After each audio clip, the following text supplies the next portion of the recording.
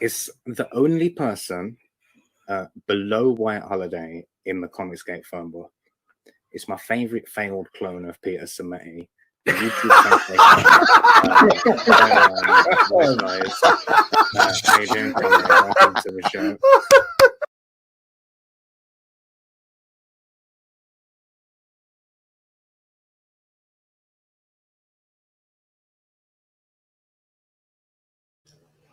Hello, hello, hello. Welcome to WyzGyz Entertainment. This is your host, Wyman.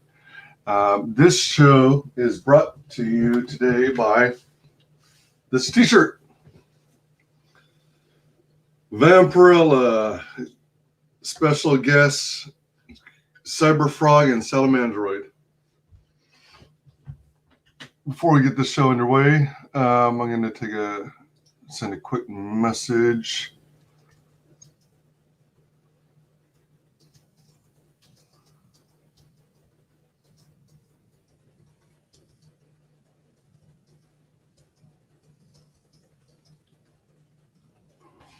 All right. Beep, beep, beep, beep, beep, beep, beep, beep, beep, beep, beep, beep, beep, beep, beep, beep, beep, beep, beep.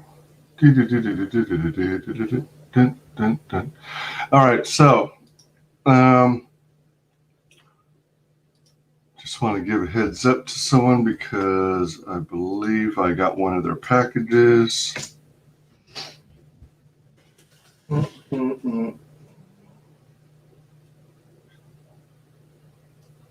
Yeah, I'm pretty sure. All right. So, welcome.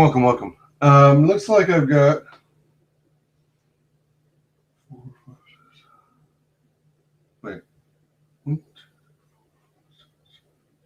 Looks like I've got 9 packages today. And that's more than usual, but it's one of those things where stuff going on with the mail system and the way it's delivered to me. I hadn't been checking my P.O. box for some time because I was supposed to be getting like email notifications, maybe even text notifications, letting me know when packages arrive and when I pick them up, but that system didn't work well at all. And it was mainly due to the way the people who put the system in place ran it. But suffice it to say, there were some packages that backed up, and by the time I checked in with the office, it turned out they had 8 of my packages sitting there waiting for me. So, yeah. And in the process, there was a change of ownership. And the new ownership didn't know that the previous ownership was doing this kind of service, if you will. All right. So I've got 9 packages. Let's get into it.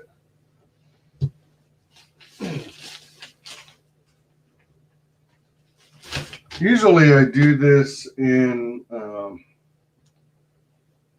batches of 5 or so, 5 packages. But since I got 9, this is going to be a longer stream, longer than usual. Let me see here. I suppose I could always split it into 2, but forget about it. So welcome. Please like, comment, share, subscribe.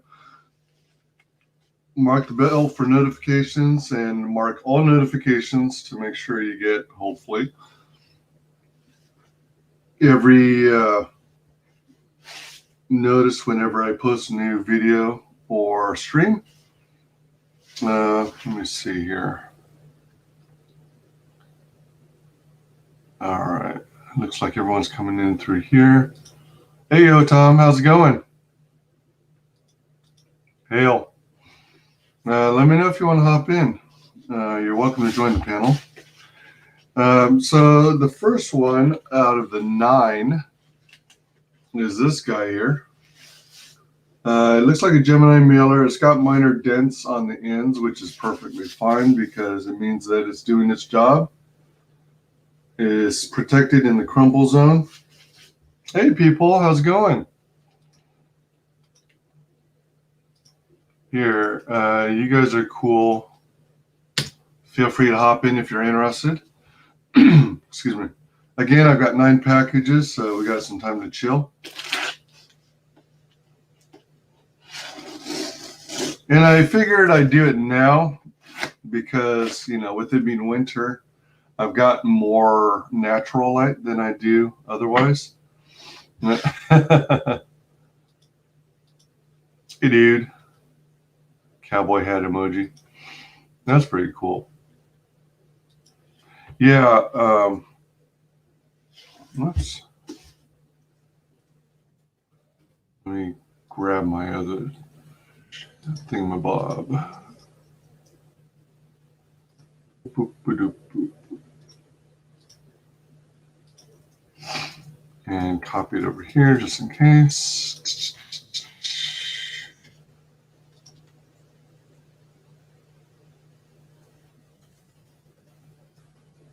All right. If you're interested, hop on in. And if I know you, I'll bring you on the panel. This one comes from the one and only Preston Acevedo. And it looks like it's thoroughly protected thanks to the Gemini Mailer crumple zone.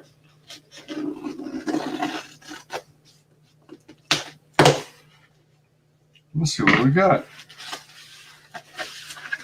Ooh, wow, look at this. It's definitely packed full. And he has packing tape reinforcing it. Oh, yeah, totally wrapped around. Because of the design of Gemini mailers, it makes it easier to easy to wrap tape all the way around the inside and still have the main piece connected. It's a cool design. I like it. All right, let's carefully get these sides here. All right. Ooh, wow, look at all this. All right. So, holy cow. All right. Where do I put this? I still got garbage all over the place. Welcome, Daniel. How's it going? Hail. There's a link in the chat if you guys want to hop in on the panel. So I got this from Preston Acevedo. This is package 1 of 9.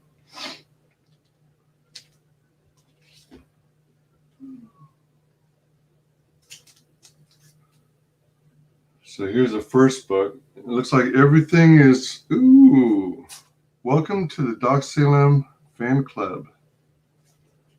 God code. Look at that.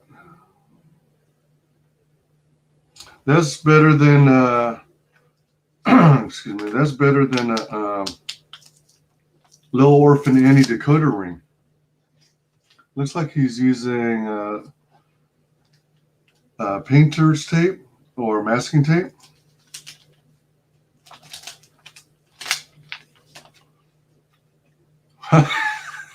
Doc Salem fan club. It's kind of cool to have the key on the backside of your fan club card so you can have it handy. Excuse me. Hey, Parrot Head, how's it going? As I mentioned before, there's a link in the chat if you want to hop on the panel. Holy cow. Ooh. I got another fan club card. Oh, this is a whole Doc Salem package. All right. So I think these are variant covers, if I remember. That's a good pose. And that's pretty badass. Then you got this one. Oh my gosh, I got another membership card. Does that mean I get 4 times the benefits? And another membership card. Wow, man. All right, so if I'm not mistaken, those are all variant covers. And they've got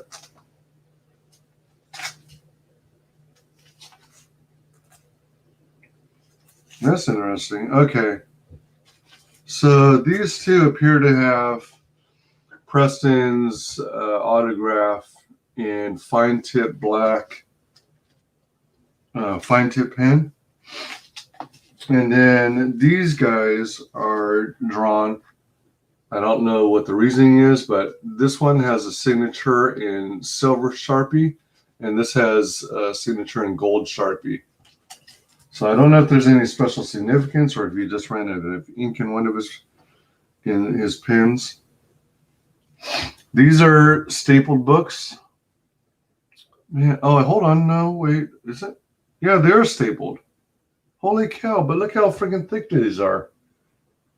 They still managed to get these stapled. And look how clean the edge is. And look how straight it is. That's pretty impressive.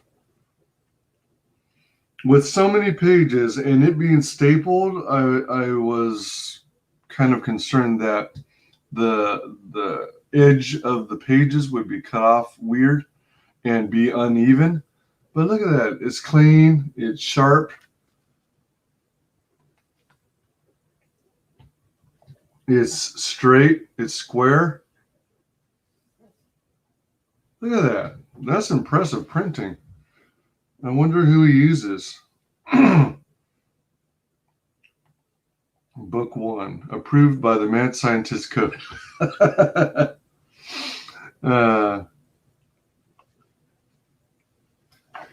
got some good stuff in here. I'm glad I backed Doc Salem. It looks like a quality book here. Let's see here. Hail Peeves. Good. Hail, Edwin. Hail, people. Beep. Hold on. Crap. All right. I had.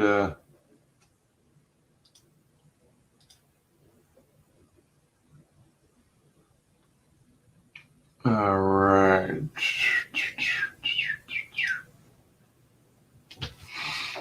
All right.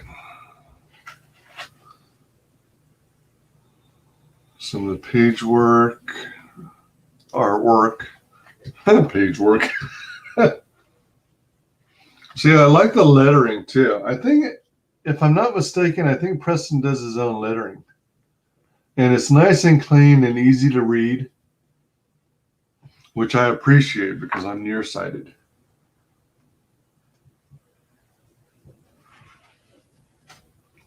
So readability is important to me.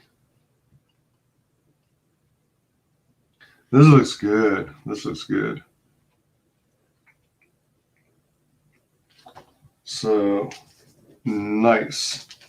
And I've got a total of 4 covers, and every one of them includes, excuse me, the Doc Salem Fan Club card. That means, oh man, hold on. Boing. It's the infamous logo or call sign for white supremacy. Ooh. Well, that's okay though, because I, being Asian, am now considered a white man. So it's okay for me to be a white supremacist. Neat. Welcome, squad leader. How's it going? So I've got 4 fan club membership cards. So maybe that means I get 4 times the goodies. Let's see. So let's go. Let's leave this out for now. So after the recap, let's go on to number 2. Let's see here. No.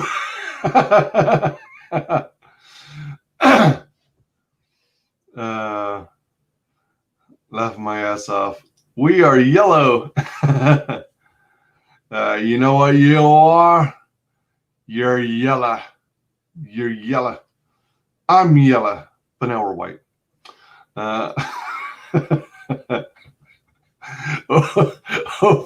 over 5,000 years of yellow.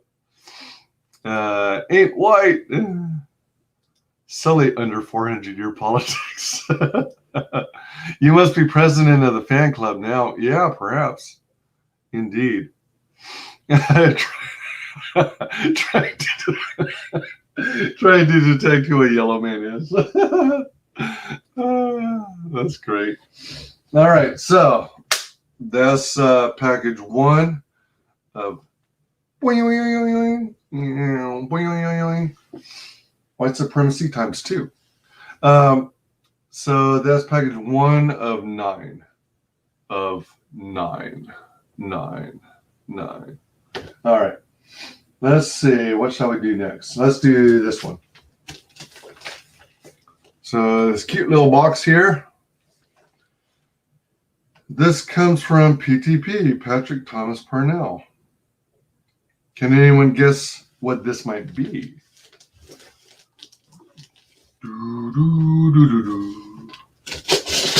What would PTP have mailed me? Only time will see.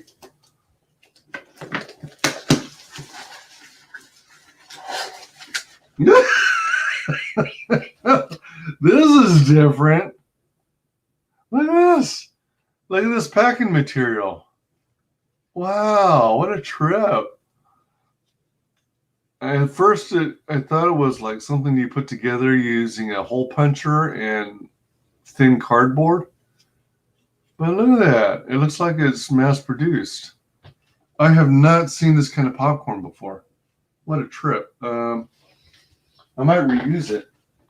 Let's set this aside over here. That's trippy. I like that. That's different. I was wrapping Christmas gifts, and excuse me. One of the, let me see, a shrunken head. Oh, perhaps that's a good point. A toe. Ooh, perhaps. All right. Excuse me. So I was wrapping Christmas gifts and also fan mail gifts for my favorite YouTubers. And because I didn't have a lot of tissue paper or the packing, the firmer brown packing paper, I started using my empty Gemini mailers as a filler material and added protection. And they work hella good, as you might expect. So when people are opening it up, they crack up when they see the Gemini mailers and they're all empty. So there appears to be a card.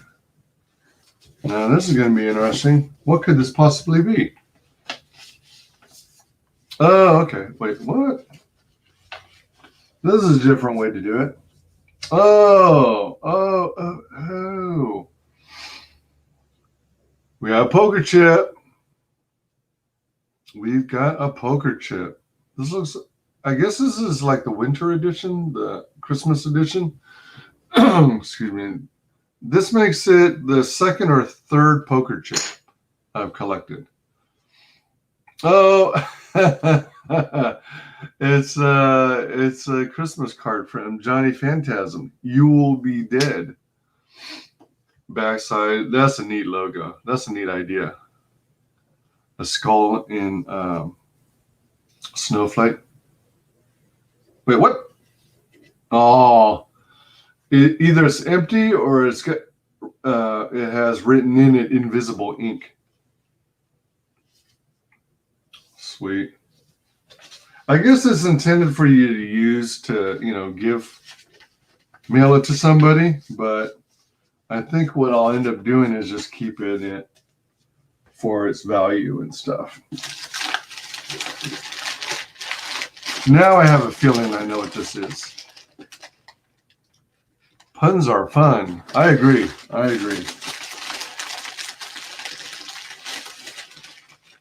Again, for those, excuse me, for those who I know, click on the link in chat and your welcome to join me on the panel. More packing material. Sweet. Got some newspaper. I don't know if the newspaper itself is relevant to the Johnny Phantasm story, but let's take a gander, shall we? Let's see if it's what the date is. It's from December 3rd, 2020, so it's part of this year. I thought maybe it might possibly be some newspaper from 1984, but I guess not. Oh well. Some of this packing material got squished, but it looks like it did its job so far. All right, so I don't think this is going to be relevant. Oh, movie times. Die Hard. Die Hard's back in theaters. DJ Snake, Paris 2000 live show. Elf. Freaky. Half Brothers. Frozen. The Holiday. Oh, okay. So what they're probably doing in the theaters is replaying some old movies that can get you decent viewership. Oh, I was expecting money inside. Yeah, you know, I'm always expecting money, particularly because I'm flat broke, literally. Green giant. All right, so that'll dispose of.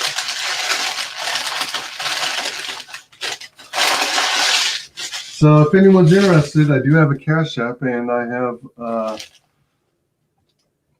not a Patreon, but I've also got PayPal. Any and all donations are welcome.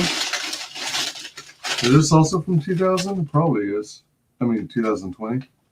Santa's Flight Academy at UTC is open now through December 24th. Oh, Flight Academy. Huh, looks like a gigantic Santa sleigh with a gigantic bag of presents on the back of it. December 3rd, 2020. All right. Boo. That's not 1984 newspaper. What's up with that? Has anyone guessed what's in here besides a severed thumb or a horse's head? Ooh. All right. This looks like it's quality. That's interesting. All right. So I actually got a Johnny Phantasm glass. Johnny Phantasm. Look at that. Now, here's what's interesting. So at the very bottom, you know, unlike sunglasses, it's got a very thin profile. Whoa, hold on. Is it just my eyes or is it uneven? Almost looks uneven. Could be my eyes. It's just when I compare the very bottom with this inside of the glass. Wonder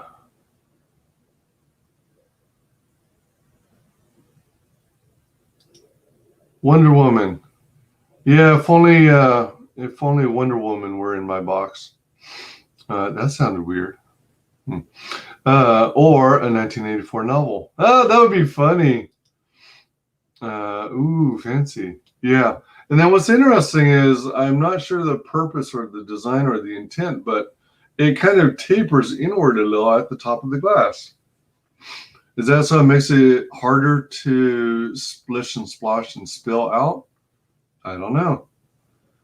I'm not used to these glasses even having any kind of tapering at the top. Instead, it usually just stops straight up and down.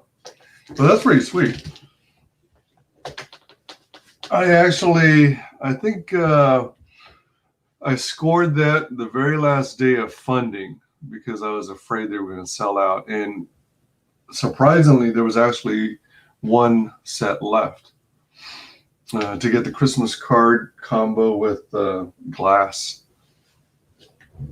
And I used to collect things like the Batman glasses from McDonald's, I think.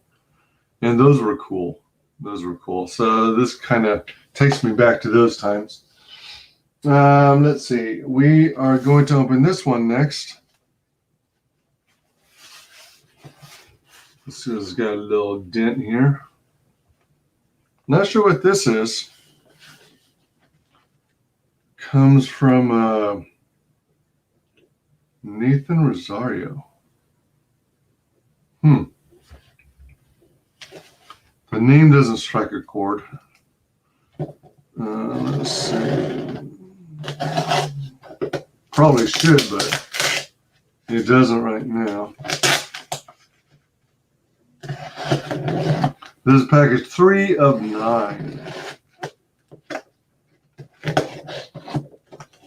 Later on in the stream, we're going to have a Star Trek Voyager reference. All right.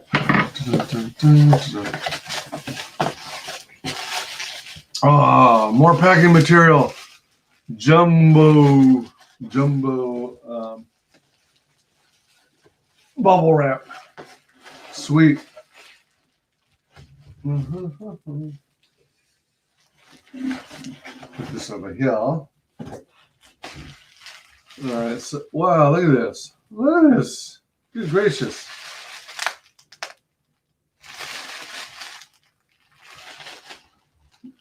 Ooh, fancy. Looking good.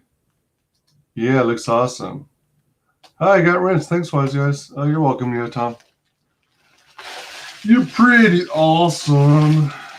Let's see. Let's carefully open each end. I was trying to find the place where maybe I can peel it off this way. Whoops.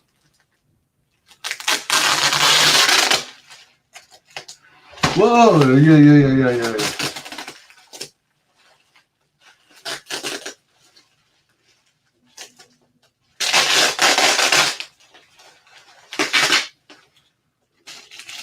All right. You know what? Let me see something here.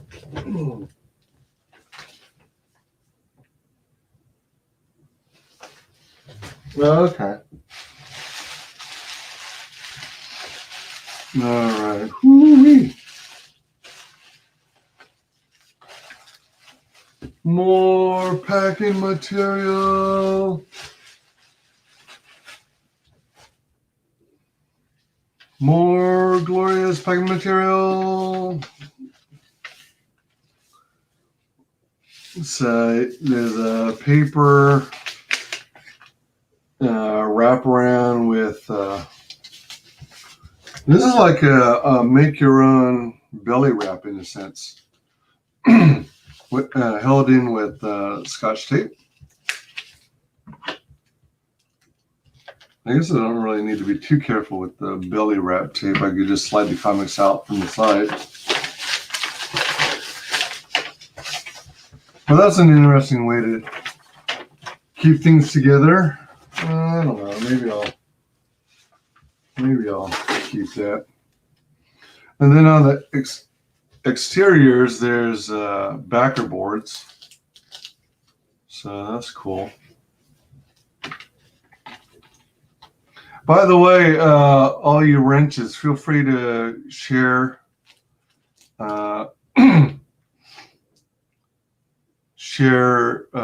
drop links to your favorite campaigns. Okay. Wow. All right. So this is. Oh, all right. I think I got a retailer pack.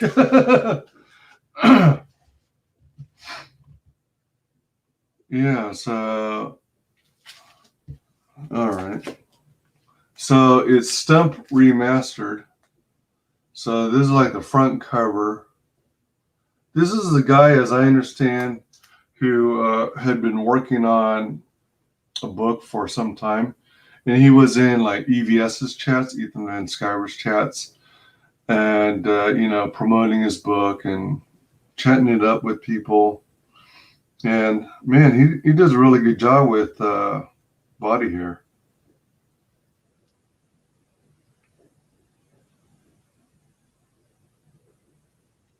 I think I kind of suck when it comes to body hair. I need more practice. But wow. And then eventually he did it, did his own campaign, and then EVS promoted it some and helped get him fully funded. So that's pretty cool. I'm not sure where he is. I think he's getting ready to start working on stump number 2. Let me see. And then these, I think, are the same thing. So I think at the time I ordered like a bit, what they call a retailer's pack. 1, 2, 3, 4, 5, 6, 7, 8, 9, 4, 8, 9, 10. So maybe this is a retailer's pack because I got 10 copies.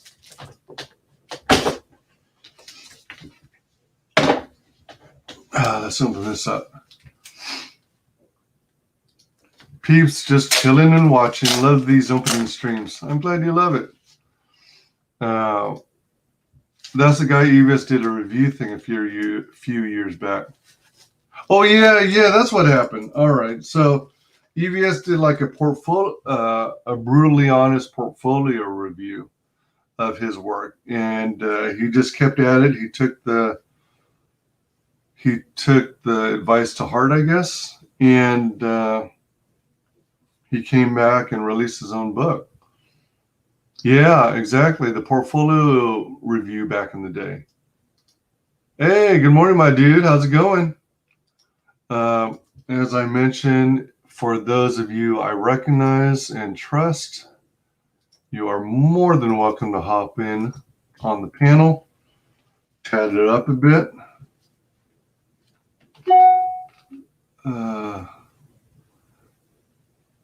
Special thanks to these people. Also, a big thanks to Ethan Van Sciver, the ComicsGate fans, and all the Indiegogo backers who made this book financially possible. Oh, there's a dedication, too, to a fellow artist who passed away. Oh.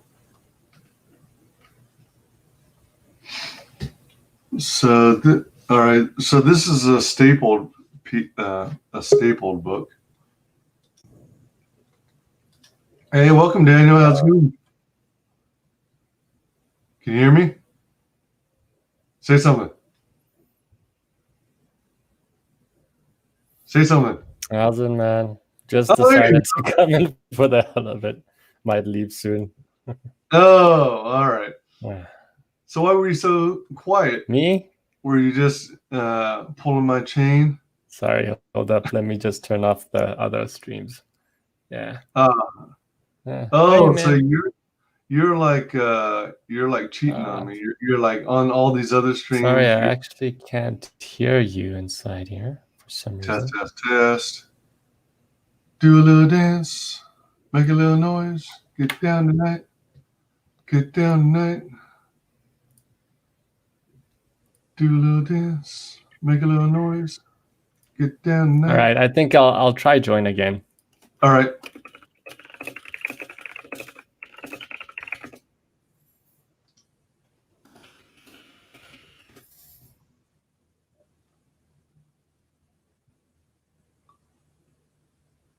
All right, so this is also a stapled book, and it's nice and clean on the ends. Yeah. Printers really have got this down pat. Oh my gosh. It's like partial nudity.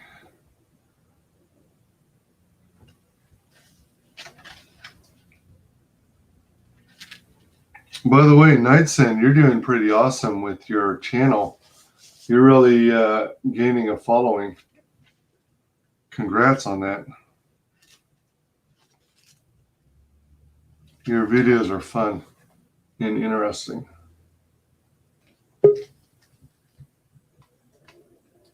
Test. Yep, I can hear you now. Sorry, it was like set to audio recording or something. It's like What? What I don't know why. I don't know. How's it going? No, it's good. Which one is that? This is called Stump Remastered. It's from Stump. Nathan Rosario. Yeah, That's epic, man. back when EVS Ethan Van Sciver was doing. Oh my gosh! Wow, what a trip! I don't know. That might be a spoiler, so I'm not going to show that. Oh wow! Look at that guy. Oh man, cool. Man, check out that guy. Harry. Yeah, indeed. Thank you, homie. I'm still stuck at 89 subscribers, so yeah, we're gonna get you over that hump. It's gonna happen. The from what I'm told, the first 100 subscribers is the hardest. The first 1,000 is still pretty tough. But then you start after 1,000, then things start ramping up some. Presumably because YouTube goes, oh, people are actually interested in this creator. I guess we better start promoting them finally. Yeah, definitely don't give up. Whatever you do, don't give up. Yeah, thanks for promoting The Buckler. That's a good looking book. And Dillard Draws is pretty awesome. All right. So let's go with this one here. This is from Zaid Comics.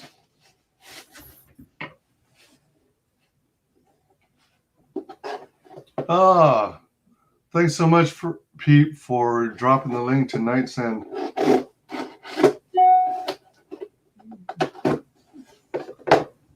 Good channel. And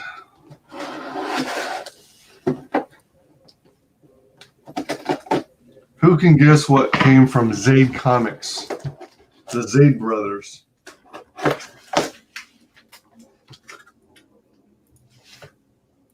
This is interesting. Well, it's definitely a way to ship it. So, Lost Pages? Yep.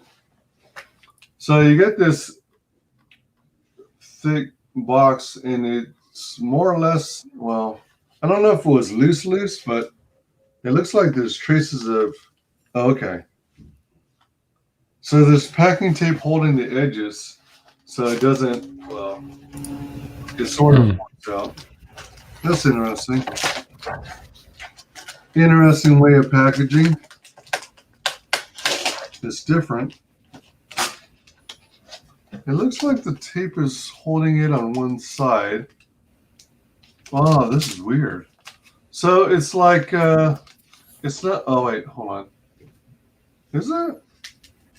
It almost seems like it's supposed to be, a traditional bag for a comic book, but instead of actually having sides, oh wait, it is sealed part of the way. Weird.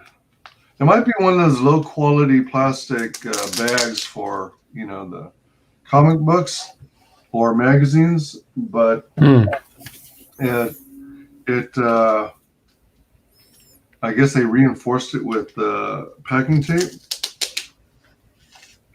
but you can see a bunch of it is kind of split. Oh. Isn't that weird? So all the way across there. But on this side, it's split over here. Then you've got tape, and then it's actually sealed. I don't know if the term is hermetically sealed, but it's as though it used to be a comic bag, and then it fell apart on the sides, the edges, where it counts. So that was interesting. So let's see, how do I open this the rest of the way? Like that. And then I guess you just slide it out the side. Well, I'm not going to reuse this bag. That's pretty goofy. So that's trash. All right. And then, oh, wow. Holy moly. So this is perfect bound. No Oh, I staple. like that side. Yeah, look how thick it is. And what's sweet is, yes, definitely thank you for dropping Nightsend's link. We got Lost Pages. This is a cool looking cover. And it's the colors are dope. Yeah. Not only are the colors dope, but the texture, it feels almost like satin. I don't know how to describe it, but it's kind of like silk or satin. Yeah. Ooh, I can see the quality, eh? Yeah, it's soft and the lines are sharp. Oh, okay. And it's signed as well. Sweet. That's cool. That's like gold. Philip and Brandon Diaz. You probably knew that Zaid Comics is basically Diaz reversed. Zaid and Diaz, which is a cool idea. A couple more signatures.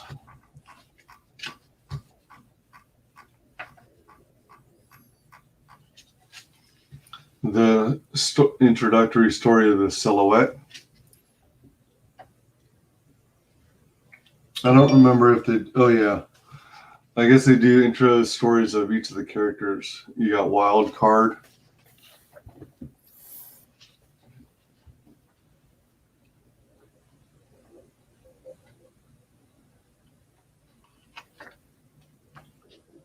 There should be one for Crimstone too. Oh, I guess that's a short story on Crimstone. Man, this is like blow and oh, here's a Crimstone one. This is exploding it with colors. Yeah, I was just noticed. And how many pages is it? So bright. I honestly don't know. Because that's a lot, eh? They packed a lot of things in. Yeah, I'm guessing it's somewhere around 52 pages. Yeah. But yeah. Oh, and they got a coming soon page. Magic Cop episode 2. Yep.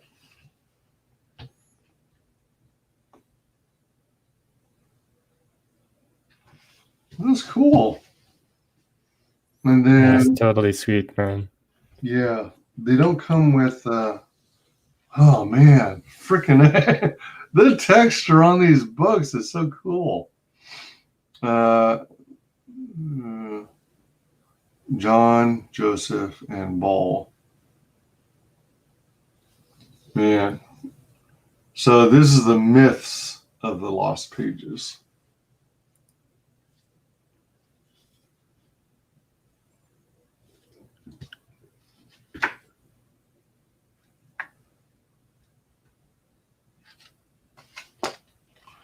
I've noticed it seems like quite a number of our CG creators are tapping into the Egyptian mythology. There's the people. Man, this is so cool. Here's Vane. Yes, I'm loving the artwork. Yeah. Oh, and Drift. I think they got Kyung Lee involved. And he either Kyung Lee or Raging Golden Eagle. And they did Drift. Nice. Okay. Remember, if anyone in chat is interested in hopping in, definitely consider doing so. You're welcome. I got to know you, though. I got to trust you. Whoa. What a bundle of goodies. a set of 9 trading cards. And it's already sweet. It's already in a sleeve so that I can put it straight into my binder. And then on the back side, it's got the descriptions. Oh, no. Does it have stats? Or is it just lore? Just basic stats like height, weight, contents, and first appearance. I do like the addition of first appearance. That's always cool. So you can refer back. Let's see. Welcome, El Gargoyle. Thanks for the eggplant. Soft touch lamination. Is that what it's called? Okay. It's really nice.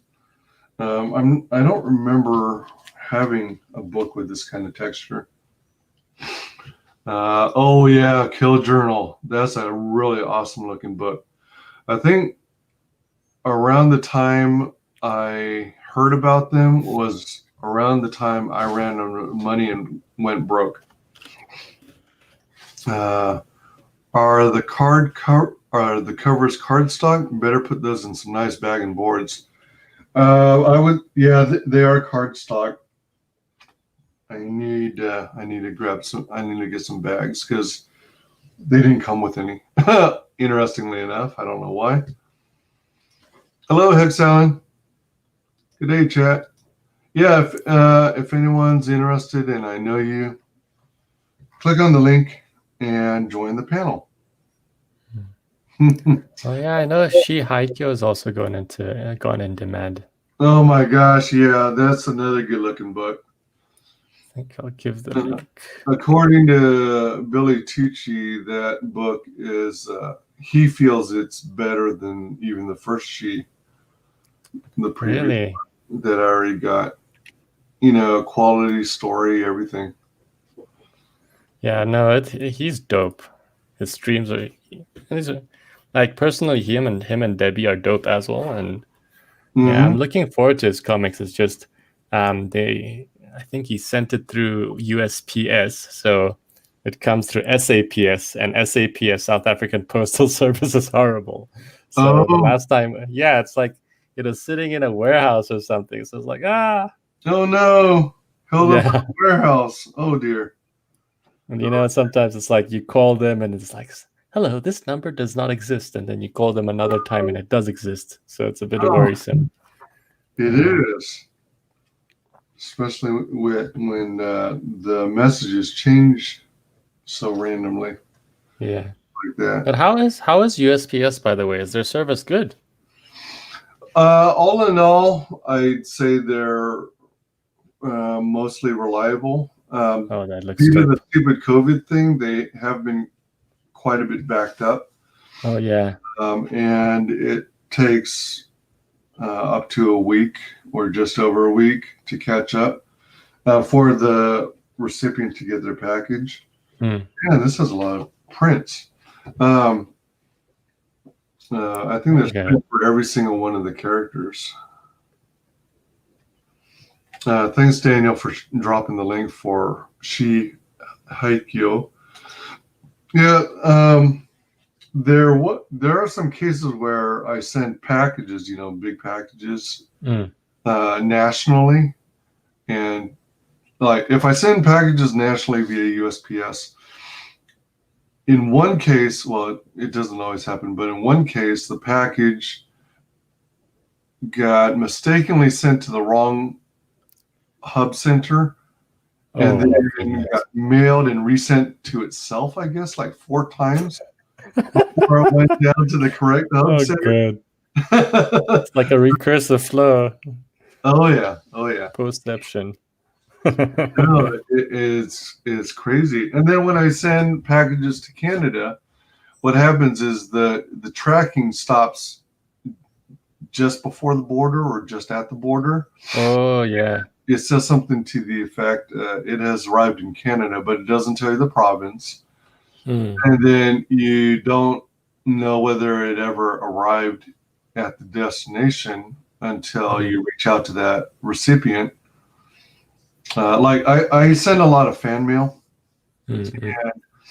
A couple of my favorite YouTubers are in Canada, and I have to wait for one of their PO box and streaming videos to go live before I realize they've got. Since the tracking stops at the Canada-US border. No, that's unfortunate. Like even for mine, I think I could track it. There's the American tracking ID, so that USPS has, and then once it reaches South Africa, then it turns into a South African tracking ID. Now, if you use a private company, like let's say UPS or FedEx, it'll stay constant, right? So you can always track it throughout. Although you might need to make a call sometimes. But then because the tracking number changes, even they can't help you. So like, ugh, oh goodness, those are dope. Yeah. And if I use FedEx and UPS, then the tracking internationally is better, I think. Okay. But at the same time, with FedEx and UPS, especially UPS, I've had some bad experiences with the package arriving safely.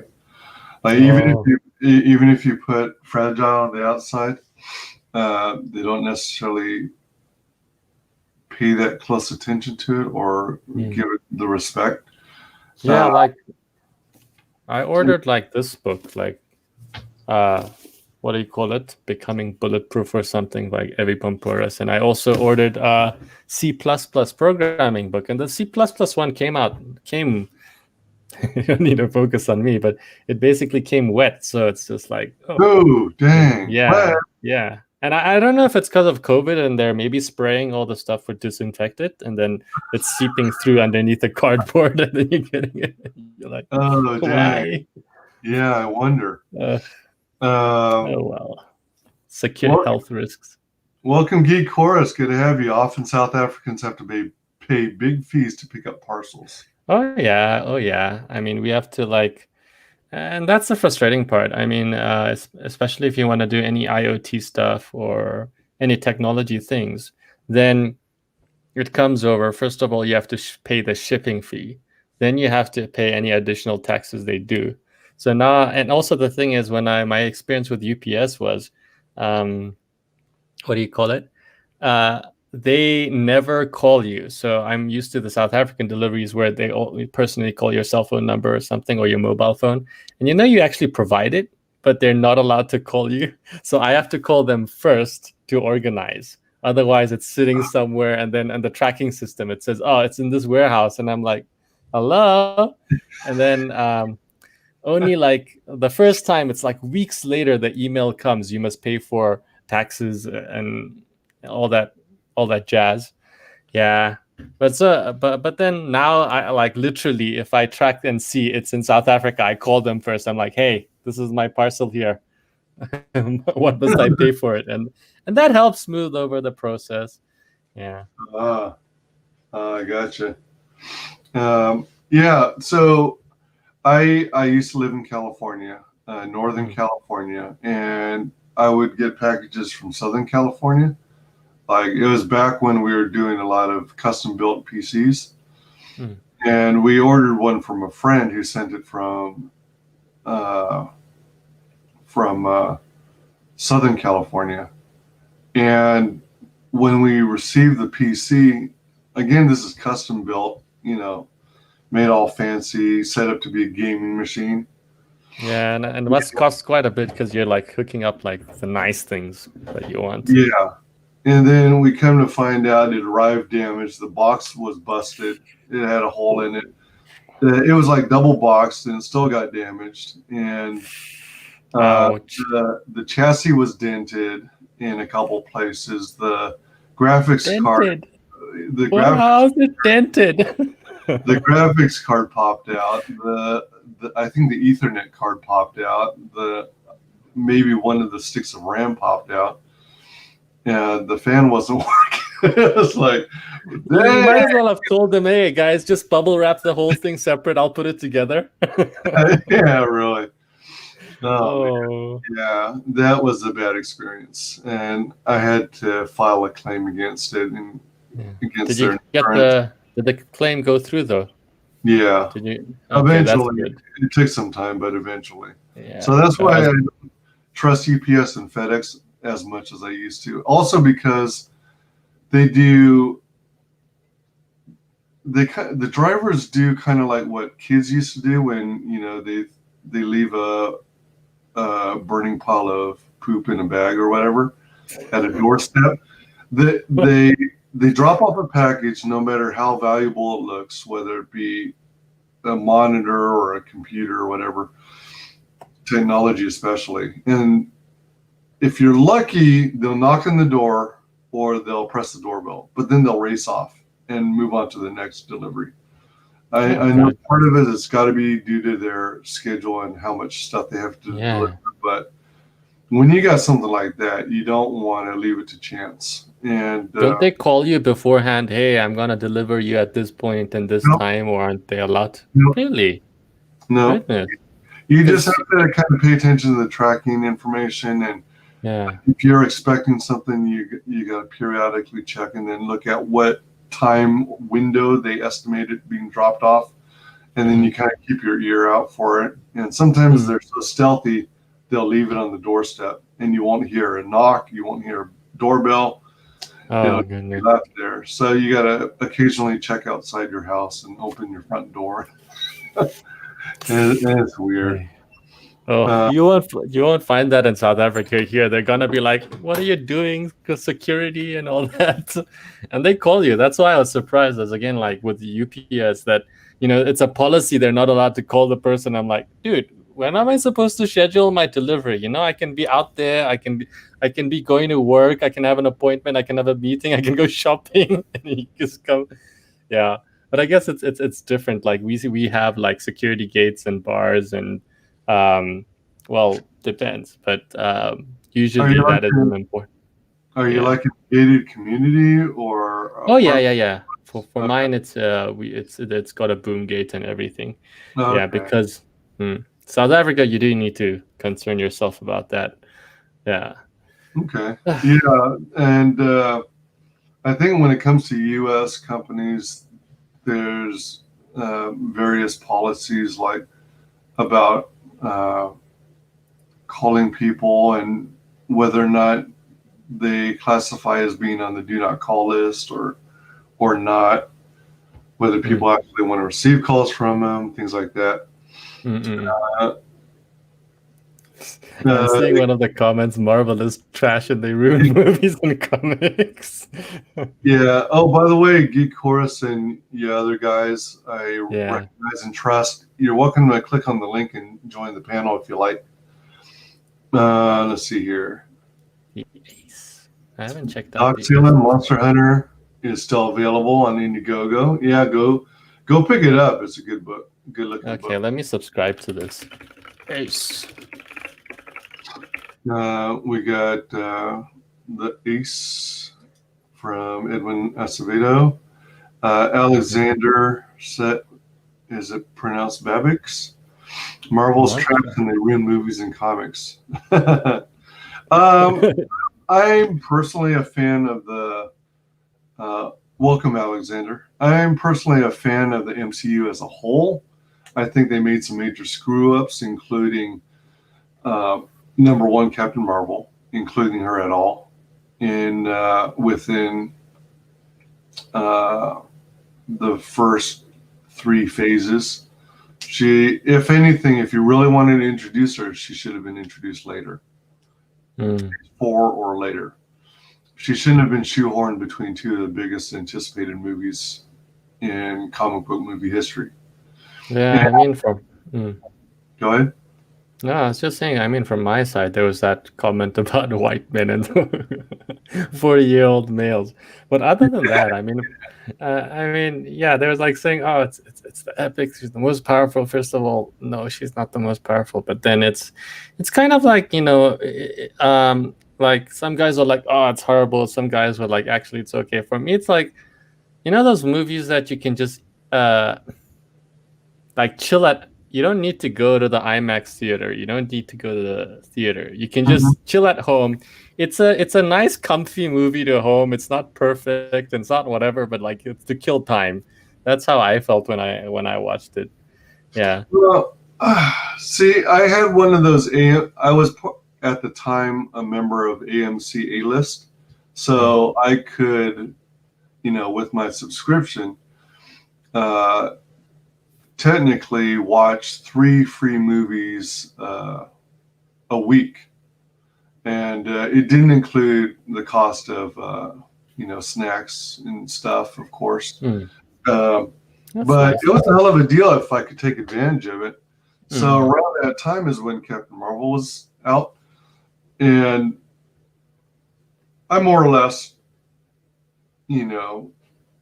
watched it the first time through alternative means, and I wasn't impressed, and it was so dark visually that I'm sure part of it was how it was filmed, but I couldn't make out what was happening on screen. So I eventually used, it turns out, 2 of my free AMC movie passes to go watch it in the theater. And I was still unimpressed. And it was still, in many scenes, very dark in the photography. So it might be an attempt to hide some of the CGI graphics. That's usually what happens. And the reason why so much of the so many movies employ really dark scenes, but it was also boring. Yeah. Oh yeah, I mean, as I said, it's just like one of those things you like turn on at home, and then you eat something else watching on your laptop, and then you're fine. But and sorry, there's also the thing with Nick Fury's eye, and like I grew up, I saw Spider-Man on TV. Now this was actually in Kenya, but then I didn't really lived growing up with the comic books and stuff. We more watched Power Rangers or Transformers G1 or something. But then that whole thing, and it's like, well, why do you screw up lore unnecessarily? It's like, you don't need to do that. You don't need to do that. Exactly. Why did you make the cat into an octopus that ate that guy's eyes? For what? For what?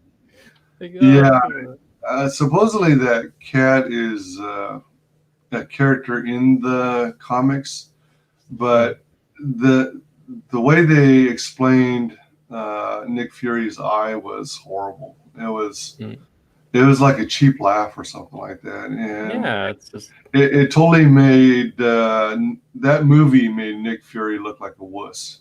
He was so badass up until that movie.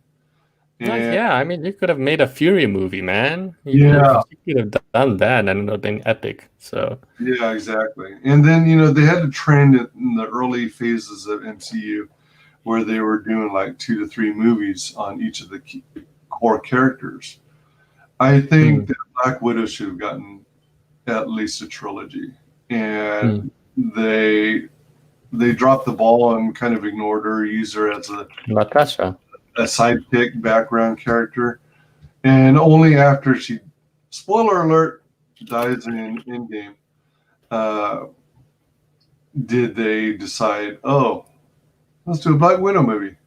Exactly. I mean, how do you do and she is an iconic character in the MCU. I mean, some people were saying in the beginning, I think when look, if I'm not mistaken, when Avengers came out, or she's got no powers, she's just kicking people and that stuff. But she's from my perspective, she kind of establishes herself. They do a good job with the character, with showing hinting at their backstory and everything.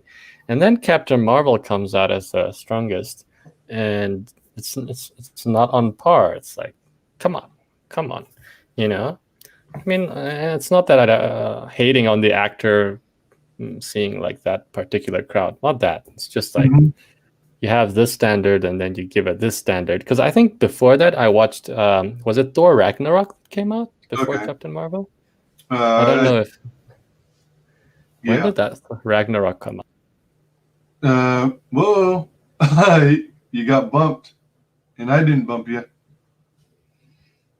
Well... I wait for him to rejoin. If anyone wants to hop in the panel, feel free. I can have up to 9 other guests. Let's see. Yeah, I think Black Widow deserves her own trilogy. Feige really dropped the ball. There you are. Yeah, sorry. I was actually wanting to change a tab and then I closed the whole thing. I'm like, Yeah, I know how that is. yeah. I'm sorry, what was it you were saying before you got dropped? No, I was just saying, like, I think Thor Ragnarok came before that, and for me, I enjoyed it. So it's like I was kind of at like a good emotional state. Where did Captain? But okay, I might be wrong. I think Where you're did right. I think you're right that Ragnarok came first. Because it was all the other MCU movies. Then they had Endgame. Then they had Captain Marvel. They had they had Infinity War, Captain Marvel, then Endgame. I might be wrong though. Yeah, no, Ragnarok is 2017. So there's Ragnarok, and then Captain Marvel is 2019. Let me just see MCU movies sequence. Checking out Wikipedia. Except for the times when it's just fake garbage. Yeah, sometimes you can trust it, other times you can't. Yeah. Let me see. Oh yeah, Ant-Man and the Wasp. Yes, I watched that before. And Ant-Man, wait, Captain Marvel was March. Okay. So it came out the first in 2019. And then Ant-Man and the Wasp did come before Endgame, right? Yeah. So it's basically I think Captain Marvel is March 8th, 2019. Then it was Endgame in April, and then Ant-Man. I love that. Yeah, it's funny with that. Actually, there's Infinity War, Endgame, and then Infinity War. Yeah, I mean, I enjoy the Ant-Man movies. A lot of people give them flack, but I enjoy them. Okay, actually, sorry, I'm wrong. It's Captain. Sorry, it's just like I was so confused with the dates. Ant-Man was 2018. Infinity War was 2018, and then Captain Marvel, Endgame, and Spider-Man: Far From Home. Yeah, were 2019. So, oh yeah, but I loved Ant-Man. Like it was like the funniest thing. Like I don't know if you remember the first trailer, and then it was such a typical trailer, like Ant-Man, the first one, and I'm like, oh my god, because like all the jokes they have, the timing they have, it's like one of those, when you watch a trailer and there's nothing original, but then you go into the movie and then you're laughing your butt off. So yeah, I enjoyed the first Ant-Man. I liked the second one, but I didn't think it had enough Michelle Pfeiffer. And the whole micro world is kind of goofy to me. But they had to introduce those aspects prior to Endgame so that they can bring Ant-Man back into the team. Just reading the comments. Every MCU film is overrated and trash. No, the MCU sucks, and it is inspired garbage like Doomsday Clock and Three Jokers. Should have waited to introduce her later. I agree with that. I like dark and disturbing and realistic and political superheroes in comics. Yeah, I have nothing against those, and they can be good. Like Frank Miller's Dark Knight. But it's like when you've got something like Captain Marvel and some of the early scenes of Carol Danvers when she was captured by and raised by the Skrulls in the MCU version, then the whole scenery was all dark. It was hard to see the fight scenes. It was hard to see what was going on. It was just really dark for some reason. And I think some of them had to do with because they were like in caves and whatnot, but it's too dark to make out anything. Tetsuo the Iron Man is an awesome movie. I don't remember if I've ever seen that. Tetsuo the Iron Man. Every MCU is overrated trash. Welcome, Mananui. How's it going? So, as I mentioned before, if anyone's interested in hopping on the panel, I can have up to 9 guests. definitely click on the link. If I know and trust you, then you're on board. By the way, didn't they also change the scroll lore? Because like I think remember the whole because I remember the whole the Spider-Woman saga, and they had the whole is it Civil War with the Skrulls, if I'm not mistaken? Could be. It's just from a while back when I did read that portion. they They might had have, this whole they they had this might whole epic battle, and then now they're suddenly the good guys. It's like what?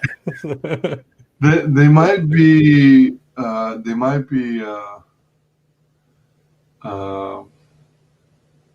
shoot. I don't know for sure because I didn't collect comics around then, but they might have hinted at it in Civil War, but it was mostly in Secret Invasion. Yeah. Oh, yes, exactly. It was Secret Invasion, and then they were alluding to it. I think when, for example, there was like those Spider-Woman scenes with Jessica Drew, and then when she has those psychological moments, and then she's remembering when she like that conflict between her being Queen Vashti, if I'm not mistaken. Is it this? Yeah, she ends up being the queen of the. Yeah. Or no. See, if I again, I really don't remember the welcome out Gargoyle. What's up? How you guys doing?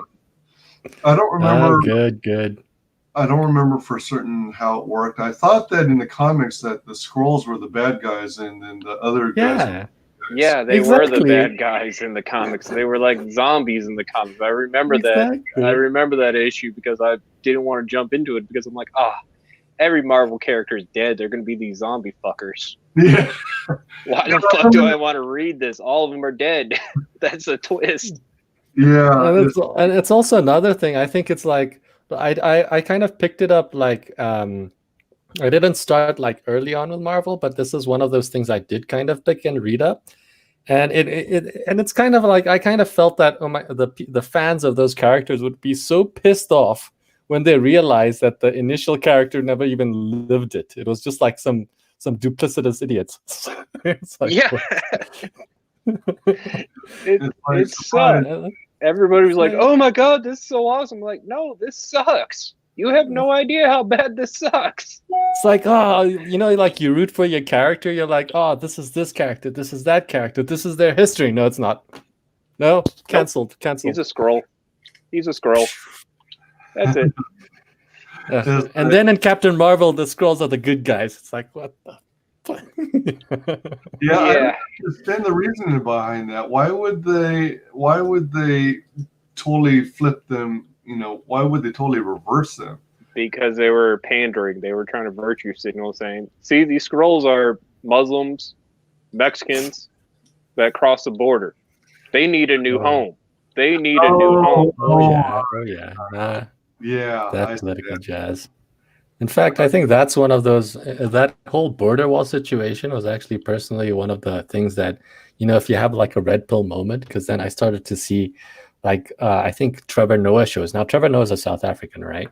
And and I'd be like watching it sometimes, and but then I'd start to see once that border wall situation came up, and then guys started dissing the Korean wall, and I'm like, hey, what the hell are you talking about? The Korean wall's bad. Do you know how many Koreans died because that wall came up because those the Kim Il Sung and the North Koreans invaded us in secret, And then after all that death and damage and war, you're gonna tell me now because of all the Kim Ils and all those other late night show hosts, you're gonna tell me now that the Korean wall is bad? It's the silly propaganda.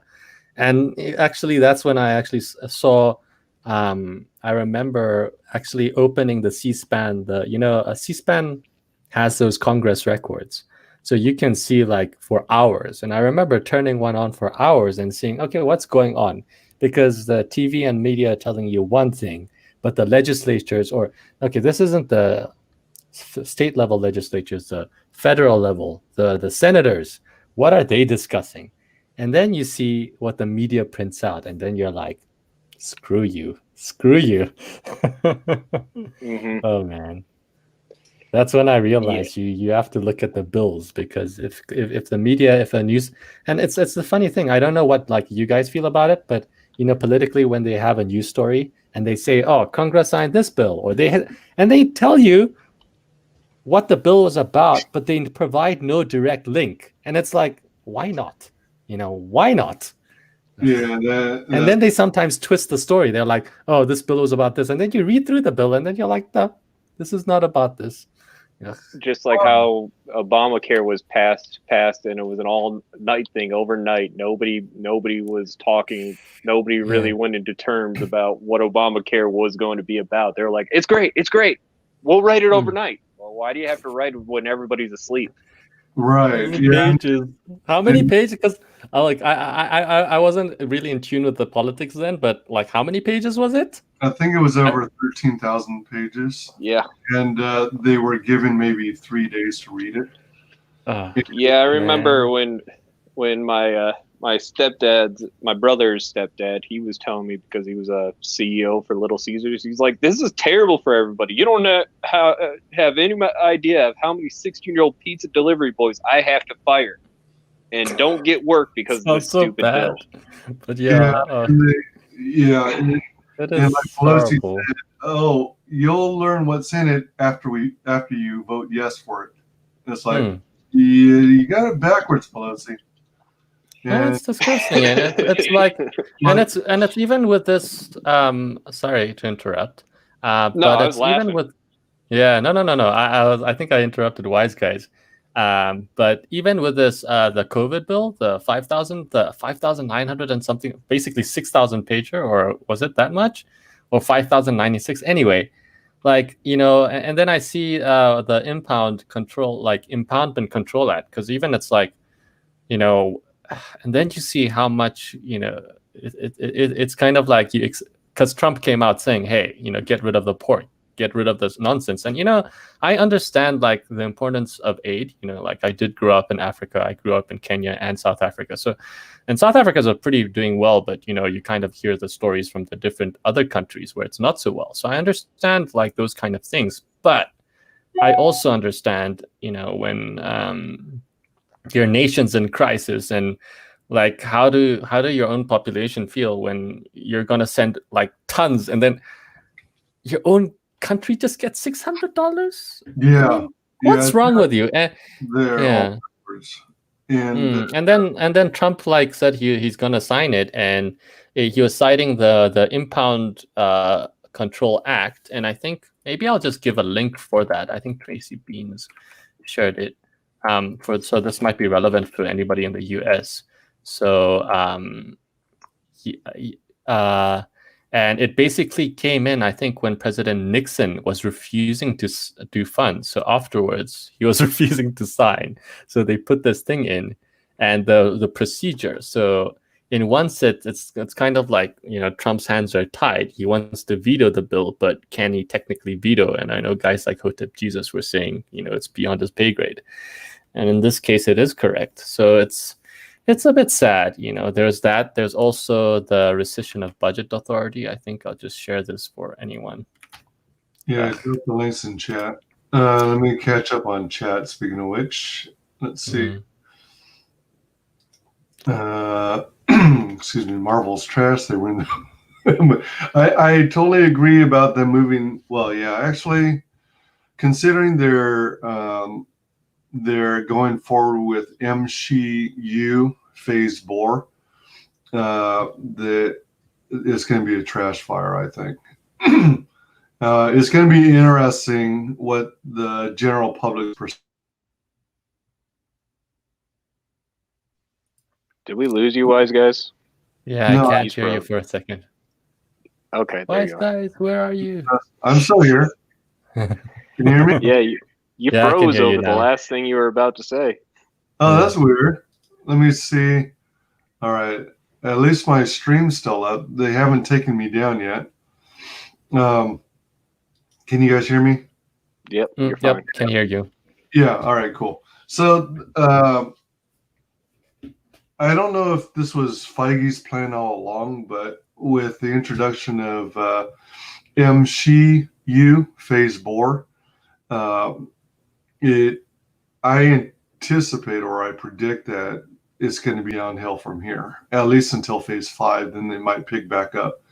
I don't think that they're going to get as much support, and despite all of the good vibes people had leading up to. My argument with that is MCU was already downhill over the first half of that last Avengers movie. Oh yeah.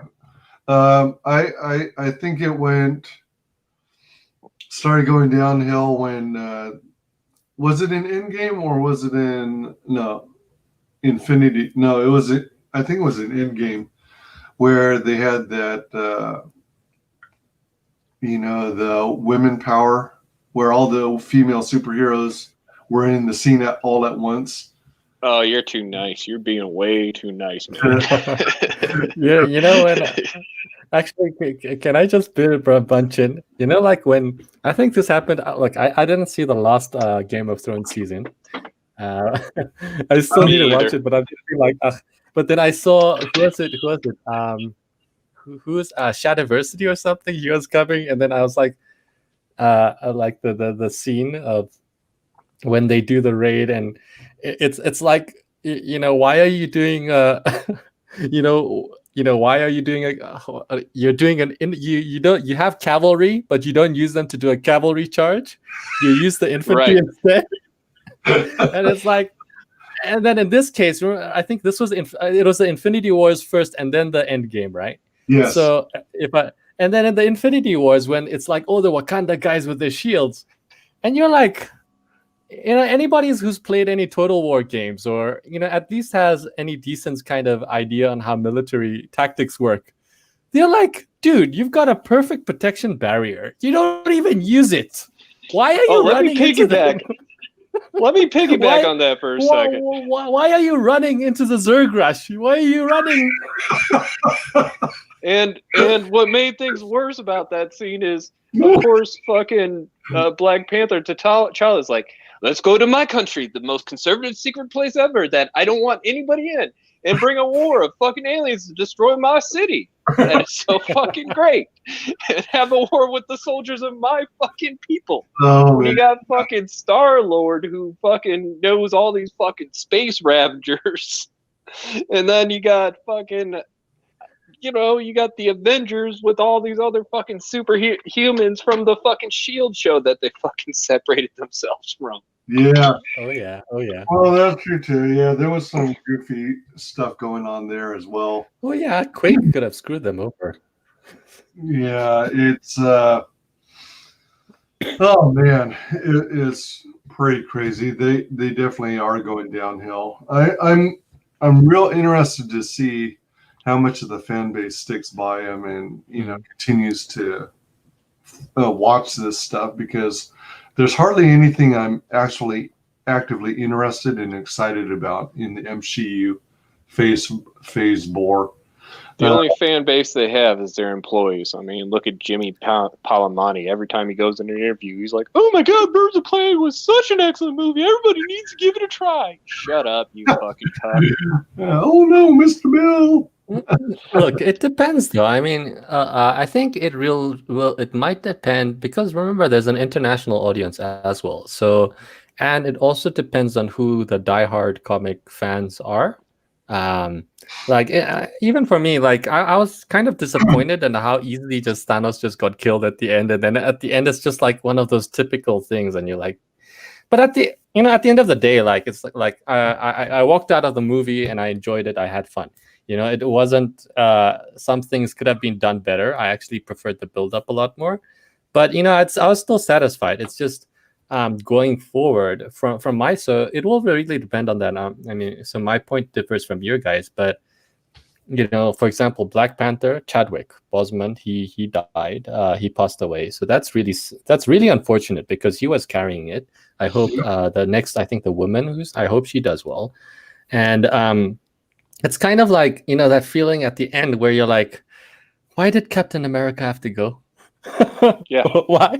See, Why that's did he a have to thing come? you didn't understand either. It's like, It's okay, like why did you have to kill? And then then there's the, and it's like the kind of the side where if you kind of see how political things are going, then why did you kill off all the male leaders? You killed off Exactly. Iron Man. You didn't need to die. because Robert Downey Jr. was the most expensive thing out of the Marvel movie, so of course they didn't want to pay him anymore. Yeah, But then he's fucking- also, remember, he's also raking in the cash, so it's like, how the cost benefit analysis there. But it's also kind of like that feeling. It's like, you just killed them off. This guy died, that guy died, that guy died, that guy died. And then it's all the main heroes, and then and they were the draw to the MCU. Like I remember, like the first Iron Man. I think from myself, like that scene where, not the colored version, because in the first Iron Man 2008 movie, where he puts on the silver suit, the first version, and then the music comes in, and then that was like, for me, that was that moment, that awesome moment. But yeah, of course, the next two Iron Mans were questionable, and how they also screwed up another character into a druggie. Like, come on. In Iron Man 3, why did he have to come out as like an actor who's a druggie? Come on. Yeah. That was. And why did Tony Stark have to have an anxiety attack? Why couldn't they just make him a fucking alcoholic? Yeah. That was the other part I couldn't stand. They were just like, I have anxiety? Why didn't you just make him fucking be an alcohol abuser? It would have made more sense. Yeah, exactly. Well, I mean, look. Sorry. You were saying? RDJ was like the perfect guy to play. Yeah. No, they shoehorned his drinking problem in the first two movies, and then in the third movie, they decide he's battling anxiety, and all of a sudden he's having anxiety. Fucking 2-3 years after the Avengers movie. Okay. Well, I think personally, I dealt with some similar things, and maybe I could actually bring up the Joker in this.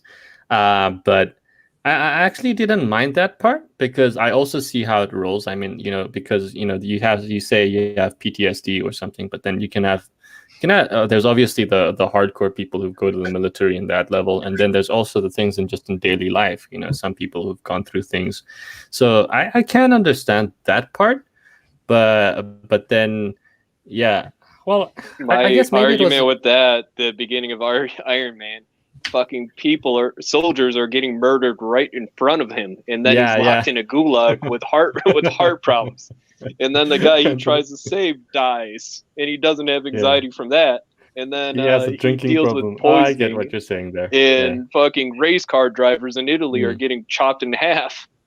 No anxiety problem. And then after his convention in the fight with Justin Hammer, people were blown up and killed at that ending scene.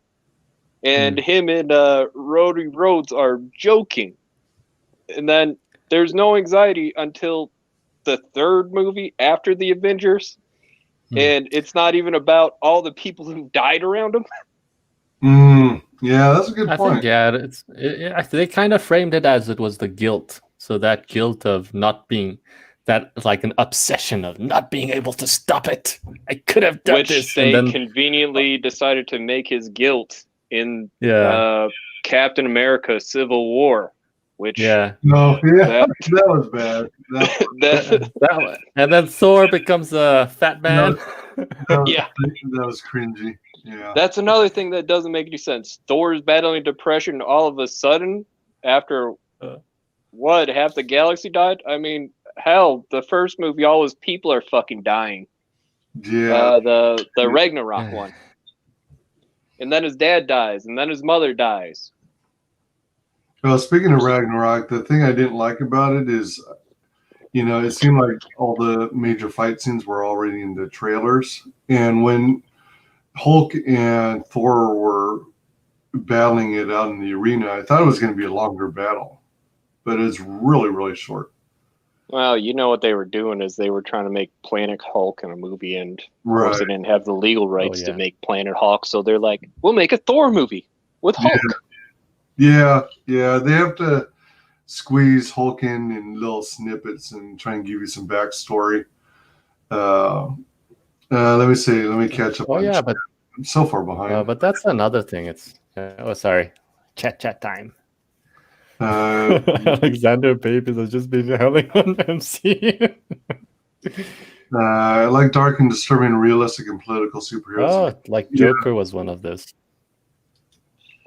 Because the Joker, actually, when I watched that, I was like, holy shit. Because that movie, and the thing is, anybody who's gone through those feelings might be able to actually relate to what he's been through, and personally in myself, I know I have gone through, and that was a movie which, like, first of all, it kind of like got to me because it was like, holy crap, and like for me, thankfully, I'm from a Christian background, Lord Jesus has done his part to, get me sorted in those regards.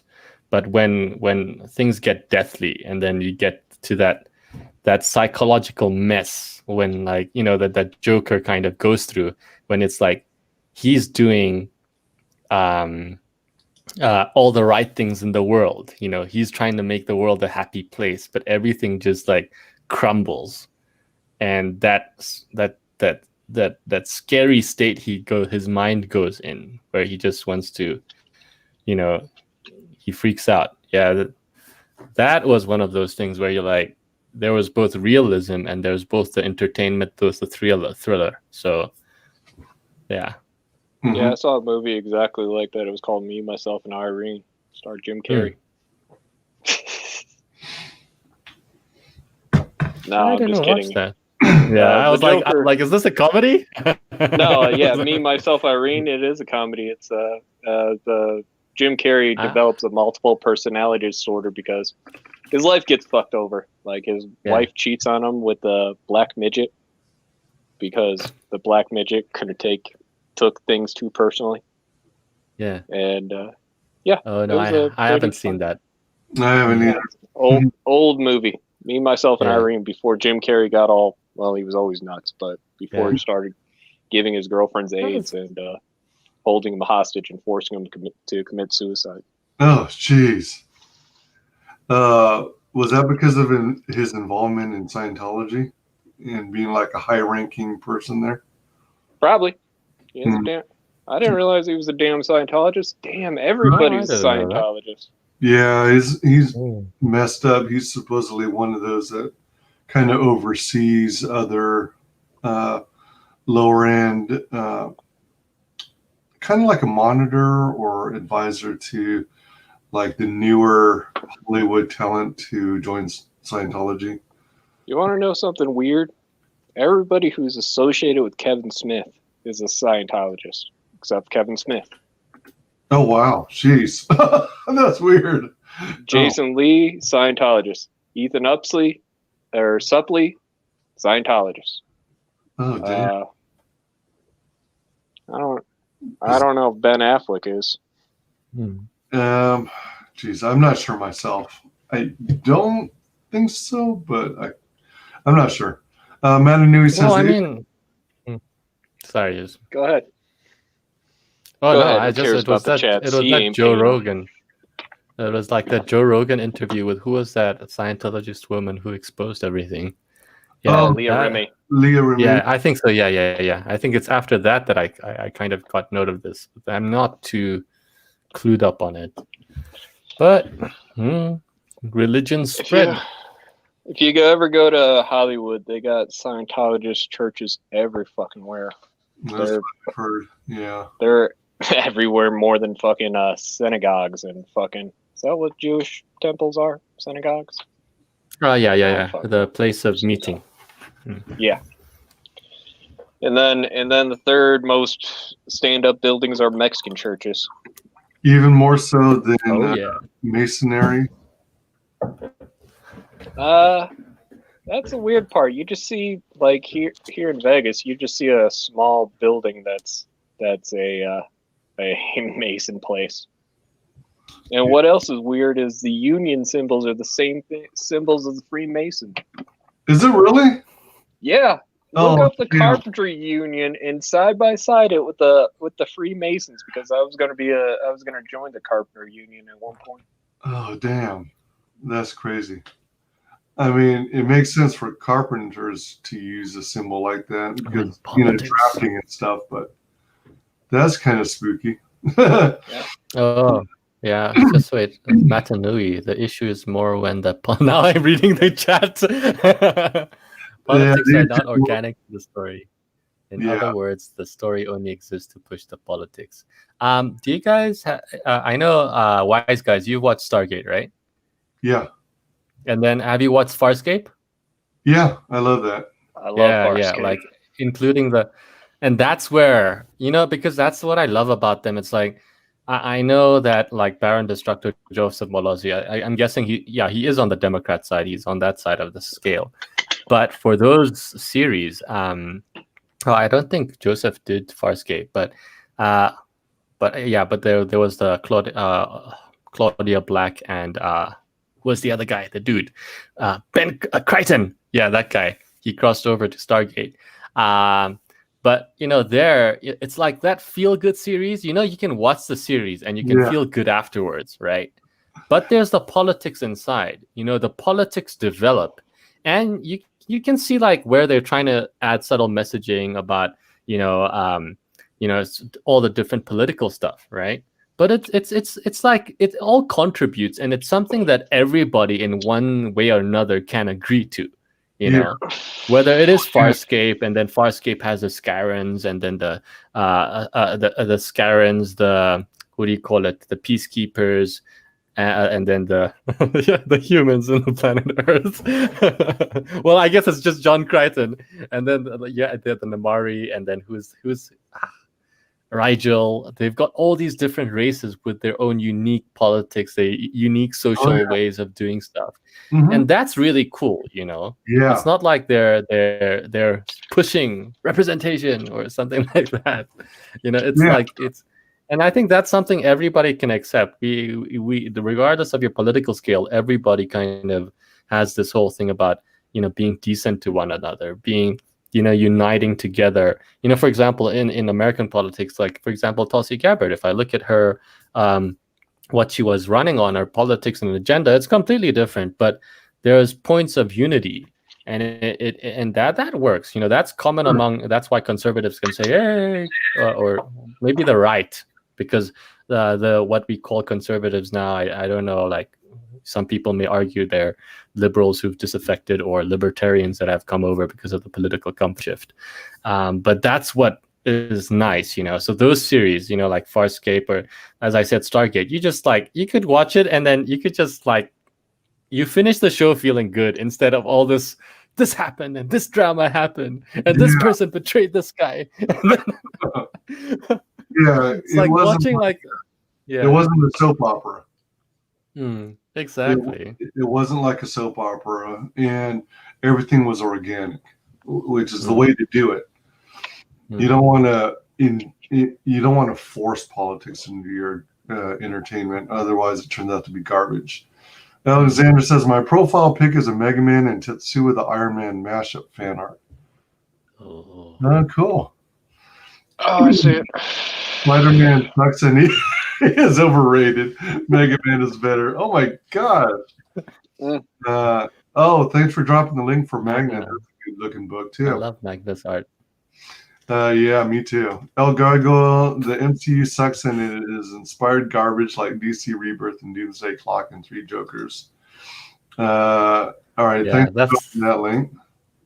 Yeah. All the talk about removing pork, but he still signed the bill. Doubt any of the changes he suggested will stick.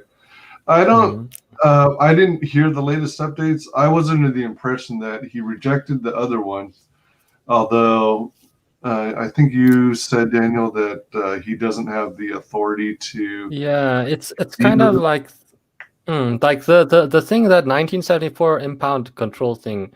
That's the way that legislators set up for him, because I think this is maybe a veto-proof majority as well, if I'm not mistaken. But when there's that financial bill, that's the thing where it's kind of like you want Trump to do more, but can he do more? And the thing we know from Trump politics is, You know, people are like, oh, Trump is like a dictator and whatever. And then he doesn't, when there was riots, he doesn't do Insurrection Act. He doesn't do, you know, he's done everything by the book. And people, I've seen some pundits say, or some, you know, some notable people say it's largely because of the people in his background team. You know,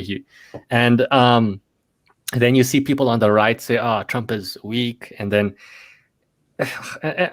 and that's like the funny irony. You know, Trump's been one of those guys who's actually really stuck to the book, because if he went beyond, he would like do like sweeping things that the populace obviously want. You know, and he is popular, and with good reason. You know, but in this case, You're totally it's like, right. Hold on. and in this case, it's kind of like that link I shared. Sorry, you're saying WyzGyz? No. You're good. I thought that I had to mute. I'm opening Twitch in another window because I have to. Yeah. So like that Impound Control Act, it says, what is it about? I think, what is it? Why does it matter? And this was published in October 23rd, 2019. And it says, Congress passed the ICA in response to President Nixon's executive overreach. His administration refused to release congressionally appropriated funds for certain programs he opposed. While the U.S. Constitution broadly grants Congress the power of the purse, the president, through the White House Office of Management and Budget, OMB, and executive agencies, is responsible for the actual spending of funds. The ICA created a process the president must follow. So they basically make a bureaucratic process to push through whatever they wanted to when the president didn't like it. And then I think Hotep Jesus was covering this. He was like, I think when he covers the rescission of budget authority, so this USC 683, then you see in Section B, any amount of budget authority proposed to the rescinded or that is to be reserved is set forth in such a special message shall be made available for obligation unless within the prescribed 45-day period the Congress has completed action on a rescission bill rescinding all or part of the amount proposed. So you received a rescind all or part. So how much are they going to keep? And the thing is, like, after watching what happens in Congress, it's like a circus show. You know, you have the Democrats say this and the Republicans say this, and then now we all know Mitch McConnell doesn't really support Trump. You know, otherwise, why did he come out after the Supreme Court rejected the Texas lawsuit on standing? Yeah, like Pontius Pilate, my ass. Quoting Robert Barnes and Pontius Pilate terminology, but you know, and then Mitch McConnell, we know he's not on Trump's side, so it's kind of like, you know, these different forces and politics making everything dirty. You know, and that's the thing. I know, like, guys like Robert Barnes came out and said, you know, like, if the January 6th doesn't turn out as planned or Trump doesn't get reelected, then he has to build up establishment power like Andrew Jackson. The problem is, though, the Georgia Senate race, if they lose Georgia, which, you know, it could be likely, it's very likely, then how much will the Democrats do within the 4-year period time? So then if Trump wants to build up his establishment power, and he'll also be competing against other potential 2024 candidates, like, what does he have to contend against? What system would they have built up now with all their bureaucratic nonsense to make it even more difficult to implement change, to be an effective president?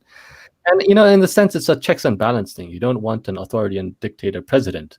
But at this kind of time, when you have all these funds going over and the American people are just getting $600, it makes sense. The populists are right. You know, they are correct. People like Tulsi Gabbard or Ted Cruz, who supported this, they're also right. That this is, or one of the House members, I remember, from Tennessee, you know, and the most surprising thing is that so few people raise their hands against it. That's the most surprising thing. It's like, what are they doing behind the scenes? Yeah, right. Sorry. Yeah. I was under the impression, well, I hadn't heard the updates, but I heard about him signing a bill, but I didn't realize it was the same one as that he was suggesting Congress reevaluate and remove the pork and stuff. I thought they presented him with a revised version that he ultimately signed. But if it's the same one, that sucks. No, it's kind of like it's like a provision. So okay, this bill, I'm gonna sign it. It's gonna pass, but then you'll have to have removed certain things. But it's like all of it or part of it. That's the thing, you Right. know? And we know Democrats play games, and like if Mitch is gonna go against Trump, then and you have the establishment types. They're also gonna play games anyway. So it's like it's like the border wall situation. It's like. Yeah, like the like how there was the government shutdown, and then they're all playing games in the Senate and trying to shift the blame. The Republicans trying to say this, and the Democrats say this, and Yeah, it's so dirty and like holding. And it's in one sense you could say, oh, why Trump is holding the people hostage. Another sense is like, dude, if you're being held hostage, and then you're refusing to compromise, and then you're like, oh, you're stopping people from also getting income. yeah. I It's such mean, a mess. it turns out to be Pelosi holding the country hostage. Well, not to mention the news flat out gaslighting us every step of the way. Oh yeah. Suitcases coming out from under the table full of suspicious paperwork. There's no voter fraud. There's no voter fraud.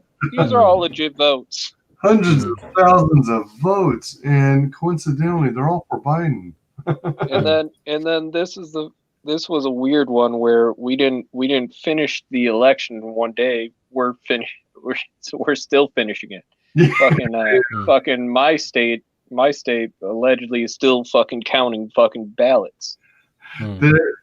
People are making the point, if the Democrats fail to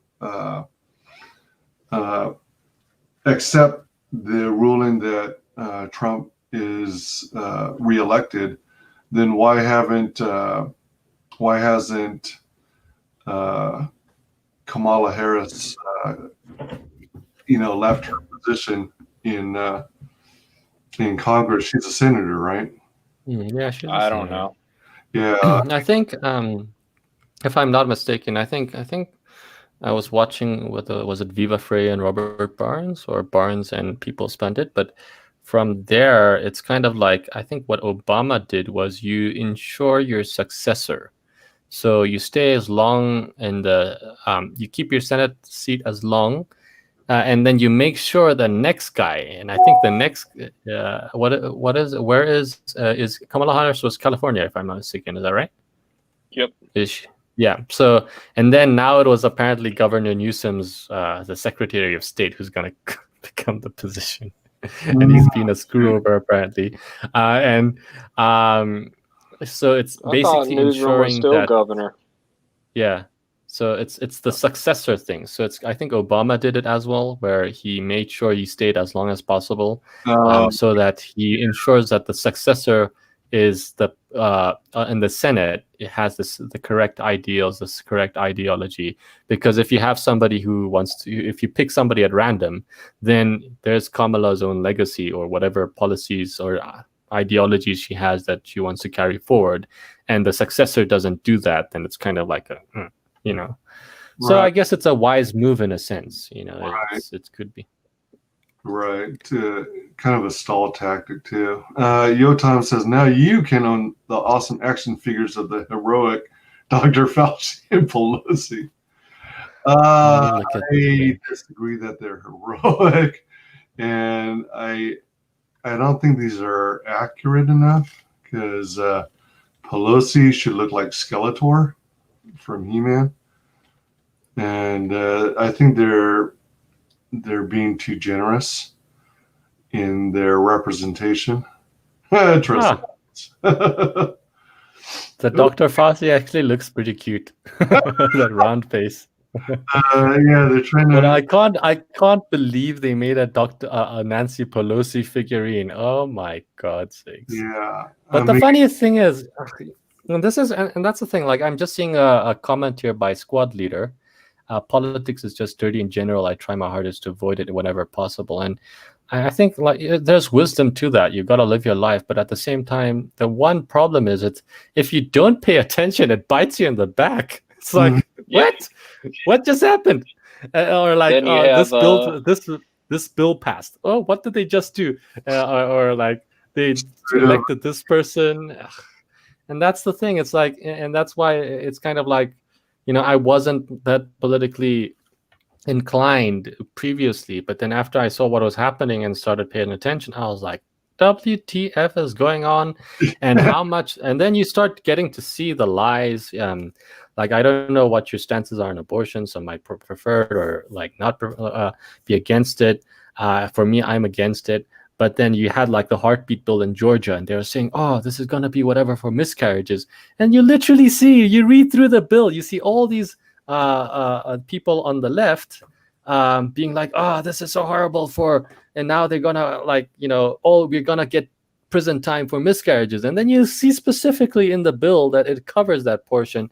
And I think some maybe rationalizes with, no, it's gonna be misconstrued. We're gonna get if somebody has a miscarriage and then it happens like somebody, which it could be a valid point, but illegitimately goes to jail because it was a miscarriage. But come on, it's yeah, it is like, it's a sad and sensitive, and that's the thing, it's a very sad and sensitive topic. But it's like they play around, and then there's the bill Congress does, or in this case it was state legislature does, and then because they will give you, as I said, now when a bill comes out, I want to try and make sure, if I have the time, to actually go to congress.gov or go whatever, and find out what exactly is in here. Now, I might not, because I don't have a practicing law degree, I might not know every single law there, and it might be, there's like, sometimes it's so disjointed, so it's a bit difficult to follow because they reference all these different things.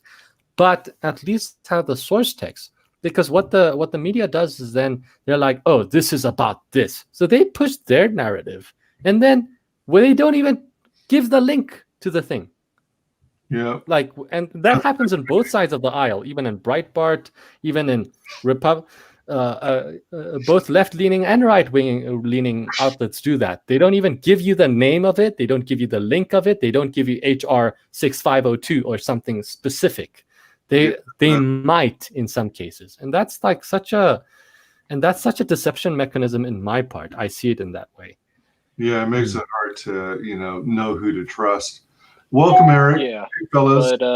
But with Harris, she's the one who was a part of the 3 strikes. She did the Proposition 21 Act, which granted a lot of prosecutors the option to try juvenile defendants in superior court instead of juvenile court, which really was a big problem for people with marijuana possessions. Oh, damn. Who was this? Yeah. Kamala Harris. Oh, okay. Kamala Harris, yeah. Yeah. And then jumping back to earlier in the conversation, Eric commented the black midget had a shirt temper too. Okay. Let's see. Hail. Place of meeting. Freemasons play with swords. So I've heard. I don't know what to make of the Freemasons. Supposedly they're, at least from what I've read, are responsible for working with the elite or being among the elitists who kind of pull the puppet strings. Nicolas Cage. Treasure hunter Nicolas Cage.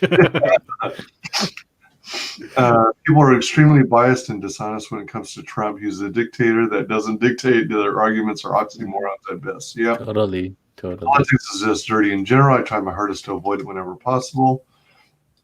Can't avoid it. Terrible, extremely toxic, and I almost always fall into social media, getting into petty arguments with people that do not matter to my life. I have to learn to use social media better. Yeah, it's crazy. Excuse me a moment. Let me blow my nose. I think like my problem is, when you have people like in the middle where you can actually just you post something that's a bit political, but then they can kind of have equal ground. But then when you have the hostile person, and then he's a friend of yours, and then he starts messaging, like you get off like the platform, and then he does instant messaging, and you're like, I got work to do. Oh shit! You deal with Yeah, somebody but like then that?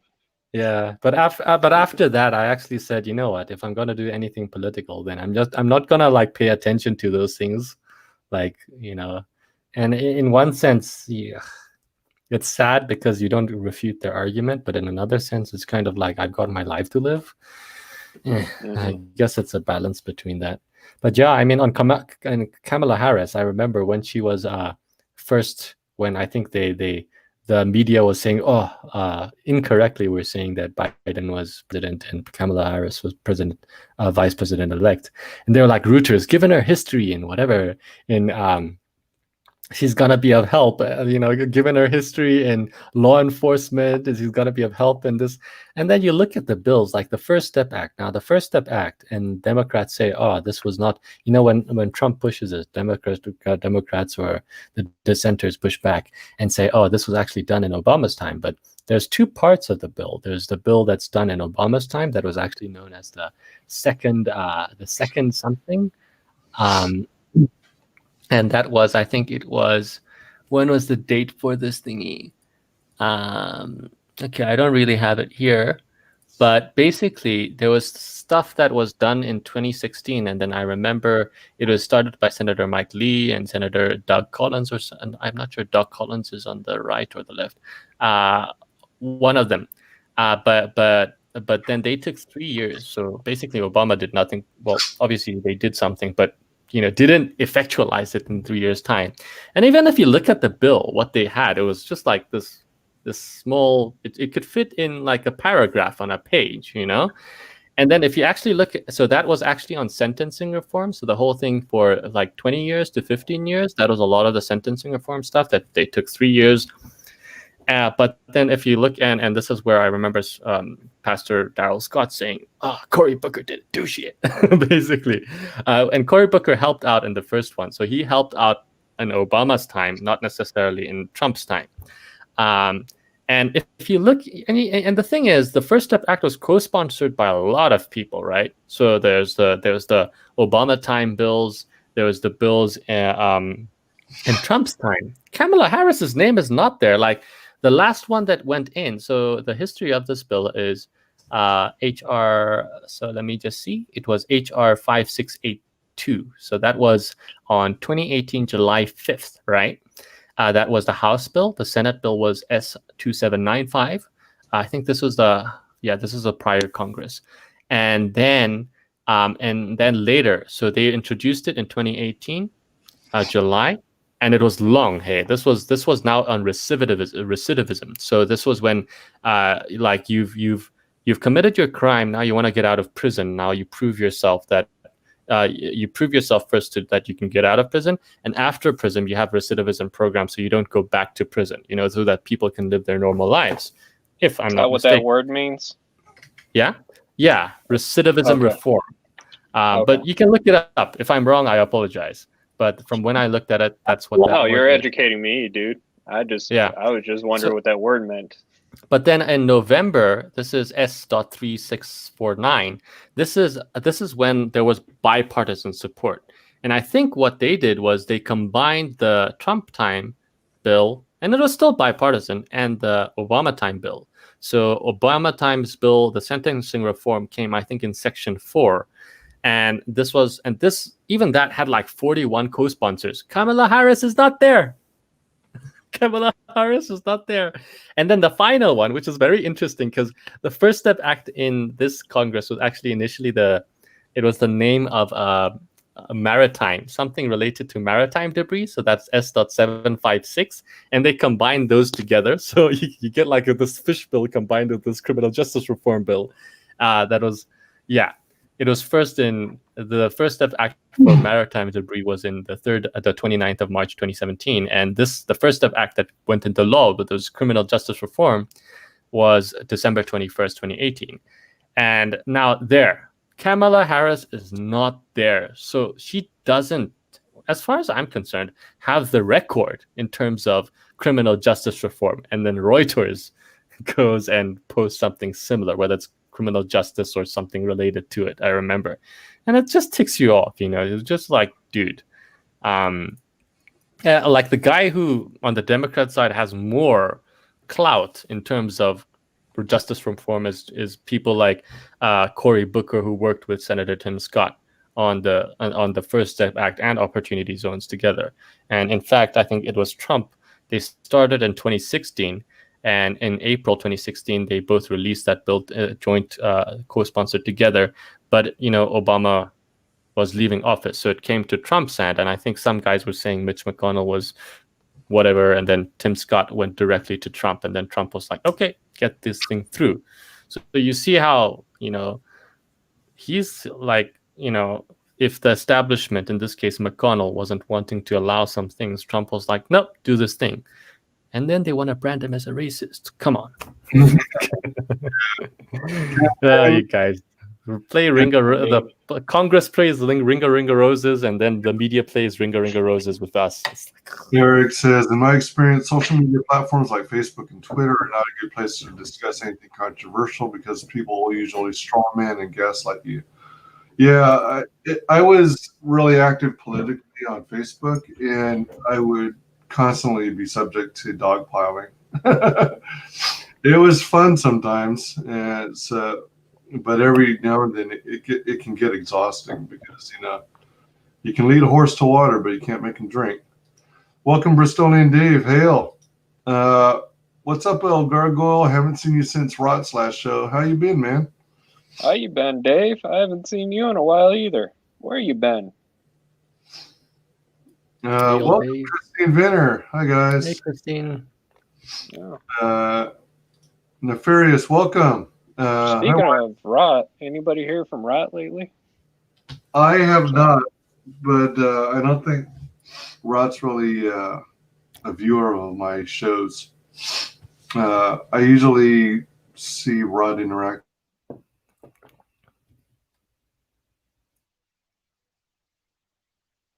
Not at all. What happened? That was weird. Froze for a second. He just freeze. I was like, what? I saw. Why is my end freezing? What the hell? I mean, surely it can't be my multiple web browsers and over 300 tabs open all at once. Surely it's not. There's no way it's that, eh? No, it can't be. How much memory do you have, by the way? How much RAM? 64 gigs. Okay, then it's fine. Yeah, and I've got over 13 terabytes of internal hard drive storage. Oh, I see. So it should be enough. And Dogpile those tabs. 400 megabit per second download. Welcome, Christine Venner. By golly. There's a link in chat if anyone wants to hop in that I know and trust. Rod is MIA. No one's heard from him. Oh, man, I hope everything's okay. Maybe he just needed a break. I don't know. Yeah, he probably needed a break with his woman. Yeah. I've messaged him, but no response. I hope all's okay with him. Yeah, same here. I got suspended from Twitter, so I can't message anybody. Oh, man, you have? What the hell? Yeah. How do you get I told you this story before. Oh, yeah, you did. Never mind. I mean, Yeah. Why did should I that tell happen? the story again? Oh, because I told Should I tell this? told this guy that I hope this guy who killed his girl gets killed the same way she did, the way he murdered her. Yeah. And apparently that's hate and threatening for a guy who's getting executed anyways for murdering the girl the same way. It was a very horrible way. And then there was this kid, apparently this weird furry kid that was accusing one of these ComicsGaters, one of our ComicsGater friends, being a pedophile because he's defending himself from harassment. The same people harassing him, like, you can't respond to me. I'm a kid, that kind of shit. And I found a picture of this so-called kid in his room surrounded by 2-foot dildos. Oh my gosh! What the hell? What? I'm like, you're a weird fucking kid. And apparently I was harassing him for that. And it was really a kid still? It wasn't just an adult posing as a kid? Furry character, so I'm hoping, because this alleged kid's got a picture of himself surrounded by 2-foot dildos. A bunch of them on his bed. Wow. And he's by himself. So, oh dear. Whatever floats the boat. I mean, I wasn't kink shaming, but he was literally calling this dude black. Oh man. Anyway. Was this I forget, is it a temporary suspension or permanent? I believe it's permanent because I really have no information. They're like, nope, you're suspended. You can't have a new account. They don't give me a time. Oh man. Are you going to create a new one? I can't. I tried. Oh, they have it locked into the IP address or something? Yeah. Which is Can't you use a proxy? How do I use a proxy? Or So like ExpressVPN or something, although it comes at a monthly cost. So it's a bit... Good point. Yeah. Yeah. So you could use a proxy. Yeah. Yeah, because that way they won't know where you're coming from worldwide. Supposedly. Yeah. Yep.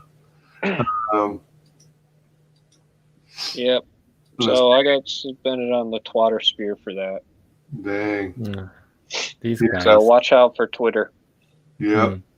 I messaged him, but no response. I hope all's okay with him. I'm sure he's okay. A lot of people are just ducked down at the moment, hibernating. Hibernate.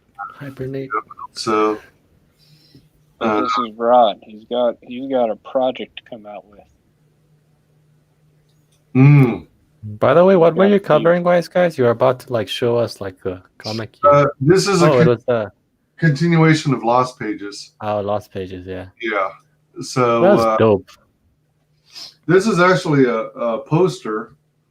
It's interesting that they decided to fold it 3 ways instead of just in half, but it might be just large enough to require 2 folded parts.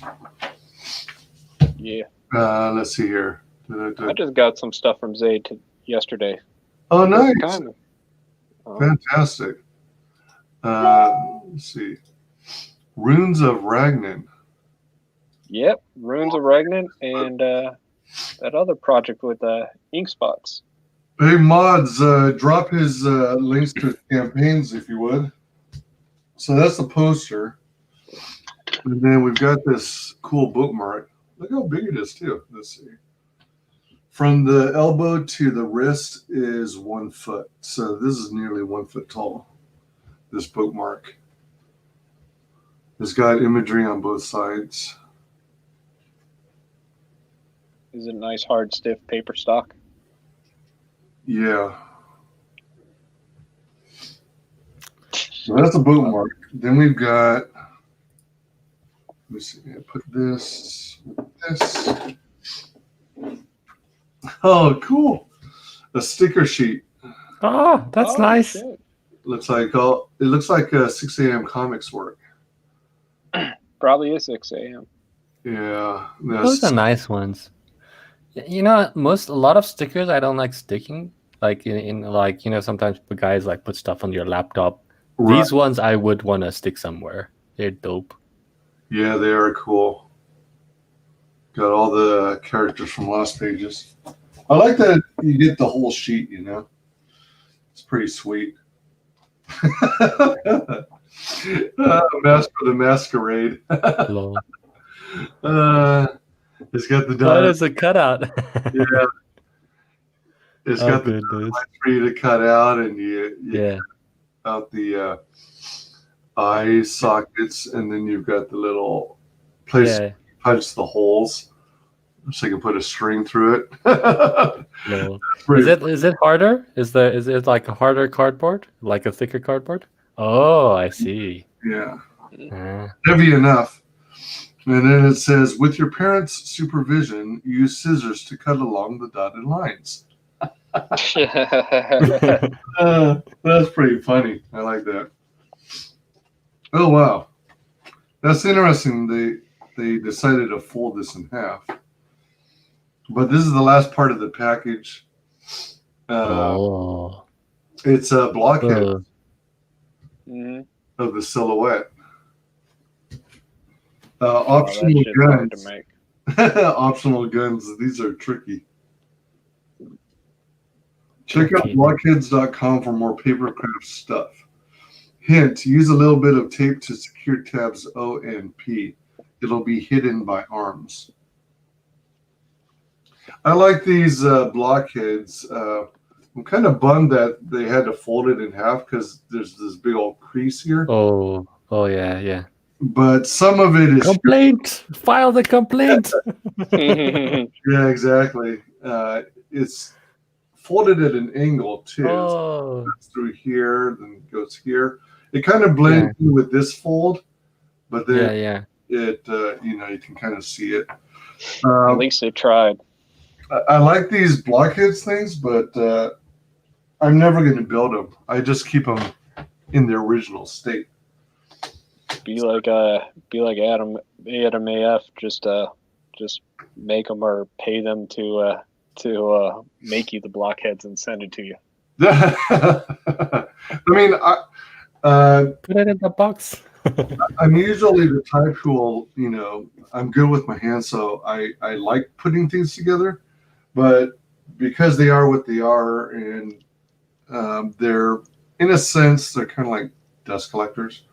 I don't want them just sitting about because I have more than enough stuff already sitting about. So I don't want to add to it if I can help it. The next thing is this little guy. It says Fragile, so it must be from Italy. Let's see. Wow, this is really nice writing. It's actually from the UK because there's a customs declaration. Ooh, I think I know what this is. Hold on a minute. Let me check something. Oh, crap.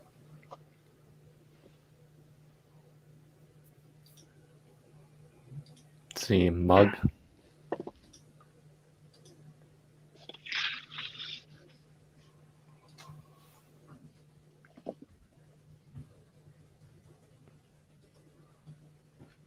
Let's see. A, it's a statue. B, it's a mug. C, it's a coffee urn. Anything else? This is not the only thing that came in from my forehead. What? Not my forehead. Let's see. There we go. Lost Pages was awesome. Hello. Thanks for dropping the link for Lost Pages. Everybody, definitely go back that book. Oh, hold on. I missed that. Cool. What? You got the gator. Crimstone. Crimstones. Gator. Oh, goodness. That looks creepy, man. Hey, he's got what looks like a full set of teeth. Well, mostly. Yeah. Compared to a lot of humans out there. Oh, goodness. Still not had a chance to read my copy yet. Hope you know what? I know that's like the those bandana handkerchiefs. What if that was underwear? That's a good idea. Send that idea to Phil. There you go. That's cool. You can add Crimstone's hairstyle to it too, and on the top. If you haven't got your copy yet, get it now. The best zombie comic for a while, Doomsday Kingdom. The funny thing about ComicsGate is there's a lot of creators who are doing like zombie related stuff and horror related stuff. And I've never been a huge fan of zombie and horror stuff, but I find myself backing a lot of those books, regardless. High School of the Dead. Yeah. Okay. I got that too. Oh wait. Oh, you got Pillow Man? Yeah. I can't remember. I thought I backed it, but I don't think I've received it. Oh well. Pillow Man. Pillow Man and Blanket Boy. Blanket Boy. Yeah. That pillow is buff. Yeah. Mm-hmm. That's one of those all ages books, isn't it? It's created by a father-son duo. Yep, and that's oddly the kids kind of on Pillow Man's lap. What is going on there? No, I'm just kidding. Oh gosh. This came in too. I forgot I got this. Hybrids. Oh, you got hybrids. Sons, Trash Day. Sons of God. The Sons. Yeah, it's thick. Oh, it is. Yeah. Sure is. Nice. Anyways, that's what I got to show off. Sweet. What is it on the side? Sorry, I was just trying to read that. That's okay. Oh, the spine? Yeah. That's fine. You stopped sharing. I thought it was it? Because I was like...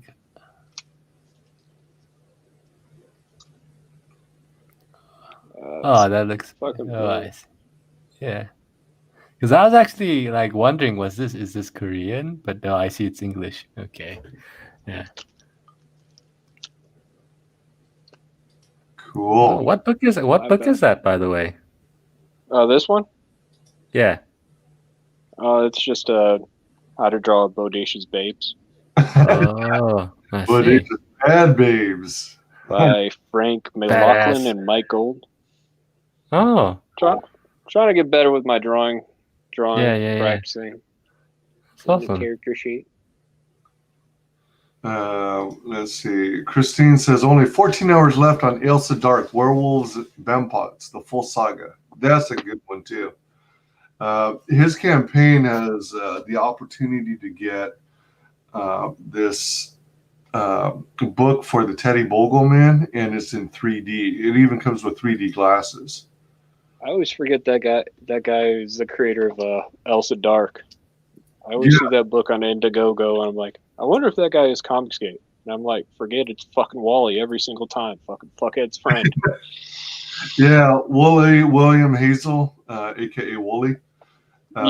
He's I guess he's kind of part of CGUK, but I think he's Scottish. But he's awesome. He's an awesome guy. He's a lot of fun. Yeah. Let's see here. Ailsa Dark, definitely get that book. Let's open this guy from Ross Bamfield. It's this little guy. It says Fragile. So you know it's probably from Italy. Fancy. Yeah. You know what would be cool is if this happened to be a leg lamp. That would be leg lamp that small? Yeah. They made small versions of it, but a full version would be ideal, of course, but you know. Would that technically be a lamp still or a flashlight? Good point. Good point indeed. If anyone is interested in joining the panel, click on that link and hop on in. Let me see. How do I open this? How do I open this sucker? Got it right. Oh, the opening is on this side. Whoops. Uh-oh. Oops. Oops. Yotam Darkstar says, looks great. People says, Ailsa Dark is awesome. Great fun read. 3D is sweet too. Nice. It's a 3D comic book. Well, the one that comes as part of the campaign, it's called The the Teddy Bogle Man or Pictures of the Teddy Bogle Man, something like that. It's one of his characters, and that book is in 3D. And then there's like a print that you get with the campaign, and it kind of is it's an homage to MC Escher and his artwork. It's a repurposed Amazon box. How clever. Oh, check it out. Oh, It's a It's a box in a box. Yes. actually, Dinosaur Nice, man. Christmas trees. What a trip. uh-huh. To Wyman, thanks for backing Chateau Obsidian, Ross. Yeah. Hello, Christmas tag. Ho, ho, ho. Oh, ho, ho, ho, ho. Oh, personally, that's awesome, man. Yeah, this is cool. I used to Beautiful. love dinosaurs growing up. Now rip it apart. Yeah. Create your own vinyl art toy. Includes 3 wipe-off markers. Ah, It's a mini money. so it's a statue. Yeah. This is cool. And then it's got wipe-off markers, I guess, in case you make a mistake. That's cool, man. This is one of the characters from Chateau Obsidian. And one of the tiers he had was you get a mini money of the character from Chateau Obsidian.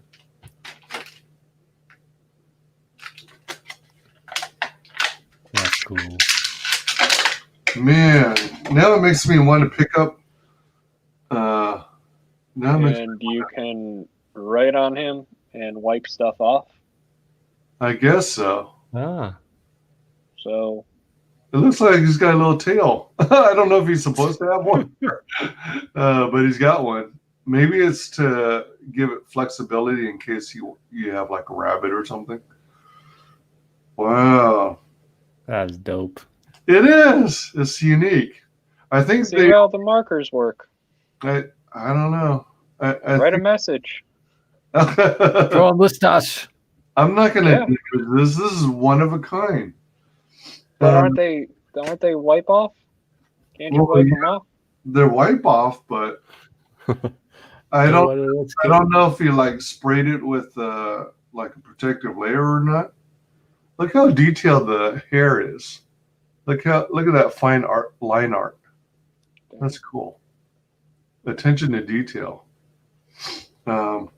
Is he watching right now? Maybe he can tell us. I don't think he is. I don't see him in chat.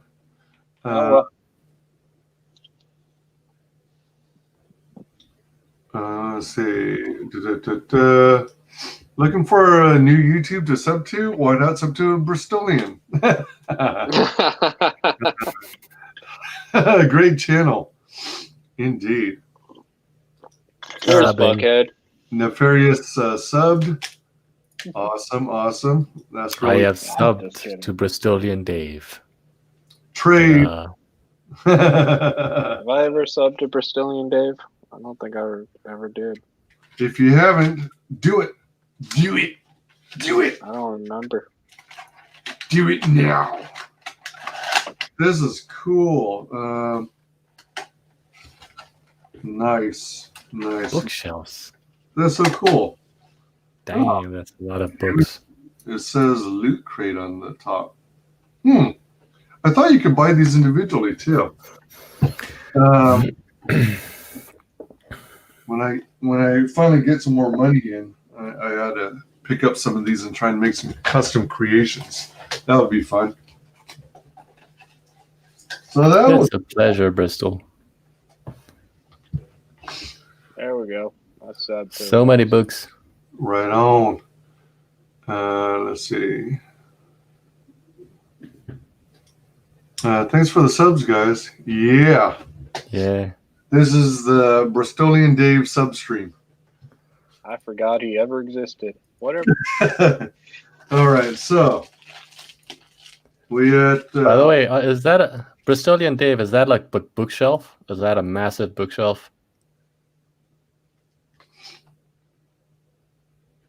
Oh, are you talking about the link you just dropped?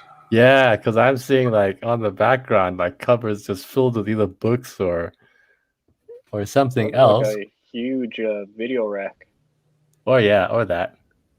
Looks like a video store. Sorry. Oh, media collection. Ah. Yeah, media collection or whatever they call it. Who has DVDs anymore? I do. Oh. I'm just fucking with you. My wife made me get Blu-rays. rid of my DVD collection. Yeah. I actually need to start making collections. Yeah. It's a good time to But start then, collecting ComicsGate books. No doubt. That's a lot of media. That's a self-made shelf for Blu-rays. Yeah, I have predominantly DVDs, but like this bookshelf over here has maybe 5,000? a portion of my Damn.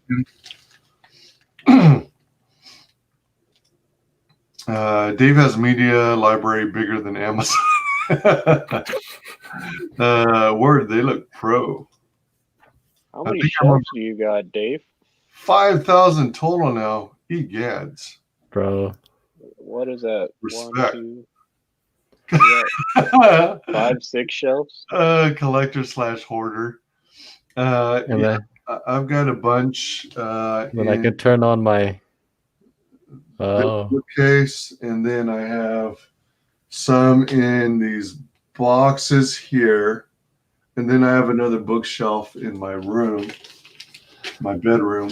So, but nowhere near 5,000, I don't think. Yeah. Damn. And then I can turn my yeah. I've got a lot, but I don't think I have anywhere near that many. I had to buy a second long box for my comics. Oh yeah. I really ought to convert my other bookshelf into a CG bookshelf, but right now everything is in a storage bin. That's what I'm saying. I got bought a second long box for all the CG books I bought. Yeah. Did you say that your wife had to get rid of the DVD collection, or is she helping build it? No, she had me get rid of my DVD collection. Oh, man. Does she have any concerns about your building a CG collection? No, she actually likes the comic books better than DVDs. She thinks DVDs are stupid. Oh, that's Oh, interesting. goodness. I guess she's into the digital streaming format, or has. Not their point. The DVDs just take up space. Oh, okay. Hmm. Oh, goodness. Oh. Well, they're shorter and smaller form factor than graphic novels. Yeah, but graphic novels are kind of art and writing, and CG books, they have less of a lifespan than actual comics these days. Because of the creators. I mean, one day printing can end with a certain book or another book. The creator moved on. You don't know what's going to happen with each of these people, or somebody could get famous. That's true. That's true. Hey, there's worse things to be, lol. You can have no media. That's true. Yep. Those shelves are floor to ceiling, roughly 3 meters wide. Plus, there's other bookcases. Dang. You never own. Damn. Yeah, I told Christine, and that's why I stick with physical. And showing off your gay Marvel books. You never own digital, though. Physical is the best way. Same here. That's why I still prefer physical video games. DVD. Well, I got this DVD. Hold on. What do you got there? No, I got this. There's the whole Gone with the Wind when they were trying to cancel it. Yeah. But it took forever to arrive. It took forever. It was actually nearly sold out, I think. And it's very strange, you know. It's like political stuff happened in America, and then somehow the South African stores are also sold out. Yeah, wherever you can get it. Did you get it from Yeah. Amazon or something? Sorry. Did you get it through Amazon or something? Oh yeah. I think no, I didn't get it through Amazon. I think I got it through Loot. So it wasn't one of the reliable places. Like they took like 2 months or something to send it, but I got it at the end. Yeah. I At guess least- it's. Lol, you're David. Dave, your house is full of physical media. Yeah, bro. I think your kids are gonna love it. Like, yeah. Unless they love it already, where they're like, It's one of those things like, what if your family members are like, man, we have nothing to watch. you know. And We watched everything. There's nothing else to watch. Dave's like, what the hell? Have you seen how much media I have? So this is interesting. It's gonna be like 30 years. What is it? 40 years down the line, you know, when they make the nuclear vaults, it's gonna be Dave's. Dave's vault of Blu-ray DVDs for Heritage Foundation. Yeah. It's like if he constructed a bomb shelter or moved into one, he could have his entire collection protected from nuclear fallout. Speaking of that, hate to change the subject. They finally revealed a picture of that fucking guy who did that RV bombing in Nashville. Oh, yeah. Oh, did they? He looks like he voted for Biden. I wouldn't doubt it. Oh, goodness. I wouldn't doubt it. Let's see here. Full of physical Saying media. it's very suspicious. Gone with the Wind. Great film. I did exactly the same. Went out and bought a copy when it was taken down.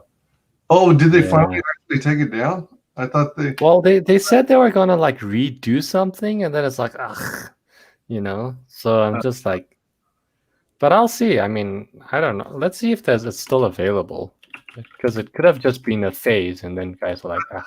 I thought there was just a lot of hoopla and talk about it, but that No, it wasn't. Like it was like those things were sold out. You know, they were gone. Well, I mean, I understand that part, but I thought there was just a lot of hoopla and talk about them wanting to cancel it or preface it with the warning saying, this movie you're about to watch may contain sensitive material. Yeah. I think it's gone, eh? Like in the South African stores, I'm seeing like there's a famous one called Take a Lot. It's the DVD's not there. That's scary. That is scary. Wow. Or the Blu-ray. It's just the books. That is so scary how culture just like they're trying and the thing is, if you're not politically aware, like it just happens without any notice. Yeah, exactly. And when you start deleting history, then you don't have the ability to learn from past mistakes, and then they come up with their own narrative of how history took place. It's still on Amazon, though. Nefarious says, what do you think of oversized folio style comic books? It's been suggested we do a more European style book. I'm okay with it. I mean, I don't think that will necessarily be the trend. I think that they each have their own pros. As long as they can fit on a bookshelf. Yeah, that's my big thing. As long as it fits on a bookshelf, I'm okay with it. I mean, I don't mind having most of mine a certain the standard comic book size, and then dedicating a shelf or two to oversized books. So only concern is the shelves the same way. Yeah. But the problem is a lot of media, particularly comics in America, are you got a lot of military customers, so you got to think about what they're going to carry with them. So Zach, he does it a certain way that I kind of understood later. Is he has all his Ashkins in one book, just because, and it's soft for that reason, because military people, they got to stuff everything in the bags quickly and jump somewhere else. That's a good point. Yeah, it's easier for them to carry. They need to be able to leave on a moment's notice. That makes sense. Yeah. So depending who you want to buy your book and who who might be your potential customers, you gotta think about the design for them.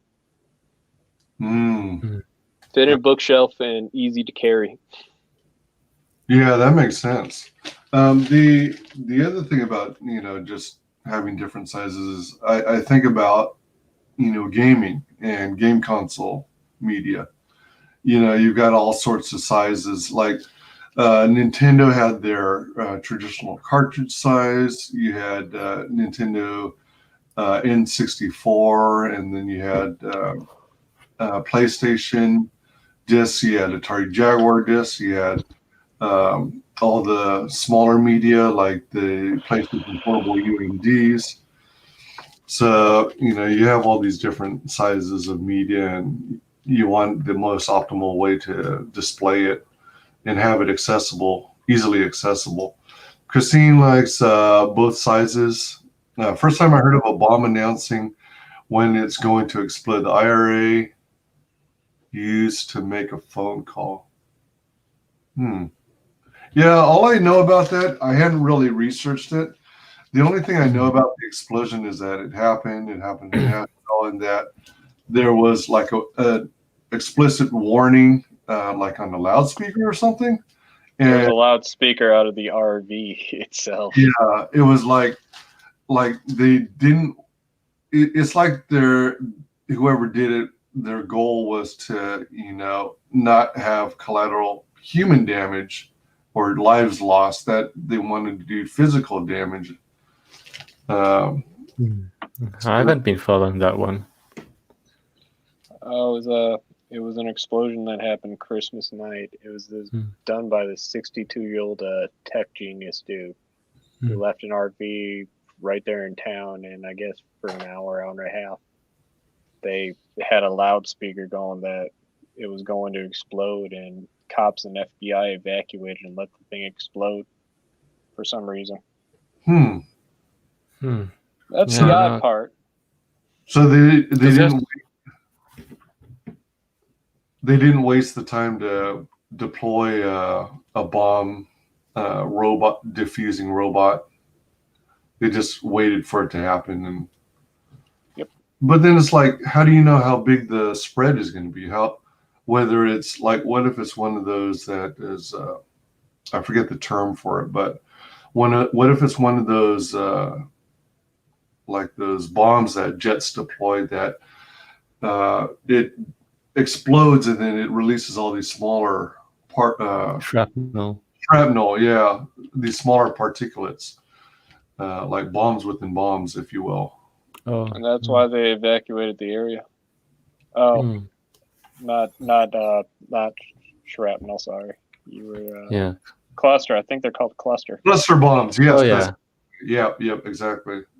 Like, what if it was something like that? And then, even if you evacuate it, well, I guess you figure, you estimate how big the RV is, and then estimate from there through math, extrapolate how big a distance you have to deal with evacuating. Well, once again, all my bomb knowledge comes from video games and TV, so I don't know how real bombs work. Yeah, I mean, so I don't have that answer for you. Yeah, I just know a bomb went off. I've been seeing like those Twitter feeds and stuff, but I haven't explicitly been following it. Just been doing some busy things on my side, but been busy with something on my side. But yeah, it's I have been seeing people saying it's a very odd case though. There's some oddities there, and like leaving a will to a young woman. No, apparently. I'm agreeing with you. Oh, 2 young women. Oh no, I'm agreeing with you. Go on. No, I'm done. No, I don't know anything about the 2 young women. It's still a mystery. Oh no, I think there was this young woman who apparently like he signed off. He sold 2 houses to this 20, and then he sorry, apparently like handed over like the ownership to this 29-year-old woman or something, and she had no idea about it. That was and people are saying that's funny, and Yeah, but I haven't been following. I should, but it's kind of like, you know, It's just a weird bit one. annoyed at politics at the moment. What's going on over there? Yeah, for sure. Bristolian tells Nefarious, I think it depends on the book. A4 books are British and European. Nefarious says, we just did a photo shoot for A&E with the guy who owns the largest Hot Wheels collection in America. Wow. Oh. Dave, keep collecting, and one day I imagine we'll have to photograph your library too. Oh. Nefarious says to Christine, did you see Marvel and DC have started putting out larger sized books too? Yeah, Bristolian Dave says, you never know. Did you post a link to your YouTube? I can't find it in the chat. I did, but it posted weird.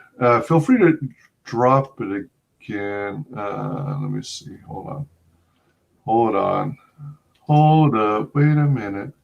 Damn. I wonder if those girls were strippers. Makes you wonder. They would explain everything. Nefarious, I made you a mod, so your link should be active. Should be usable. Post the link. I'll repost it. It'll be a link.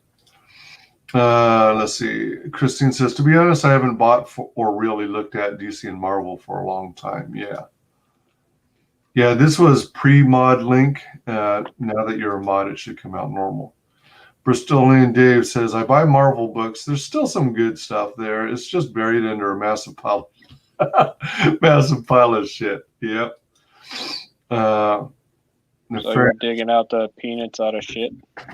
Yeah, I don't have the patience to search out the good stuff that's left.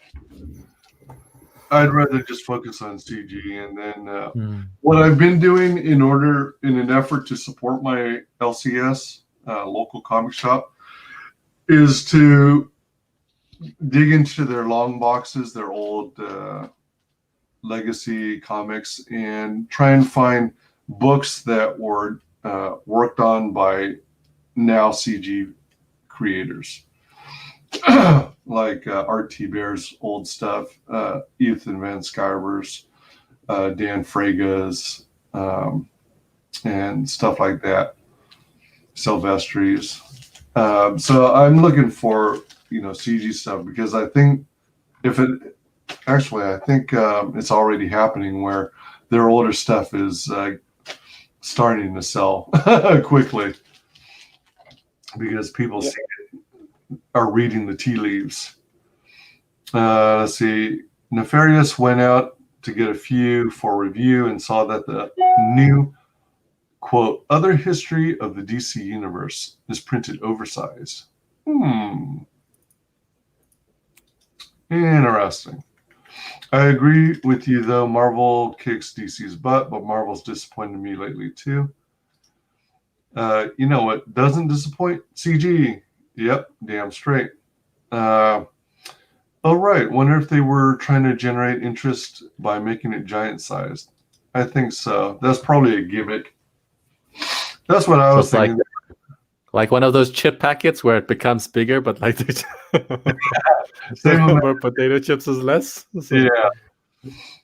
Yeah. They claim it's just added padding of air so that it prevents the chips from breaking, but I think it's all about ripping you off. Creative ways to rip you off. I remember, so it's not only a South African thing. Like we have like Lay's and stuff and other ones, and then I remember when I was like a little kid, then you could get this one, and then you could mostly fit there, and then years later you buy the same things. Like, what happened? Yeah, you're mostly buying air. A clever way to buy air. That's what I was thinking. We're making it, quote, different and, quote, special. So I don't know. But I remember Marvel had an oversized one, too, and thought it was interesting they both did it. Finding CG really filled a huge gap that was left when I stopped putting up with the dross that DC and Marvel spat out. Yeah, for sure. Same here.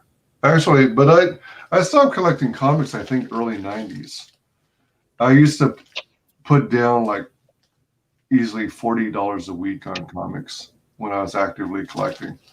But then when they went from 75 cents a copy floppy to and hiked it up almost double to $1.25 to $1.50, that's when I bowed out. It was too much too fast. God, Dave has about 2,500 comics. Ooh. Oh boy. Whoa, I'd love to see more of your comic collection. Have you done videos on it yet? Let me know and I'll check those out specifically. Welcome, Emily Luca. How's it going? Hello, Emily. Back to you. Hail. Hey. I got to know what your favorite books are and were. Sweet. Not yet, but plans are in the pipeline. Just got to get the time to do it. Nice. Yeah, everyone check out Dave's collection for sure. Started collecting about 10 years ago. Most of the titles I've got are from the period onwards. Oh, wow. Thanks for the mod. I've never been one before. I'll try not to disappoint. You're cool beans. Let's see. Unfortunately, the comic book stores near me folded. Yeah, I've got one. I think there's a couple others that I still need to. No, I've got two, not too far from me. I think there's a couple others I need to check out, see if they still exist. Yeah, I mean, from my side, I haven't seen a lot of them around. It's like when I go to novelty places, like, maybe an example is Monte Casino or something like there, where they have like this specialty store, then you might find it, or like stationery stores, but there's not like a lot. It's not like a proper legit comic book store. Yeah. I've never heard of. But I might be wrong. I never heard of comics being carried at a stationery store. That's interesting. No, we have like I remember seeing some stuff like we have like PNA, CNA, and some being sold there. Some Marvel, Spider-Man stuff there, or yeah. But I might be wrong though. I know South Africa has its own like comics community that I haven't necessarily been active in, but. Yeah, and they're like cosplay. So there's the crowd there, but I'm not sure exactly where they get their stuff. Maybe they order it. Before you mentioned stationery stores, what was the other thing you mentioned? It sounded like like a specialty store. So I think yeah. So like when there's like this usually these popular places for people to go hang out, and it's kind of upmarket. Then you had the specialty stores inside. There, I've seen some comics being sold. Oh, but gotcha. as I said, I could be wrong. If there's a South African chat and I'm saying something wrong, I'm sorry. Yeah. Let's see.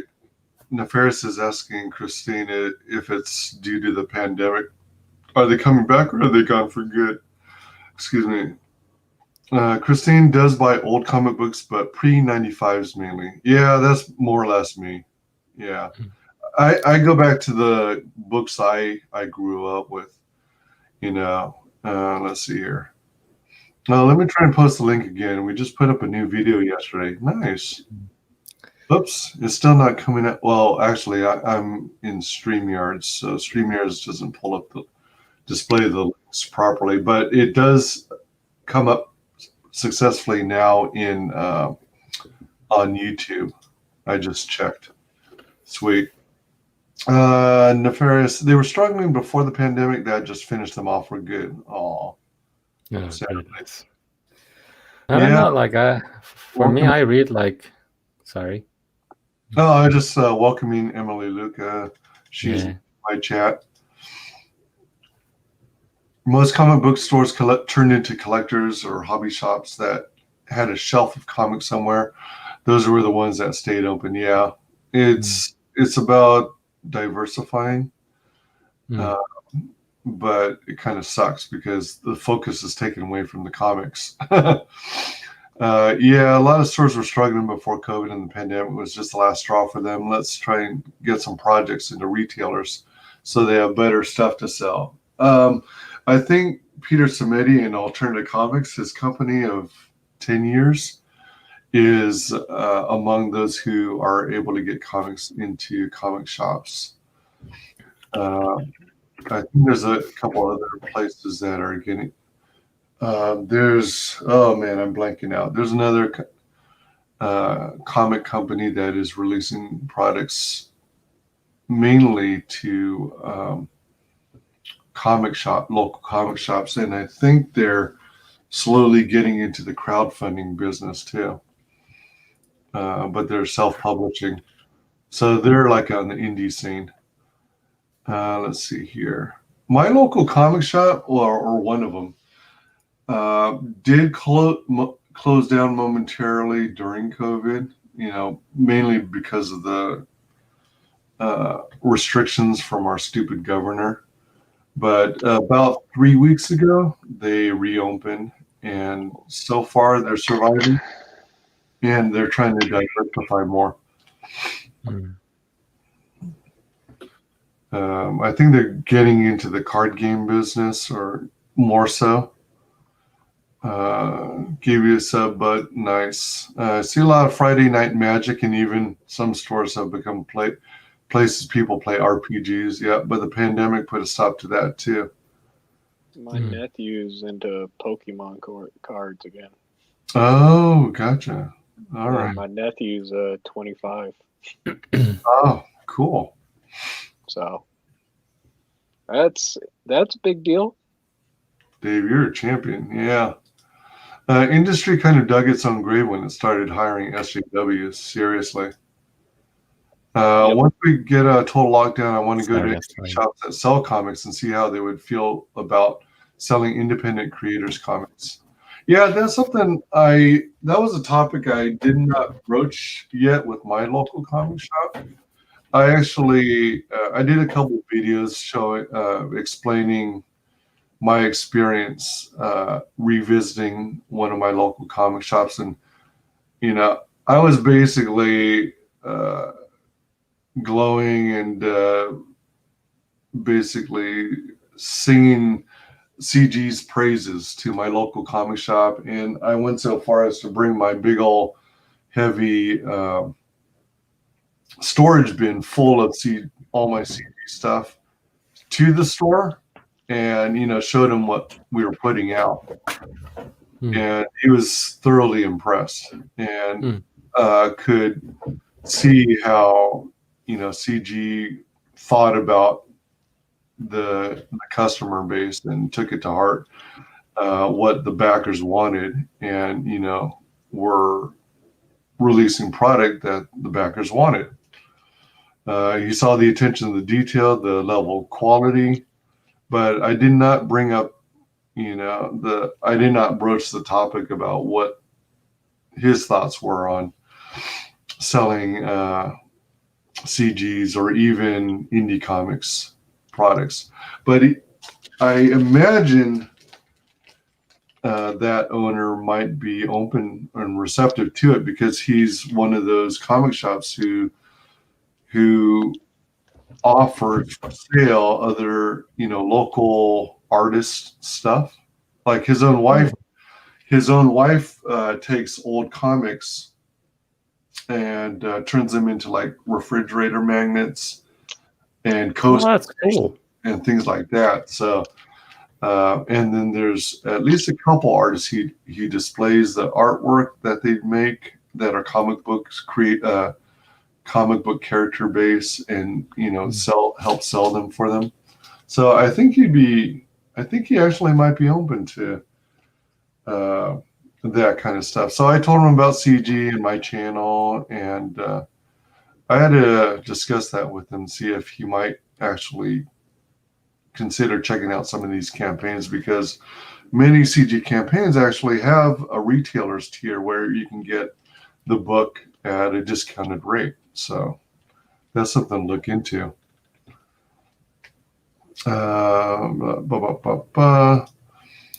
Dave says, my first comics came from a stationery store called The Works. They sold 3 comics for £1. Managed to get a few of Amalgam's comics like Dark Claw out of it. Sweet. I got the first issue of Dark Claw. Oh, wow. Cool. How much is it worth these days, out of curiosity? Have you ever done like the price guide thing and I see? mean, it's probably like it's not that great in condition. Okay, Oh. like Well, I huh? used to do check out like Overstreet price guide on my comics collection, and just out of curiosity, seeing how much the books I collected were valued at, and it turns out many of my books aren't worth that much. Like GI Joe #1, I think goes for like 20 or 25. Same with Transformers #1. I just look on the eBay. Yeah, that's probably a good judge too. Let's See, see. people are willing. Legends of the Dark Claw. Great condition, Dark Claw. This is a 9.0 CBR, $48. Wow, nice, Hmm. nice. Mine, probably 14 or less dollars. Okay, nice. All right. Also, Sub Nefarious.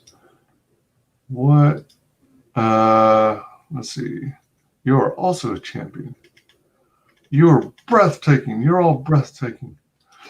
Oh, there's one on here somebody's trying to get for a 9.8. Yeah, I had a 9.8 Dark Claw, $134. Ooh, nice. But that's a 9.8. I know, Chad, the Mary's Boy creator, got his books into my LCS. Oh, is that right? Don't know how they did it, though. Wow, got Mary Boys in there? Damn, that's a win. I like Mary Boys, by the way. Yeah, Mary Boys is a cool book. The Bionicle Light. Captain Fuckhead bought that book for me and mailed it to me. Is that right? Yeah, Nice. that's the nicest thing he's ever done for me, that Fuckhead. Wow. Yeah, Captain Fuckhead is awesome. Yeah, he's an awesome guy. Let's see. Sounds so messed up. That is very cool. There's a retailer package you can also offer on Indiegogo that gives stores a bulk order at cost so they can sell retail and make a profit. Yeah, for sure. I mean, yeah, whenever possible, like when I eventually get my act together, get my ass in gear and release my own product, I do want to offer retailer tiers, or at least a retailer tier. I think it's just a good thing to do. Mhm. I mean, even though I'm not a retailer, I've actually backed a couple retailer tiers on different campaigns. Mary Boys is one of the best CG books this year. Yep. It gets a lot of good press. And for good reason. It seems the problem is more that local stores aren't overtly inclined to purchase crowdfunded comics. Maybe they think everyone already got what they wanted, but CG and stores can help each other. Yeah, I think so. I think there's a market for that. Mhm. Can I just ask out of curiosity? Because for me, I actually think was I more viewed manga and manhwa, so like Neighbortoons or stuff like that. And how do the anime stores treat CG? Have you approached any of them? Because I know it's anime stores aren't necessarily like Marvel or something like that. They're more on the Japanese or Chinese or Korean side. So have you spoken to any of them on that thing? I haven't, by the way. I personally have not. Maybe someone in chat has had a chance to.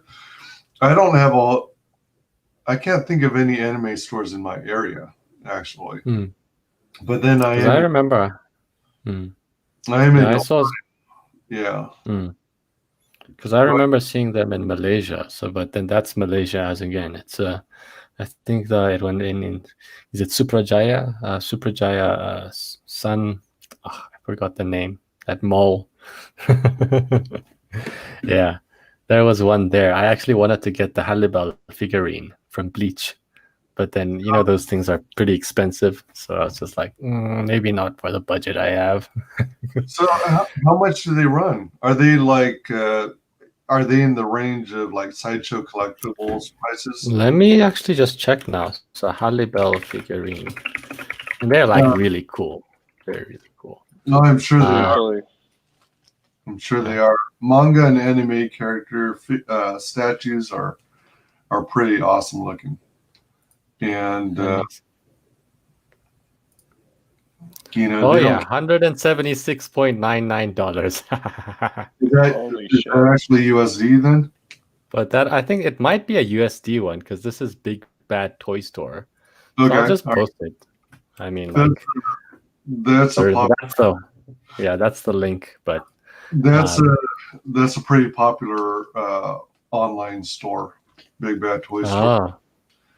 But yeah, those ones are dope. Like they're properly this big, and then I'm Oh like, sure, yeah, absolutely. But at the same time, that if that's USD, then that's cheaper than statues you get from Sideshow Collectibles.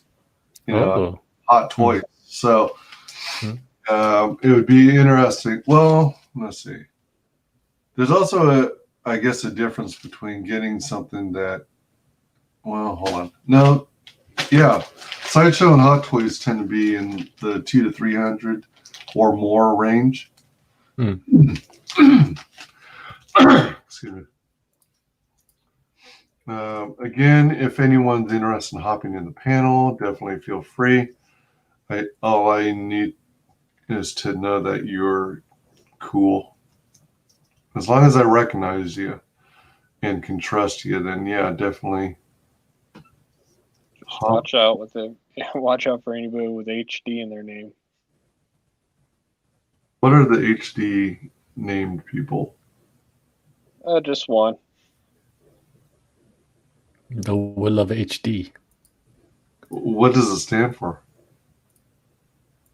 I don't know. Ask him if he ever comes on. Oh. I'm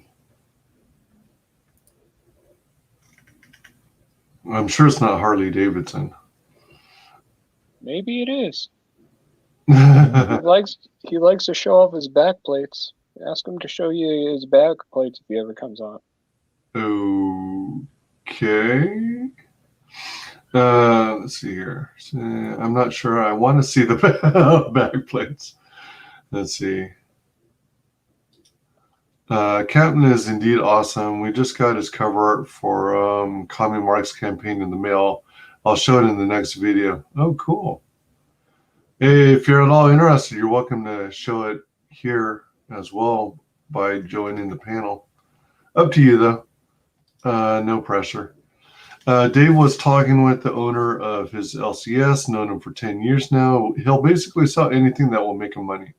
He didn't really know much about CG at all. Yeah, mine didn't know a whole lot about CG, but he did do.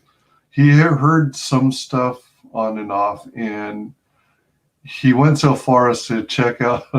He went so far as to check out, do a search on Wikipedia, and of course, Wikipedia is all slanted against CG because Politically correct douchebags. Yeah, no one in CG has the time to try and correct Wikipedia, so it's really slanted against us. But you know, my local LCS owner has gone further and listened in on a couple streams and has checked out my channel a little bit, it sounds like, and looked at what people are saying, and he seems to be he seems to have caught the vibe that what our Wikipedia post is not entirely accurate. Anime figs are crazy expensive, but most comic collectibles are. But that's a very neat idea, approaching non-traditional comic stores to get CG books on their shelves. Oh boy, wiki trash on CG, lol. Yeah, if you were to look up CG on Wikipedia, it paints a totally different picture of what CG is really. Maybe the funny thing about sorry. Yeah, go ahead. No, I was just saying the funny thing where I think, like, some of the things you grow up learning in school is Wikipedia is not a credible source, and obviously it's now I realize those kind of things, like the idea of authoritative, credible sources, though it's also valid, it also can be used in the wrong way.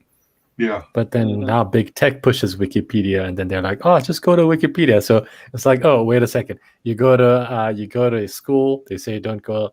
It's not credible, but you reference it. You go to university, they're like, oh, don't look at it at all.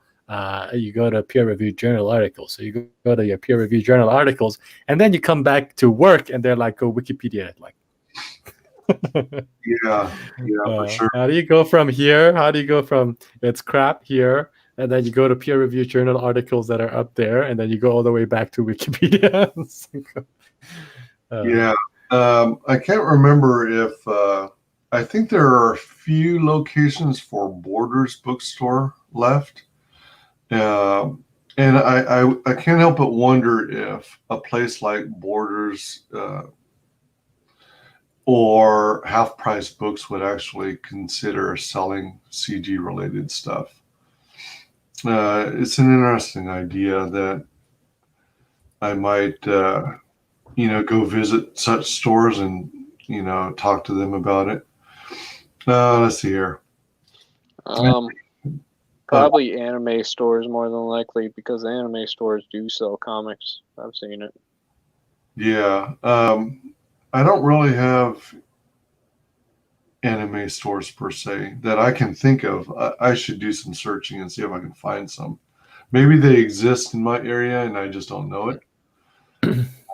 I think retailers don't care. They just want to stay in business. It's the SJW comic shop owners who rely solely on Marvel and DC's release schedule that have opinions on CG. Yeah. Speaking of ComicMart, Kid Krishna, sign up. Thanks for dropping that link. That looks really cool. That should be in pre-launch. Although I think his other book, Not Daredevil, should be funding now, if I'm not mistaken. So if anybody has the links for Not Daredevil, I might have it. Let me see.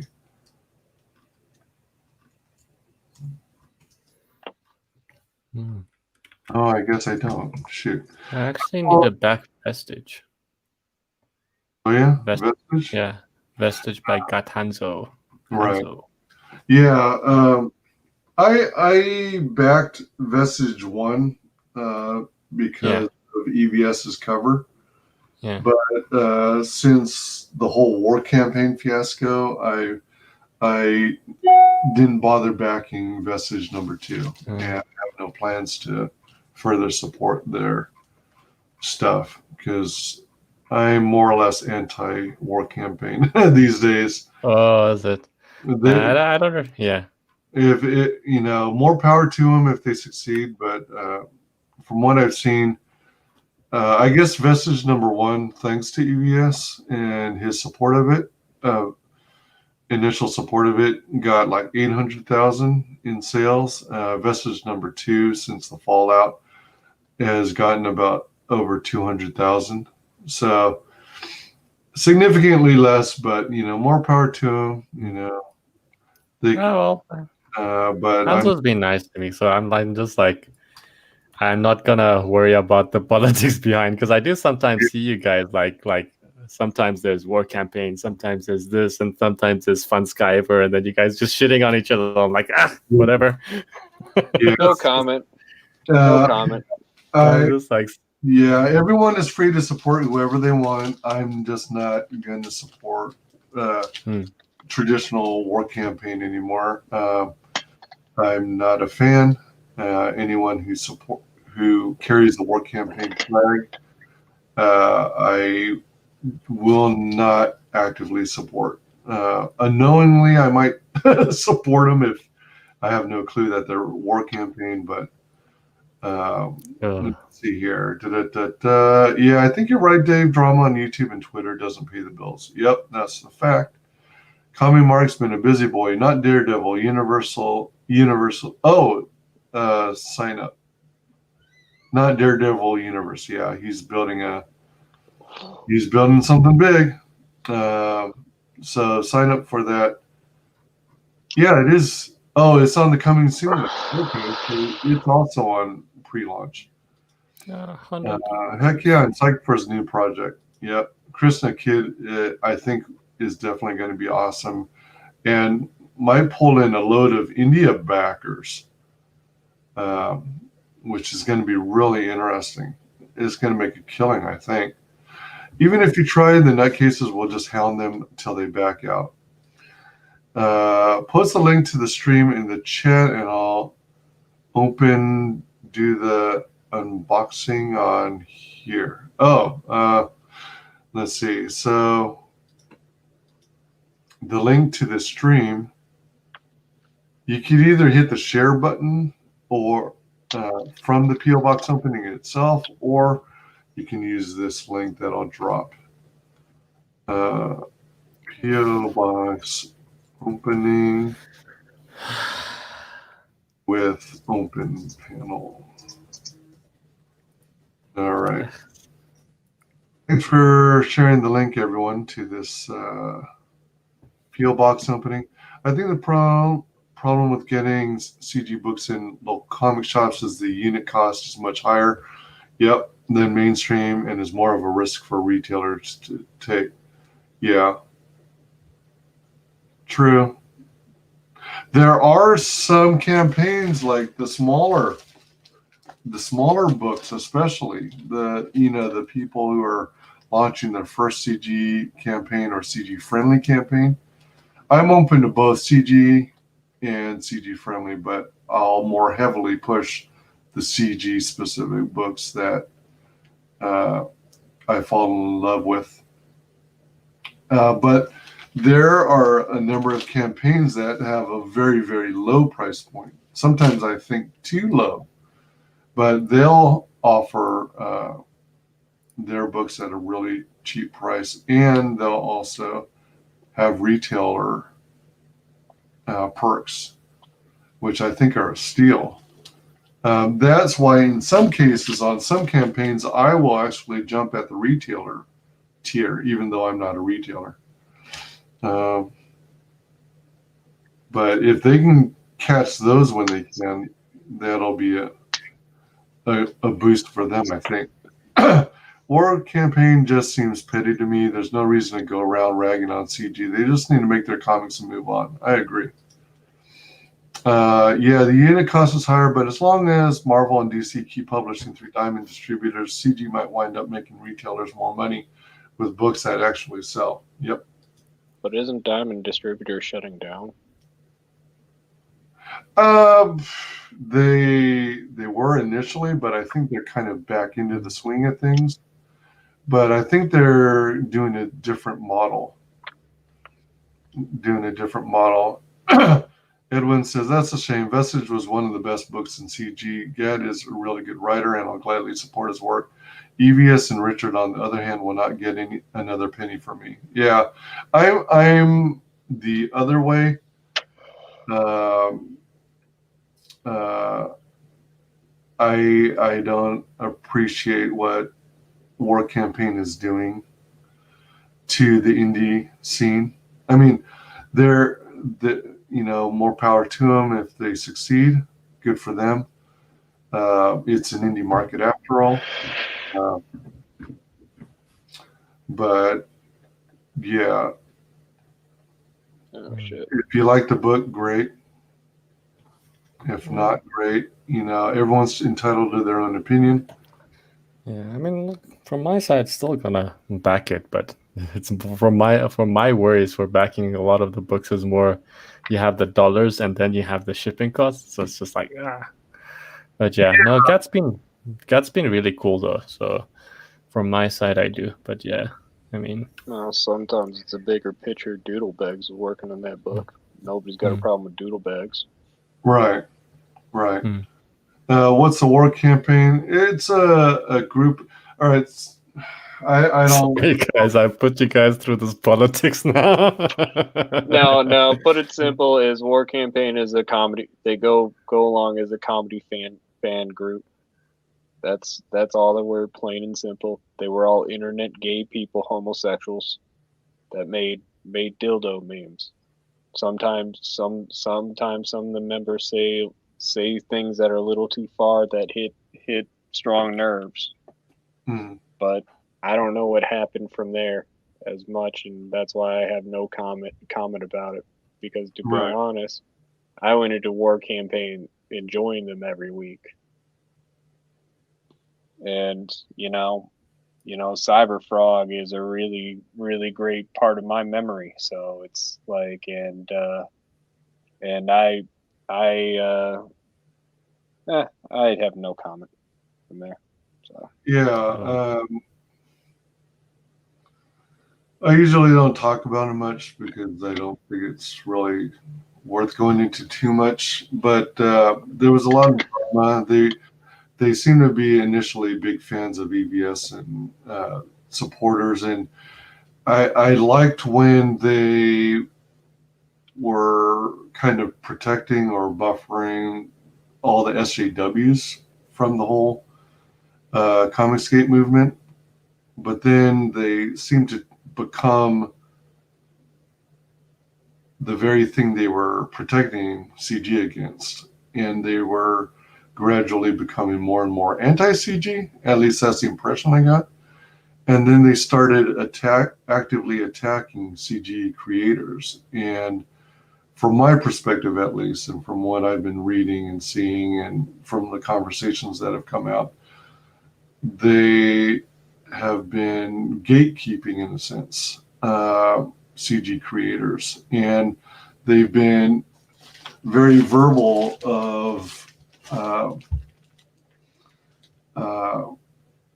trying to keep, I don't know if it's jealousy or what, but they seem to be actively attacking our big female YouTubers in CG and YouTube creators.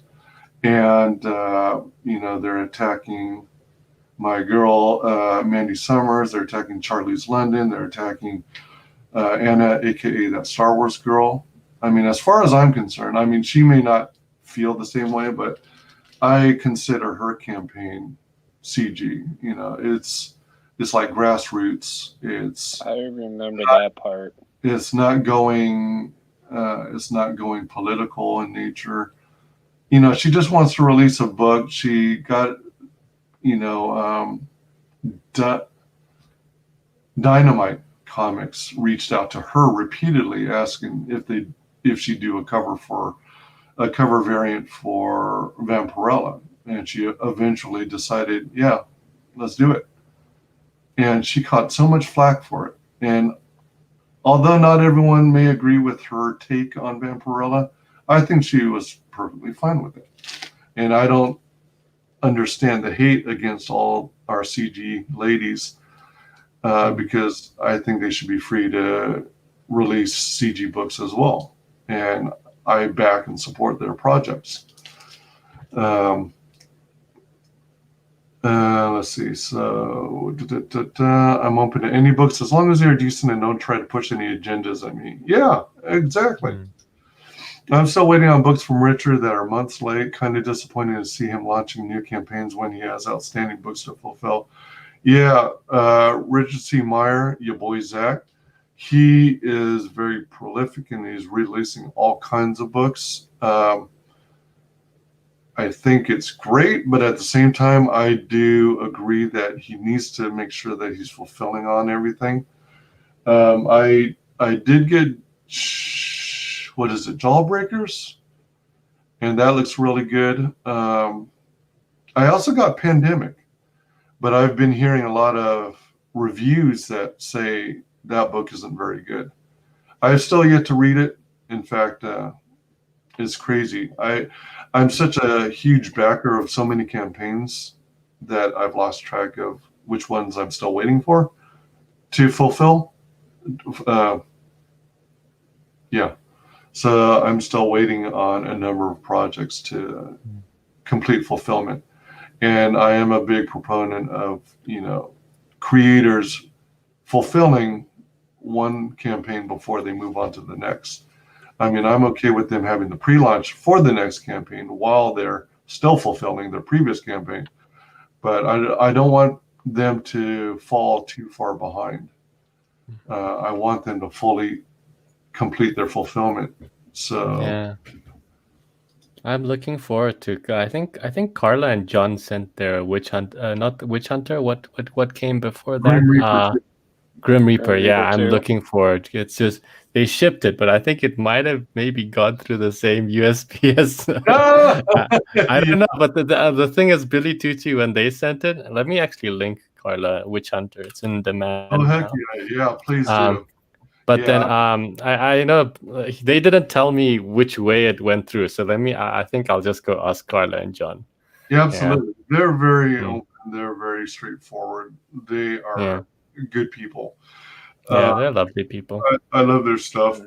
I love their content on their channel, and I'm big fans of them. I backed their Grim Reaper 2 campaign multiple times, in part because I missed out on Grim Reaper 1. There are so many CG projects out there nowadays that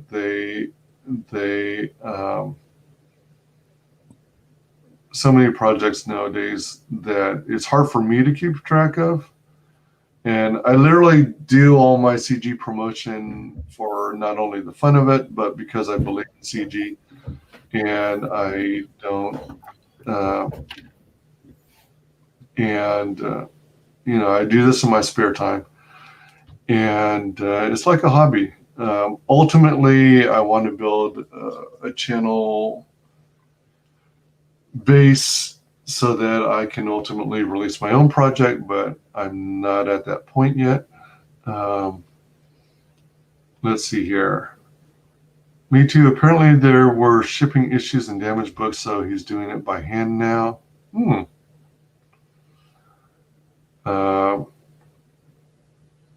Oh goodness! Yeah. Sorry, I was just reading. I'm just gonna just say something. This great person from Microsoft that I know he came over. He's a really cool person, by the way. He was just saying, as part of the Cold War that started with a Cuban Missile Crisis that ended nearly involved nuclear war, the SolarWinds attack wasn't a pure cyber attack. It was classic Cold War espionage using computers. This is bigger than folks may realize, and he just posted a blog. Oof. Yeah. Huh. This is actually from Brad. Yeah, and that's Buck Woody. Buck Woody's really cool. But he posted a link from Brad Smith, the president. Actually, let me just. I think Microsoft was hit, and then even the prices I think maybe took. Let me just post this here. This is maybe somebody who's interested in that cyber SolarWinds attack from China. China. Trump says it. He's like China. So China was the source of the cyber attack? Was it China or Russia or somebody? Anyway, it was a foreign. It was still an attack. I'm not sure. Was it China or was it Russia? Anyway, I don't know. I'm not familiar. Let me see. Is China. Russia. Russia. Okay, it might be Russia. Actually, it looks more like Russia. Sorry. Hey, if you think he'd be okay with my following him on, is he on Twitter or Facebook? Who? Buck Woody? Yeah. No, Buck Woody's on Twitter. Buck Woody MSFT. I frequently retweet him. I actually just retweeted him now. Now he's gonna get a whole lot of ComicsGate people. It's just like, hello. Hey, what if it's Chinese Russians? Yeah. Is he still with Microsoft? All right. Oh, there's his post. All right, I'm gonna retweet it. This stuff is interesting to me because I've been in technology for 17 years, And you know what else? Something else that's interesting that I have to read up on is all the talk about, let's see here. Let me see here. Something else that's really fascinating that is kind of spooky is all the talk about the Great Reset. Oh yeah. You Uh, will own nothing and you'll be happy. That's the first thing. there's something ominous on the horizon that's supposed to overshadow even COVID. COVID is just like Yeah. one stage of it. It's like That's the thing. it's a whole other rabbit hole. And it's just like literally inside. Sorry for interrupting. No, go ahead. It's literally, it says one of their agendas is US is not going to be a superpower anymore. And then you see this 5,000 stupid page bill. And then you see how Mitch McConnell and them, the establishment types, don't want to support Trump because he's doing the opposite, you know? Yeah. And then you start to wonder how many people are on it. You know, it's the guys that are like, oh, we support United Nations, and then United Nations is doing all this nonsense. Hey. Yeah, the UN itself is corrupt. So is the World Health Organization, WHO. And it like they even prior to WHO. Ho. yeah, World Health Organization. You're not like a Oh. who, you're a hoe. Oh, who? Yeah, and yeah, they were in on COVID, and even before COVID came about, you know, the so-called pandemic, which was really the plandemic or scamdemic. In 2016 or 2017, there was actually a big old global conference where they actually discussed how the world might handle a COVID-19 based pandemic. They actually discussed it in a freaking conference with big pharma and big tech. So it was obviously planned. Anyone can be CG. Just follow the simple requirements. Respect the customer. Produce good shit, and don't push agendas in your comics. Hail, Dave. Indeed, exactly. Hail. What Christine, if I do want to push an agenda? Am I a bad person? What if I want to push a certain agenda? then it's up to the backers as to whether they'll No, support I'm just fucking around. it.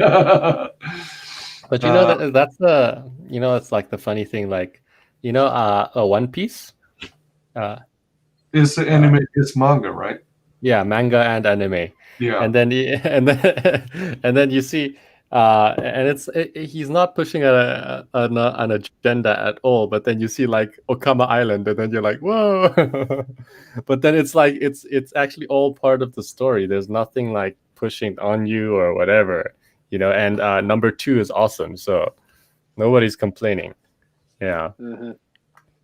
Not sure if you got the reference on that side, but. I didn't, because I don't know a whole lot about One Piece. I see. It's one. I hear Yeah. good things about it, but I'm not heavy in the anime manga scene. If you want, do read the manga though. It's one of those. Even amongst the mangas I read, but this is personally biased. I think Carla actually prefers fairy tale. But amongst the mangas I read, it's really unique. The powers the guys have, the back, and you know, for example, I don't know if you've heard of Naruto or Bleach. Yes. And the problem with Naruto is it gets too much into that, especially the anime. All right, the manga side, it's still like lots of even, and then at one point I'm just like, screw the anime, which I'm guessing if some fans are there, they'll be like, but sorry. But even the manga side, sometimes there's a deep parts of conflict between Sasuke and then Naruto and then Sasuke and Naruto and all that, and then the anime just makes like emotional porn out of it, essentially. Right? And then I don't know if you get what I'm saying, but and then Bleach as well. Sometimes Bleach is all the problem with the fillers, or like you reach this one super boss, but no, he's not the super boss. You get this next guy who's the super boss, and then you're like, ugh, and it blows your brains apart. But One Piece, if you read through it, I mean, sure, it's got the typical ones, and then sometimes Luffy ends up beating the guy despite all odds. But then the story progression, so like from one arc to the next, because obviously there has to be a new villain or a new main villain character or something. Sure, yeah. But that progression is so nice and so unique. You don't feel like, oh, this is just the next new big bad boss, right? You kind of know it, but it's so funny, and the humor and the like maybe if you want to check a manga out, try check that one out. And it's 999. I think they probably releasing 1000. Maybe they released it already in Japan. I'm not sure, because I look at the English translations. But yeah. Like if it's reached number 1000, you know that it's continuing because it's popular. But yeah, no kidding. Yeah. They just keep. But then, it's also like there's lots of backstory intertwined. So it's all on pirates, and then there's this whole thing of the One Piece and the poneglyphs. But then as you go read on, there is so much.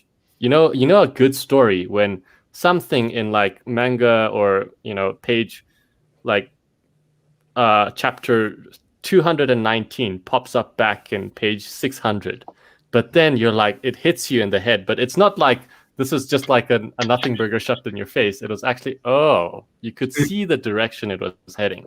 It's part of the lore. It's part of the lore, the canon, and that exactly. That's a symbol of good story writing. The animes, did they all or most of them, like in the case of One Piece and Naruto and Sasuke and all those other ones, did they all originate as manga in the written form, or did some of these even start as anime and then they converted it to manga? Most of the popular ones, it starts out with the manga. So like Toriko or Naruto or Fairy Tail or One Piece, it starts off with a manga and it becomes really popular. So then they make an anime spin-off, and then that's usually when you get the distance between the manga fans and the anime fans, because the anime like puts all these stupid characters who come out of nowhere just to filling. You have like filler episodes that have nothing to do with the main story, but it's just there to just fill the time gap or something. But I think a unique one was Code Geass, if I'm not mistaken. I think Code Geass I could be wrong. Code Geass could have come out with anime first. There's a couple of really good animes that came out first, and then they did the manga out afterwards. I don't know if Fate Stay Night is one of them. I could be wrong. And sorry if there's any anime fan out there. I'm sorry. don't murder me. There is pretty well known that when Hollywood in the States releases a movie that's based on a novel, it typically is poorly adapted and is like nothing like the source material. Case in point, Stephen King's works. Almost always the book is far superior to the movie. When it comes to adapting manga into anime, does it tend to be the reverse? I mean, does anime typically closely stay true to the source material, or do they? It must.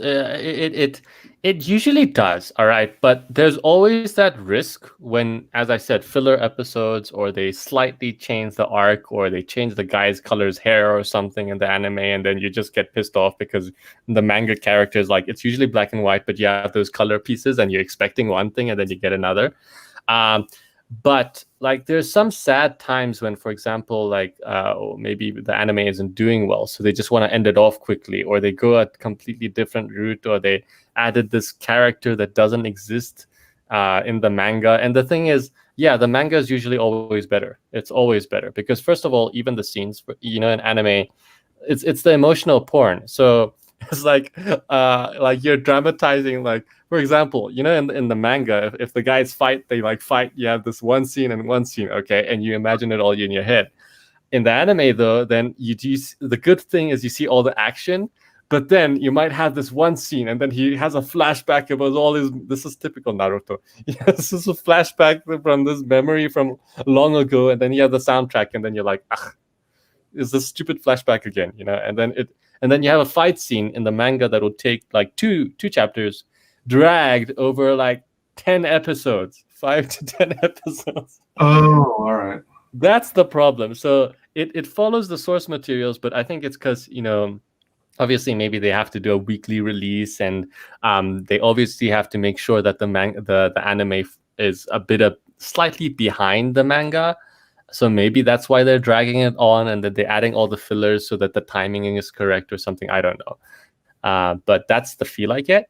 But yeah, that's why. But then usually if people are hardcore anime fans, they'll like stick to the anime and they'll be like, oh, look at this black and white manga. But for me, it's like, you get all the action, emotion that you need, and then the funny thing is, when the artist draws, like Oda, he makes the character, whether it's a wonky character or a character he flings off or is a side, at least there's more purpose to it. And then you have these fillers coming, and then you have this guy who's just completely off whatever, or like or when the OVAs come in, so like the movies come in, so they have the anime, and then because the anime is popular, they make a movie of a particular segment that somehow is related to the anime or the manga, but and then there's all these new different characters out of nowhere, and then you kind of look at it and you're like, if you're following the manga, you already know that's not part of the canon, and then you also know that some stuff is contradictory, like some of the discoveries he makes as a character is not, he's already gone this route, why are you telling me he's gone this route and then he goes that way? Yeah, so that's the thing, but usually anime does stick to it. But like one of the sad ones is Toriko. So Toriko like carried on, and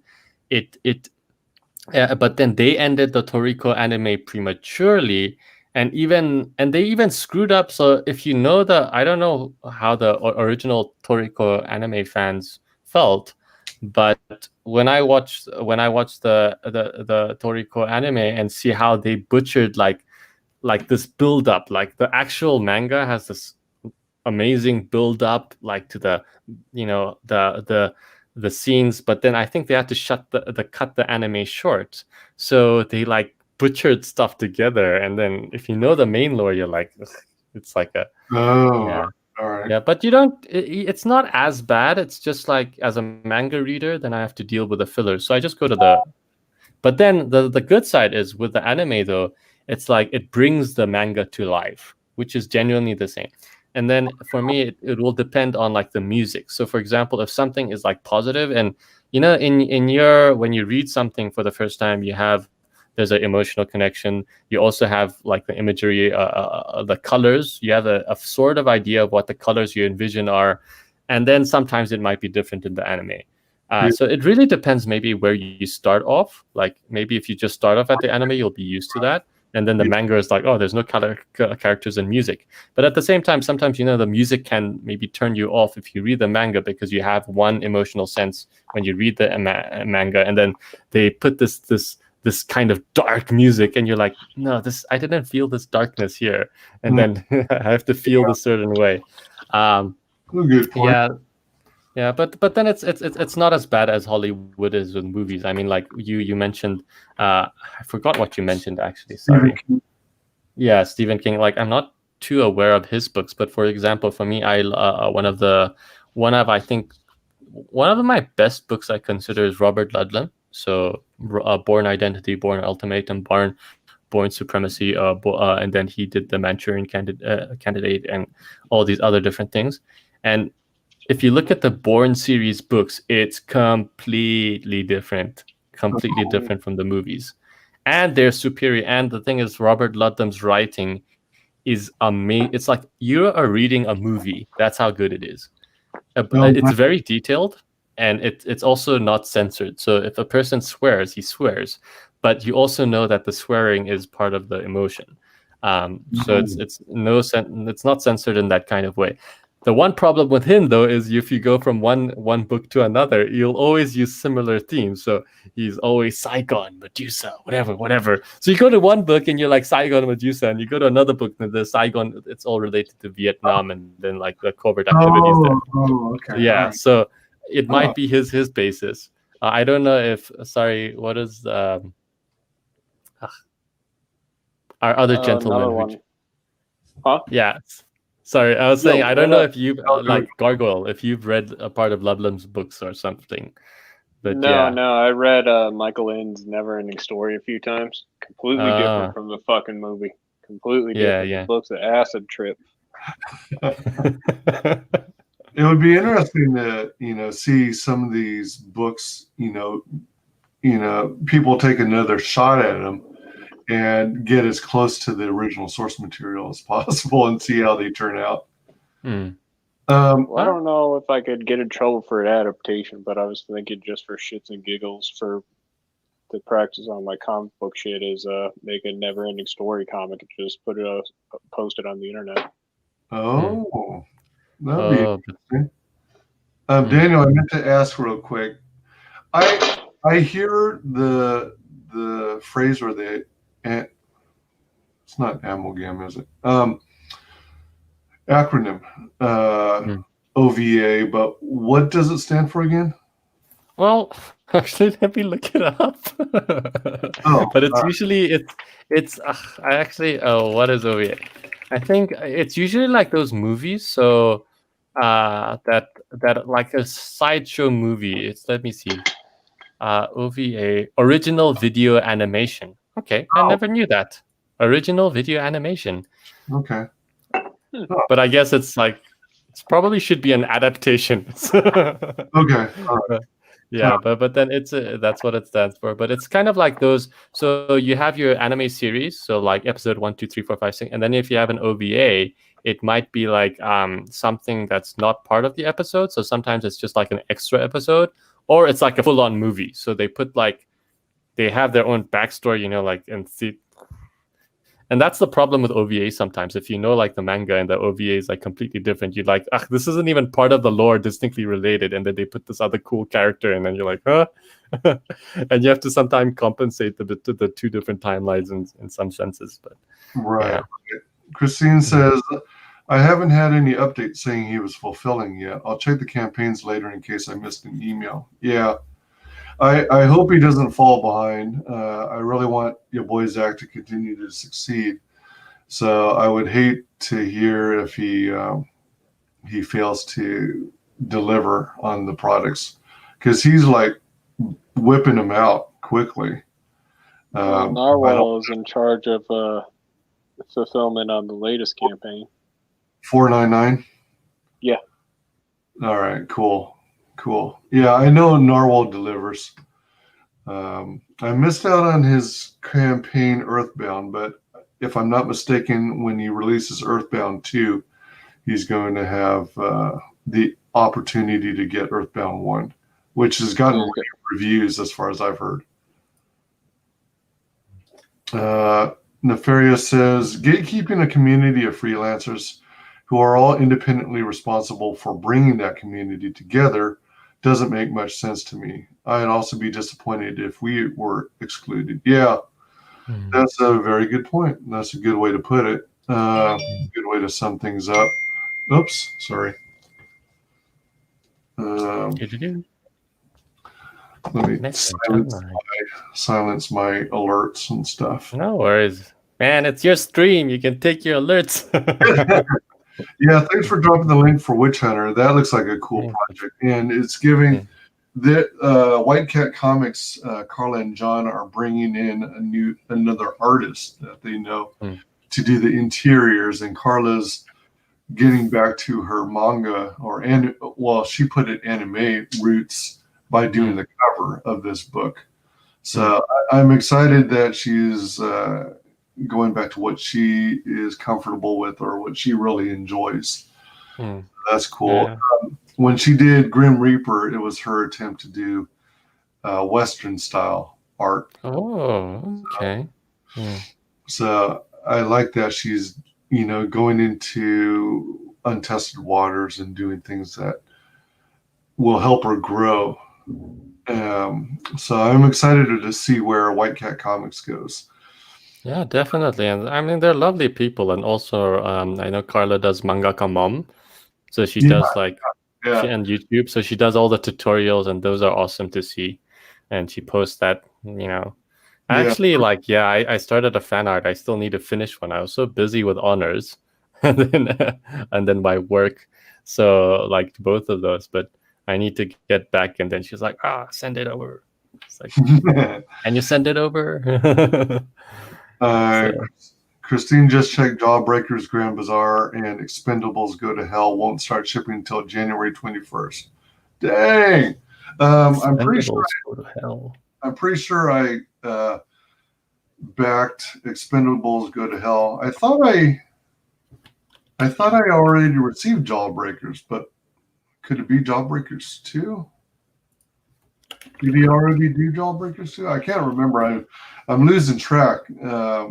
Everything's melding together in my head. I need like a spreadsheet or something. Oh man, that's a bummer. Sylvester Stallone and Chuck Dixon. Yeah, he actually got those incredible talents involved, and Sylvester Stallone signed like the first 1,000 or 2,000 copies of the book, I guess. Yeah.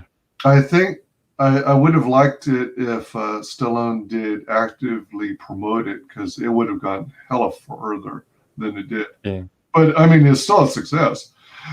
But exactly. It would have been cool if we could get more involvement from Stallone, but I know he's busy with his own projects. But can you imagine the boost he would have gotten? And then if your boy Zach would get into the whole promotion game, he would get so many more sales on his books. His stuff is successful as it is, but can you imagine if he did more live streaming? Man, that would be so cool. But he's just not into it. He likes doing his little videos where he's comfortable being. And, he blows up when he blows up the chats and the stuff when he's a guest on other streams, because people like him so much. Oh, yeah. Not anymore. Not anymore? You mean because of 499? No, because of the Mark Wade thing. Oh, yeah. Yeah, that was disappointing. I mean, I wish he would have seen it through the end, but I can imagine, court cases are freaking rough, and they drag on it for so long that it really gets on your nerves. I mean, it's probably that, and it's probably because he wasn't seeing his kids. I mean, doesn't he have a kid from every fucking race in the world? I think so. He's got several children. He's got a multiracial family, and it's funny when SJWs try to attack him, and he's more diverse than they are. Yeah, literally. But I don't know what the real reasoning is behind it. It sounds like it's going to be hush hush because of the way they made their final statement. But I hope one day he's able to share what the hell happened, because I think Mark Wade should have paid for tortious interference. Let's see here. Let's see. Yeah, that's a real disappointment. Dave, that just sounds like be a good publisher to me, but I guess that's the point. Yep. Exactly. If the Great Reset starts with not owning anything, they will have to fight me. Yeah. Yeah, it's scary crap. Yeah, it is. It's seriously scary because it's like. Well, I don't think anybody's gonna go with that. I mean, even in the ghettos. Okay, give up your Cadillac with your rims. Yeah, exactly. But here's the one thing though. It's kind of like now if look, obviously if you're gonna assume a nefarious plan, and in this sense, they could say COVID anything and people freak out. Especially that's at least on the people who consume the liberal end, and liberal, I guess, in a global scale. Because people say, oh, there's conservatives and liberals, or maybe why are you only on US politics? Actually, it does go a bit beyond that, although in some cases, like South Africa, you might see something a bit different. But then, it's kind of like, yeah, as I said, because of COVID, how many people are willing to sacrifice what? And as again, you have the elite class who are in charge of the news, who are in charge of, and by elite, I guess you could say people who are middle income and higher. All right, because you can have just a journal, but if that journalist has a platform that can tell the world, no, you're not allowed to say this, you're not allowed to do this, oh, you can't, or they're saying, oh, this thing is causing deaths here, we have to, and it's kind of like I was driving in South Africa, and then there was this one amazing gentleman who my car was being towed, and he was telling me about how selfish it is, how people who are whatever not adhering to the COVID things or something, or like just want their businesses are being selfish. And I told them, look, so we have Woolworths and Pick and Pay or something in South Africa. How is it that the Woolworths, you can have so many people, but then your small business can't? Now here, actually, in South Africa, I think it's gotten a lot better, because we're, I think, in stage 2 or stage 1 or something. But I know because of the new strain, Cyril Ramaphosa should be announcing some new things, I think maybe today. But I'll maybe watch that a bit later. But it's kind of like they've been given the excuse. So if one people, and the thing is, like I think Sonny Johnson maybe puts this better, when in America they say back the blue, what kind of blues are you backing? Are you backing the blues that are just like doing what they're told? Or are you backing the blues who have a heart in it? Because usually the blues who are doing their job because it's their mission, their personal mission, they won't want to violate civil liberties according to the U.S. Constitution. But then, for example, in Washington, D.C., where they had the Million MAGA March, you had some of the blues literally hurting. They blockaded conservatives or Trump supporters who wanted to walk out, while Antifa was harassing them from behind. So they literally put them back into the fire. So it's right. It's and that's where I guess we can say all what we want, but it's how much of the establishment, how it's kind of like you have two opposing sides, and then if one side is given is given by law the right, for example, the police, they're empowered to do law enforcement. So they're doing their job, but then their job is spying into people's homes. Their job is, bashing down business doors and then telling them what. It's kind of like this whole wealth transfer. And yeah, I think the great thing is that there are conservatives who don't buy that crap, but at the same time, there's this other side, this other dimension of people who actually support it. They want it to be enforced. So yeah, but that's my take on it. But yeah, it's at least there is conservative people, or not necessarily conservatives, but people who now are who are exposed to different sources of information that tell them, no, this is not completely the truth. People are starting to wake up, but not fast enough. Michael's asking, who is actually responsible for Expendables being fulfilled? Is that on Richard? I'm going to jump around a little. That one probably, yeah. But Narwhal's responsible for 499.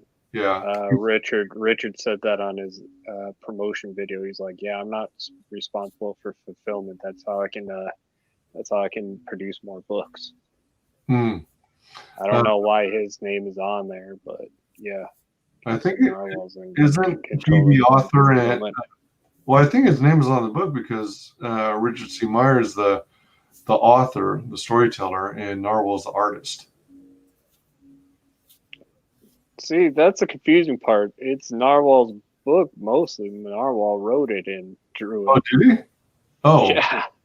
I didn't see the launcher, so I know very little about 499. I want to check it out, but I haven't taken the time to look at it yet. So, I guess Richard's the producer, the Quentin Tarantino. Oh, interesting. Like when Quentin Tarantino started producing for Eli Roth. Or maybe Richard C. Meyer and Narwhal collaborated and came up with the story together. I'm not sure. I have to look into it. Yeah, it's confusing. I didn't catch the launch stream, but I mean, usually if you have some big involvement or stake in a project, then your name's on it. Let's see here. Let's see. Christine says, yeah, it is now. He was using a fulfillment company, but he had problems, so he's fulfilling his campaigns himself now. All right, good to know. Dave was saying if the Great Reset starts with not owning anything, they will have to fight me. And Nefarious responded, Schwab's Great Reset is alarming, but I don't know how much of it will actually stick. Sorry, I got to take a phone call, guys. All right, go for it. Later. All right. Schwab's Great Reset is alarming, but I don't know how much of it will actually stick. The pandemic provided opportunity, but there are so many people who won't cooperate with the WEF's agenda. Yeah, and like I said, I haven't delved much into that can of worms, which is the Great Reset, but as far as I understand, it's a huge multi-directional cyber attack, basically, where they get rid of everyone's access to the internet. And I think in doing so, they do back-ended stuff and get rid of everyone's finances digitally. Welcome, what about? Ahoy, all. Sorry I took so long to get to you. I am far behind on my chat, so I'm going to try and play some catch up.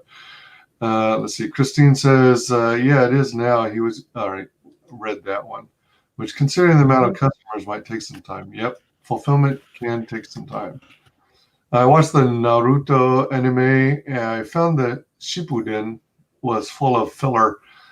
It just put me to sleep. Shonen style shows can get stale real quick. I admit, though, somewhat shamefully, I haven't read the manga. Hey there. Hey, bitches. Hey, Greg, how's it going? Again, sorry for getting to everyone's messages because I am so far behind. Michael McCartney, welcome. I figured it would be fulfilled, but somehow further up the chain considering whose book it is. Yeah, I hear you. Let's see. Hail, Greg. Dave says, I picked up some real cool manga. It'll be in an update on my channel soon. Sweet. Holy crap, WyzGyz. I was actually just opening a tab on because you were bringing up the reset and then the gentleman was bringing up Schwab. Ew, this is they've got a whole section. You can literally type, I was using DuckDuckGo and then Great Reset and the World Economic Forum comes up. And then here's like, we set up, this is Jennifer Morgan, Executive Director of Greenpeace International. COVID-19 gives us a chance to step back to this part of the article and to rethink the world we would like to live in, says Jennifer Morgan, Executive Director of Greenpeace International. We set up a new world order after World War II. We are now in a different world than we were then. we would need to ask, what can we be doing differently? The World Economic Forum has a big responsibility in that as well, to be pushing the reset button and looking at how to create well-being for people and for the earth. That New World Order word goes. It's like politicians and people drop it, like, and then it's like those things that just, yeesh. It's out in the open, like staring Yeah. at your face, laughing at And you, they mocking you. It's like what the Illuminati is, you know. There's symbolism all over the place, and they're out in the open, loud and proud, and it's like, holy crap. They're wanting to rebalance economies. Rebalance. Oh, that sounds like some wealth redistribution right there. Yeah. We want an end to the profit at all costs mentality, because if we don't build an economic future with a sustainable framework in which we're respectful of our planetary boundaries and the need to change our energy and technology systems, then we will not have a living planet for human beings. And meanwhile, the world has gone through so much and they still have life. Yeah, isn't that crazy? It's very much the mentality of rules for thee, but not for me. So obviously they're going to keep their billions of dollars, but they have no shame in getting rid of everyone's finances. Well, yeah. I mean, look, it's like that 5,000-page stupid burger. You know, it's like the most blatant form of distributing wealth elsewhere. You know, the whole initiative of wanting to rebalance the economy, and then you see all the left winger. You know, it's like they want it to happen. It's like the Congress people want it to happen. They want to send the money all over. Yeah, yeah. It's just like, and it's really sad, because here's the thing. You know, even for me, it's like, you know what? If we're not going to say, like, for example, people, whether in South Africa or the rest of the world, they have their beef with America. They have the stuff like they've done in covert operations and all that, or they have their issues. But do you want a superpower who's on the side of democracy, on the side of freedom, on the side of free market, and the side of capitalism? Or do you want a superpower that's the complete opposite? And you don't even have like a chill one, you know? For example, it's not like you have one of those like Australia or something that's a superpower where you have like somewhere in between, you know, where they have the, what do you call it? They have the, you have they don't call it, they have like democratic socialism, or I'm not sure. Sorry if there's anyone from Australia and saying things wrong. But, you know, like a bit of a mix, you know, and, or maybe the Norwegian countries would be a better example of that. But then now it's China. Like, sorry, China's not going to play your nice game.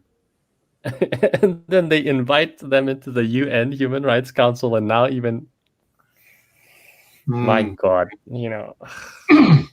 And that's the thing. It's like, they're like, hey, be wary of China. They're going to be the next superpower. Meanwhile, you have people who are, in fact, working to make it the next superpower, you know? And sure, at the end of the day, every country has its rights, but imagine like being undermined from within, you know, being undermined from within. And it's kind of always, it kind of reminds me of, you know, how Genghis Khan ended up conquering the rest of, I think I'm not sure which dynasty it was. I might be, you know, not as close reference to the history at this point, but it is because the Chinese in that dynasty, they were lax. They were playing. They were all the cultured people. They were the cultured people worried about their home and internal politics, and so, and then you have these war, like the Mongol warriors who are like, their bread and butter has been fighting for their survival. You know, all now collab together against under Genghis Khan, and it's a GG. There's no game to it, and it's kind of like now the West is now like all these social justice issues and whatever, and you can fight about, and it's like, you know, in one sense we understand the importance of the issues, we understand where you're coming from, but your adversary isn't playing by the same rules. you know, Right. and some people don't seem to understand that. And you know, so it's sad. I mean, and it's that's why also in a sense like, you know, you have, when you really look at the world, it's kind of like, you know, there's the full peace world peace side, which is amazingly great. Then there's the neocon side, which, you know, they want to think, you know, about expansion and all those kind of things, and wars and spring up them.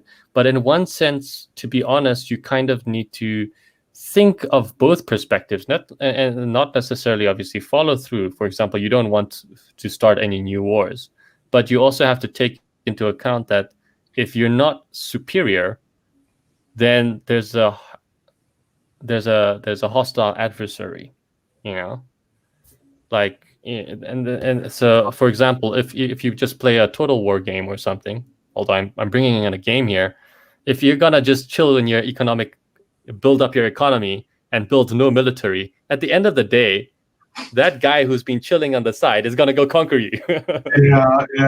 Yeah, basically. Trying to play some major catch up here. Nefarious is telling Bristol and Dave, oh, cool. Any spoilers on which ones, or do we have to tune in to find out? One of them has been mentioned on the stream just now. I don't know if I'm pronouncing it right. Code Gaius or Gius and Fate/Stay, Fate or Stay, were two. Fate Stay Night. Is it Fate or Stay? Fate Stay Night is amazing. Fate Stay. It's awesome. Code Geass is amazing too. Geese. Yeah. Geese. All right. Two of my favorite series, good taste. Yeah, I really got to get into the anime manga again, like I used to. See, I was middle. I was one of the One Piece manga too. It was good, but I only got to read one book in the middle of the series. Start from the start. Okay, look. Yeah, look, first of all, I'm the type of guy, if I start a manga and it's really good, I'll have to go up until the end. Yeah, but start from the start. It's One Piece is worth it. It's worth it. It's hilarious. You'll end up laughing all the time, but that's just my take. Sorry, Christine. If you catch this on replay, Christine, I am so very sorry. I'm sometimes horrible catching up on chat. I'm glad that chat is so active and everyone's having some enjoyment here and there. I have to bounce in a couple of minutes. Time to take my boy out. One of my dogs has injured his front leg. Oh, dang it. Goodness. Strained it somehow. On bed rest at the moment. Oh, I'm sorry. Sorry about your doggo. Good chilling with you. See you next time. I hope he gets better soon. Yeah, absolutely. Doggos need legs. Yeah, for sure. Dogs fun. Are snakes lucky because they don't have legs to injure? Snakes. Oh, snakes, maybe? Snakes? Lucky because they don't have legs to, they just slither around. Fillers in anime can be the worst or best thing depending on how it's done. Yeah, that makes sense. Sometimes. I still don't like that. Thanks, Greg. If he doesn't show improvement by tomorrow, it's the vet and an x-ray. I can't feel any serious damage. So I'm hopeful rest will do the job. Yeah. Yes, but they're unlucky if they get stepped on. Yeah, then you're looking forward to a major bite, be it poisonous or not. Not poking fun at your boy's injury. I hate to hear about doggos and kitties getting hurt. I'm just riffing because I'm retarded. Thanks. I think it works like that with everyone. Yeah, you don't want to step on. Don't tread on me. No feet. Genesis 3. Michael says One Piece is terrible filler. Here's a random story that has nothing to do with what's currently happening. That's exactly what I feel. It's fine. He's not at death's door, but a little bit limpy. Lol. So he's me. Got it. Okay, I'm off. Catch you all on another stream. Bye, Christine. Unless my stream's still going by then. Great, Doggo gets better. Okay, I'll catch you on another stream. Waving. My sister from another mister. Honestly, the weak art turns me away from most manga I've seen. I've seen some good manga art, but it's very rare. Do it. Make a parody and go for it. Yeah, really. Shoot, where'd it go? Oh my gosh. What's the manga with the good art? Original anime video? Yeah. Yeah, OVA. not part of the lore, like Yeah. Leon. Oh, really? Not part of the lore. Oh, okay. I misunderstood still because I thought it was just an adaptation of a written book. Okay. That's one thing CG needs to improve on, the output speed of books. Yeah. For some creators like EVS, doing one book a year is fine as he hits such high totals. Others need to be able to get the rhythm going. Yep, agreed. I think after the third book, then creators start to get into a rhythm. We're guilty of slow production times. We've been working on our book for almost 2 years now. Ouch. But at least you're probably still ahead of the game when compared with Red Rooster. And that's not a knock. It's just facts. But we're not launching the campaign until it's done. Oh, that's good. That's good. Or at least out for lettering. But that's the difference. You're not launching till it's done. Some people are taking the same amount of time while they still have the hold of people's money. Yep. Yeah. It's one thing to be working on the project during the campaign. The more you can get done prior to going live, the better. Or even prior to going pre-launch. You want a minimum of 25% of your project done, but the more the better, really. Because the more you have done up front, the more time you can use to promote your book and go on people's shows and tell everyone how great it is. Exactly, Dave. Oh, I know. I just went through the list of campaigns we funded. A lot of them are delayed, some without updates. Yeah, that's a problem too. I thoroughly believe you got to update your backers, regardless of whether it's good or bad news. The more you update them, I mean, minimum once a month, but I think maybe once a week is decent. Unless your backers think it's overkill, then you might drop it to twice a month or once a month. But updates are critical. You got to let people know what the hell's going on. Even if you have to tell them some real life issues or are going on, and you had to attend to those first. Greg says, then you have the types like Andrew Huerta who come to CG, snatch a bunch of money, then leave and say, fuck CG. Yeah. Oh my gosh. Huerta. But I'd also like to produce more content at a quicker rate. Doing YouTube eats up a lot of time, but I should be writing more and my artist drawing more. Yep. I hear that. By the way, I'll just be right back, eh? All right. Yep, we'll have to fight soon. If you want, you can just go to avatar mode and mute yourself if you need to.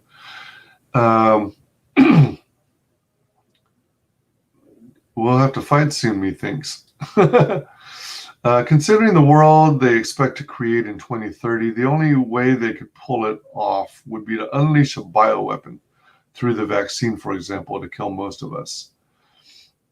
That might be in the works too, yeah. Especially with talk about introducing things like sterility drugs and nanobots to mess with your DNA. That stuff is awfully creepy too. They only need people with certain rare VR, robotics, manufacturing, etc. certifications. Everyone else will be obsolete if their plan comes to fruition. We are cattle to them. Yep. Oh, good grief. There is no Illuminati. They disbanded over a century ago, but idiots see a Freemason symbol on the dollar bill and they think they're still around. I wouldn't be so quick to dismiss them. I think there's an argument that they're still out there and actively involved in things. There's no place for families, pets, or anything we all want in our lives in that world. Illuminati is a decoy. Yep. Really? What would they be a decoy for then? I wonder. If they're just a decoy, I mean, why is there still the symbolism all over the place, no matter where you go? Like the Illuminati symbolism for that you see on the buildings of Epstein's Island or in the background of Oprah's stage. What's all that about then? Is that just a big old distraction? Excuse me.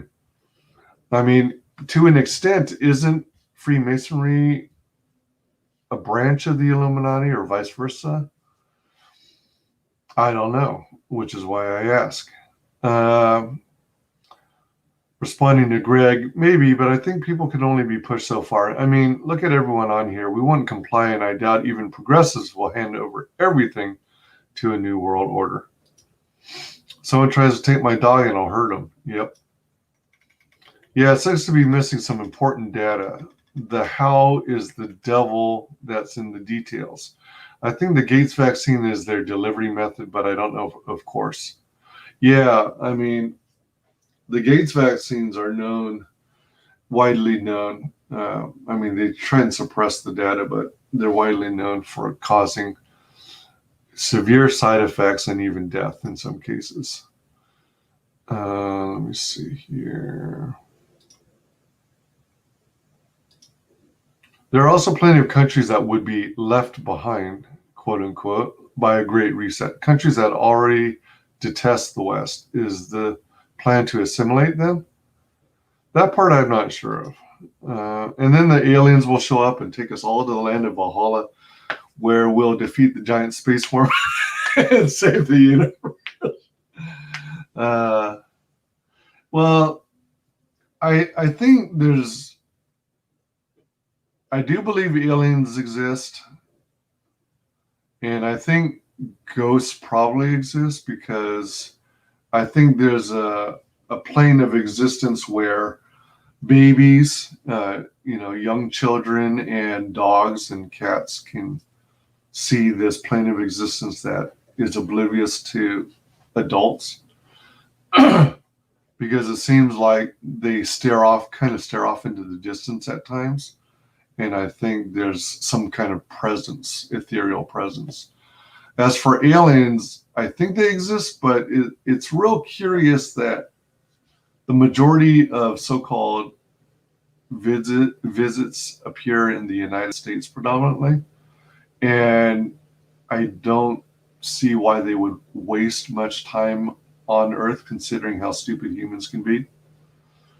But I don't see why it wouldn't make sense for with all the so-called galaxies we supposedly know of, I don't see why there wouldn't be other forms of life besides humans elsewhere.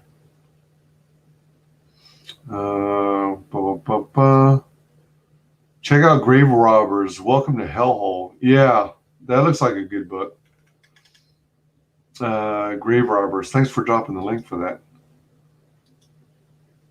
Agreed. I've got 2 dogs. Ain't no one taking them for shit. That's what you sound like. Oh, are you talking to me? Maybe. No one has to agree with what I'm saying. It's just my POV point of view. Nobody's fucking with my kiddos in doggo. They're my babies. Almost everyone would agree. That's why most of us have to be killed in order for their plan to work. Yeah, and that's why everyone should conceal carry. Everyone should own a firearm or more, 2 or 3 or 4, or have their own arsenal at hand if the need arises. If the aliens take me to Valhalla to kill a space war as part of the Great Reset, I may have to rethink my stance on the issue. The question is, was the space worm wrong in their thoughts or intentions? I mean, what is the need to kill the space worm? Is the space worm doing something bad to somebody else?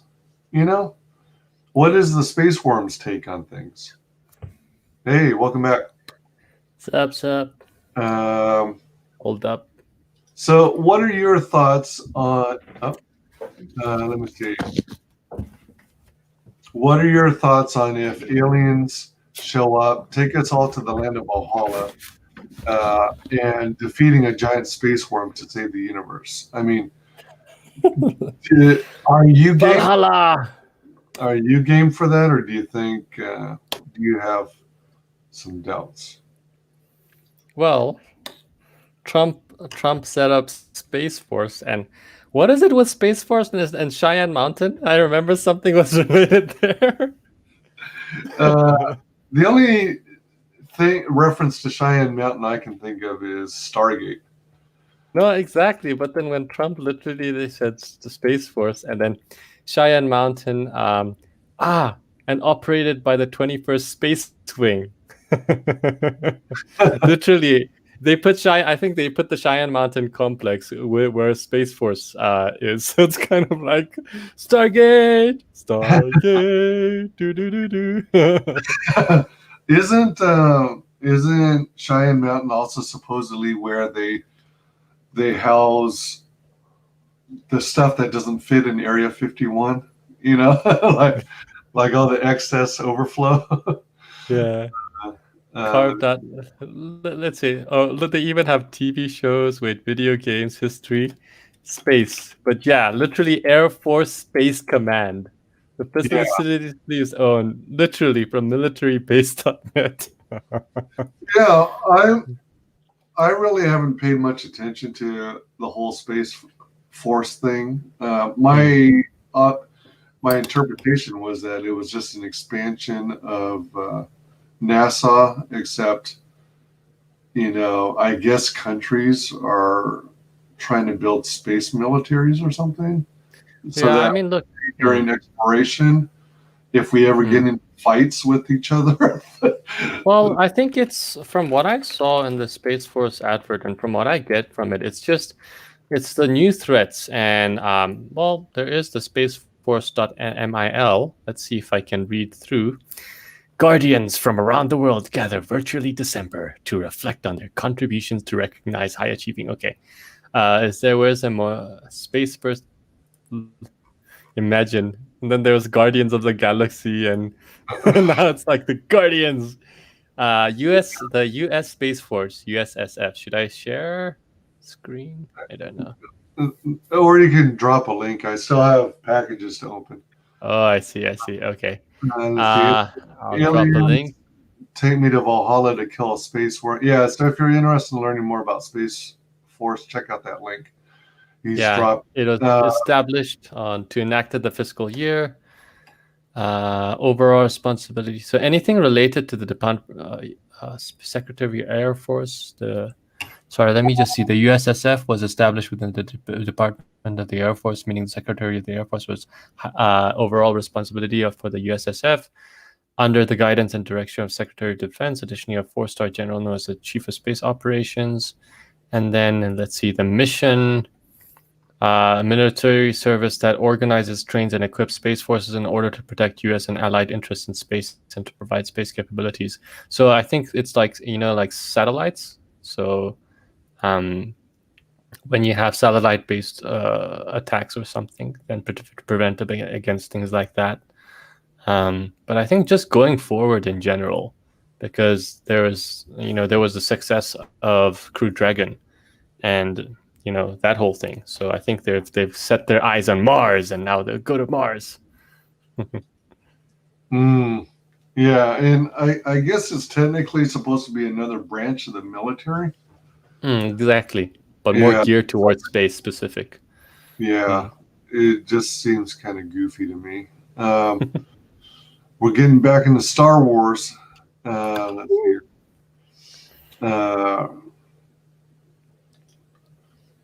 It was the most insane thing I could think of. Imagine people won't be allowed to have pictures of family members or any personal items at all. They won't have homes. They'll share apartments with everyone else and be moved around. I mean, what if they even skipped that level and they went so far as to go straight Matrix and turn everyone into batteries, you know? What if they skipped all that excess intermediary garbage and went straight Matrix style? Yeah, but it was awesome. By the way, WyzGyz, can I eat on stream? Yeah, absolutely. Okay, I'm sorry, stream. Yeah, feel free. I do it sometimes too. I'm often drinking water on stream anyway, and coffee and tea. I think it's GEOS. Oh, okay, all right.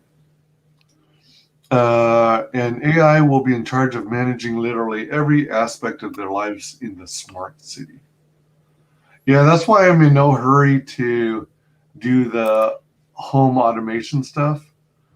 Even though I'm an Apple guy for the most part, I'm dual platform, Windows and PC, but Windows and Mac. I mean, and even though I like Apple products, I don't do anything involved with their app for the smart home thing.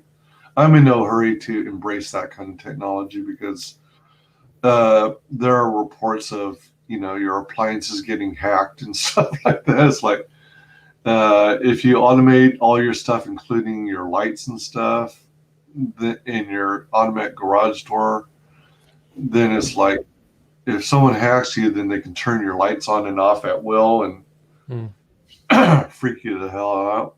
Yeah, I mean, from my side, it's more on, I am a developer anyway, so it's kind of like. So it's your fault. It's you at the. Don't blame me. But yeah, hail Kami. But well, yeah, I mean, from my side, it is more on. I think the thing with AI is the big problem is when you base it all on corporate AI.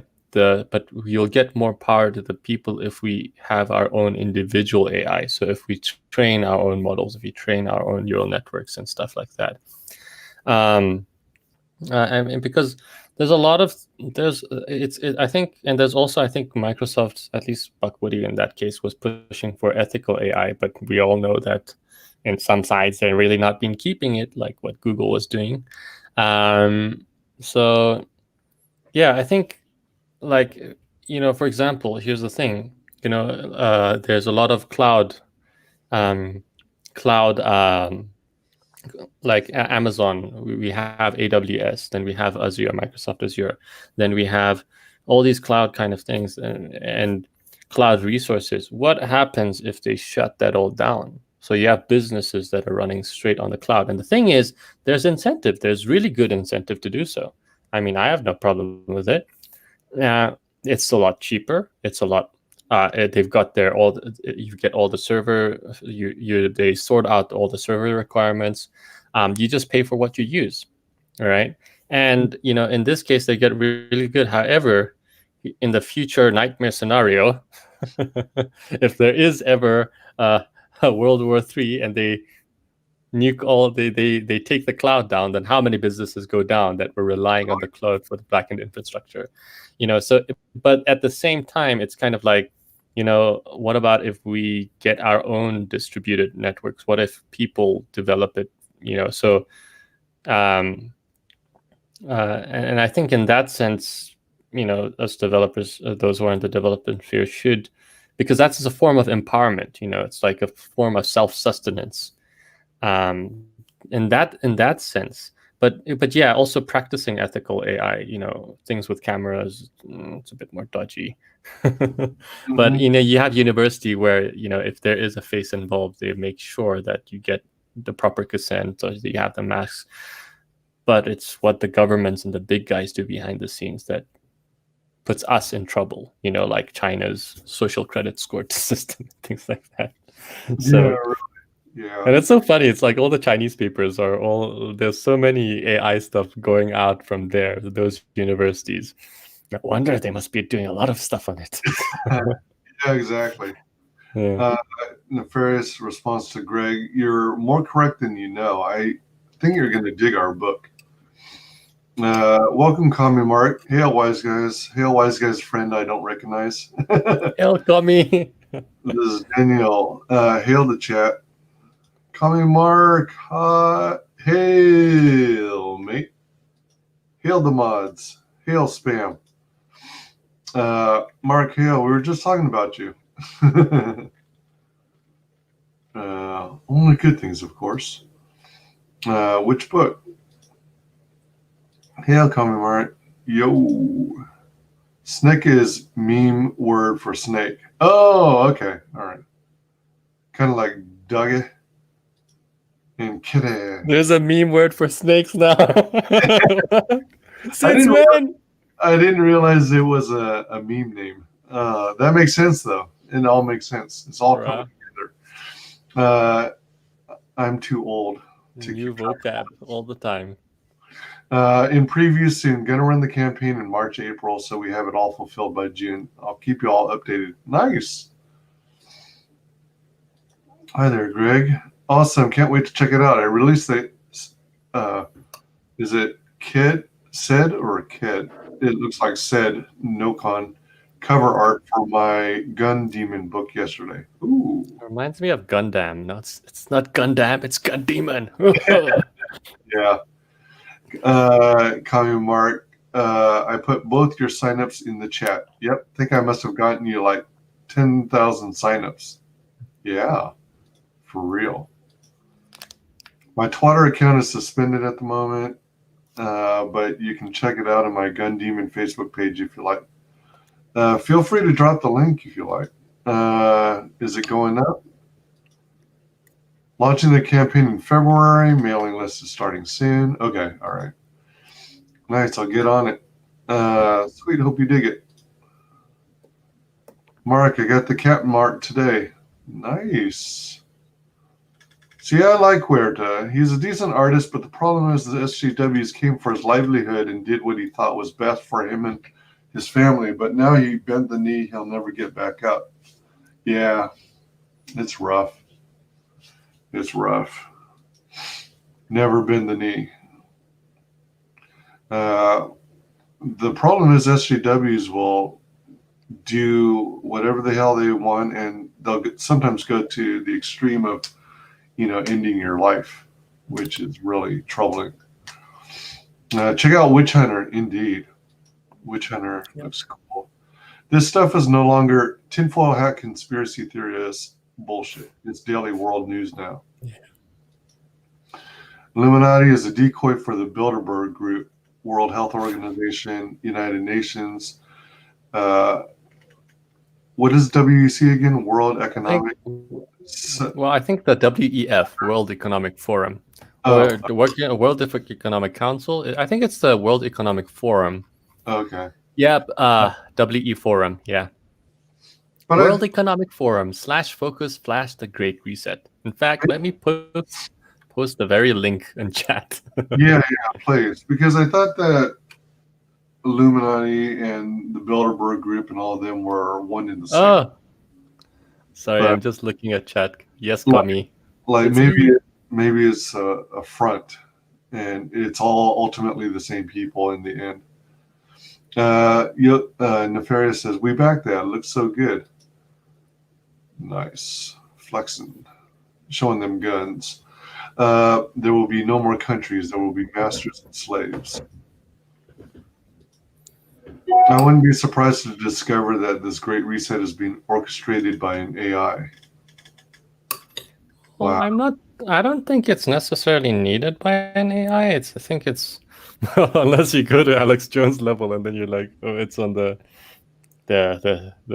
spirits they're interceding with. But I think it's look, it's if there's the ideology, then you don't need an AI. You just have people to execute. you know. Yeah. So it's, Yeah. and I don't know what's going to happen. I know it's going to be bad, but I have no idea what exactly is going to happen. Yeah. Greg says he'd rather be a fucking space worm. Rather a fucking space worm rule our planet than whoever the fuck is doing it now. That would be interesting.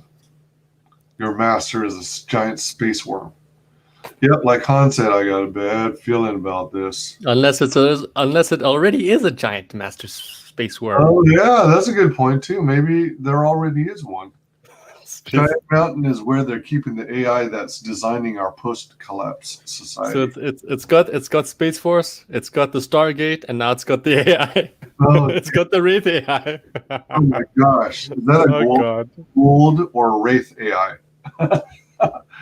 Oh, that's a good question. Oh man, sorry, I couldn't resist. Yeah, I'd like to actually start doing some watch-alongs on Stargate. I have the complete season saga of Stargate SG-1, and I also have Stargate Atlantis. I think SG-1 was like 20 seasons. 10 seasons. 10 seasons. Oh, was it But only 10? each season. Yeah, it was 10 seasons, but each season had like 20 episodes or something. Right. So yeah, it was good. The whole It was box. good. Yeah. And a whole lot of movies. So Yeah, it took some time to get into it for me, but eventually I really dug it. Like initially, it seemed like it was kind of slow and boring, yeah, but then because you're like, I guess it was around when they started getting a little more lighthearted and funny, where things. I think at the beginning, it's like you look at the symbiote and you're like, what the hell is this thing coming out of his stomach? And you're like, and then they like, they make it with the glowing eyes and then the gold and then, yeah. But then when they start getting into the lore, I think the problematic episodes, and sometimes I think the director wants to put it on purpose, is, you know, those ones they do the recap. So you're watching, and then they do a recap episode and you're like, dude, I already know this stuff. Why are you just recapping the whole thing? So other than that, yeah, you know, those filler. It seems like a filler, you know, but like once every, yeah. Actually, on Greg Levitra's, it was interesting. I actually saw it among the conservative right. I saw them starting to share the Space Force recruitment video that actually came out way back. So I'm not sure if it's fading or if it's just coming back. I think that's sometimes interesting, like how suddenly like you start having the mainstream pundits, mainstream on the right, suddenly like retweeting Space Force stuff that you did like ages ago. Yeah, I wasn't sure why they started doing it. Maybe they're recruiting. Who knows? Get into Space Force. Go to space. Yeah, go to the Stargate. We want you to join Space Force. Space Force. Yeah. Let's see. Space Force was the meme of the month, then kind of disappeared. What they describe on the WEC website is almost exactly like the Matrix. And do you think the Matrix movies were just predicting the future? The more you read of the 2030 vision, the more you think a very drunk Philip K. Dick wrote the story. The people in the smart city will work and socialize completely in VR under the watch of the AI. It's like at that point, what is the point? It's like, geez. They will not be allowed to leave the city to go out into nature. Stop giving away the plot. Hey, come on. I'm sorry. I'm leaking stuff. I'm sorry. no, it looks like prefaced it with spoiler alert. They will have to socially distance and wear masks in public permanently. Yeah, that's more or less the Biden presidency. Indefinite masks and social distancing. Hey, welcome Dylan Draws. Nature is nice, but overrated. Oh dear. Nature is essential. I agree with Greg. Essentials are overrated. Maybe the AI will turn on its creators and actually save us all. Well, that would be an interesting twist. That would make for a good movie, actually, unless it's already been done. AI takes over and does a great reset, and then the AI in the end somehow has a change of heart or something and saves everyone. Snick has been around for more than 10 years, lol. Oh my goodness. I've been out of it then. Hail Diller draws. Can't wait for your book. Looks top notch. I'm 47 years old. Well, at least you knew about it. I'm 48, and I wasn't aware that Snick was a meme version of Snake. Yeah. Oh, it's Daniel H.C. Young. I've never seen you before. Now you have. No, I think I saw Commie's comments before, but you hadn't gone that to the chat. But yeah, good to see you too, Mark.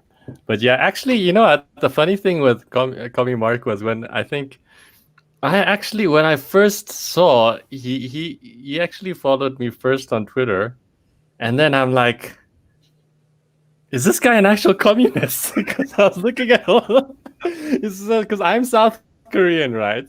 So I look at he suddenly like all the Kim Il Sung stuff. So I'm like, I was honestly thinking, what is this like? Is this guy really like spreading North Korean propaganda to me? I had no idea. Why is North Korea closely following your movements and your social? I was like, what is going on here? But anyway, so yes, the successful trolling of a South Korean worked perfectly. I've never seen you before. Well, knowing is half the battle. But yeah, I need to back. All right, Ced, short for Cedric. So you're an entertainer. Should have guessed, to be honest. I mean, you look like a Daniel H.C. Jung, if you know what I mean. Yeah. Everyone will know Ced's name before long. He's an awesome artist. Sweet. Life is overrated. Oh, dear. Ced is now a cyberfrog artist, by the way. What? Is that right? Holy cow. Good for you. Thanks for dropping the link for the Great Reset. That stuff is freaking scary stuff. Sorry, I meant WEF. It's hard to keep up with all the villains. Yeah, no doubt. I gotta duck out, everyone. Work calls. Thanks for joining us, Nefarious. Thanks for the stream, Wise. Great guests in chat. See you all next time. Take it easy. You're welcome to catch this on replay. Later, bro. Keep talking nonsense, WyzGyz, and your video will end up with a flat earth disclaimer in the description. Well, you know what? Someone told me recently on one of my streams that it got one of the Illuminati warnings, which is interesting. I think the Illuminati warnings on ComicsGate ones is coming up because this is just a theory. Just a big guess on my part. But there were, I guess, SJWs were, among other names, they were calling CG Illuminati or proposing that there is such a thing as a CG Illuminati who are like pulling all the strings in CG and are the ultimate masters. And I think that's why over time YouTube's stupid content flaggers are flagging CG streams as Illuminati. And I think I was watching a stream for Art T Bear, and his was flagged as such too. It's goofy. It's also kind of funny. Check out Hammer, a post-Ragnarok tale. Yeah, that one is an awesome looking book. And it's got all these great tiers where you can get like these big old statues of the characters in the book. Definitely check that out. Check out the affordable tiers. And for statues, it's a hell of a deal.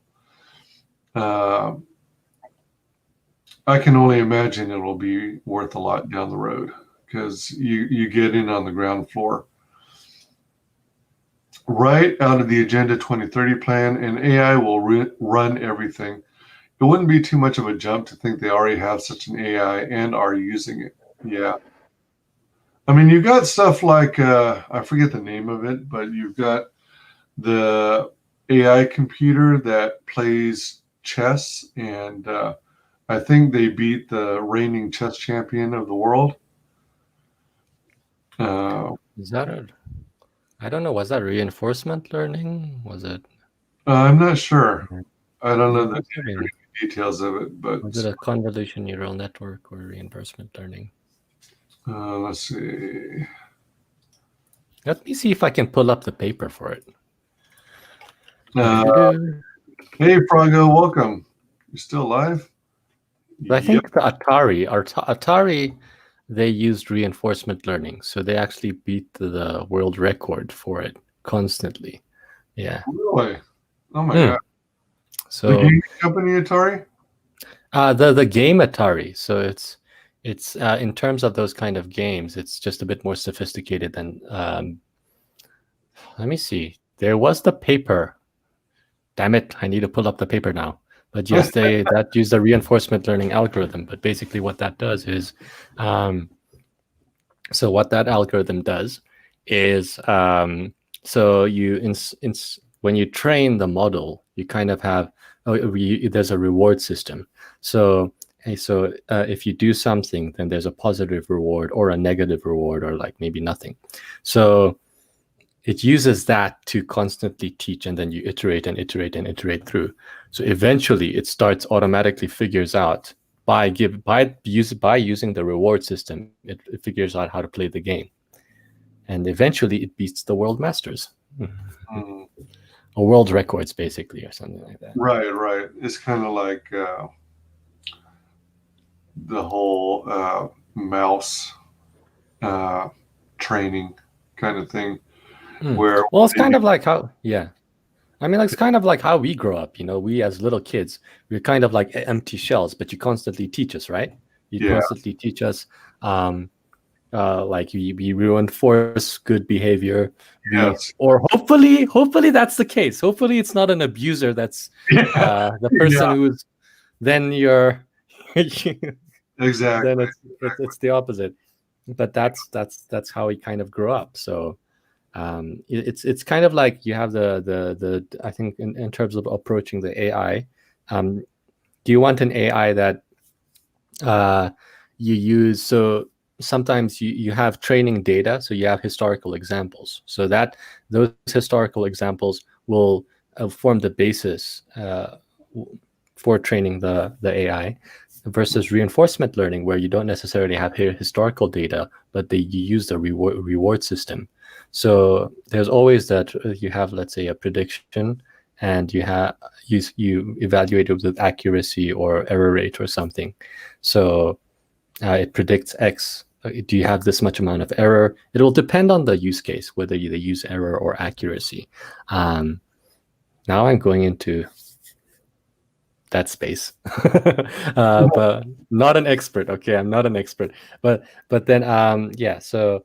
But reinforcement learning is a bit different, where you have a reward system. So the reward system teaches you without the historical data. It's a different approach. Anyway, for those who are interested, or for those who maybe know better than me, then you can critique the hell out of me. Greg says, yep, lots to talk about. You guys should go back this book, unless you want people to question your sexuality. Yeah, back the buckler, indeed. Hold on a minute. Let me double check something here. Where do you go? Goldfish to swim.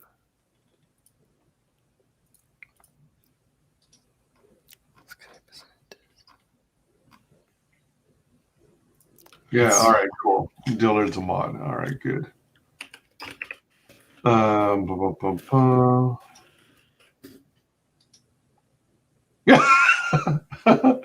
You dropped the link 3 times. Yeah, I saw that. The World Economic Forum. I spelled it out this time because I keep fucking up the abbreviation. Shared all of these things I detailed on their website. Yeah. Yeah. They're like really blatant. But, you know, like half the people out there at least aren't going to even bother to read it. I wonder if he's figured out if I'm a real frog or not. He's a real frog. He's a frog. He's a real frog. Legit frog. He's a frog ancestor. Everyone knows you're an actual frog. Duh. Froggo, I don't know why you go around confusing people. I used to be I used to be CG Illuminati, but then I found a job. Elbow cough, elbow cough, elbow cough. Yeah.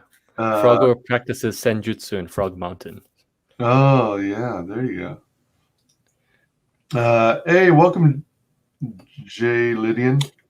Yeah, well, 4 hours. Yeah. It's gone on way, way, way longer than I ever anticipated, but we keep going on all these different topics. And sorry, WyzGyz. No, it's all good. It's really interesting, and my channel is known for going on frequent tangents. You can train a goldfish to swim upside down with small weights. Oh, I've heard about that. Oh man, that is insane. Man, that's craziness. And the small goldfish. It's also good. Like, eventually, it's gonna start shooting the human. Yo, do you lift? Do you lift? Look at me. Can you imagine a goldfish talking to you and saying something? Oh, dang. Oh, right. But then you have like those silly experiments. AFK. Exactly. If anyone wants to hop in the panel and I know and trust you, then click on the link and I'll add you. I can have up to 9 guests. Yeah. So we're on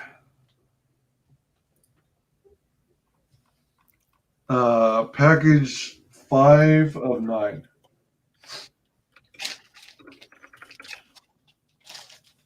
So it came in Australia Post, Standard International Post, 6+ business days. So I actually might have gotten this a long time ago and not realized it.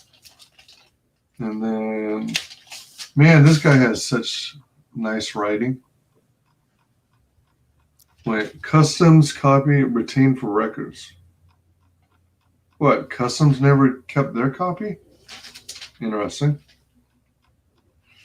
All right.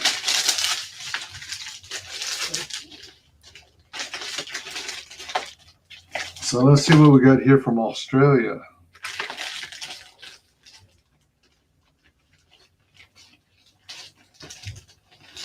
Australian for comics. What the hell?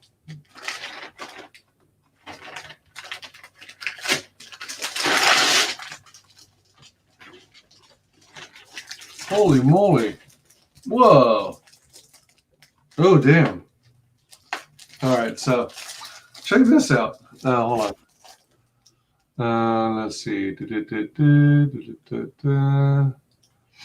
It's going back to reward systems by creating a baseline of normalcy. So when you remove the weights, they feel right side up is wrong, so stay upside down. Yep, exactly.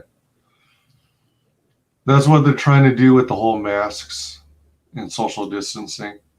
Pavlovian, yep. They do the same to humans. Indeed, indeed.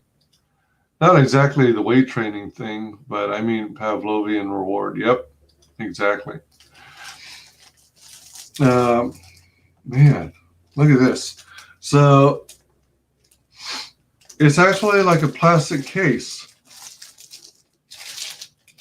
in a plastic bag. But unfortunately, despite all efforts, it got this big old crack in it.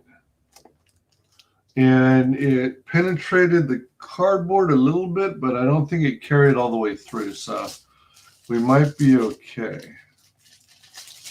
So let's see. This has an outer bag. What end do I open? I don't know. Oh, okay. All right. So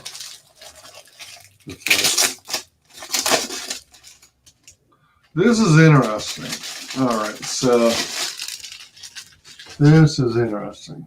Wow. What a trippy idea. I just wish it had more protection. But they got a whole case? That's awesome. It's got a That's clip. dope. It is. It's very dope.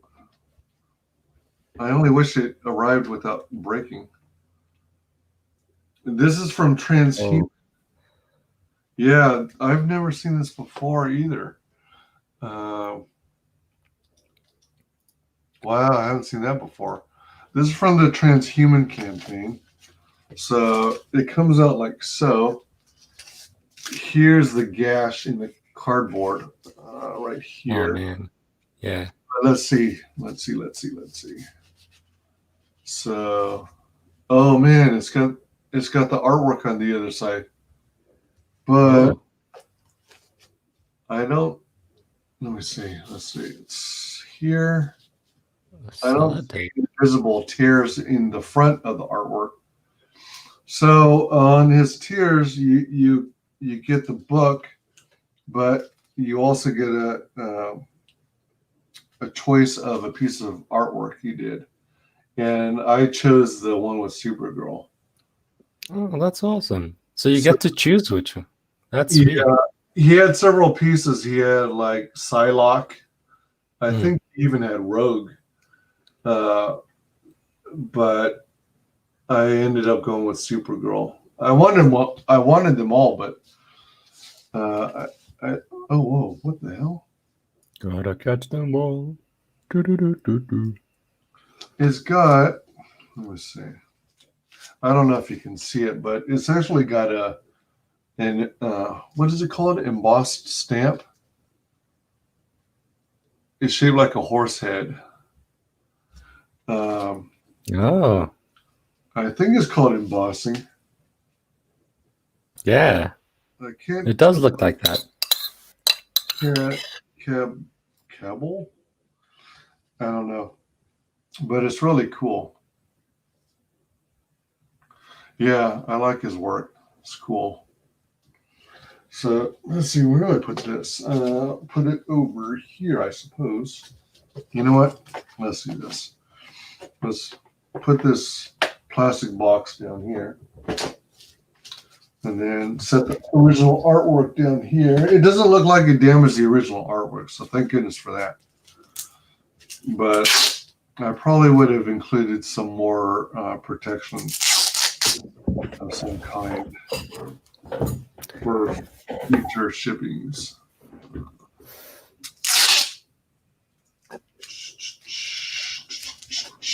Yes, I thought I.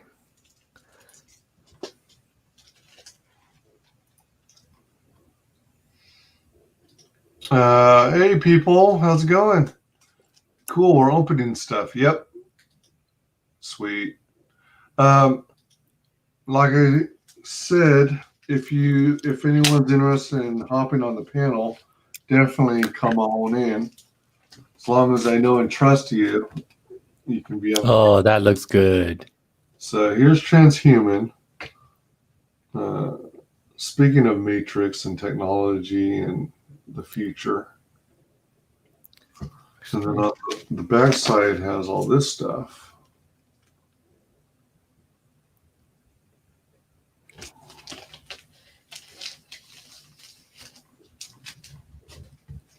All right. Wow. This looks cool. All right, so this is the first book. It's by Stephen Koch, K-O-K, to be clear.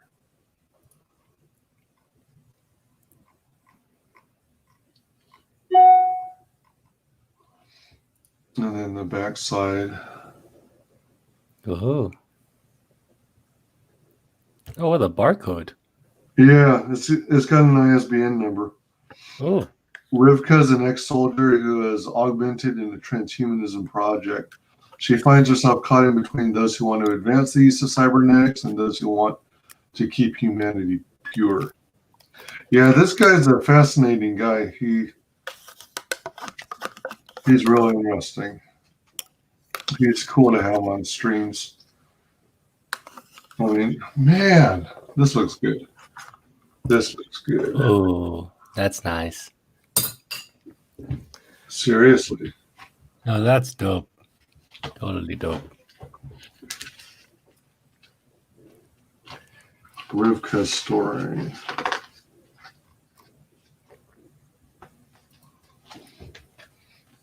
Yeah, real cool stuff. Have we shared? Sorry, Lem. Have we shared Mark's Krishna yet? His what? His Krishna kid. Someone else in chat dropped the link to it. Oh, I see. I see. I haven't had the honor of Mark's presence on my channel to advertise, promote it. Yeah. I think I didn't read. Let me just post the link. I think it is because I'm not good enough anymore, and he's like a superstar now. Ever since Kim Il Sung in Best Korea came out. Best Korea. Yeah. Seriously.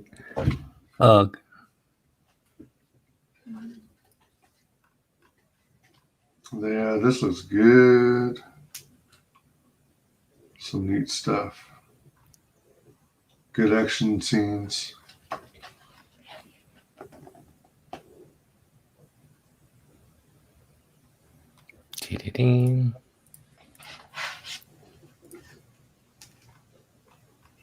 Ooh, a section for storyboard and designs, character designs. This stuff is fun. I like all this extra stuff. And then a volume 2 sneak peek. And then we got a second book, Transhuman Rivka's story.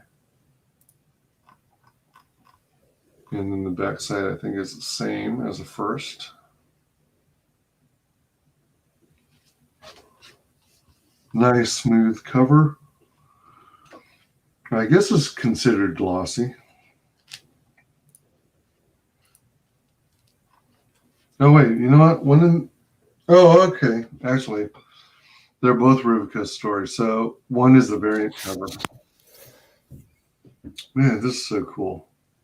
Vaughn Randall.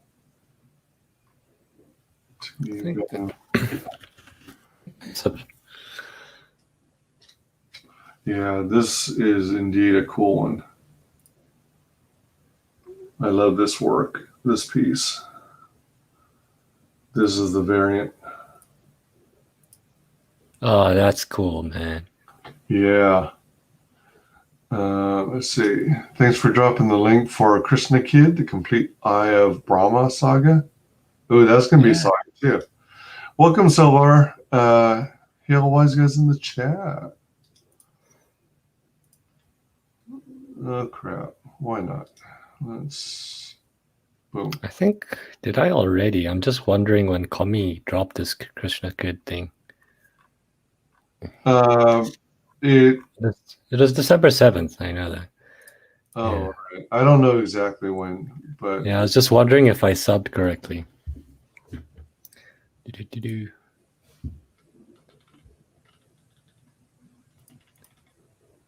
Hail Silver. Silver Auger. let's see. Dun-dun-dun-dun-dun. Dun-dun-dun-dun-dun. Yeah, so there's the book and the variant. And then we got this these prints created by Stephen Koch, artwork by David Jackson, limited edition print of 250. Ooh. I wish it would list somewhere on here what number it is instead of just putting the total count. It's called Laser Eye. We got Chibi. Chibi with Robo Eye. Yep. Oh, this one's hot. This one's hot. It's like, yes, there's a cheapy version, and then it's like, yes. That's what I'm talking about. And then this piece, which is cool. Oh yeah, it is a cybernetic eye, I'm guessing. Yeah. I like that circuit board in the background. And then we got a couple trading cards. Need a hand.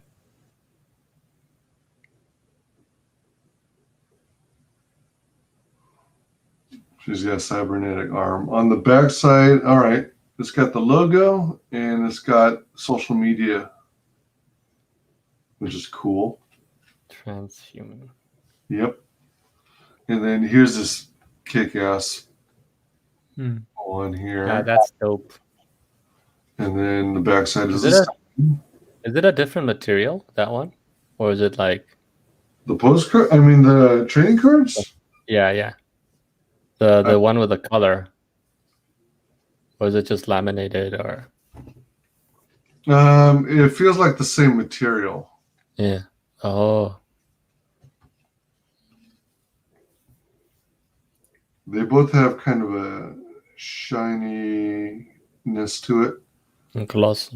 I don't know if it's considered gloss or, Yeah. but pretty sweet. That's transhuman. And then let's see here. What do we have here?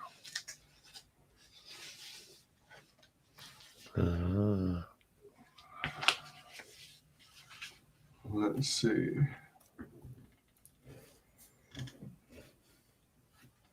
Selvar says, I saw you were up at lunch, but I just got home from work and you're still going. Yeah. As I mentioned earlier, it is one of those things where, we just got on one topic after the next, and it was really interesting. So we just rolled with it. Yeah, I'm sorry. No, you're good. I tend to go off on tangents and stuff anyway. And especially when we start covering topics I am not well versed in, the stuff fascinates me. So I like to listen in. All right. So on this one, hopefully it didn't damage anything else, but there's a tear right here. Hopefully it's minimal and that I didn't lose anything in shipping. Oh. Okay, so this came by airmail par avion. It looks like the Queen's logo. I have a customs declaration. Please do not bend. Oh, this is from Ross, from the UK. Ross Banfield. Well, this is interesting. It's like it's brown paper taped over a cardboard backing. Shoot, I'm not trying to dox.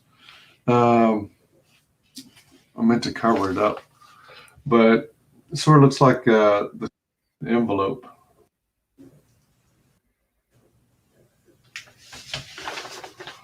So let's see what's in here, shall we?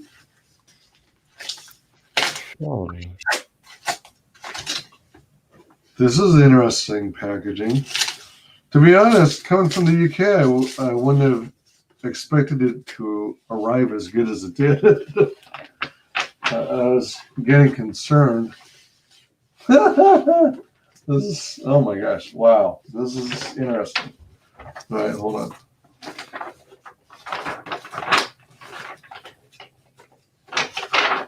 All right, so it looks like the rest of it is empty. It's literally just this brown paper taped around this cardboard piece. And I found a couple more nicks in the edging of the packaging.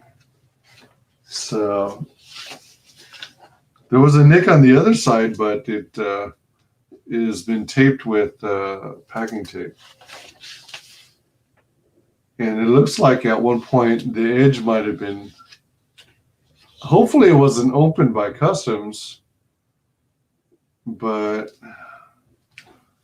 it's been taped over by with strange. It's like the bottom of the package.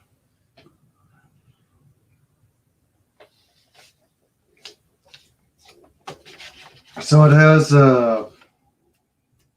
packing tape sealing the end. So it seems like, man, I sure hope that customs didn't open this. All right, so you remember the last package I got, how it was wrapped? Well, look at this. Ah, Christmas themed. Hey. Yeah, it was wrapped as well. Is it also dinosaurs or is it something else? It's also dinosaurs. It's dinosaurs, presents, and Christmas tree. It's got, oh, wow. Look at this cute little card Oh, that's nice. with a little polar bear who's dressed in clothing. To Wyman, thanks for backing Chateau Obsidian, Ross. As you can see, oh my gosh, look at this. Look at the paper. The comic was placed loosely in here, I guess. And during shipping, it ripped the whole side of this open.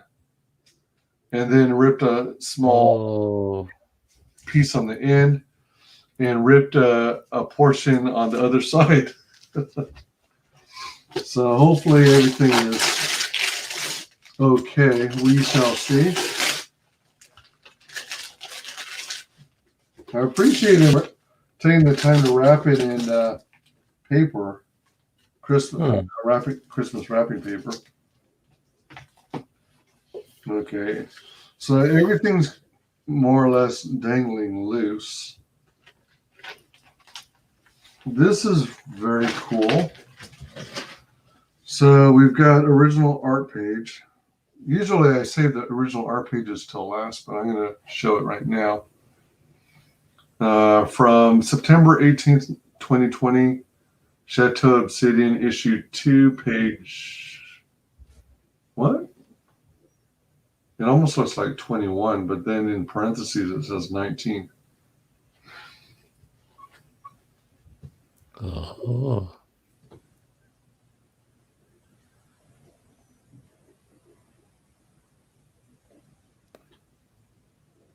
Ooh. Look at all that detail. Yeah. There's line work.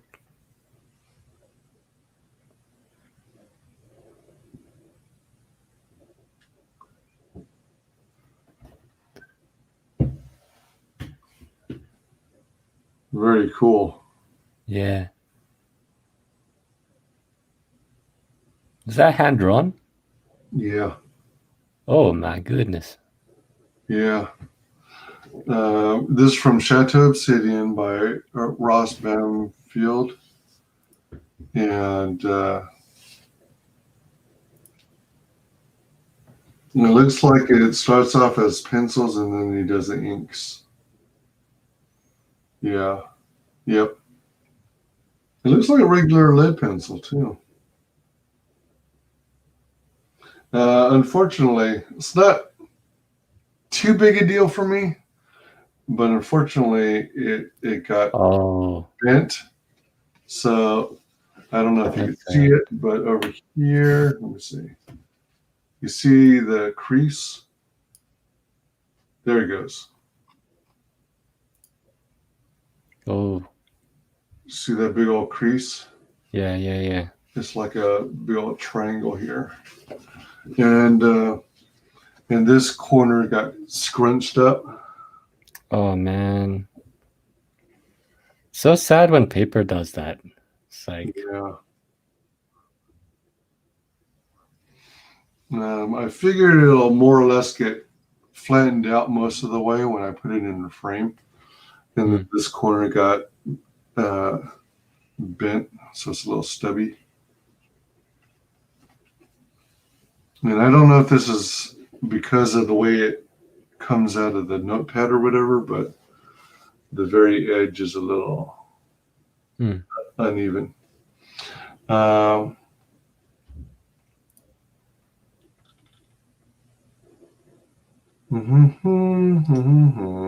just noticed you wrenched me. Yep. Thanks. Hey, welcome, Michael T. Hey, all. How's everyone's week starting off? That's why they made the Gemini Mailer. It keeps stuff secure. Yep. Hail. Sweet. Cool. You can just iron that out, I reckon, between heavy books. Yep. Very cool. Very, very cool. Hold up. I'll be right back. All right. So if anyone's interested in joining the panel, just just click on the link I've provided throughout the stream. Let's see. And if I know and trust you, I'll add you in. Let's see here. So, Chateau Obsidian is, where did it go? Okay. Oh, it's over there. So, for those of you, some of you were here earlier and saw that I got as part of the tier this Money World character based off the character in Chateau Obsidian. As I understand it, it's one of a kind. It's a money doll. And that's for this campaign. Oh, so there was a plastic flap.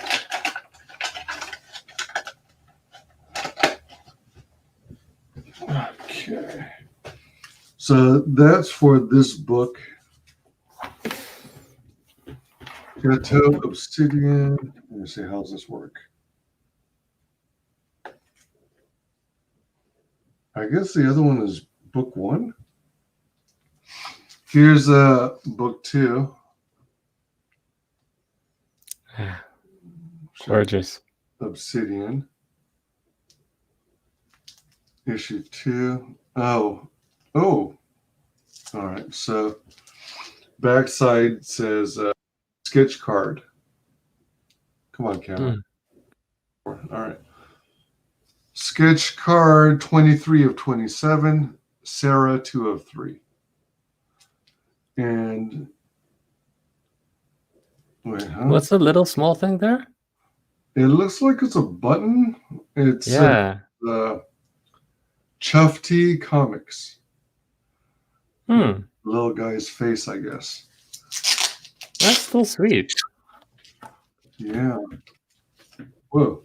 All right, so they're different pieces. Whoa. All right. So this is the sketch card.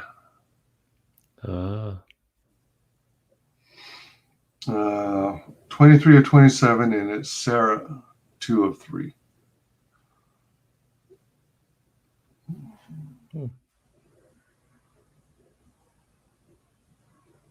And then Chufty Comics. Oh, wow. Dang. Warning Sharp Point. Made in the UK. So in the UK, these are called badges. In the US, they're called buttons or pins. Yeah, that's awesome. And then, interesting how they differ in design. Oh, has it got engraving behind it? Well, it's not engraving; it's the raised lettering. And it reads "Warning: Sharp Point." Oh, I see. Nothing special. Made in the UK. Yeah. And it's got like a beveled edge. I don't know if you can see it on camera, but it's got a beveled edge. And then let's see here. Let's see. Hail. I joined I'd join, but it's my birthday and just gonna chill. Okay. Happy birthday, people. Happy birthday! Happy birthday. Happy birthday. Happy birthday to you. Greg says, I'd love to jump on the panel sometime soon if you'd have me. Can't at the moment, though. I'm busy on and off. Hey, that's cool. We'd love to have you on. Really, happy birthday, People Circus. Happy birthday, People Circus. Noisemaker. Circus, happy birthday. Cheers, guys. Are you drinking, blazing, or both? Oh, goodness. A little column A, a little B. Lol. Fabulous indeed. Happy birthday indeed. Wow. God bless you for the bread. Indeed. So this is a glossy, slick cover. It's stapled. So it's a floppy. And here's the logo that's on the little button or badge. Chufty Comics. It's a little guy's face. Good for you. Good for you. Facebook.com/Chufty Comics. Wow.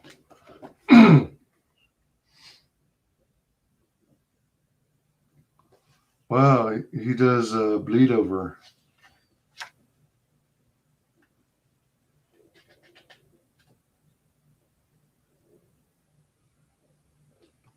Wow. Look at this. Good interiors.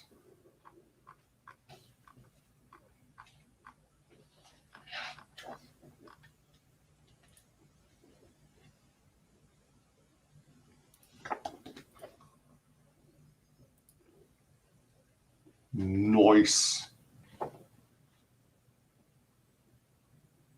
Wow. Oh no. I'm just checking Best Korea it's closed. Yeah. Yeah. You missed out, man. No, I did. So sad. Yeah, Best Korea. I got in on it late, but I backed it multiple times. Once I found out about it. It's a trip. And you get like an Ashcan, then you get this other book that's like a special side story, and then I saw the head doll, not that. What do you call it? The face. You can the one where you fold it. Yeah, the head. You did it earlier. You said it earlier. Oh, that was for Lost Pages. Yeah. He had one as well. Yeah, you're talking about the blockheads. Yeah, give me some blockhead. yeah, that one's good. Oh well. Yeah, that one's definitely funny. Oh and, yeah. Nice interiors. Yep. Excuse me. Let's see. And then on one of the tiers I backed, excuse me, I got a Korean flag, full-size Korean flag. Oh, full size. Yeah. I also got a piece of Korean currency. I guess it's the won. Yeah. Was it a South Korean flag or North Korean flag? To be honest, I think it's North, but okay. I don't remember. Yeah, you know what? I might have maybe got in trouble if I got it there. Check out my P.O. Box opening stream. I don't remember when it was, but it's probably number 19 or 20. Yeah. Let me see. Nice interiors. But I gotta find dinner. Have a great evening, everyone. Take it easy, Silvar. Cheers. Cheers, Silver. Have a good one.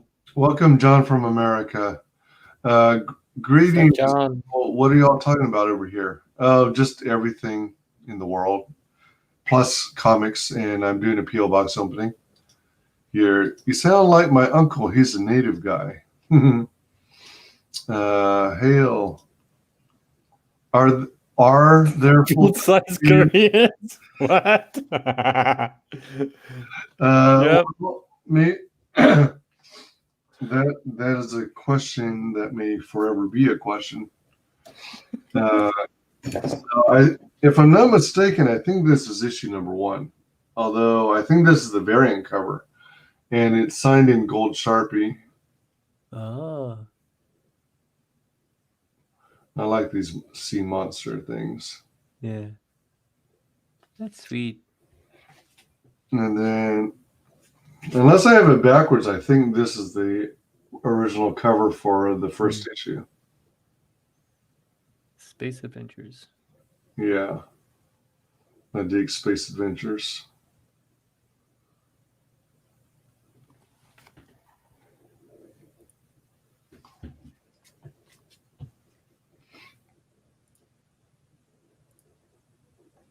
Oh, yeah, it is issue 1. Duh. Oh, you know what? Oh, sorry. This was actually the variant cover for issue 2. It says issue 2 right down there. If I would just read. So issue 1. Let's pop this open.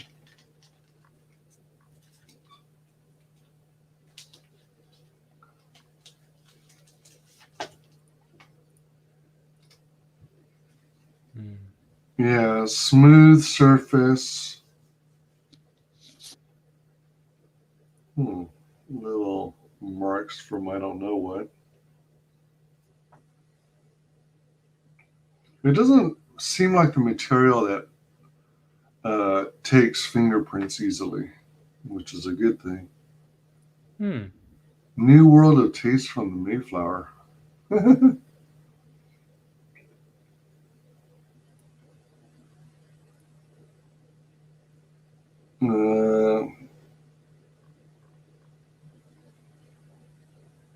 There's an ad for this wine called Pilgrim's Flight from Noble Vineyards. New world of tastes.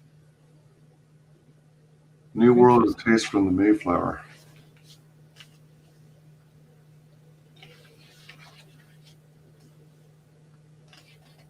That might be a spoiler alert, so I'll skip it. There's some interiors. Whoa. Now, stuff like this takes a lot of work and patience. Oh, goodness. I'm starting to get reminded of the Hitchhiker's Guide to the Galaxy. Yeah. When I was reading that book. Man. When I first saw this, I was thinking immediately Matrix. Ah. You know, humans being used as batteries. Oh. Wow, this is hot. So hot. Yeah.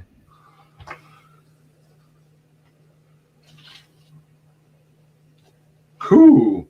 All right. Nice. Oh, wow. This is pretty trippy. Space ships. That perspective is sweet. Yeah, that's nice. I like the execution of it. Yeah, yeah. All right, so there's that.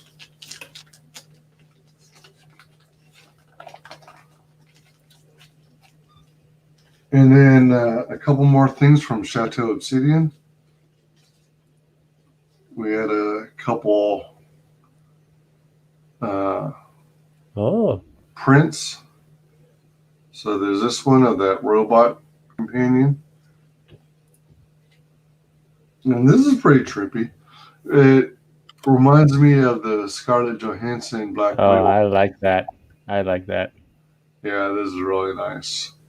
Maybe it's an homage to it. And look at the colors.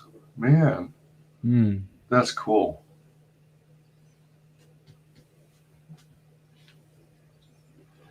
It's like, I'm a Barbie girl in a VR world. All right, let's see here. So,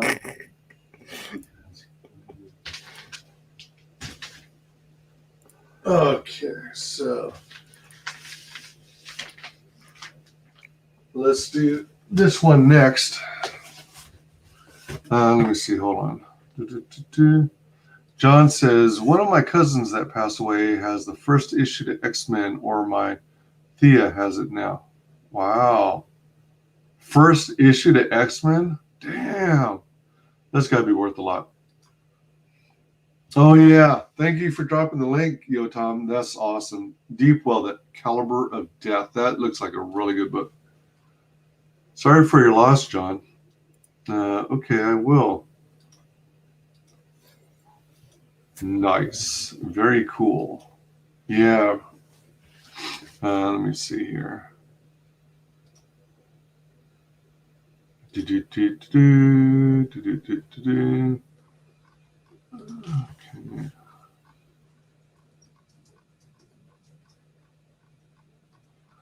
Okay.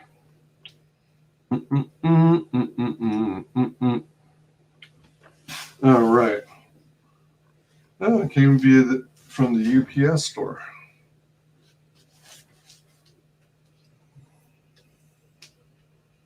Oh, that's big.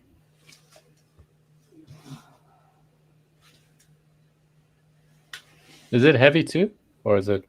No, it's very, very light. No need to be sorry. This world is not what we think it is. There's so much more waiting for us. Yeah, good way to look at it.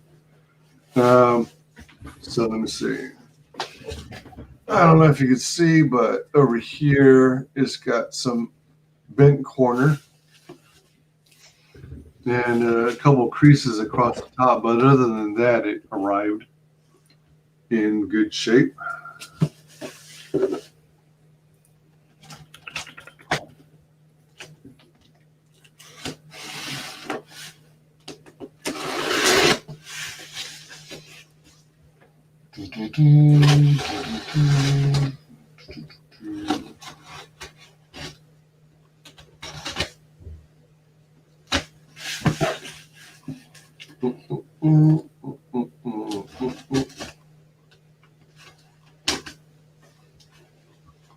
So I think this is enough to remove it, to open it up. Oh, interesting.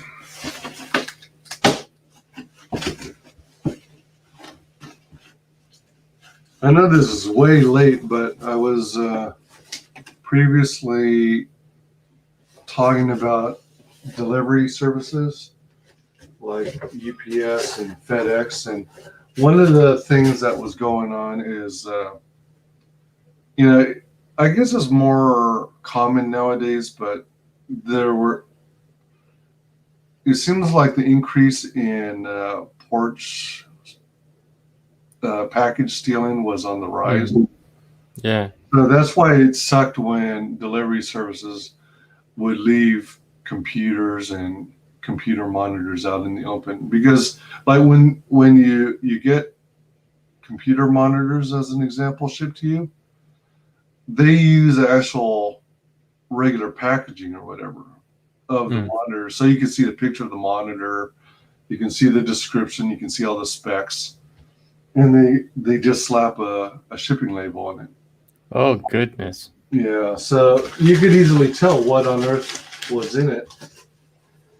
So as far as I was concerned, it made it more susceptible to theft, because Exactly. they already knew what they were stealing.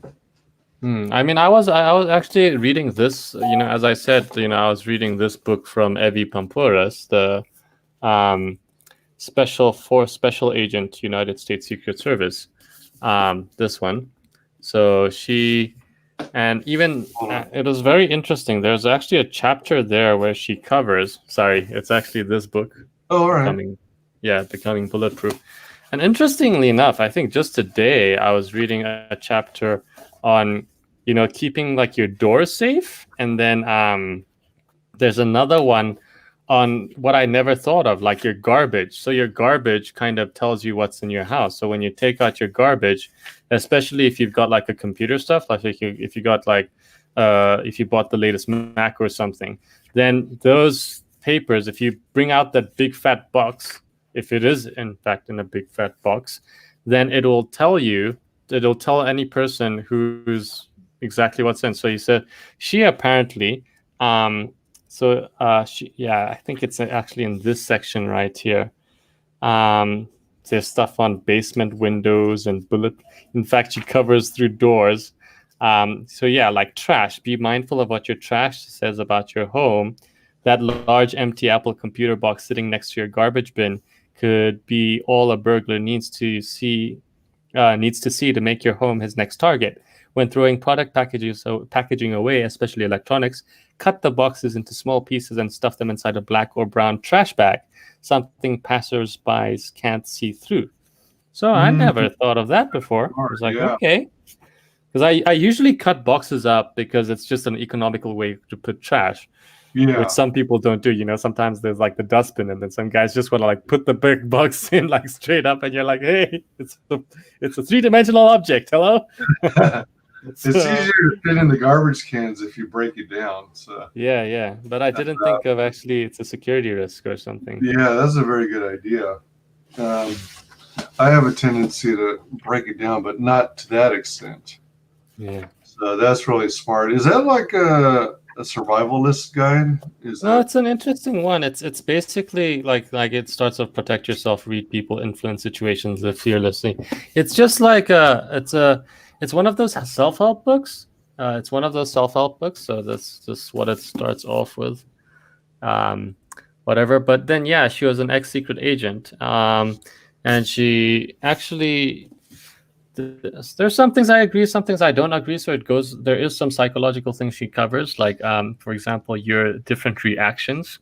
So if there's like your different types of responses, your fear response, your flight response, your fight response, and then how they diagnose that, and then your three, how you have your automatic. So when you're in an emergency situation, usually, so if something surprises you, I think your default reaction is maybe your 3NF response or something. 3NF. I'm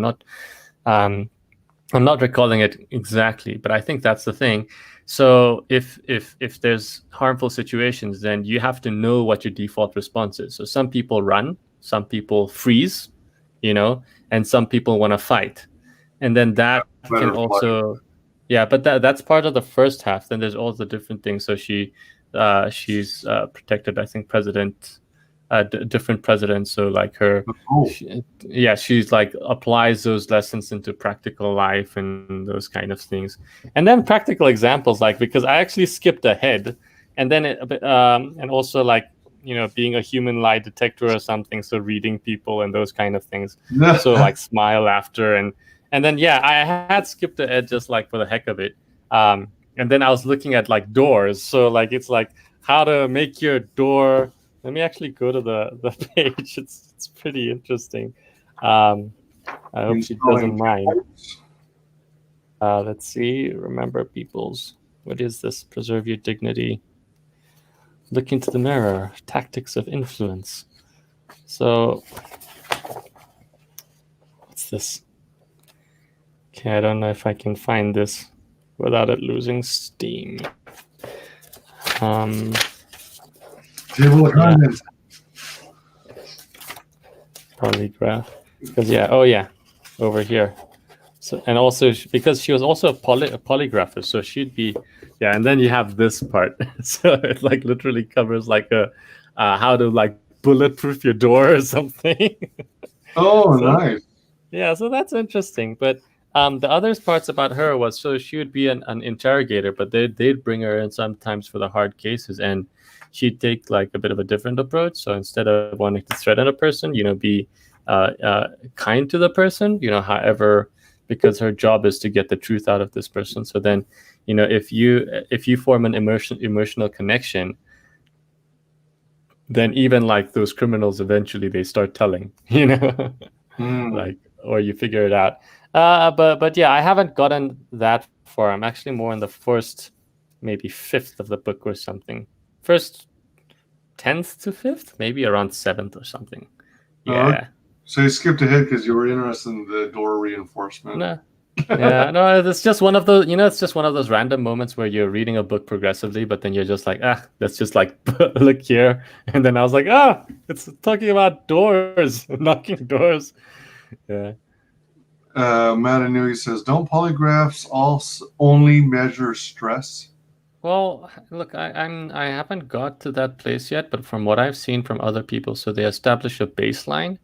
So you have your baseline reactions, and they measure that, because the thing is everybody's different. So then like they'll ask you the moot question, like maybe, I don't know if you'd call it mootness questions, but like questions that are insubstantial about you, because then you can easily tell the truth. So they form a baseline for they form the baseline of how you react in normal, and then they start. So they first establish that, just asking general whatever questions, and then they start asking the hard questions. Then they can see if you're lying or not. I think even Robert Barnes was talking about that when it comes to, I think he did with Viva Frey, Robert Barnes, and there's they brought in a human behavioral expert. So that was, who is that? I think Eric Huntley and somebody.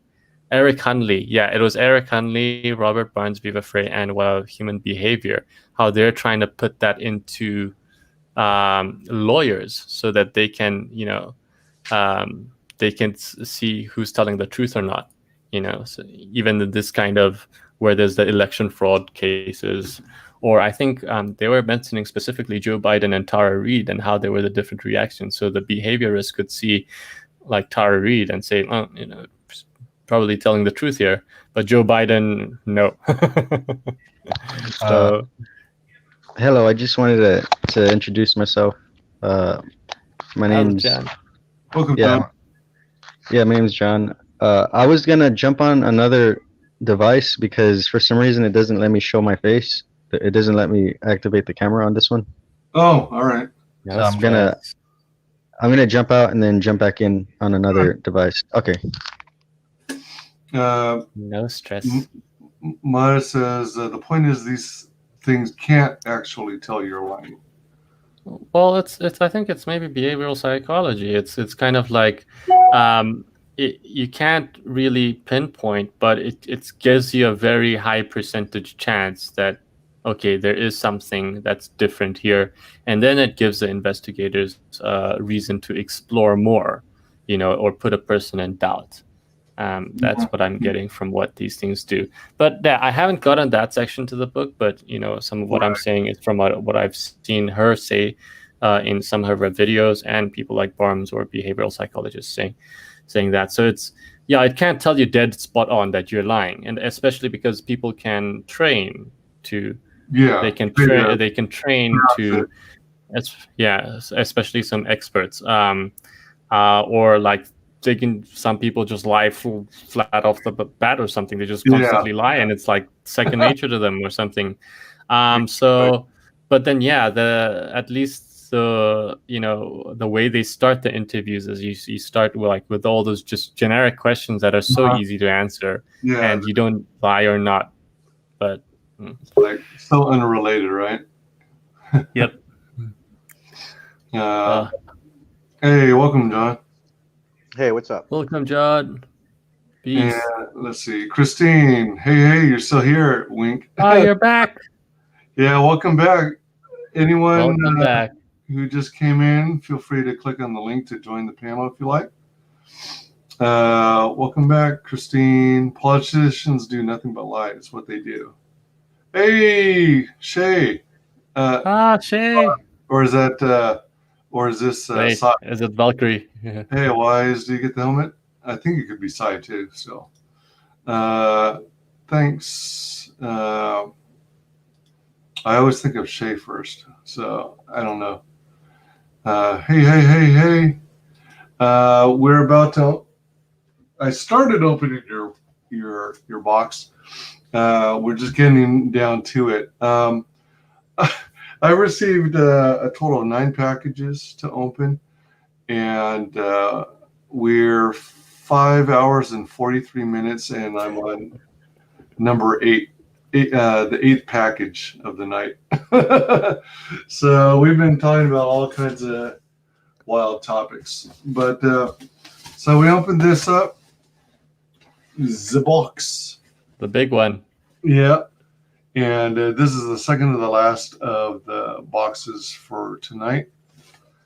And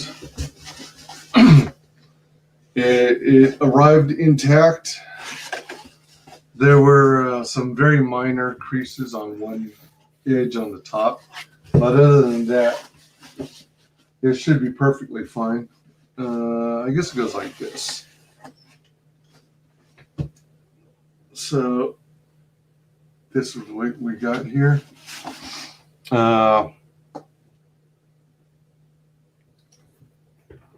okay. This is Shay. Lol. Size do know. Oh, Okay. yeah. Good to have you, It's Shay. okay. I like you better anyway. Don't tell Sai that. Christine says, lol, only 5 hours? Yeah. I mean, it's nothing compared to my Christmas stream that ran 16 plus hours. Oh yeah, I remember going to sleep and then like doing other stuff and then coming back and you're still on. Yeah. Like what? Yeah, 16 hours. That was crazy. And then YouTube cuts you off. I guess it's YouTube. It's YouTube. They cut you off at 12 hours. So I lost the last several hours on the YouTube one. So I'm thinking about, now that I've downloaded the full 16 plus hour one, I'm thinking about breaking it up in 2 and then uploading them as separate videos.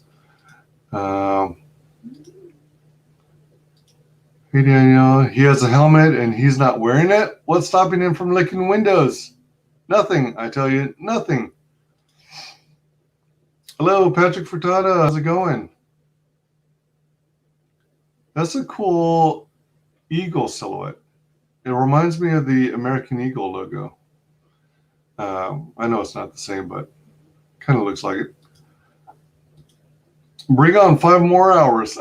I don't think I have it in me. I don't think I have it in me tonight to do another 5. Hail, Patrick Furtado. Hey there.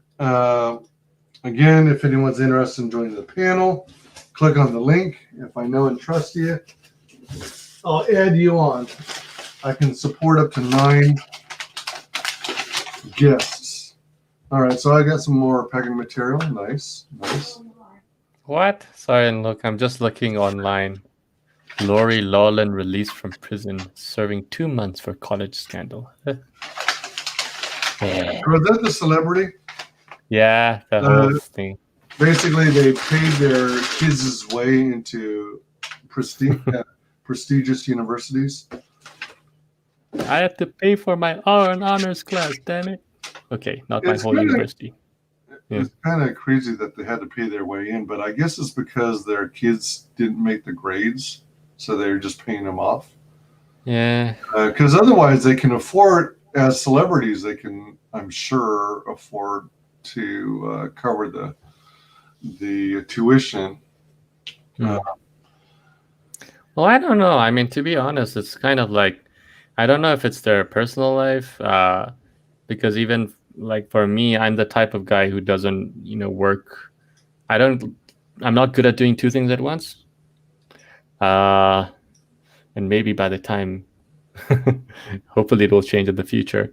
So then, trying to work and study, it's difficult. So I don't know if maybe these celebrity kids, because they're busy with their whole life, so they don't get to study as hard, or they're busy. They're busy with other things. Maybe. Let's see. Because I know one friend of mine, in fact, he was so focused on his business, and then he'd always ask me for help. I'm like, hey, focus on your work. But he actually did well with his business, so there's always a cost benefit. Yeah. I was wondering, where are you? If you don't mind me asking it, because it's dark. It's pretty light out where I'm at right now. Oh, I'm in Ohio. USA. Huh. That's weird. Johannesburg, South Africa.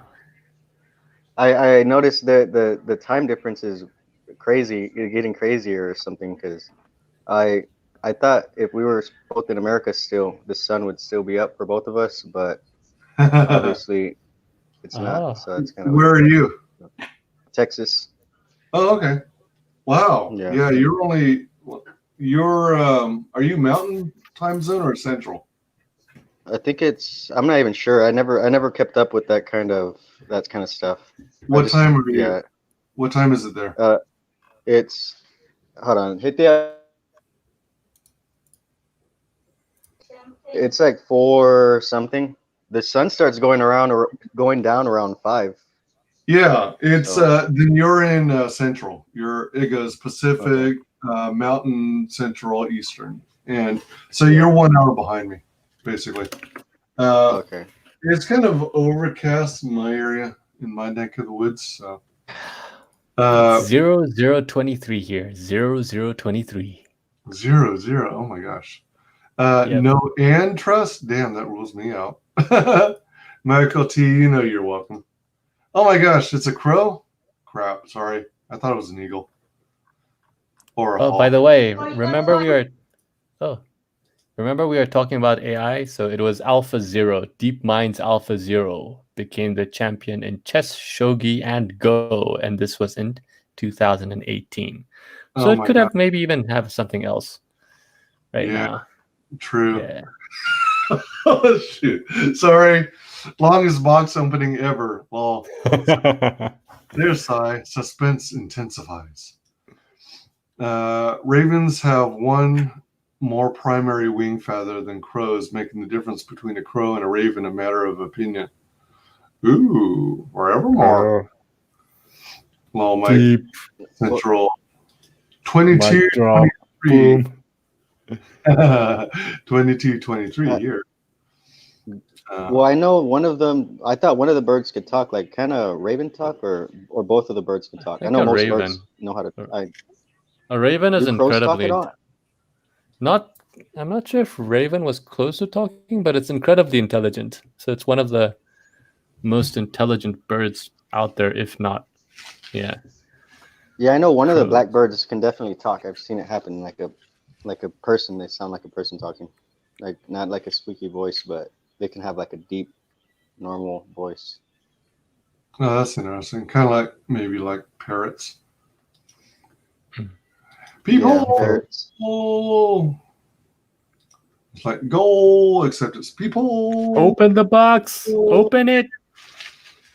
Brr, brr, brr, brr, brr, brr. Dee-dee-dee. Do-do-do-do-do-do. Minor birds are black, aren't they? We got this awesome packing material. Let's see. What's a good way to open it? Let's try this slide.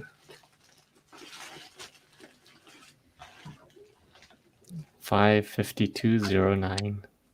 6 hours, not 5 hours. 6 hours.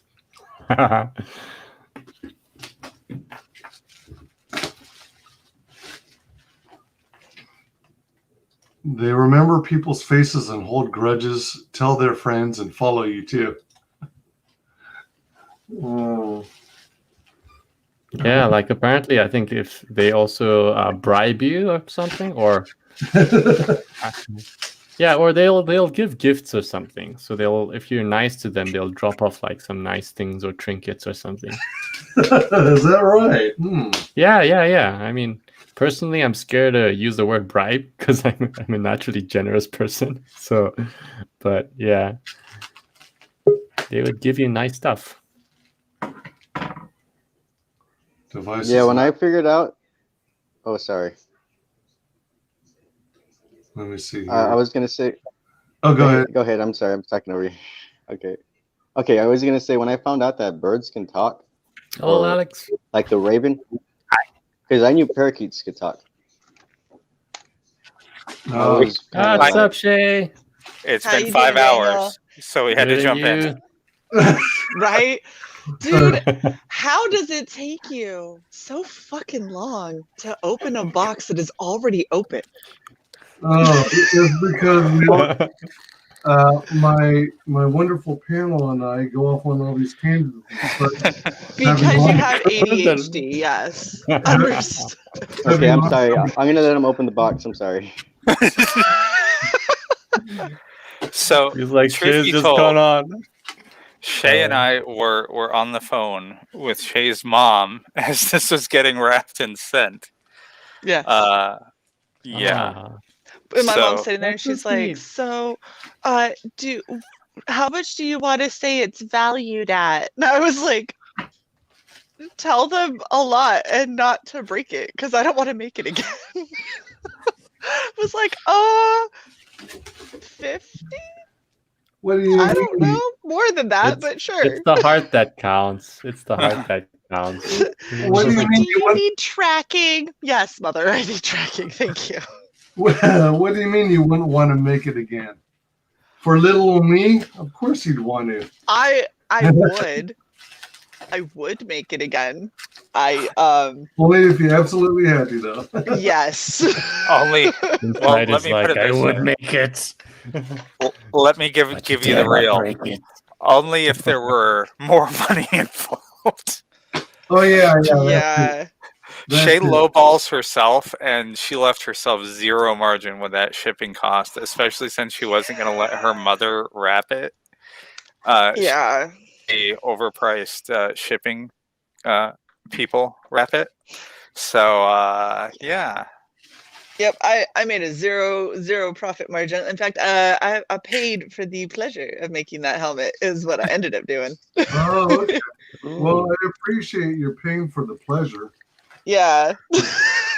Please, So you better slap a red Valkyrie sticker on the forehead of that helmet and display it proudly on all your 12-hour cleaning streams. That's all we're saying. wow. Oh, Yeah, that was a fun one to make, especially because I was at the entirety of that build was at my mom's house. So it was while I was on vacation, Whoa. hanging out with my mom, Damn. and she had no idea how any of this worked. So Huzzah. I'm yeah. Well, yeah, that looks pretty cool. Like a drum roll. It's not terrible. It's pretty nice. Can you imagine? you. Like, oh god. What is that helmet from? What is it from? It's from Only Death Can Save Us. Wear it. It's Wear it. it's Wear an indie it. comic. Oh my gosh. If it fits your head, Why I will is be this? impressed. Your head is so much fatter than Shay's head, and I think that's based off a little kid's plastic helmet. So let's see. Let's see if it works. Let's see here. Only two. I'm so concerned. Right? Yeah, if the modeling clay cracks, there's no warranty on that. That's all I'm saying. What? It's But look. I was told 90-day warranty. Oh, sweetie. Oh, Plus, hell no. I got the extension at Best Buy. Oh, Well, there you nope. go. We don't honor that shit, really. What is it? Square trade or whatever the fuck that is? Yeah, exactly. I got the Uh, trade extension. It's Right. modeling foam, so it should somewhat expand. I'm just gonna go ahead and say, if the base of the helmet doesn't fit you, I can't help you there because that's rigid plastic. Well, I guess I could get surgery done to reshape my head. You know, you That need to sounds necessary. slimline a little bit. Just There you sleek. go. I got to lose some weight, basically, is what comes down to. Oops, I guess I've been wrong this whole time. Oh, well, ravens are cool, too. Sounds like every cat I've met. WyzGyz, wear it already. I know. Let him open the box, Jay. Jeez. Yeah. Oh, wow, that's a helmet. That's cool. Oh, thanks, guys. Yeah, I'm hoping in this was more than an option, this is 2021 a to do fitting, more of isn't it? these.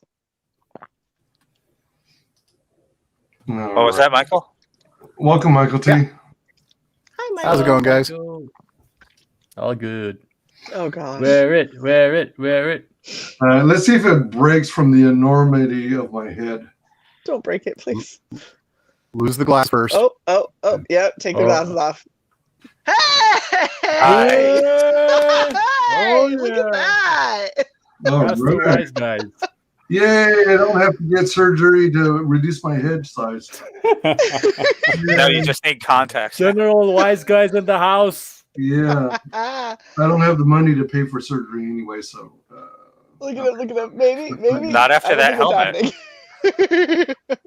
Oh my god! You know, I can actually imagine him now in like those ancient Chinese warrior suits with that helmet. Did I not sign it, Wise? Oh yeah. That's I was what I thinking was looking for. Extra. I've gotten a signature. Oh It's no! not- Oh no! You're no. not gonna get it over those glasses. Oh my god. That my means God. this is not a Shea original. It's a knockoff. That is every bit of Oh, Shay yes. original. Shay just didn't have everything that I usually have when I'm building Now you stuff. have 21st century General WyzGyz with the glasses.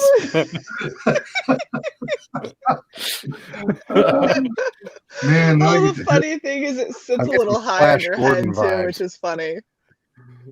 So like how on- far did it come down on you? So on Oh, me, that red diamond sat right at the bridge of my nose. Like, Oh, really? yeah. My lord, the enemy is besieging the castle. There you go. wait, are we calling him Ming the Merciless? Is that what we're doing? A little bit, I think. Yeah. Unleash the bullworms. You know, you really look like Max von Sydow, I gotta say. Yeah, I'm seeing it. I see I it. feel yeah. like I'm Great gonna Lord have WyzGyz. I'm gonna have to start like every time I make something, I'm gonna have to ask Wise if he wants me to duplicate it for him. Yeah, Because Oh, yeah. I think there's only one other person who's ever got in on my cosplay tiers, and that was because WyzGyz was at work. yeah, I mean, darn work. How dare you get I in mean, between me and bidding on a. but that helmet went to a girl that shared the name. Like I it know. was too perfect. That Her was name was crazy. Patty. I mean, what are the odds that there's going to be a girl named Hattie? Yeah, That was I didn't epic. think. I was really happy for her. and that thing is huge on her, and it's hilarious. Yeah, I know. Grumble, grumble. A small 7-year-old. All right, I'll fight you for it. No, just kidding. How the Oh, hell God. are you single, man? Yeah, I mean, I'm gonna have to now. I have to bring this to For the Fans Fest and hunt down Shay and get her signature on this. Great General WyzGyz. Anything less is not a Shay original. This could be a knockoff for what the average nobody would. Yeah, you need to make him a sword. Yeah. Oh God. Oh yes. Yeah. I need to get good at modular builds because this shipping these things put together like this in a way that they won't break is killing me shipping cost wise. Oh, I bet it is. Yeah. Yeah. I can't help but wonder if you get in a little cheaper if you would have used USPS instead of UPS. I know UPS will package it for you. But it might possibly be cheaper via USPS. I'm not sure. So it could be. It also is probably going to be treated a lot harsher, which means that if I had it, if I didn't make it at my mother's house and did not want to, because my option was I could wear it on the plane. I summon the dragon.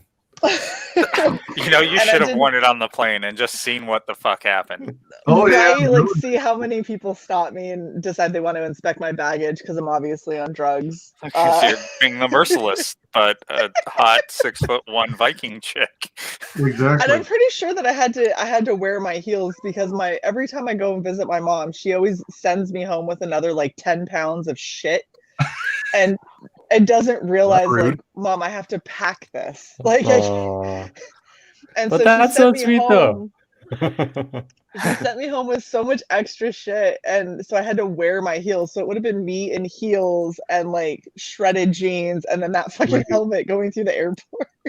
And see, the 10 pounds of extra stuff is fine if she hadn't just spent 2 weeks with me, and we already loaded up her suitcase to the point of a decimal point on the digital scale we got to weigh her luggage. So she was exactly at weight capacity. And then she goes to her mom's, and her mom's like, "Let's go shopping." What about this? Get this. Oh, you should totally have this. I've been saving this for you. And I'm like, Mom. She goes, well, it's too expensive to ship. And I was like, it's like $70 if I'm over on weight by 5 pounds. And Yeah. she's like, I don't think it costs $70 to ship. I was like, would you like to take this stuff back? How much freaking luggage did you bring? One suitcase or two? I brought, so when I went to go meet Sai, I brought a suitcase for Sai of all of the shit that I had to get back to Sai, and then my suitcase, and then while we were there, bought a carry-on. Oh. And then had my personal bag, which was another backpack. But the thing is like, when you start packing all of that shit together, and then I was gone for a month, so I like had to pack for a month.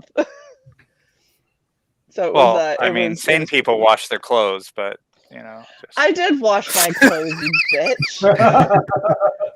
Look, if you're a chick, all right, and it's like we might go someplace nice. I might decide that I want to work out.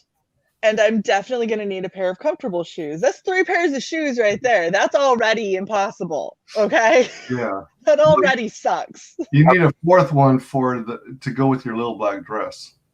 She was with me, so there was no chance we were going someplace nice.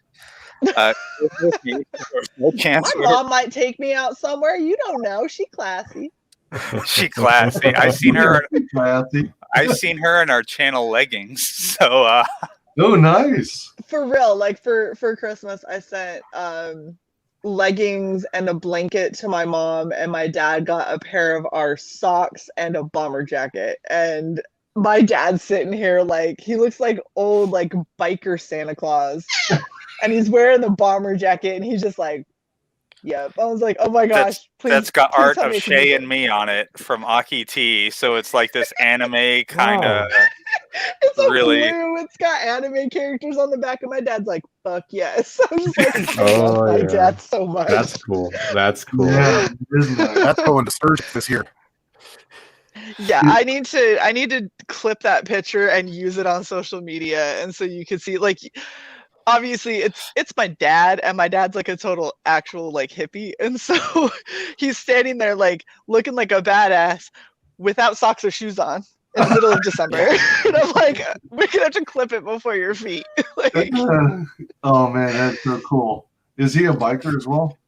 He used to be. He had surgery on both of his wrists, and so he can't ride anymore. Yeah. And it fucking killed him. But yeah, my dad's like tatted up and everything. He's got a giant dragon. I think it's actually on his right arm, a huge dragon, and then he's got a band, and he's got like a tattoo going up his arm and everything like that. And a whole sleeve.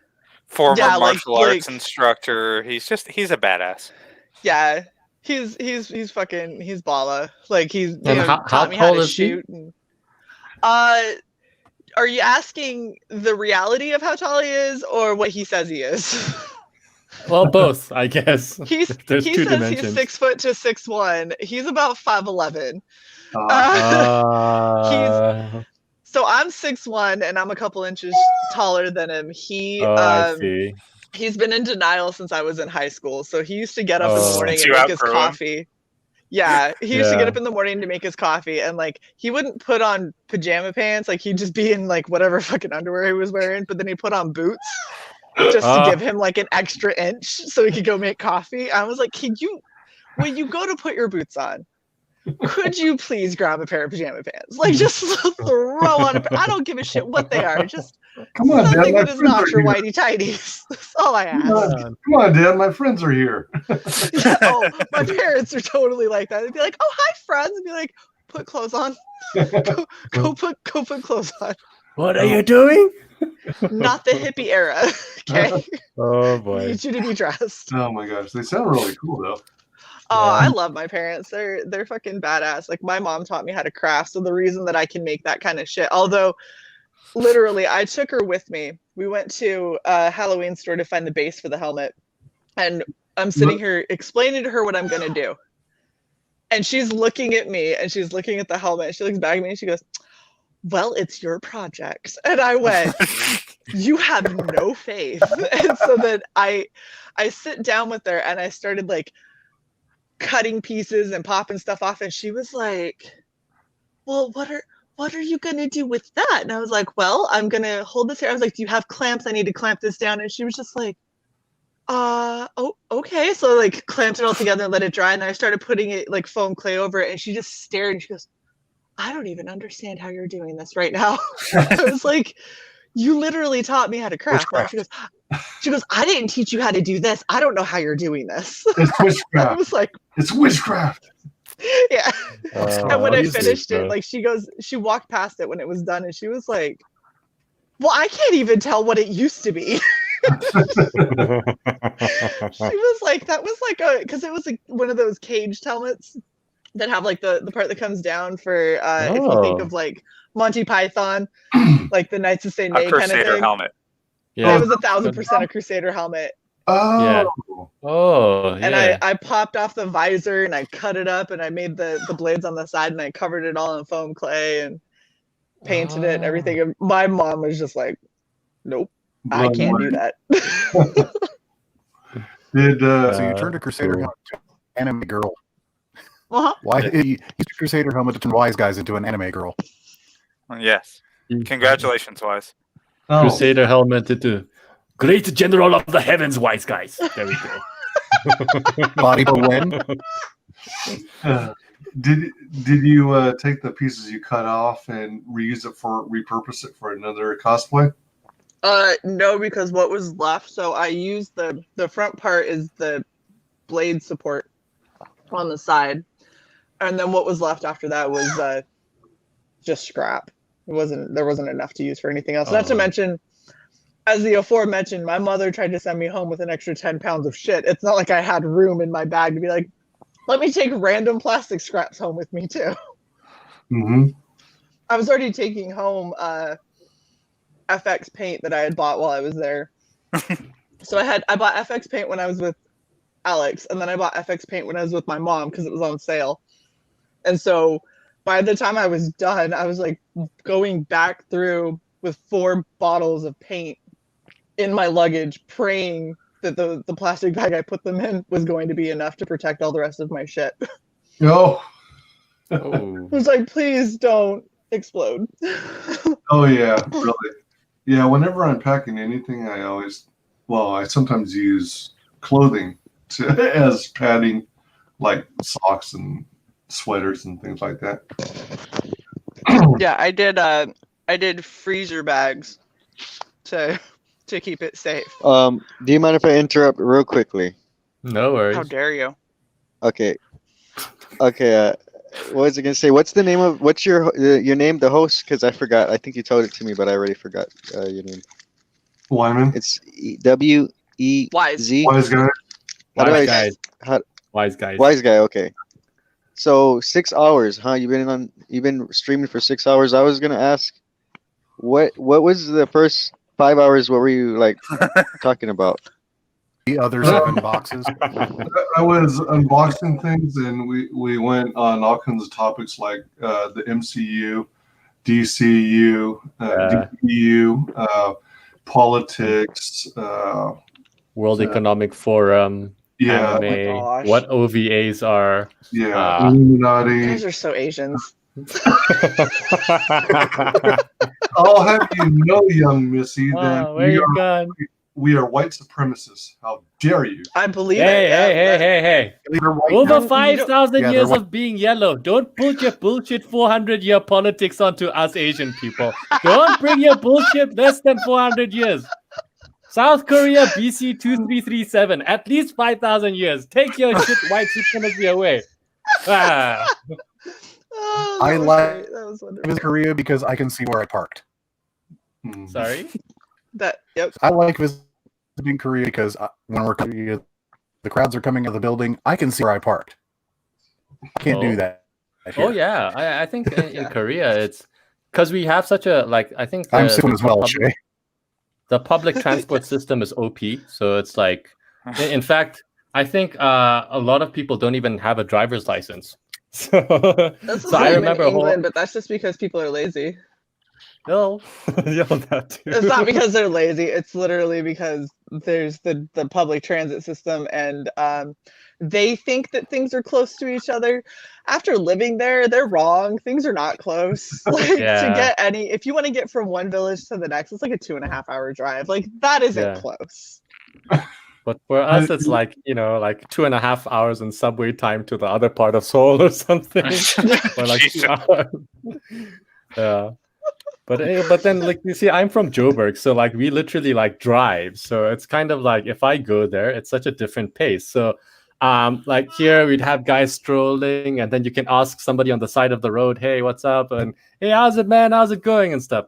Go in Korea, and then I literally have to go like this. And then the person is walking so fast, I need to catch up and then ask for directions. So it's like the level of fast pacedness is completely different.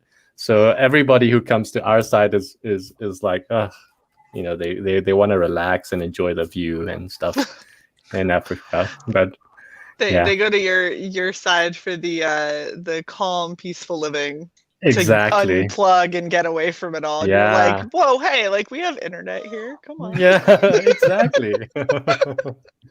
And it is surprising because you hear, I mean, there is that typical story, like, what do you think of Africa? Now, there is different parts of Africa. So you've got like there's east, west, north, south, and South Africa is actually pretty well developed. You can say it's like kind of like a first and a third world country. So we've got our highways, you got, every like shopping malls and everything. So there is a misconception going to South Africa. But now if you want to come talk about some other places, that's some ghetto shit up there. So I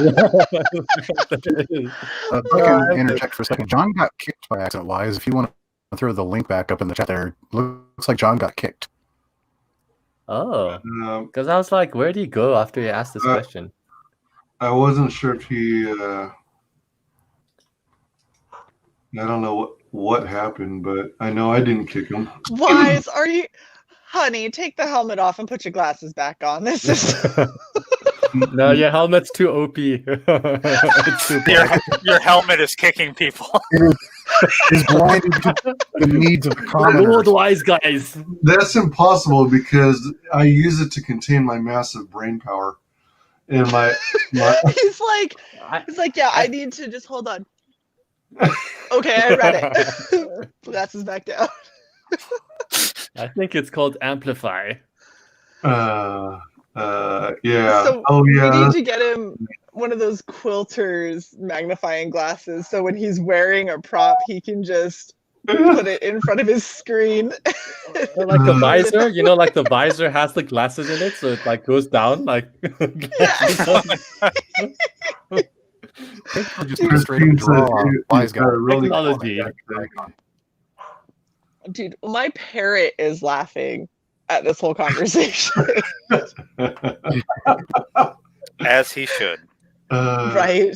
It's okay. At least he's not laughing after saying like, a woman's body was never found, and then he laughs, because that's always concerning, and he does that a lot. A woman's body was never found. That's usually what happens immediately after, and you're like, where did he get that trigger? What caused it? Yeah, really. Oh, there's a long story. Like a laugh track is supposed to come in there because he doesn't know what the topic is, and so he just preempts it, but he does it so consistently. You do too, all the time. Don't you argue with me. Christine says, "Sounds like you got a really cool dad, Shay." Yeah. Oh yeah, my dad's badass. Well, welcome, thanks for dropping the link, Tom. Check out Black Heart and Man Indiegogo. The welcome Alexander. Alex has been like railing on Marvel and DC like from the beginning, and then we started talking about MCU and DC and Iron Man and Marvel. Yeah, sucks in the room, movies and comics. No. Is that a Tetsuo Omega Man icon? Ask. Come on. It's Yeah, it's yeah. I think that's what Looks like it. I think that's what he said. It's a mashup of Tetsuo and Mega Man. Yeah. Sweet. The MCU is garbage and it inspired trash like DC Rebirth and Doomsday Clock and Wait a minute, that's the exact same thing you said last time. But wait, You I must like have it on- DC Rebirth. He must have it on copy paste. Hale, what about? I don't There you know go. what happened. I don't know what. Hale, Especially if you're Hey, streaming from your phone, like random drops and kicks happen all the time.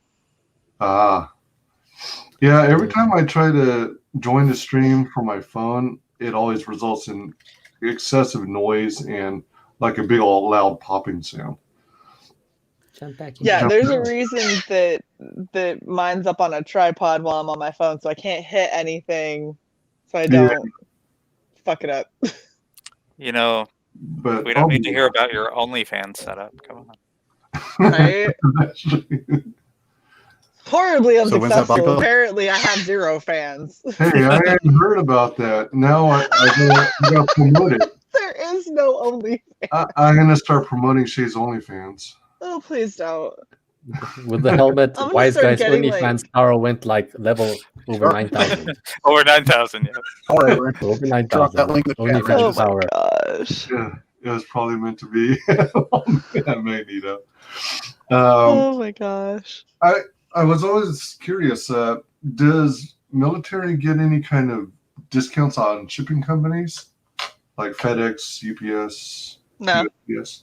No. No. Nah. Oh, shucks. Do you get it after like a certain age? Because I've seen like some adverts, like maybe I go on Steve Bannon show or something, and then I'd see like if you're above like 65 and you're a veteran, then you get like you get it for free or something. Not for shipping costs that I've seen. No. Oh, Like I see. there's a lot of different benefits that we get, but it depends on where you are, how the company's run, things all the way down to like Wendy's. Wendy's is not universal with giving a military discount. It depends on if it's a corporate or a chain, a franchise. Yeah. So if it's corporate, I think the corporate response is no. But franchise owners will throw them on sometimes. So especially very you know confusing. the franchise is right near a military base.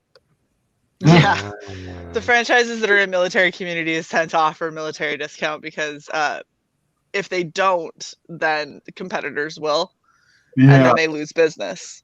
That makes sense. And the amount of military food runs that happen, I'm just saying, like, that's a thing. Like, especially if you're working overnight shift, if you're working the mid shifts, usually what happens is it'll be a little slow night. There won't be a whole lot going on. You'll designate one person with a car to collect orders for everybody, call it in, and then they go and pick it all up and bring it back. And everyone's given cards or cash to pay for it. And it's usually a clusterfuck, but for, if it's like 2 a.m. and you're hungry and somebody's like, we're going to get sushi, you're like, fuck yes, here's a 20. I want 4 rolls. Like, oh yeah, I bet. It's gotta be. So yeah. A lot of those businesses have learned, like, you stay open late and you offer a military discount, because when you have those people getting hungry at like 11 or 12 at night that have to work until 7 in the next morning, they're going to give you money. Well, they're going to be like, yes, I don't really like this food, but it's here and it's available and it offers a discount. So fuck it. Yeah, and some of them might even go so far as to being open 24 hours, like some fast food joints. Yeah, a lot of diners do that around military bases. Nice. So, it's because the adage is still true. An army runs on its stomach. Yep. Very true. For sure. Take it easy, Fade. I don't know if you already left. Bye, Fade. Fade had to go. Why it's just pick one. Helmet or glasses, man. Right. Glasses time. Relieve the power. Shit. The dedication is real, but that's freaking sweet. Thank you so much, Jay. That's awesome. Hey, thanks for backing, man. And even despite not signing it, but I'm sorry. I will. I promise I will sign it. It's signed with the handiwork. So the backhanded compliment right there. I'm fairly certain if you look in a couple of spots, there might be a thumbprint. Like that's probably better than a signature. Yes, I can clone Shay now. No. I told you, Shay. I know. I have to be careful with this shit. I told Shay before she did any of the cosplay tours, I'm like, now be careful. You're not leaving a hair in one of these hats. There are strange people out there. And here we are. Your worst fears realized. Who has access to cloning equipment? Yeah, well, if anybody could talk his way into getting access to cloning equipment, I feel like WyzGyz could. So yeah. I'll second that. That far. I wouldn't go that far. No, he'd just 3D print you. Oh, that's weird. I was kind of thinking maybe Wolverine or Michael T. They might have the chops to talk someone into it. Wolverine will just. But I might know a guy who knows a guy. Oh gosh. He'll just take off his shirt. And then Wolverine will just keep on doing that. Come on. Until eventually somebody's like, oh my gosh, fine. Like, come on. What's his move? Will it shut you up? Come on. Come on. I'm just saying, if you did this, then maybe I'd go away for a while. And they're like, okay, all There's right. a payoff. Okay. If someone did that, they'd never see Wolverine again. Nobody would.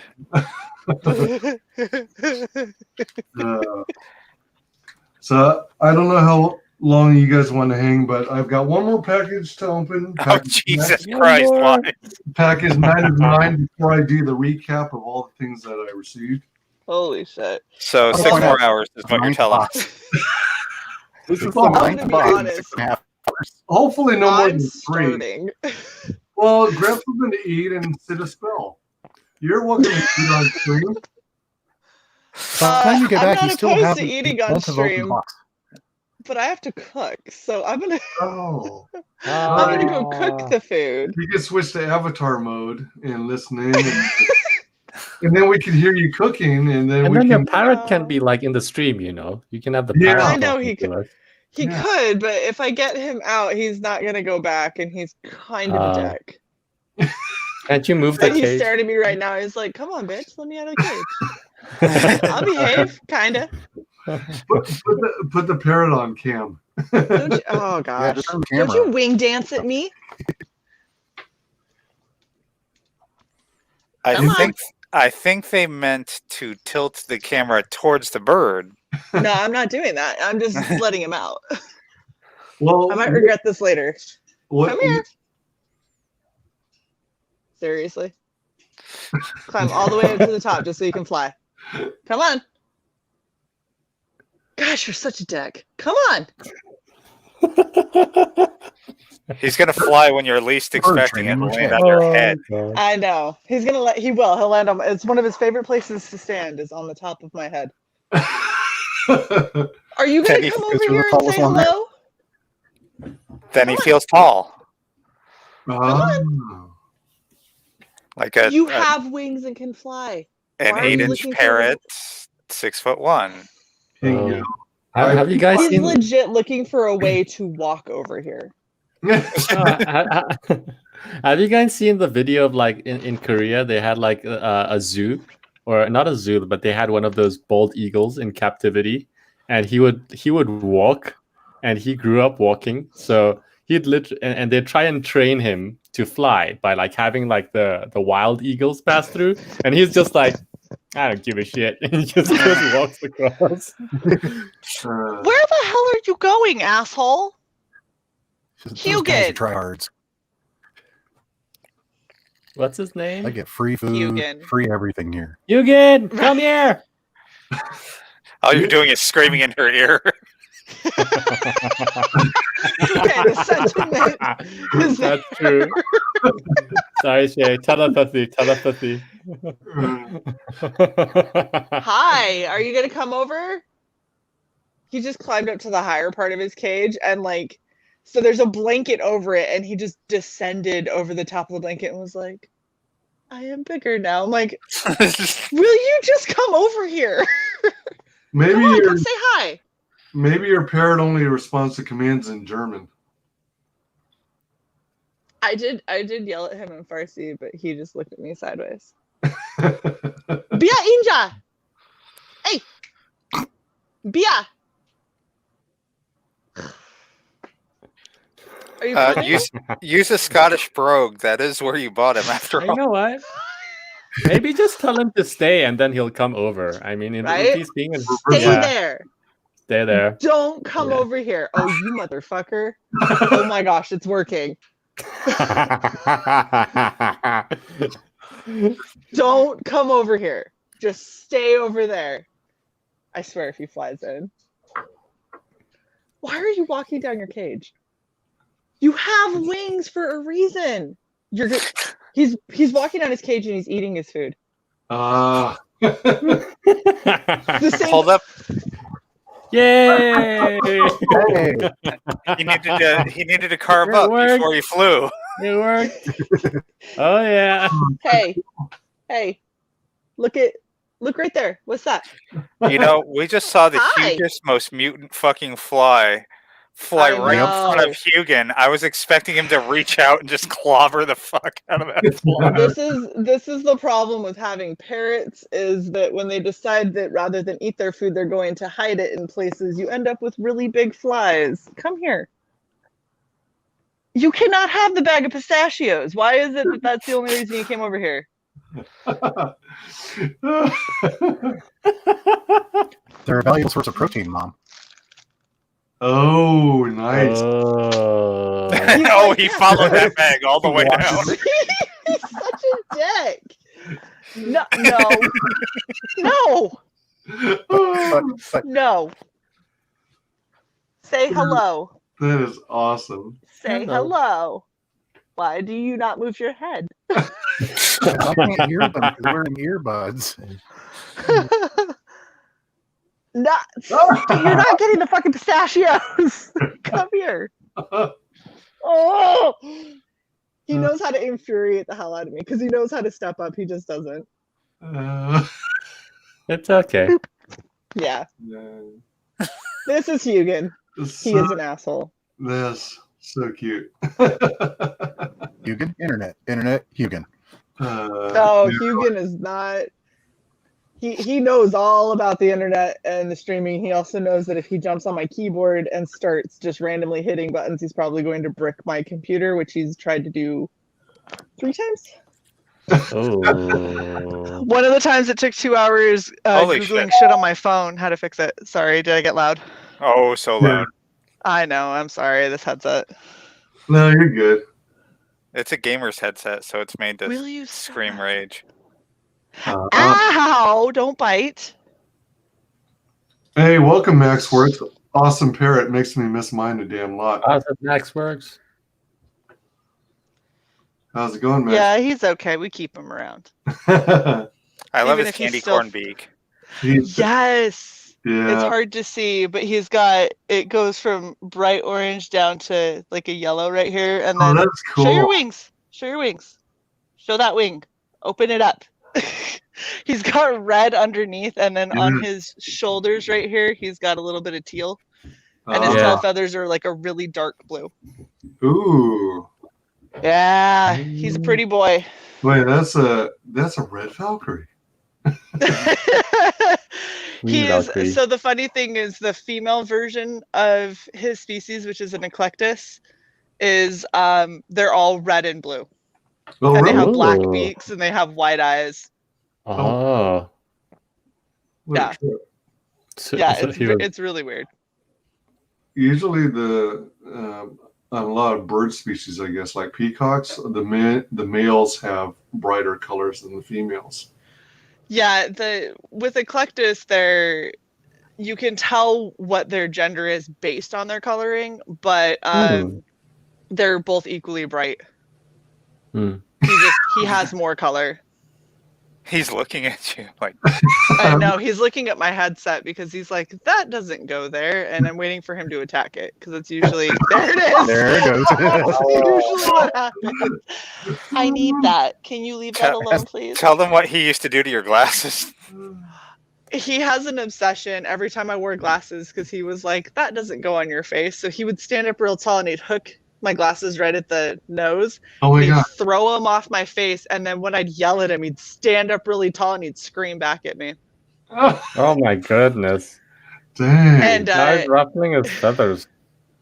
well, when he used to yell, ah, stop it! When he used to yell, I used to shush him, and then he learned how to shush, so he started looking at me and going, shh. Just randomly. Oh, that's so cool. Why do you make my life hard? I'm not playing this game right now. He's just yawning at you. No, he likes to mimic. He wants me to parrot after him. So he'll open his mouth and he wants me to open my mouth, and then he tries to peck me before I can stop him. He used to try to climb into your mouth. Like if you were yawning, he would try to climb in and he'd start like checking your teeth. It's really fun because you're like, no. Like I can't close my mouth because there's a head in there all of a sudden. Oh my god. That's too Like people that have African grays understand what I'm talking about. African grays do the same thing. I think he's just suicidal if he's putting his head into bigger animals' mouths. No, yes, we called him Dr. Hugan DDS. Don't ever let him check your teeth though, because he's not actually certified. He just drew it himself. He probably extracts your fillings. Yeah, he's the kind that would definitely like take out your gold fillings and then sell them. He's just looking for seed. Yeah. When my parrot opens his mouth like that, it was going to be bloody dangerous. Literally bloody. Yeah, I've been bit by him a couple of times. He got me the other day, right here, because he got real excited about having a bath. And the worst one that he got is he got the inside of my mouth, and his little. So his top beak comes to a really fine point to help pierce food, and then his bottom beak is like a scoop. So he put the top beak through, the bottom beak was on the outside, and he almost pierced me all the way through, and then put a V scrape on the inside of my lip. So you almost got a piercing. Yeah, pretty much. I almost got an unauthorized piercing that I was going to have to explain to my commander. My bird did it. Sorry. Cheers, Patrick. Take it easy, Patrick. Thanks for hanging. Bye, Patrick. Love bite. Terror bite. Nothing but lovings those bites are. Yeah, no, that was not what that was. That was his, I'm very angry because you didn't let me do exactly what I wanted to do. So where did you find a pretzel? Did you bring a pretzel with you? Stop with the pistachios. I'm trying to trade. He dropped the pretzel on my desk and then grabbed the bag of pistachios. Stop. Fair trade. Not for you. Look, a bag of pretzels is like $3. These pistachios were like 15, so it's not a fair trade. Easily. Not economically viable. We're going to teach the parrot fair economic values. Oh, mine did that to my girlfriend too. She tried to be nice and kiss him on the beak, and he was not having that. Yep. It's so funny when they decide. They just randomly decide, like, yeah, not today. What about, I hope you're talking to WyzGyz because she has a co-host. Maybe it should be the three of you forming. Oh gosh. So what you're saying is you want to hear him scream, a whole bunch of keys get hit. Yeah. And then I randomly drop. He likes Because that's what's gonna happen. Well, he Why can are you be. talking? What's that? Are you Yeah, saying things? why are you talking? I'm not Who are you playing this talking game. to? Oh, look at him. Aw, he Yeah, just opened his he mouth wants. wide. I know he wants me to mimic. That's why he stares at me when he does it. He was staring at us. He wants us to talk to him. Your bird is a psycho.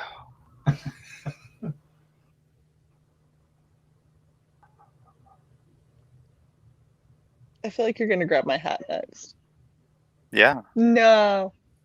I feel like he's gonna, I feel like he's gonna grab your lower lip. Boop. Whoa, whoa, whoa, whoa! Look like he almost grabbed your nose. No, he likes to boop. No. Boop. That bird is awesome. Yeah, goals. He's aight. He's aight. Yeah, now you can see that lower beak. Oh. Oh, thank you. Oh, cuddles. You're being cute now, huh? You want everyone to think that you're cute and adorable. So I don't know what kind of a hellion you are. It's working. No, I don't want to play. Oh, cuddles. As he rips out your eye. No. That's usually when it happens. Oh, the cuddles. It's like constantly being on guard. Because he'll do something really cute, and the next moment he'll be like, "Ka!" And you're like, "Ah, did I tell your secret? Is that why you're upset?" You poked your eye out. Oh my gosh. Yes. He'll poke your eye out. Oh man. Beep. What about his loving the show? Yeah, I think. Wise, did your viewership double since the parents? Hugan brings all the ladies. I don't believe the lies about this. Come hang out with pictures. him. Yes. Come hang out with him for a while because he's cute now. I don't know. He's eyeballing that hat really hard. Stop! It's my hat. Leave it alone. He's like, whatever, bitch. What do we see on that NF on your NF? It's a rapper. NF, yeah. Oh, all right. Your parents probably just saying you got to replace that rapper hat with the red Valkyrie hat. Soon. You could always wear my beanie. I could wear your beanie. I might wear your beanie on tonight's show. There you go. There you go. There you go. Pretty bird. That's right. We Hail do have a show. Everybody just loves the bird. That's the thing. That's the other reason why. See, I can't be shown up this much. I agree with Christine. You gotta knit a parrot hat. I had a tiny little Santa hat that, like, if you've ever gone to Bath and Body Works, around Christmas time, they do Santa hats on top of like their sprays. Yeah. Right. One year I got him one of those Santa hats because they were so cute, and I tried to put it on him. No. He ripped that thing up in a second. I was like, oh shit. Okay, we don't like Christmas. Got it? My bad. You're supposed to put it on before he has time to think, not feed it to him. No, that's not. So you realize that, see, like I can't get to his head. He knows. I was coming from behind, and he's like, "Bitch, he's got leaves fingers there." I watched him turn his head all the fucking way around 180. It's crazy. Oh. Yeah. Possessed parrot. Well, if you think about it, these kind of birds, because they're so brightly colored, when birds attack, they attack from the top down, right? Like they dive. Right. So they have to be really, really conscious of whatever is above and behind them. So you can't like. Seen Avatar? It's exactly like that. Yeah. Yeah. And because he's brightly colored, like, and around here we have a lot of hawks and eagles, and so I used to live in a high rise, and he was by the window. He used to get so freaked out because he'd see the hawks and eagles like hunting. He'd go and hide in a corner of his cage because he's like, I'm smaller and Oh. I'm brightly colored, so I'm easy to find. And he's like, and those things are big and are going to get me. So he used to hide in his cage. Huh. So Big birds scare you. I mean, they had his address, 22F, third window. I mean, Yes. Oh goodness. Your parrot was doxxed. He was. He was doxxed. Poor guy. About that I ninth know, package. it was rough. no, we've given up on ninth package. The ninth package is never happening. It's a myth. There's mythical cake in the ninth package. The cake is a lie. My gosh. What an awesome parrot. Well, thank you. As What About said, so innocent. That's a sweet. Dude, sweet he bird. hides bodies. Like, he just wants you to think he's innocent. He's. I can't believe the level of shit talking you're giving this bird right now. He's amazing. If you've ever heard her on a stream, like one of our streams that have gone on for, I don't know, hour and a half, and you just start hearing this pterodactyl screech, from 2 rooms away. Like Shay and I will be having a conversation. It's nice and quiet. We'll be watching like a movie, like a really chill movie, and then his cage being like 12 feet from her bed, just out of nowhere with my headset turned all the way up, and my ears will ring for a solid minute. It's so fucking loud. And now he's just This is because he wants you all, like, he realizes that he's being filmed. So he's being as good as possible, because if there's evidence, then all of his arguments about how good he is go out the window. Well, he is innocent. And like, what about Sarah? I love you, parrot, with my heart. You have fans, Hugo. We should start you a Twitter page. Instagram. An Instagram. Yeah. Like Twitter's kind of on the move, isn't it? Yeah. Tweeters. Tweeters. But then he can tweet. Be like Alex the honkin' bird. Parrot OnlyFans. Oh my gosh. What are they lying about, you sweet parrot? Hello. Am I lying about you, Hugin? Am I telling fibs? Put him back in the cage, see what happens. Single most well-behaved bird I've ever seen. I don't know what you're talking about. Yeah, exactly. I mean, I this parrot can do no wrong. You saw it trying to eat her $50 headset, right? Yeah. Can you do concerned no for her wrong? safety? Max Warwick says, my girlfriend follows a parrot Instagram profile. See? Hey. I told you. I follow Alex the honkin' parrot, and he's hilarious. He fell in love with the toaster. And then they got rid of the toaster, and he was very upset. Oh, good. But then they got a new toaster, and it also had a reflective surface, so he's good now. Oh, did they upgrade to a 4-slot from a 2-slot?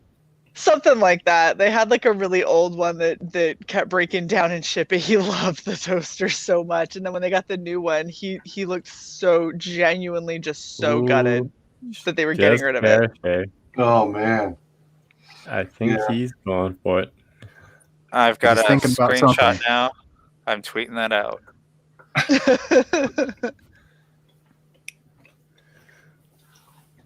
Join WyzGyz, the parrot show. Others have profiles of their dogs. Yeah. Yeah. The parrot needs an Academy Award if he's not this sweet all of the time. He does. I agree.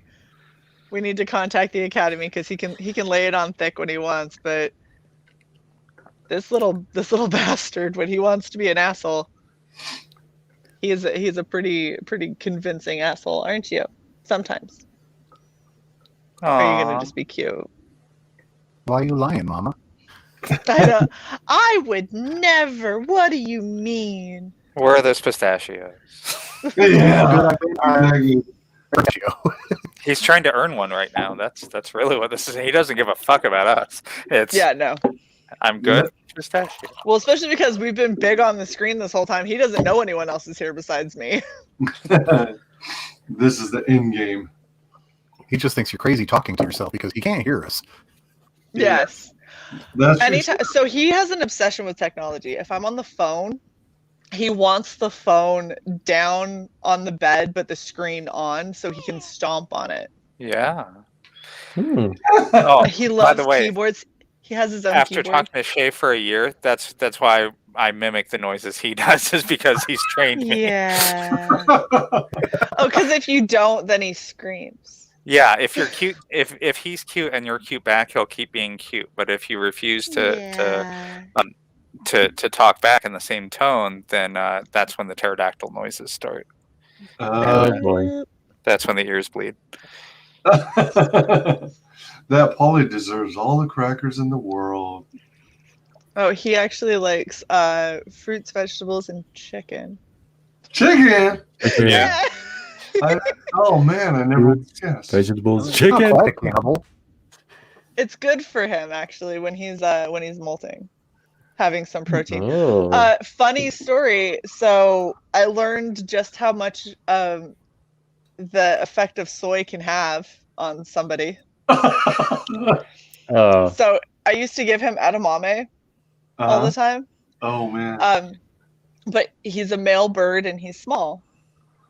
So giving him edamame gives him too much estrogen. And legit, because soy has estrogen in it. It's an estrogen mimicker, yes. Yeah. He straight up grew. Guess what?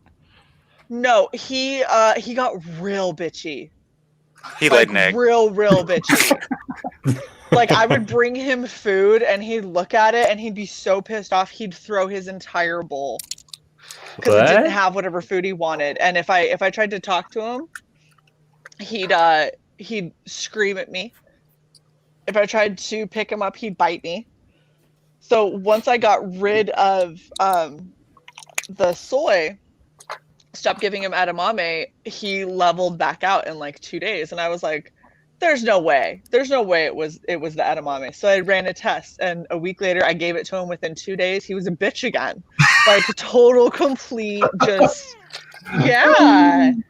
super bitch. And then I stopped it and he went right back to being sweet and lovey. And I was like, okay, so for real, soy for people that are supposed to have higher levels of testosterone doesn't work out well, which could explain some of the social issues we've been having recently. And that certainly explains your co-host. Yes, it 1,000% explains my co-host and too much estrogen. I take the prescribed amount. Fuck you. You want to fight? Yes, an absolute assault.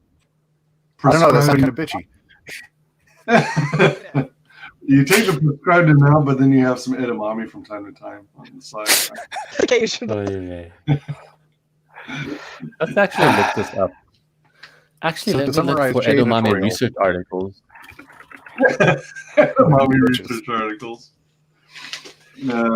So this is package 9 of 9. Oh, the mythical package 9. Yeah, it does exist. I didn't think it existed.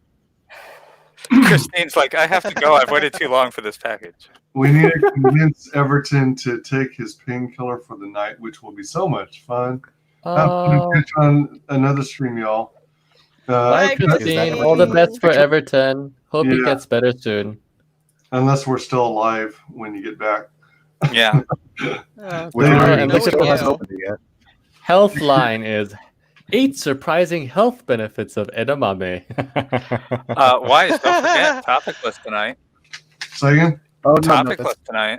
Oh, right. Oh, yeah. That's not the new like clickbait taglines now. Now it's like 5 reasons to have edamame and 3 not to. Yeah, really. Sulfur. Page original. Right next to the hot single moms in your area. Right. Is the number one my reason to have favorite. edamame because you turn bitchy and grow tits? Nice. My favorite is when But I get the top 10 single moms in your area, and I'm like, "What? First off, what do you think I'm looking for? I don't need someone that's got their own kids, man. Yeah. Oh. It's not on my wish list. What? You're like, she's pretty hot, but But man, she got 5 kids. That sounds like a headache. I don't know. Can my parrot bite them? Yeah, I don't know if Hugin is kid friendly. Do not try to crack my knuckle. I'm not a nut. Thank you. I mean, you are nutty, so. I'm nutty, but I'm not a nut. He likes to try and crack your joints like they're walnuts. Well, I mean, how big is your fucking hand, Shay? Gigantor? I'm sorry that I don't have baby hands, sigh. Whatever. My hands were strong. We played Mercy. I didn't my say that you didn't have abnormally strong baby hands. You just have baby hands. This guy's on a Different size power. All of that to open a bubble mailer. Bubble mailer plus what is it called? Is Rigid mailer. well, it's this board stuff. I forget what it's called. It's like Cardboard? no, much harder. It's got a certain name. I can't. Oh, is it fiberboard? No, I think it's even harder than that. It's Ladies and gentlemen, IKEA 6 furniture. hours and 54 minutes. it's not. I mean, it's not. Package 9. Opening. Yeah. WyzGyz just sliced open half his body trying to get through. I keep confusing it with the He soaked himself. drywall material, but it's man, stone something or other. Or Doesn't look safe at all. I'm so terrified watching him. It's like when Shay extends an X-Acto knife and goes to the package. I'm like, no, be careful. If you need to, take off your headset and focus on what you're doing. Stream's about to be struck. Let's eliminate the small one first, and then I'll get back to the big one. The arterial blood spray that's about to hit his fucking camera. Yeah, seriously. Oh, Hugin Wait, are those didn't like Hoddles? that joke. He thought that was mean. Aw. He went, oh. You normally like arterial blood spray. What's that? Not today? Oh my god. Go back to the fucking package. Finish opening the box. Man, look at that. As soon as I go to the back to the package openings, then I start losing viewership. It's because it's a 3-hour tour of one piece of cardboard. Wise. I was we got Stump. Nice. Stop. man, check out how hairy the guy is.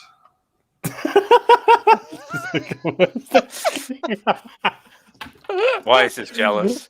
I don't know, kind of. Trust Yes. us, us Asian Oh. people aren't jealous of that. I'm sorry, we're not. Stop it. I'm jealous of the Asian smoothness. Yeah, really. That sounds so wrong. I'm like mainly Mexican Native American, and I got that Oh, core bit Jesus. of European that just like does weird patch stuff on me. I'm like, what the hell? I will say this: take testosterone blockers, your body hair thins rapidly. It saved me a lot on razor blades. It shaved you a lot. Shaved me a lot on razor blades. Freudian slip. Oh, Oh, wow. This stuff is hard. I forget what you call it though. That's Oh, what you she can said. use it to make a little fort. Yeah, really. Gary, and it's hard. No, I know for a fact. Well, Wise has backed over 150 CG projects, so I know for a fact he has enough cardboard to make a house.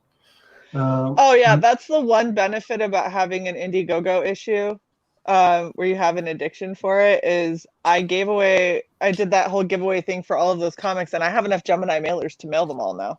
Yeah. Which I need to do. I apologize. If you won something, I swear it's coming. It wasn't a grift. It is coming just January. I'm sorry. Shay I has still a have to week box off all up. and a paycheck coming, so Yes. And both of those things need to happen in order for me to get all this shit in the mail. at the same time, because otherwise, see the previous Indiegogo addiction statement. Yes, yes. It's fine. I'm Yeah, not that's what I'm backing doing this anything week, too. else until I have these ready to go. So this whole end of the 2020, I'm just taking the week off till after the new year, and yeah. Yeah. I don't go back to work until the 4th, but the funny thing is I still have like the work phone, and people still hit me up in our Slack channel. They're like, "What do I do?" I'm like, talk to the person who's working. Talk to the It on is not duty. me. I am not it. There are people there to handle this. I am not them. Yes. Ooh. Oh, very Is that cool. Iron Giant? Ooh. No, it's the character from the Stump comic book. Oh, you got one of the art. that's Cool. original art. Yeah. Very Oh. cool. Yeah, Yeah. Hugo likes it too. Hugo wants Is a it robot cool? to play with. Yeah. Doesn't everyone though? Well, then he could peck and claw and beak and not soft touch and He could knock, and it would have a nice echo. yeah. Yeah. How would not Like I having your heard own all robot morning with his not be food bowl. cool? Yeah. Right? I'm totally down with you. I want a robot. I want to borrow the Gundam that Japan's building. Oh yeah. Right? Sure. Dude, they've been building that thing for years, though. People keep posting it every year like it's new, and I'm like, bitch, I heard about that shit like 10 years ago. Yeah, they're putting it through Like, movement test. This is the same footage from 10 years ago. They go, but it moves now. And I'm like, okay, I'm pretty sure it moved 5 years ago. Like, I think that you guys are just reporting old news like it's brand new. Yeah, really. All right. Now it's time for the recap. So we've hit 7 hours. So 7 hours. How many 7 hours. Let's packages? recap these Was it 9 1:33 packages. a.m. here. 1:33. Oh, my dude, God, Daniel. you're such a Reached trooper. 7 hour mark. We had 9 packages. yeah, this has been my longest ever package stream. An hour of that was just Hugin. It's very true, actually. There you go. And I do believe I was leaving about an hour ago, and then the bird came out, and here we are. yeah. Well, speaking of leaving, you could go switch it to your avatar or leave Hugin there on camera. And I'm then not leaving him unsupervised. He's evil. while you're cooking, then we can backseat cook for you. I'm good, thank you. You know, Look, I'm trying to more make pan spices. fried rice. I don't need actual Asians watching me make an abomination of what you actually might eat. Like, I have ham from Christmas that I'm using to make ham fried rice, and I really don't need either of you two weighing in. Don't worry. You just do your own way. We don't worry. What I'm letting you know in person is it's going to be fresh cooked rice, and you guys are like, it's supposed to be a day old. I'm like, well, Look, I didn't have when- rice yesterday. when us Asians are lazy, like I recently saw like some guys complained about bibimbap from this one chef called who's it called? And then the thing is, to be honest, like, you know, when we're lazy at home, our bibimbap, or actually my bibimbap, is just like rice, egg, sesame oil, and soy sauce, and we just mix it up because it's essentially mixed up. Now you can authentically now start putting the things like cucumber, carrot, and then you have like your nice egg strips and your meat strips and your all this other stuff. And especially now, what'll give it the flavor, the authentic flavor, would be like doenjang or gochujang or something. But you know what? At the end of the day, if you live it every day, it's like you don't really give a shit. You know? That's so funny because Shay gets Korean food at least twice a week. Yeah.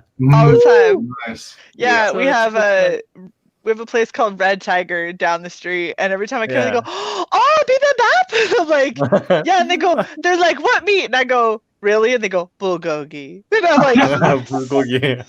Oh, man. Yeah, and then they go bulgogi is through and they nice. go, they're like, oh, you want the hot sauce? I'm like, bitch, no, give me the teriyaki. Have you seen my complexion? I am way too white for your Korean spice. I can't do that shit. Oh goodness. Oh, I did get goodness. steamed buns from them the other day. Holy fucking shit. Yeah. Oh, they Like put some of- kimchi on it and it was so good. Oh, with I almost kimchi. died. Oh yeah. Yeah, Oh. it had kimchi, pickled ginger, I think it is. Or radish. It's pickled radish. Oh, right. Yeah. And like a shit ton of it. And then they just like yum sauce and Yeah. here you go, and just handed it to me. I was like, Yeah. okay, you said 1 was an appetizer, 2 was a meal, and I've literally never been somewhere where Yeah. just doubling it made it a meal, and it Yeah. was like legitimately a meal. Oh. I like an idiot was like, I'll also order ramen. I threw ramen away. I threw good ramen away because I couldn't eat it. No, Oh, you did it goodness. later. Oh, You know the thing about it. Yeah.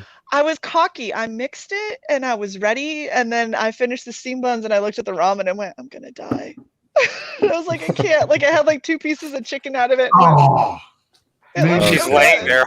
She's laying there holding her belly, Oh, going. it's okay. It's come on, now you It was wuss. upsetting.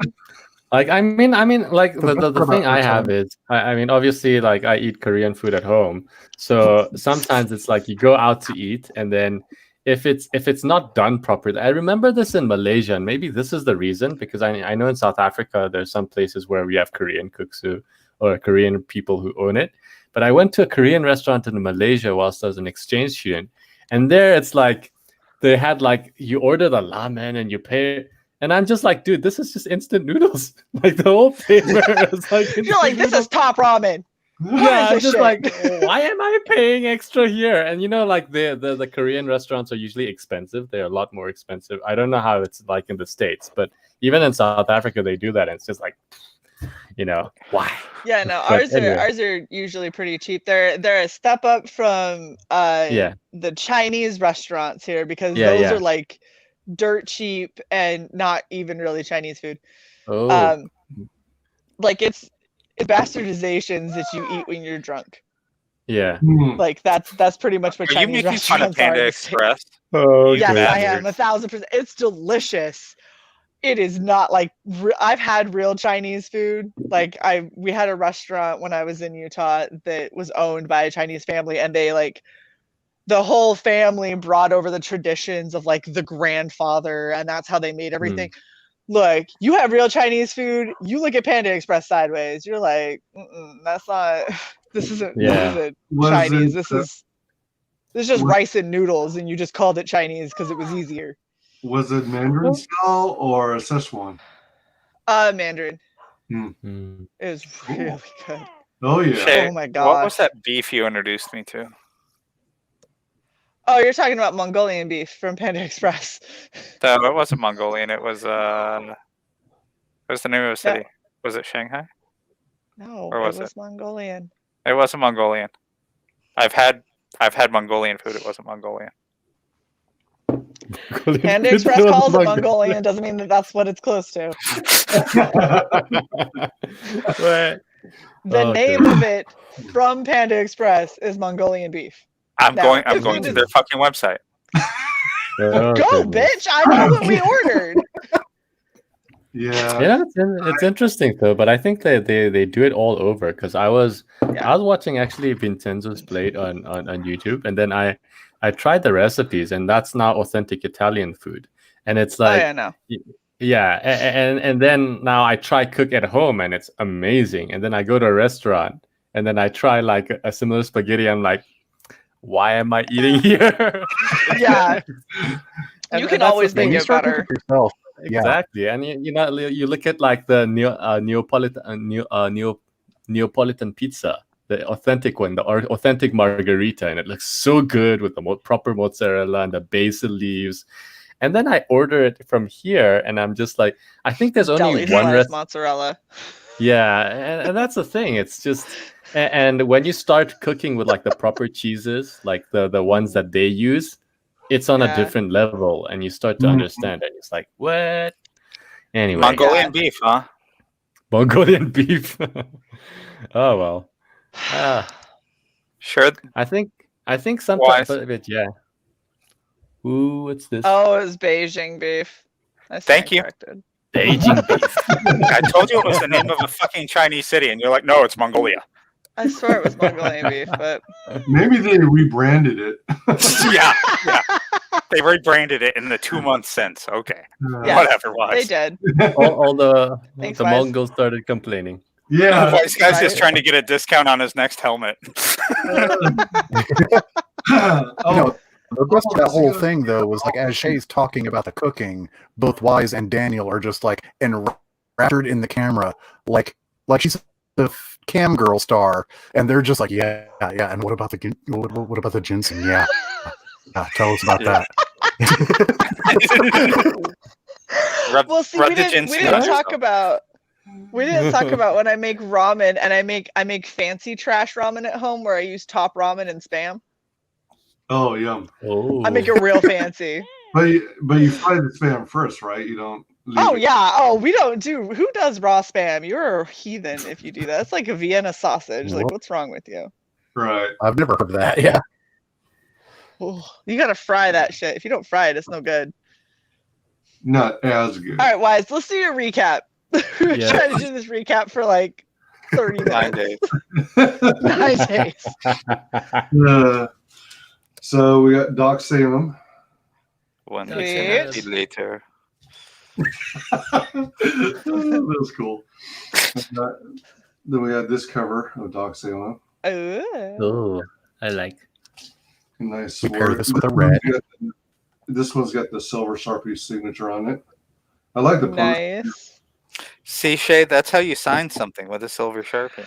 Fuck you, bitch. Fingerprinted. That one's Man, pretty. you went all out with Doc Salem. And then Yeah. it came with every one of these books came with the Doc Salem fan club. Ah, So since I got 4 of them, that means I got 4 fan club cards. the God code. Holy Yeah. crap! What's your Like a God letter? Dakota ring. That's awesome. So that's got to get me into all the best clubs. Oh, is that what it does? Yeah, something like that. And then I got Christmas card from Hmm, Johnny Phantasm. Oh, nice. that's so nice. You'll be dead. You'll be dead for Christmas. Yeah. Thank you. You'll Ah, they put a be skull dead inside. for Christmas. Hey, Oliver. So you can use it and send it to someone you care about or you plan to kill. Welcome, Oliver. How's it Hi, going? Ollie. Hey, Oliver. What's up, everybody? We're doing Yeah. the recap. They just tune in Sure, for the 7 recap, hours. not the 7 hours of. Right. Uh, You got the poker chip. yeah, purple poker chip. That's Very a That's a cool Cool. logo. I dig the hell out of that. Yeah, I love that. How they Yeah. when they meld the logo and the whatever significant. That's Oh, the Ugh. glass. Look at you. You can drink all of your pickle juice in style now. Yeah. Speaking of which, No. rematch. No. How she responds. Insta-no. Insta-no. So Speaking of actually, pickles, Shay, fuck off. I don't know why people are still trying to convince me, like put me and pickles together. Wise obviously was the winner there. Because you're a girl and he's not.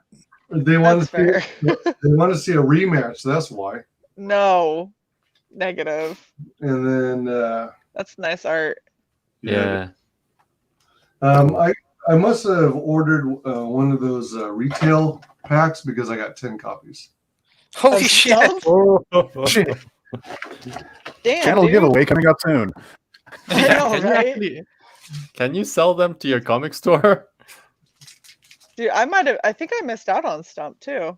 Oddly Well, enough. you can Oh. sell one to Shay. I know, right, Wise? We'll talk. I'll send you my signature to tape up in that helmet. You send me a copy of Stump. Oh. Tape up, tape up, tape up. What are you talking about? Tape up. Yeah. I mean, look, I'm not buying a plane ticket to Ohio to meet you in the airport to sign it and then fly back. No, you just hang with me for a while. You know, if there's a CG con, you just come to that and get Shay to sign your merch. I know, but No, hold on, Shay. Come hang out with Wise. You can be on a 9-hour 3 package unboxing stream too. You know? God, no. Exactly. I mean, Oh shit. on the flip side, at least you won't necessarily have to deal with the 16 plus hour stream that I did for Christmas. Where you I cleaned your slept house. twice. Lost Pages. Myths of- Nice. I love the cover that they did on that, where it's the feel of it. Yeah, isn't it cool? That velveteen feel. Yeah, it's really nice. It's Yeah. so cool. I need to finish reading that before Phil has a fucking aneurysm. Jesus, every fucking stream. Have you read it yet? Shay, have you read it yet? Shay, have you read it? But Shay, did you read it? Shay, read it. Read it right now, Shay. Yeah. Now it's I did read the Sai. silhouette. Sai, did you read it? Sai. I'm like, I'm not gonna have it in my hand for till fucking 2 more February. months. Boxhead. Blockhead, yeah, for silhouette. I like how they chose the one that is literally all black to be the box head or the blockhead. They're like, yeah, Isn't that funny? yep, The the cutout. masquerade. Yeah. A whole sheet of 6 AM comic stickers, which is so cool. That's awesome. Yeah. And those are at a Did level you get the where Crimstone mask? No, I didn't. I got a Crimstone mask for me and for Sai. Oh, sweet. Did you? I'm not. Yeah. Really, I'm not really into gators. It's not a gator, it's a bandana. Oh, it's a bandana. Yeah, it's a triangle. Right, but don't you still wear it over your face? Well, that would be a mask. Oh, You usually wear masks Well, over your face. over your nose and mouth. Like That is not. Stop, Hugin. Fuck. It's going down. It is. Sorry, he's trying to sever the tie. yeah, He's not doing anything. Why are you yelling? Oh yeah. Uh-huh. He's I just don't see him working on his Such a back. little shit. Such a little shit. I don't see him doing anything wrong. Yeah. Yeah. Bert did nothing wrong. You hear Yeah. him? He goes, yeah. He's innocent. Perfectly innocent to me. Yeah. Yeah. Yeah. Zero evidence. Yeah. If the glove won't fit, you must have quit. If Chewbacca lives on Endor, you must quit.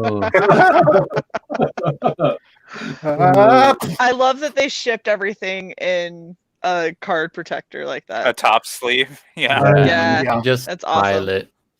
WyzGyz said. It is sweet. Kind of interesting. This was folded into thirds. I don't know if it Nice. would fit in the package if you folded it in half. Maybe it wouldn't, and that's why they did thirds. So it's like a centerfold. Yes. Not But that I know not anything this about one. those. Very cool. Prince. What campaign is this from? Lost This is the Pages. Lost Pages. Masquerade. The Lost Pages had that beefy chick? Yes, that's Crimstone. Yeah. Why do you think Well, I backed you know. it twice? I was making sure that you could get all happy with your beefy chick on there. Get all happy with your beefy chick. I'm not That is I'm not saying a hilarious. word. See. Uh, Not touching it. Society, did you read it yet? Yes. Twice. It was okay. It was okay. Wow, that's harsh.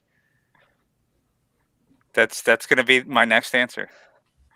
Did you I read it? ended up Yeah. with a bird on my head. Solid D. Oh, That's what she said. this is Solid this D. is what happened. Solid D. I poop on you.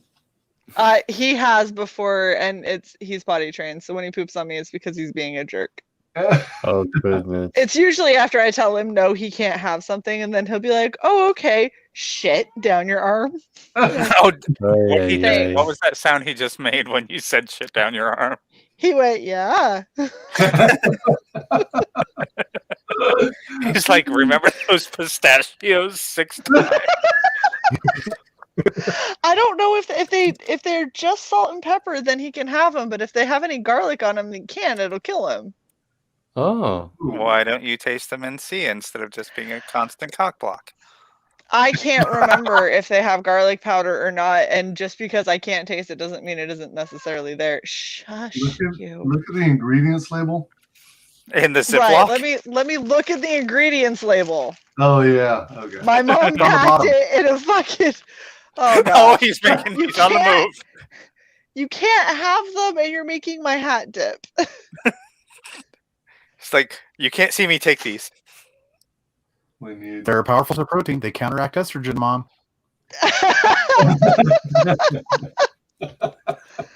Oh, are you climbing back up? Please don't shit on me on screen. Oh boy. Be a good boy. Don't bite me. Gosh. He is a good boy. Is he? Oh my god, we watched Pixels the other day, and that guy trying to talk to Pac-Man. Oh my god. He is not bad. He is a good boy. And then he eats his ate fucking his arm. hand. Yeah, that was actually the creator of Pac-Man. Somebody kill this motherfucker. Was it? Really? Yeah, totally him. Oh my gosh. Oh my god, when that... Is it worth it watching? It's not I bad. thought it was Turn fun. your brain off. Turn your brain off. Yeah. Don't think about it too hard. Yeah, don't watch it for substance. Yeah, and don't try to figure out how alright. you can enter a cheat code on a Mini Cooper. Just So it's one of those watch on my laptop with some popcorn. yes, Yes. Yep. that's exactly what we did. That is the prime way to watch that. Okay, cool. So we went to the same mentality you'd watch any Transformer movie. I actually enjoyed the first one.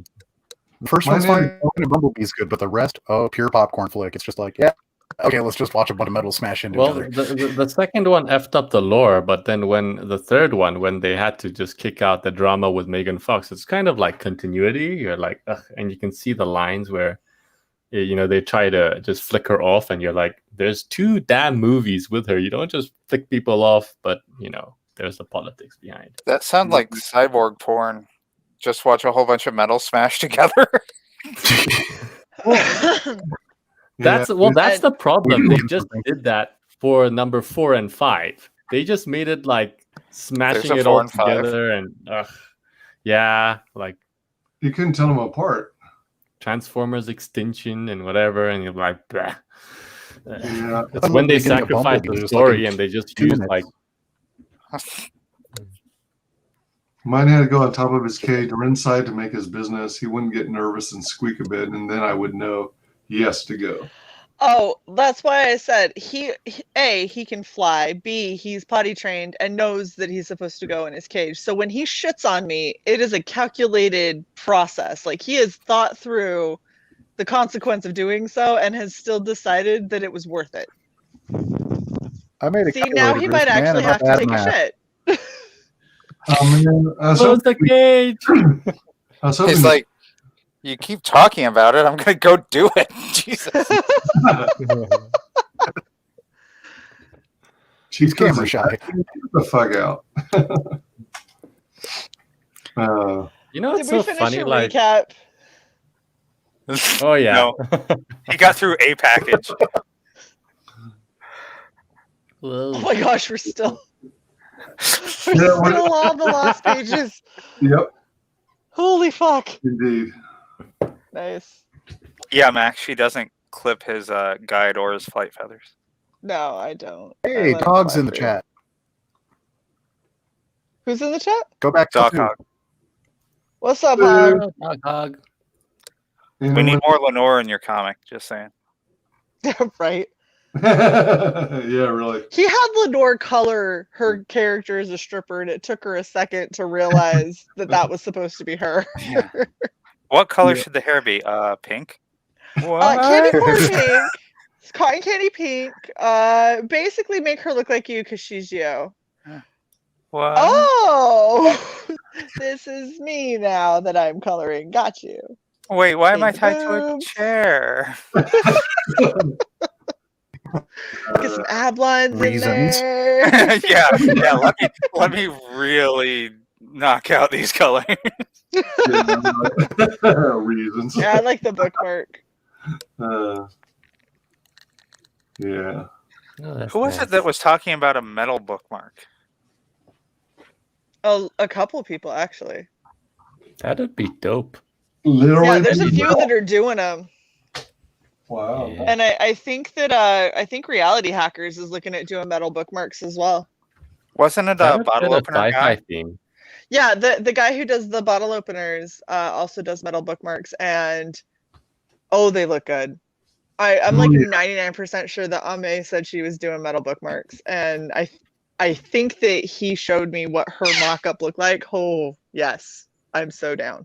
I can just imagine like if you had like something with aliens in space and then you have like a metal bookmark with like the alien language engraved there, that would look amazing.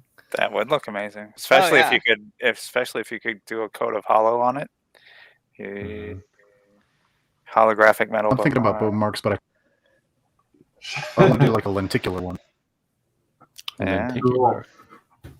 She is anatomically correct. I swear. You're the writer. I cannot wait for the day that Lenore just slaps Doc across the face for saying that. He says it every time, and at some point I'm just waiting for Lenore to be like, okay, I'm done.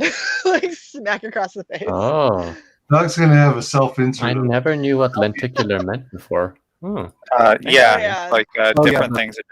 Moving image. Hey, Doc. Hi, Hey Doc. guys, how are you? Doc, Good. do you have to pay Lenore $20 every time you say that the drawing is anatomically correct? I'm just curious. No, otherwise he No. wouldn't She say has as to much. pay me $20 every time I say it is anatomically correct. On an unrelated note, Okay. everybody go back to 2. Oh goodness. All right, what else did you get? I think been through 2 fucking boxes and it's been 40 minutes. He told me, Wyman told me a while back he hasn't actually read any of these comics. Well, he Yeah, just got them. Well, I What in the world is this? it's Might be the mini figures. There. a money Yeah. from Money World.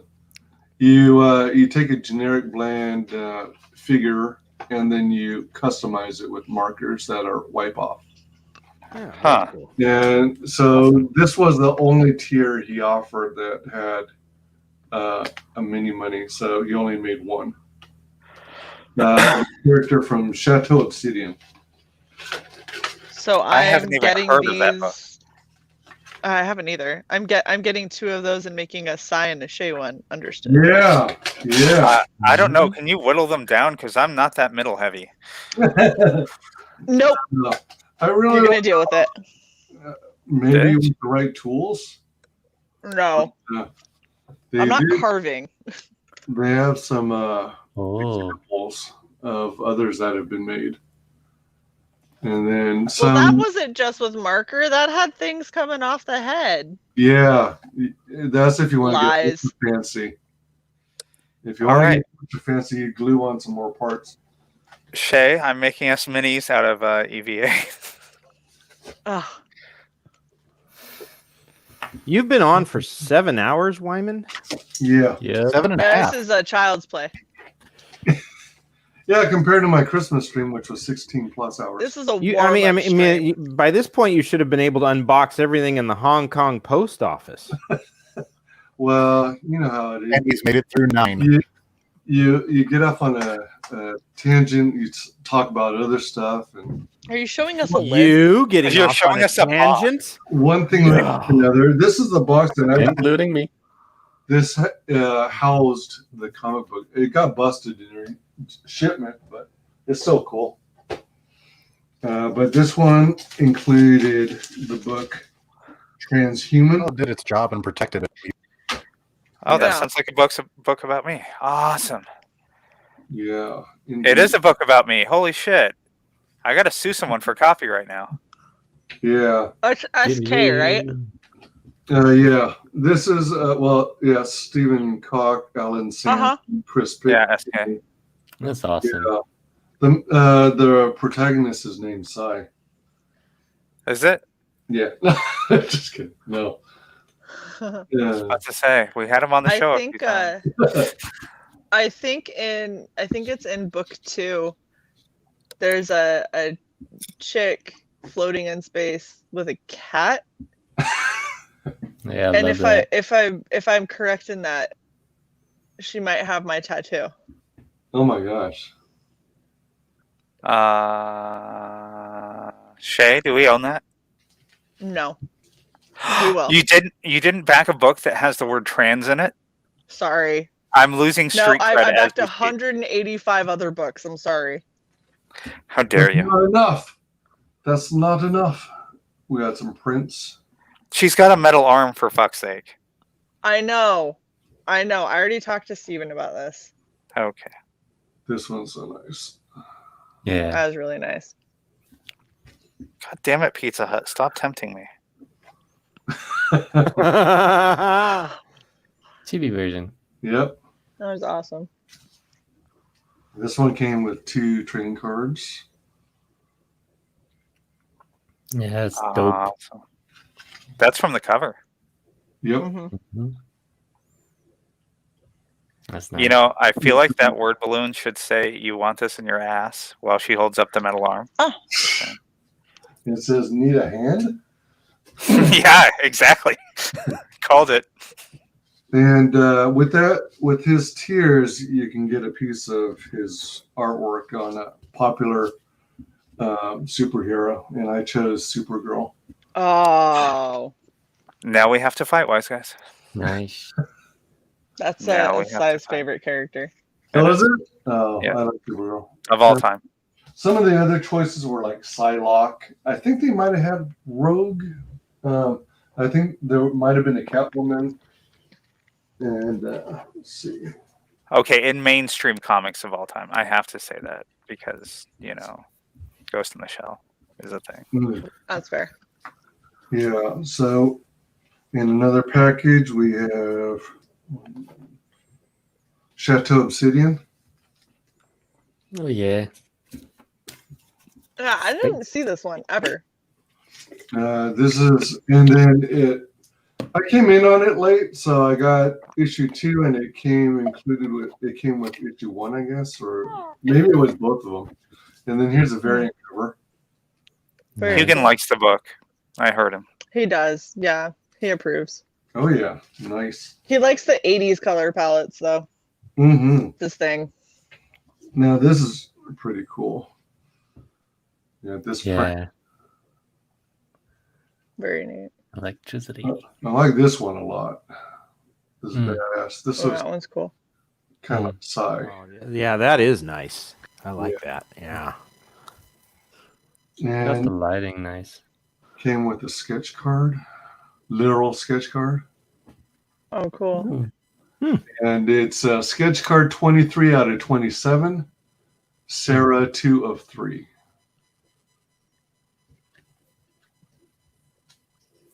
And then it comes with a little button, which is his logo. Yeah. That is a very little button. Yeah, Chufty Comics, and what they refer to in the UK as a badge. It's an interesting design for. It's got a little bobby, whatever. Safety pins, what we would call those. Oh yeah, safety pin. Yeah. Bobby pin would be what you put in your hair. Oh, good point. Yeah, you're right. My bad. Oh, you're supposed to put those in your hair? Yes. As opposed to wherever you're putting them, Doc. Ouch! No wonder. Oh, yes. man. Yes. Cool. The SK book. Yeah. Yeah, I need to hit up SK about transhuman. Yeah. We So can hold much his next detail. appearance hostage. You want to come on our show? Did you order more comics than you needed? Can you get me one of those first issues? I will PayPal you. Yeah, this is Chateau Obsidian, issue 2, page either 21 or 19. It says 21, but then it says 19 in parentheses.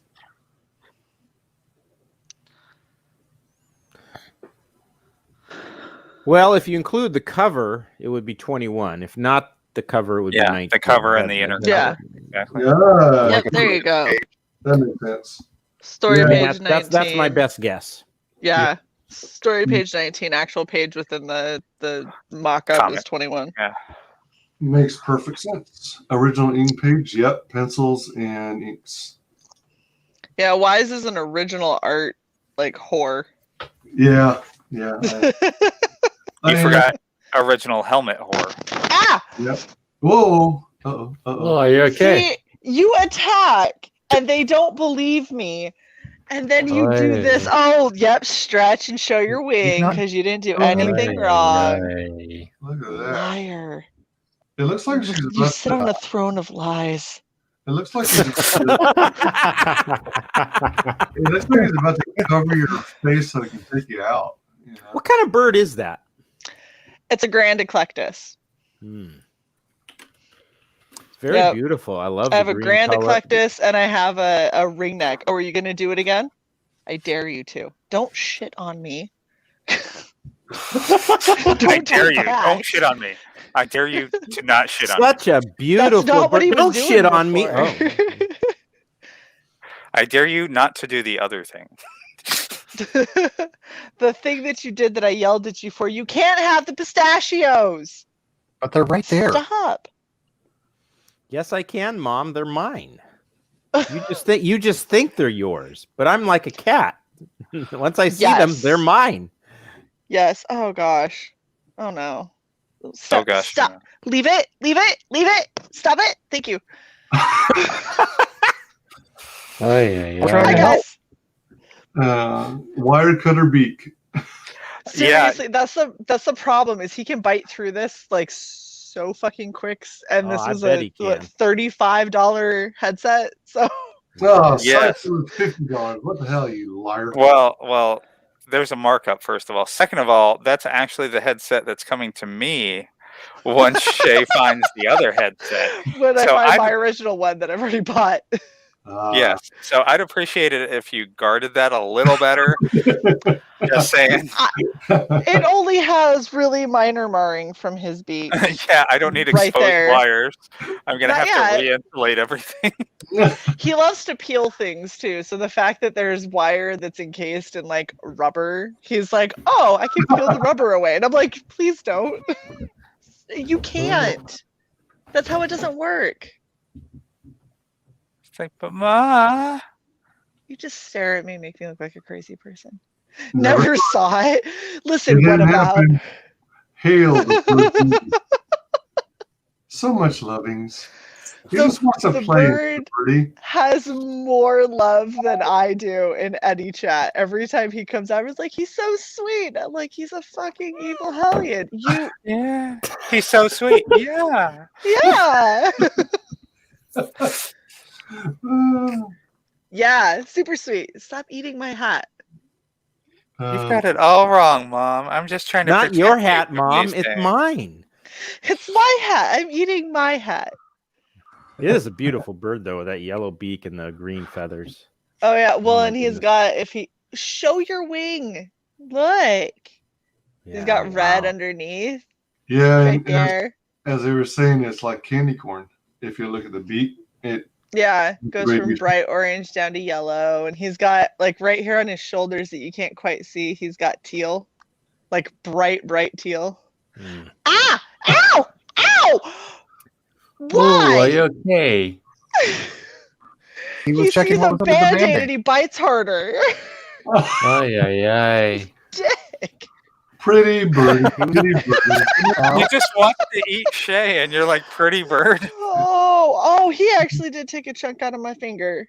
Ow. Oh no. Gosh, you're such a brat. Why? Soft touch. Soft touch. After you bite, you have to.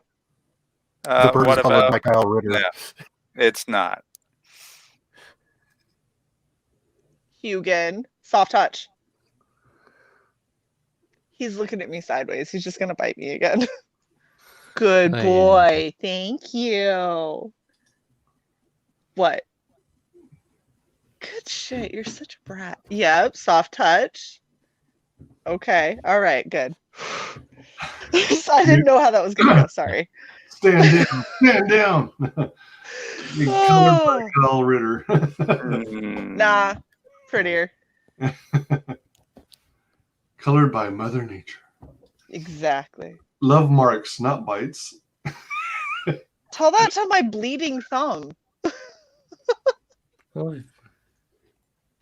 All artists suffer, Shay. Yeah, I don't want to suffer at the hand of the bird. Well, he's just trying to improve the texture of your hand turkeys. Huh? Give him some character, a little bumpiness.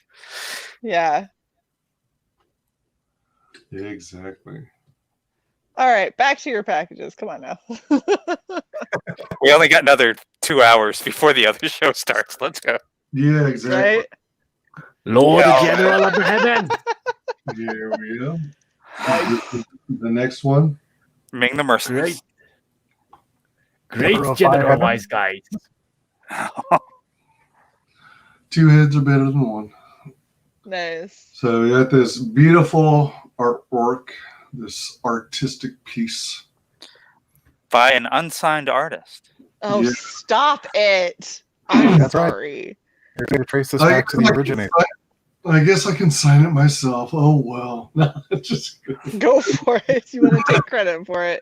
It'd be funny. He looks at that, sees the signature, and just fucking Luke Skywalker's it over his shoulder. Well, it's this is worthless. worthless. Toss. Like, oh gosh. I've seen this But in a it yard doesn't do sale in anything. 5 years, signed by Elvis Presley. Oh shit. So it was initially questionable as to whether it was even going to fit on my fat head, but it fortunately does. Hugan agrees that it was questionable. It's a little questionable. Yeah, indeed. Not bad though. Not bad. Ah, looking over his shoulder. Mm-hmm. Told you that head goes all the way around. All right. No. Go back. All right. Yeah. This is the content, folks. This is why we're here. This is it. This is the content. There you go. There you Seven go. and a half hours, and we finally could got actually it. And only see, there we though. go. There we go. Yeah, I was gonna say you actually got to see the yellow at the tip of his tail feathers too when he was preening. You can't see it now, but Great General. Thank you again, Shay, for the beautiful helmet. hell yeah, dude! I'm glad that it fits, and I'm glad you like it. I'm mostly glad that it got there safe. I just realized something. What? Wise, Yes. how much was this tier again? It's going to help with the joke. Shoot, I don't remember. I think wasn't it like 120? Yeah. I think so. You just paid $120 to a girl for a purple helmet.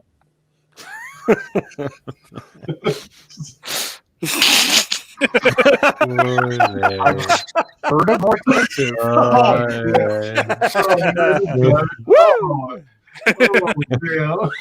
Oh, shit. I just got it. Oh, man. It took Wise a second to get it. Oh, crap. Yeah. Yeah, I did. Oh, man. And then last but not You can least. go down to the massage parlor and get it for like $30. I mean, Not for me, you can't. so I've been told. I got ripped Not- off. Shay. Not Not for for me. Oh, I've heard. You ripped me off. What the? I cost money. Sorry. Oh, man. I bet she gives great helmet. It's from Spaceballs. Shut up. I'm surrounded by assholes. That's how I feel daily. That's extra at the massage parlor to be surrounded by. Never mind. I love that original page. That's really cool. Yeah, me too. It was my favorite out of the ones that were available. I love what he did with the hands to articulate them. He didn't just go like a wider joint and cheat. Right. He actually did like little segmented joints. That's really cool.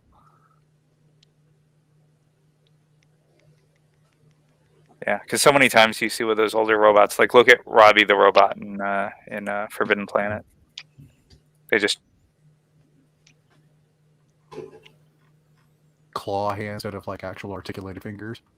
Yeah, or like the accordion plastic extendable arms. Oh yeah. When you got to the Lost in Space ones. What in the hell? I don't know what that was in reference to. Sweet.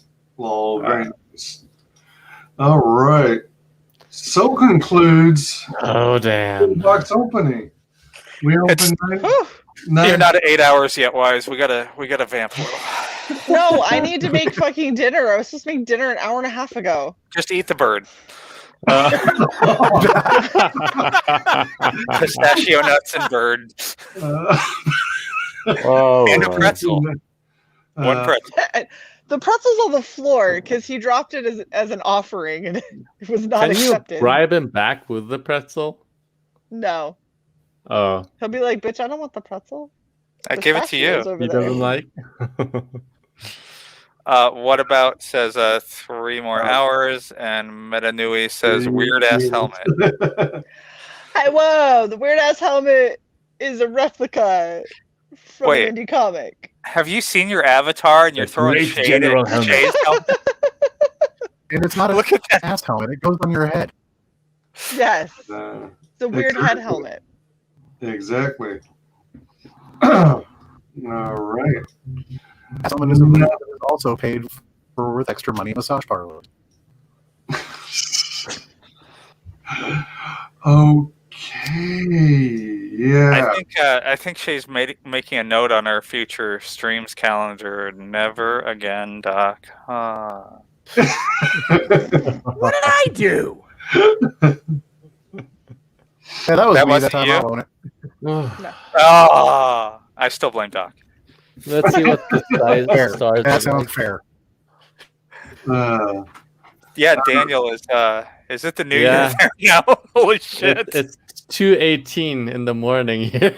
Holy cow, what a trooper. Oh, man. Oh yeah. Oh yeah. 18 a.m. Dang. Let's see. I'm just doing some math here to get Daniel on one of our Friday night chill streams. It would be 6 a.m. Was for that an him. Asian joke? 6 a.m. in the morning. Yeah. Oh goodness. We're just saying, if you're feeling like starting out your Saturday both right and wrong, feel free to come hang out on our chill streams. All right. We all It'll drink. be 6:30ish in the morning, and we will be partially inebriated.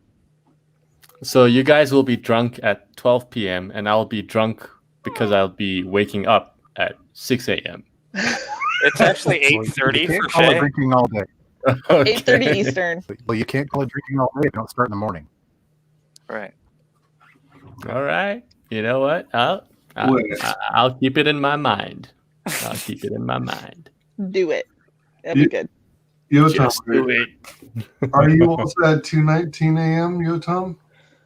Or are you... Excuse me. It's 7:20 p.m. my time. Shay Yeah. too. Mm-hmm. It's 4:20 in California. It's Oh. 4:20 on the West Coast, yes. Yeah. Congrats, everybody. Another 420. Hey, they, Huzzah! yeah, it's completely legalized everywhere on the West Coast now, isn't it? Wow. Is Like that even- right? Dang. Yeah, well, I mean, it's recreational in Washington, I believe it. And yeah, Oregon I has think everything California too. decriminalized. Yeah, I mean, you can kill people in the streets. It's fine. You know, this is funny. I was at a Well, no, I mean drugs. I was at a casino in California a while back, and they have some law there where you can't, I guess, to try to stop compulsive gamblers or something, you have to leave. You can't stay a full 24 hours in the casino. You have to leave for an hour before you can come back. Oh. And I'm thinking, but then this is in a state where here's some weed. Fuck your life up that way all you want, but I only spent 23 out of 24 hours in the casino. No, you walk outside the casino, you get incredibly stoned, you go up and you hit the buffet, and then you come back and gamble more. There you go. Perfect. Oregon And, you know, Oregon stuff. Oh, You visit the bathroom because holy shit. Oregon legalized hard stuff. Crazy. Yeah, When you want to try solve everything with laws, and then it becomes a mishmash. Indeed. it's a union of 50 state legislations, and it has its kinks. Good. Hey, no kink shaming. Exactly. Well, I wish it was just 50 states. I mean, a little as little federal government as possible. That way, if your state does something to piss you off, you can just move somewhere. Feds do so fucking much these days that where are you going to go? Sorry. Sorry. No, if it's word, it's word. You're good. There's nothing. Yeah. All right, Doc Hogg, you got the floor. Tell the world how you may be found on social media. Oh, yeah, at doc_hog. And you can also email me at dhog70@gmail.com. Tilt has reached its Tilt 2 has reached its funding goal, but I'm now going for 150 backers to hit the stretch goal. Sometime next week, I'm going to be back promoting it again, but just taking a little break because mentally I need it. Holy shit. You can possess heroin, cocaine, and LSD in Oregon now. Wow. Yeah, but I told you. And it's just a ticket. Mm-hmm. As long as it's not like this crazy amount that's obviously for distribution. It's like they don't no competition. So Narwhal has got it made. No, yeah. Narwhal's in Oregon? Yeah. I guess so. Okay. Wow. Way to dock somebody, Cy. He doxed himself like 40 times, including standing up in a chair in his hole-ridden underwear and poking his fingers through them on streams. That sounds like Narwhal. And ripping a hole in his jeans that he had all the way up until he hit the waistband. Ooh. Hugan like that. And wonder, Hugan was like, "Oh yeah, and wonder why he's single." And to think I was going to do a short stream called "In Defense of Narwhal." Narwhal's awesome. It was gonna. I was actually going to defend him against what Chrissy said about his comic book that he's got going with Zach. I'm still probably going to do that. I'm firing up my channel again at the new year, and I think that'd be a good way to fire it off. It's like, Shay, we should do something similar. It's going to be a 5-second video. It's just going to be both of us leaning into the camera and saying, "Stop being a bitch." That's it. And then we can just constantly change who it's in defense of and re-release it every time stupid shit comes out and be like, "In defense of Narwhal," and it'll just be "Stop being a bitch." and then that'll be it. And then the next time somebody's like, "That Doc guy's a dickhead," be like, "Stop being a bitch." In defense of Doc. And it'll literally be the same footage every Froggo. time. Stop being a Froggo, bitch. stop being a bitch. Perfect. Yeah, that's a good idea. That's a really good idea.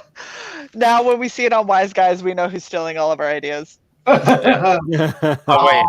Wait, is Bancroft in the chat? I know, right? I love Mike. He's funny. Say it 2 more times, he'll appear. It's true. Ginger root hand, ginger root hand, ginger root hand. See here? He tells me he has little birdies everywhere. I have one, and he's a homicidal maniac, so. That ain't little. Ooh. He ain't little. No, he's substantial. That was an interesting gift that he got. Yes, I'm all right. Dude, he gave Skip an entire tool set missing a wrench. Like, that is so fucking harsh. Who does that? Oh, damn. He sent him a tool set that had everything except he took the wrench out. Oh, damn. And it was in this cutout foam set. Like the So cutout you can foam set, like see- the cases have. You can see You could see where the wrench was supposed to be. That's cold. Oh, It man. was fucking hilarious because he was like, "It's a tool set missing a wrench," and he goes, "You don't need a wrench, Skip. You got a hammer and there's a screwdriver there." I was like, What you need, "Oh Skip? shit, that is so brutal." Oh, it is. Mean, huh? But it's so freaking cool. That's so That's funny. fucking I've ever fucking hilarious. seen. Michael T, you got the floor. Oh. What's up with Okay. you on social media? I'm in my preliminaries on getting my comic going. You can find me on Twitter at this one right here, High Desert Comics, and also a website that is spelled correctly. Awesome. Shay, how can you be found on social media? So you can find me at Gaslight, like it's written in the name over here. There you go. You can also go to redvalkyrie.net and check out our YouTube channel. Check out our schedule. Get some really cool merch like what I'm wearing today, which is the Writing Pros. What is this? A rash guard? It's basically a tight long sleeve shirt that Sublimation dyed and fucking awesome. And yeah, Loving that series. Yeah. thank you. We love doing it. It's so much fun, and we're definitely going to open up the submissions again. We might end up doing it twice a season, so do it midway and then do it as the wrap of the season when I need a break from Will and his pretension, or when I run out of topics to talk about. Did he just laugh? He did. I said Will was pretentious, and he laughed. It's okay. He knows. He's being cute right now. He like lifted up a foot a second ago, which means that he's getting ready to take a nap. So he's pretty happy that he got to hang out with y'all. Oh, Hugin. Good burp. Yeah. Good burp. Innocent parrot. Yeah. What about like the screwdriver over a wrench? Screwdriver over a wrench anytime. I don't know. Are we talking about a YouTube wrench? Those are kind of fun to have. So that was the joke, is that Skip can't get a wrench from Bancroft. I but I don't know if we're talking like like 4 months screwdriver ago. like the drink. Sweet dreams, Birdie. Are people Sleep telling you well. night-night? Like ostensibly, it's Yeah. about that like Skip kept trying to get Michael to read his script, and Oh, Michael hello. just wouldn't do it, and he finally just took the wrench away from Skip on his channel because of it. Nice. Polly, where's the cracker? Polly, where's the cracker? Polly, where's the cracker? Hello, Can you say G-Mac. wheel trim? Polly, say caravan. Caravan. You Caravan. say caravan? No. Nah, it's all on. Polly doesn't want a cracker.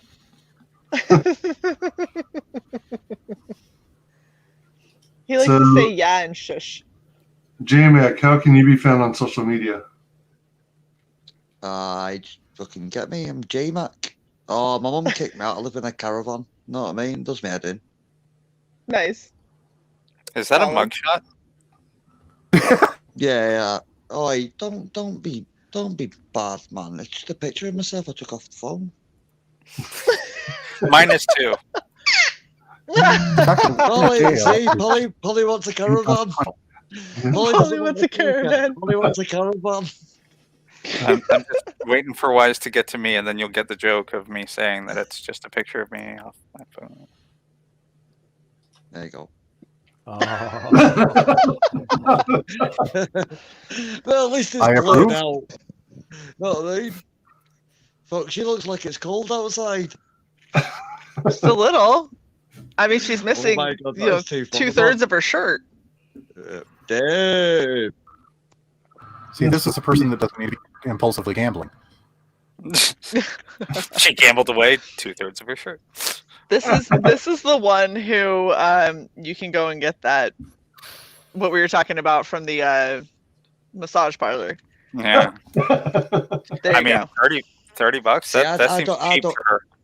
Yeah. I don't know. I $30, don't I mean, know. yeah. I don't know. I just go get fucking try and video little girls and shit like that. I'm a wrongin', mate. J-Mac.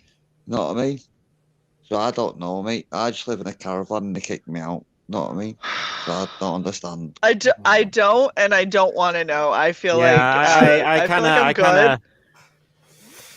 I feel like I'm about to dip out of this stream for legal purposes. Yeah, really. What the fuck just happened? Shay, I just got my 5th email from that makeup company for today. What? So Explain. So I did this like online test where it goes through and asks you, about your skin tone, your skin texture, oily, dry, blah blah blah, so that I can order the right makeup. And I've now received 5 emails from them today. Did you forget to order? Hey, have you thought about this? Hey, this is still sitting in your shopping cart. Hey. Don't forget, you can save money if you order with us and subscribe. Yes, the very thing that you just had to do a stop payment for. No, not for this one. That's for the other one that made me subscribe and didn't tell me and was charging me fucking $85 twice a month for some fucking face cream that I literally could not use in the amount of time that they send me refills. I've like 8 of them just stacked around. I'm like, I can't, like, how much face cream do you think somebody uses in a fucking day? Like, and Shay keeps sending them to me. She's like, you need more moisturizer. You need more moisturizer. I'm like, holy shit. It is $85 moisturizer. Use it. I already had to pay for it. Is it 85 a month or is it like annual? You pay annually or something? No. This shit was 85. It was charging me 85 for face moisturizer and then 85 for eye serum. Oh goodness. So twice a month, and neither one of these I didn't sign up for a subscription thing. It was but a they trial. just carried on. Oh. Yeah. Oh my goodness. And it took a while for me to figure out how to cancel them because I tried to call my bank and do a stop payment and the lady got real. What day is it gonna come out? Bitch, I don't know. Stop the payment from today. Stop paying them. And then they billed the 2 on 2 different accounts. So I stopped the payment for one and the other one kept coming. What? Yeah. Yeah, that was some weird. bullshit. That's trial. Yeah. Hugan is rapid fire agreeing with you. Yes, he is. Because he was appalled. Okay, stop. Yeah. Don't stop it. Don't do that. Don't stop?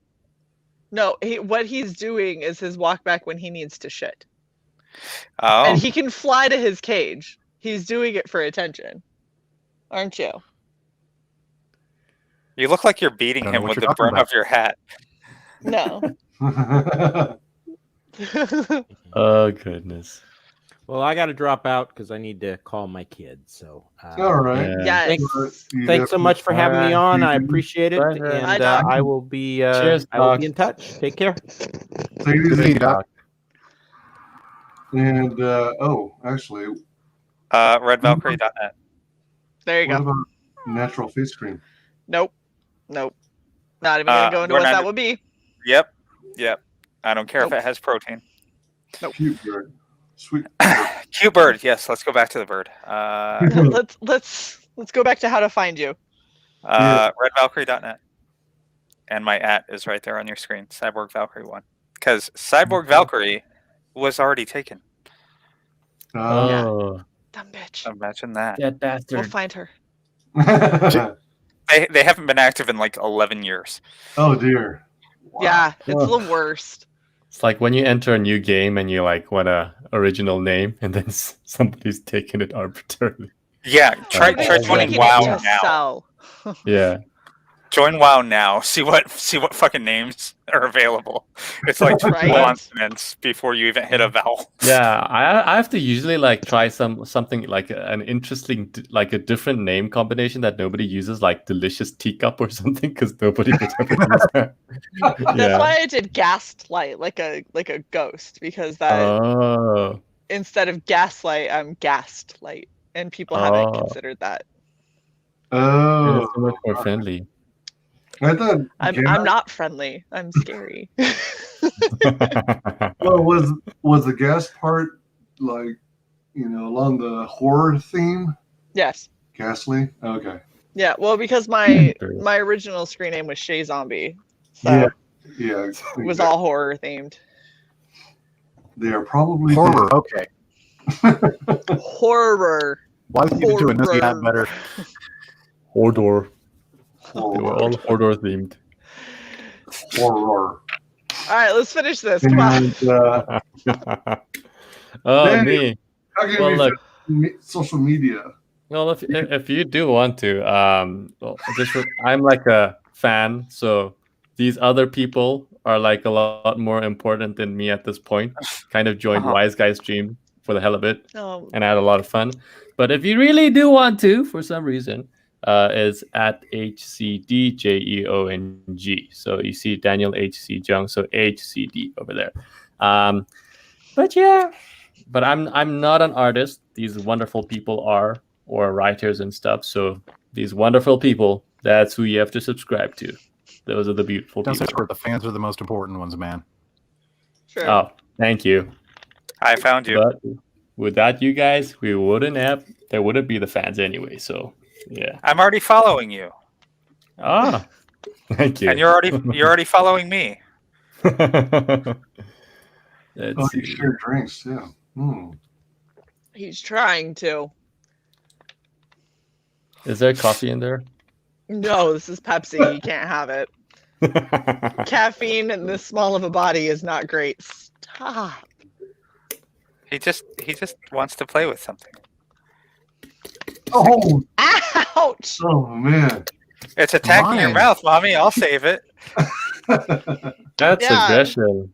Does he have a sweet tooth? Yes. Oh, I see. One time he stole a Swedish fish from me. Oh. All downhill. Oh, you know what? Fish and cheese. He's licking the inside of that. That's exactly what he's doing.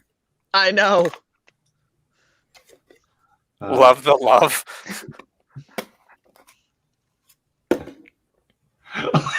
He keeps reaching for it.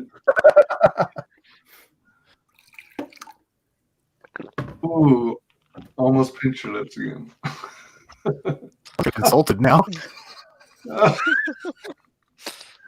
know what? If you like put a little hole inside there, you might start trolling him. Oh, damn.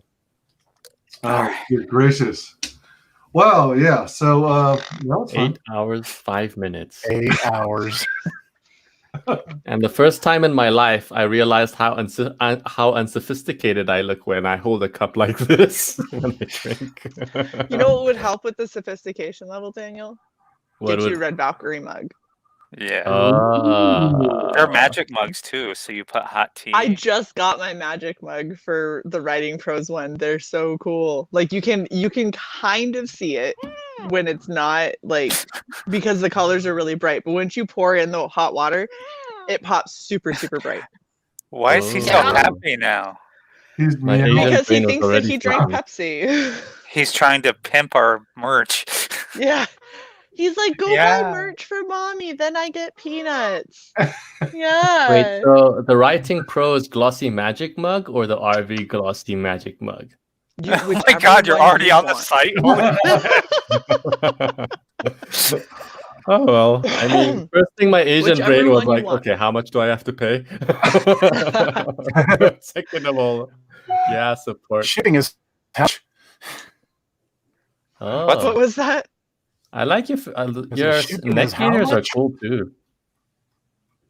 Thanks. I've been I have a merch problem. I'm addicted to making merch that I would actually buy, and they Shay, have a did lot the of really underwear cool go up artists. yet? Hmm. No, No. because I still have to put underwear, socks. We put the sports bras up. I have to do underwear, socks, dresses. Because that little black dress is still not up there either. That I'm just saying, guys, if you got a girl and you want to see her in a real nice looking dress, this little black dress has wings Or a that go white- down the back and end at Waifu the butt pillow? area. Waifu pillow. I'm still waiting on Waifu Purple to pillow. let me do body pillows. No, I'm saying put the little black dress on the waifu pillow. Fair. Well, that's a Also Saturday works. night made right there. Yeah. Did you already Oh, salt and buy peppers. the black dress? What was that? Did you already model the little black dress?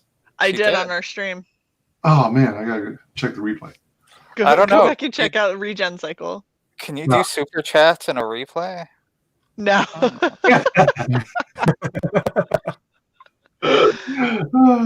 Yeah, it's pretty awesome. Nice. Donation link where? Was it Regen Cycle 8 or was it the Interrupted or was it 7? I think it was Interrupted. Because on 8 is when I ended up in the corset. Yeah. Yeah. The I corset that couldn't will breathe. cursed at you for being immodest. Magic. Sorry, I'm just looking at the. The corset was magical, but yeah, the mugs are nice too. Yeah, honestly, like if anybody has something that they're looking for that they want to see, Red Valkyrie merch 4, hit me up and let me know because I'm constantly making new stuff. I'm making bomber jackets, hoodies, mugs, all kinds of cool stuff like laptop soft cases and stuff like that. Yep, those are on the site. We have 4 different artists art on them currently. Yes, and and once 2 different sizes. Once I finish my the second half of my stuff, then we'll have my Psy head art piece will be up on there too, and then we've commissioned another artist who's finishing up stuff now, and it's looking fucking bomb. I'm so excited. And Jason. Once Jason finishes out the wings, then I can put that on there too. So we have a lot of really cool stuff. Shay did a mock-up of Jason's art on like a bomber jacket, and Shay, you put up the hoodies, right?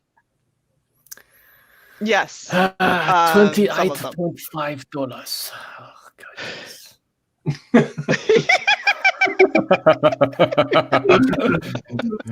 Plus $10 for shipping.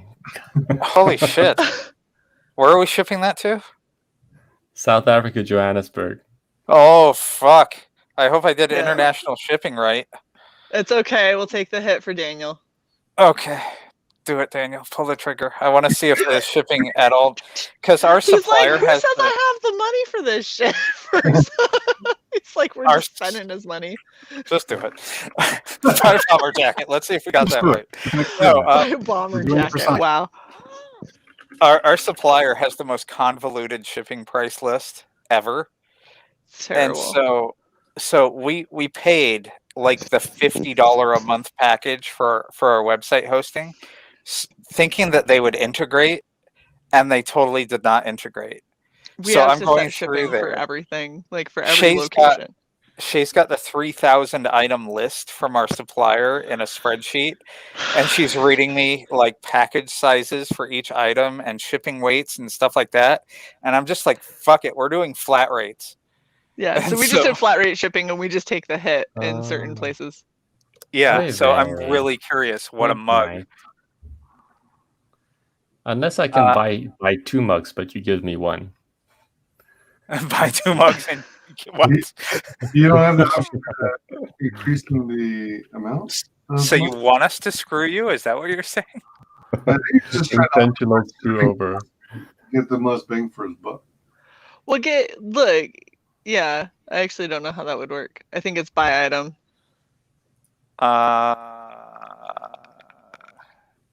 It's actually no. How does it work? Because I said there's a flat rate on everything. Okay. Yeah. So it might. But you know what? Just hit me up if it's an issue. No worries. No. Yeah, I was gonna say if you hit us up and we'll talk offline about what weirdness it's doing because we haven't checked. No stress. No stress. But I don't care if we take a hit. No, like, if it screws you, we'll just do a direct order from the supplier, bypass our website's math, and do it that way. Yeah. We do that all the time. Like that's how I get all my shit. And here I was wanting to save this month, but here you are promoting your merch. Sorry. I mean, only kind of sorry. I like our merch. I think our merch is cool. It's okay. I'm waiting for the 6 emails that this usually it goes to everywhere. The website notifies us, Yay. PayPal notifies us, our supplier notifies us. There's emails everywhere anytime an order comes in. Yeah. Did You I? say thank you. I think I did. Say Let's thank see. you. Now I get peanuts. But no Pistachios, pistachio. not peanuts. He's like, I want pistachios, you bitch. How dare you? How dare you? Oh god. Yeah, Max Work says I would draw something for you guys as well. Fuck yeah, Max, hit us up. Like Do for real. it. Hey. I love having a variety of artists kind of depict us because it's so interesting the choices that some people make and some of the stuff that we have. I get to put on all the merch and it becomes just Order badass. number 00111. Just remember that. That's me, okay? Triple Order number one. 00111. That's me. Oh, That's my mugs.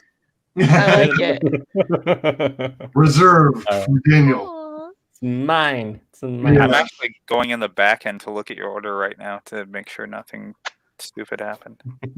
Yeah, No stress. and they'll do what they. Support that way. Wait, that way. There you go. Red Valkyrie Yeah, don't merch. support my Alex. Up 3 emails. Told you. Oh goodness. Are you giving Yeah, kisses and- now? Yeah, and when you order stuff from them, they'll do whatever it takes. They'll even if it requires redirecting the conduits from the dilithium crystals to the rear engines. That's easy. Got it. No problem. Rear engines, really? Really? Rear. I've got a But you ragu don't about wanna put them in the a inability to forward track. You're the I'm- last I'm- person to say goodbye. What I'm saying is, like, all the engines are parallel on a starship. There are no. Never mind. There are no Hey, rear hey. engines. There's Just symmetrical. remember, by the time we get to Starship phase, you never know. Yeah, it might work differently. Uh-huh. Back off, man! I'm a Ghostbuster. Holy shit, Daniel! Your address is like continued on next sticker. Nice. What?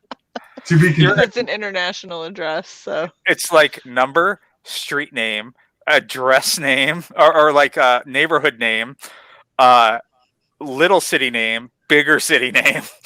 Yeah, it's interesting because Yep. the Midrand is the suburb. Now I've Right. just doxed myself. Yeah. Whatever. But then that's the suburb. But then you have like the inner side, and then so it's but then like Johannesburg is the main city, and then the other Yeah. one is a suburb, and then in the suburb there's little areas. But yeah, in fact, you just need that I mean that's suburb. what they do in Utah too. Yeah, so Like you could put in It's just crazy. where I grew up, you could put either Taylorsville or Salt Lake City, and it still got to you because Salt Lake City is the bigger city and Taylorsville is yeah. the smaller city. And Right. Johannesburg is quite big. It is, I would and now say. it's and Pretoria as well. It's actually sometimes known as like Greater Johannesburg Metropolitan or something like that. Well, I would think it's kind of like Atlanta, how it's huge and spread out, and it's Yeah. just like everywhere. Oh yeah, and it is spread out. I mean, South Africa is pretty. Yeah, it's pretty chilled, but it's also widely chilled. So it's like if you ever go to a busy country, like you go to Korea and it's also busy, and you come back, it just feels so spacious. You're just like, Yeah. You're like there's Well- room everywhere. there's Well, room everywhere. and the island countries in Southeast Asia, they're so on top of themselves. You know what I mean? They have Yeah. they can't build out, so they have to build up. So the population density, I imagine, is just so crazy. Hmm. Well, that would be in Malaysia, it is. There is a lot like Kuala Lumpur. When I was there for exchange, it is. Korea also. Actually, Malaysia wasn't as much. There would be apartment buildings, but then you'd also have like houses. But in Korea, like you'll see a lot more apartments. There was still like houses, maybe a couple of stories throughout. Yeah, It's but so that's the funny interesting. thing. Yeah. I want to But- travel internationally. I got to see all this shit that I see in pictures, including the panty vending machines in Tokyo. Oh yeah. Shay rolls her eyes. Look at that bird, full of Used or new? Yeah, now he's all chill and like getting tired, so he's doing kissies and stuff like that.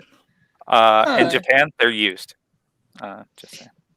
No, this is both. I was just asking which one you were going to.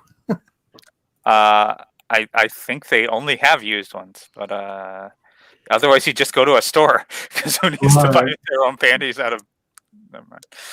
I don't know. The vending machines are everywhere, All so right. it's a convenient issue at that In point. case of emergencies, that's what I gotta go. I I wanna gotta make food from 2.5 hours ago. I'm I gonna buy love you noodles. guys. I'm gonna buy panties and Gotta go electronics, eat. all out of the Cheers, same vending machine. Jay. Bye, I Hugo. love you. Bye. Bye. Love you. Eat well. Take care, everybody.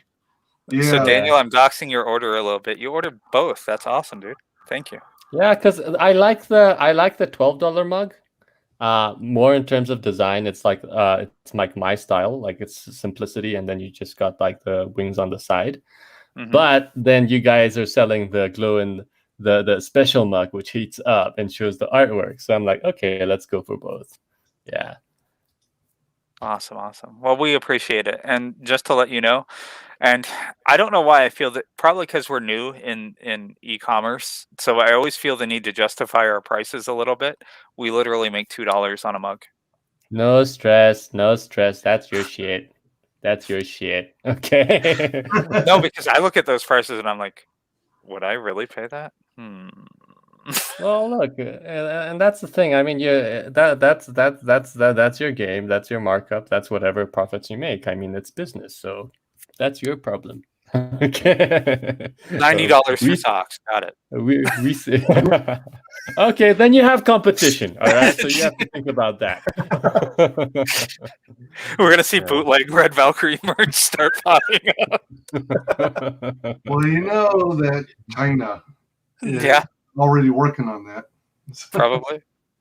Oh my God! Did you guys read that story about Amazon? How they were coming down on the little mom and pop stores to prove that that their merch was actually their own designs, and they would demand like the original images, and they demand to know who their manufacturer was and stuff like that. And then Amazon would take that information and go to that manufacturer and say, "Make this for us instead," and Amazon would underbid them. Yeah. I haven't heard. I did Yeah. hear something like that. I haven't looked explicitly into it, but yeah, if they're Jesus. doing that, it's not nice. Although I've heard some bad stuff, whether it's working conditions. At the same yeah. time, then I have fellow developers who are working at Amazon. Well, and it's all a matter of which division you work in. Like you know the developers, so I mean, honestly, in my job, I worked in the digital space for customer support, so I got it from both the engineer. I got to communicate with both the engineers, and I got to see what was happening in our fulfillment centers. So, I mean, the engineers, they work them like dogs, and it's really crazy what they put the engineers through, especially the ones in what is it, Cupertino or wherever it is in California. In This the software engineers. Yeah, in Lab 26, I think the ones that work on the back end Kindle stuff, and like all of our video products. But it's really interesting. And the fucking the fulfillment centers where all the orders get packed up and gathered and stuff like that. God, they put them through security checks before and after work to make sure they're not stealing from them. They weren't paying them for that time that they would have to stand in line by the hundreds of people to get off shift and leave. The fulfillment centers were not climate controlled, and they put them in like hot as fuck states and had them working over the summers. So it'd get to 110, 150 because it's a big metal warehouse. I mean, it's literally a metal building the size of a football field with no ventilation. So, shit. Yeah. That's I don't Amazon. usually throw around the word cunt willy nilly, but damn. Yeah. And you think that's Jeff, the richest guy in the world? He can afford air conditioning.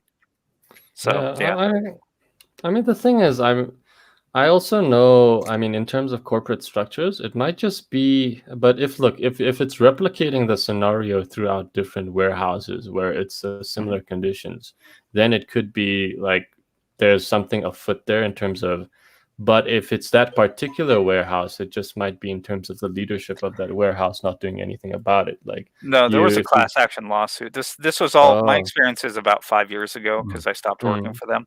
Mm. So I'm sure things have changed since then, but it was huge in the news in the States. Yeah, no, I saw about like a lot of things like working class, and in some cases where some workers had to like pee into a urine bottle to test to like a cup or something like regularly to test some kind of health or drugs. Drug tests. Yeah, and it's just like, huh? What the hell's going on? But anyway, I mean, it's a thing, you know, human exploitation at any level. Indeed. Indeed, but I mean, they were a decent place to work for if you were in their call centers, which was funny. It's like we were in the middle of the two ends of hell, but they would still work you like a dog in the call centers. Yeah. Oh, I bet. Especially their Usually- supervisors, which I was. They oh, yeah. Because I remember working at a distribution company, but now I'm wondering if I should not say stuff publicly. Yeah. Well, no, like but, with any but- company, all companies, there's good, there's bad. I mean, yeah. And it's the thing. Like sometimes you do feel for some people who work at certain divisions, and certain divisions have higher stress rates and higher turnover rates and higher. And sometimes it is the nature of the job, you know. And then and there's always these disparities, which is worrying, you know. It's sometimes that kind of thing where you start to consider. I mean, sometimes you're like, oh, the liberal side of where sometimes the liberal side of comes out for equity versus equality. Although, you know, at the end of the day, you know, practically speaking, some things don't work out as well. Yeah, that's the thing. But I know, like, I was reading a book called The Power of Habit. I didn't look through it all, but there were some changes that, you know, sometimes some effective or I think it's John Maxwell's book on leadership, like the 21 irrefutable laws of leadership. I didn't read through all of it, but I know I did listen to the Kindle a lot. And there you see where effective leaders come in and make important decisions or like base decisions, and that also comes in with habits or certain key changes in the company to completely turn around the company environment, the corporate structure, and all that. So those are interesting things. I mean, in that approach, you know, it's like this thing where also it's difficult to judge because you're managing tons of people, and then, you know, I guess it's kind of like maybe you could look at it as Trump. Trump wants to go one way, and then his other guys go the other way, and then you get this. Yeah. Hey. Nefarious is asking, have you been streaming all day, bro? No, just nearly 8.5 hours. It's like a working day. He just spent a working day. If we've already done our close out, like where we can find each other we just haven't closed the stream. We're just still here. Yeah. We're the people who are still sitting at the bar and last call was 20 minutes eating. ago. Yeah. Shay's doing the pancake, not the pancake, the fried rice. So not to dox her, but she kept trying to get off the stream because she really had to go to the bathroom. So it was really nice of us to keep her here all that time because she's like, I almost died. Oh my God! Goodness. Where's the bird? Because actually, that's the thing. I think I took a small break when you guys were focused on Shay's bird. Are you the same place? I gotta go ahead and head on out here. All right, take it easy. Cheers, Michael. See you, Michael. Nice meeting you, Daniel. Nice meeting you officially. You too, man. To meet you officially too. Yeah. So I just got the weirdest message from our supplier. It says, "Congratulations on your first order fulfilled in Europe." That's not Europe, you assholes. Oh. But I guess it's going to be fulfilled from Europe to South Africa. Like, it's right there in the country's name. That's not Europe. I got I'm just thinking I got the country right? It does say Yes, that. you did. Okay, good. Yeah. Oh wow. Well, you're a European now. They're mailing it from Europe to you, as opposed to mailing it from the United States to you, which would be That'd horrible. be interesting. Do they have like different supply? They do. Do they? So And the they funny- can manufacture the mug in Europe, basically. Yeah. Well, oh, okay, that's interesting. That's interesting. Yeah, and the funny part is, I thought I had turned that off. Oh, because of COVID, I was really concerned with having goods manufactured in Mexico or Canada. So Yeah. I went through to our store on our supplier side, and I unchecked certain things. And I really hope that if they're telling me that that's what's going to happen with your order, I have no reason to disbelieve them. But yeah. I mean, yeah, it's no stress, and I understand at these times. I remember I actually ordered an N95 respirator, but I didn't get I got the disposable one, not the like the 3M ones. You have the ones you can screw on, like the ones. Now that's the one you want, yeah, with a cartridge. But I got the spray paint one where the cartridges are stuck. But like, yeah, that took a while, but it was interesting. In fact, I thought I ordered it on Amazon and it took forever. And I think the people sent it through USPS, and then it ended up at the post office sitting there. And I think it's like months later, I get an SMS, I get a message on my phone, and then it's like, please pick this thing up. I'm like, what? And it was just after I had actually asked for a reimbursement from Amazon, so they gave like the money back to me. Oh, that's awesome. But anyway, I collected it, and then I said I canceled the reimbursement. So oh, that was nice. Yeah, my N95s are like kind of a cloth paper type thing, and there's no thing. There's no like cartridge or fake cartridge on it at all. It's just like a hospital mask. Yeah, those things are nice, but I also like the respirators. The only problem is when it like sticks to your face. But it is like a lot more comfortable. You can just go around breathing like normal, whilst when you do have like the face masks, I'm not sure where the air holes are exactly, but it's a bit. It just relies on you being able to suck it through whatever that material is. That's my biggest problem with them, because I start getting lightheaded and then I start getting super dizzy. And Shay and I were walking through the mall. This was right after I started wearing those masks for the first time, and like every 10 minutes I'd have to sit on a bench and just relax for a few minutes and maybe pull it slightly away from my face to be able to get because it was like I was trying to hike up the Himalayas or something. Yeah, I think maybe then the problem usually though, I know the breathing. What brand is yours, if I may ask? Shit. Let me see. Because the 3M, like the one, it's really nice, like when I got the 3M one, and it's rated the best. Although I know like some people in the US might be like, in terms of the company, but it's rated the best, and you can breathe through it. And also I think the important part is breathing out, because when I wear a mask, what I'm worried isn't about what comes in, it's what goes out, and I'm gonna rebreathe the thing I blow out. Right. With the N9, yeah, but then if you have like a respirator, the cartridge, it's easy to breathe in, and then because the filter, I guess the filters are done well, and then they also have the place so you can breathe out. So I know there's N95 masks with the breathing cap hole. I don't know if yours has that, or you have to like it breathes out the sides.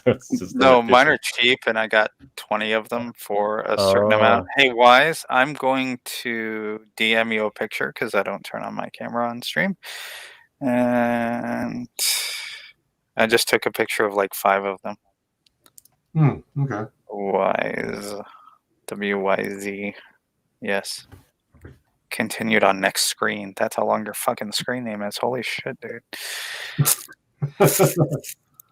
You know what I'm surprised about isn't like us continuing, it's the wonderful people who are staying. It's like constantly 9 people watching the stream for 8 hours. Yeah. I'm not one of them. I actually close Yeah. YouTube. So yeah. Let's see. I think like Nefarious and some of the people have been here for like forever. Yeah, I'm kind of surprised Matanui.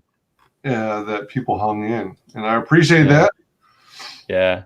Thank you guys. Do you see it, Wise? Yeah, I'm gonna bring it up real quick.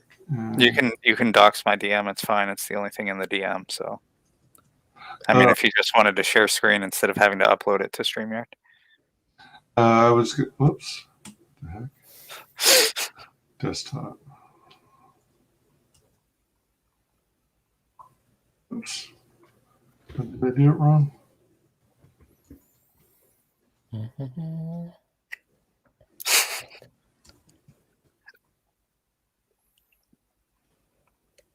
Oh well. All right.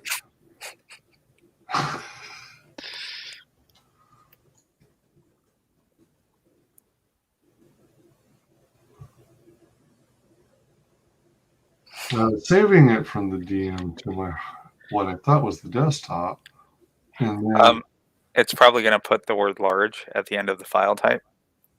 Right, but let's see. Why is it? Went to work and came back. It's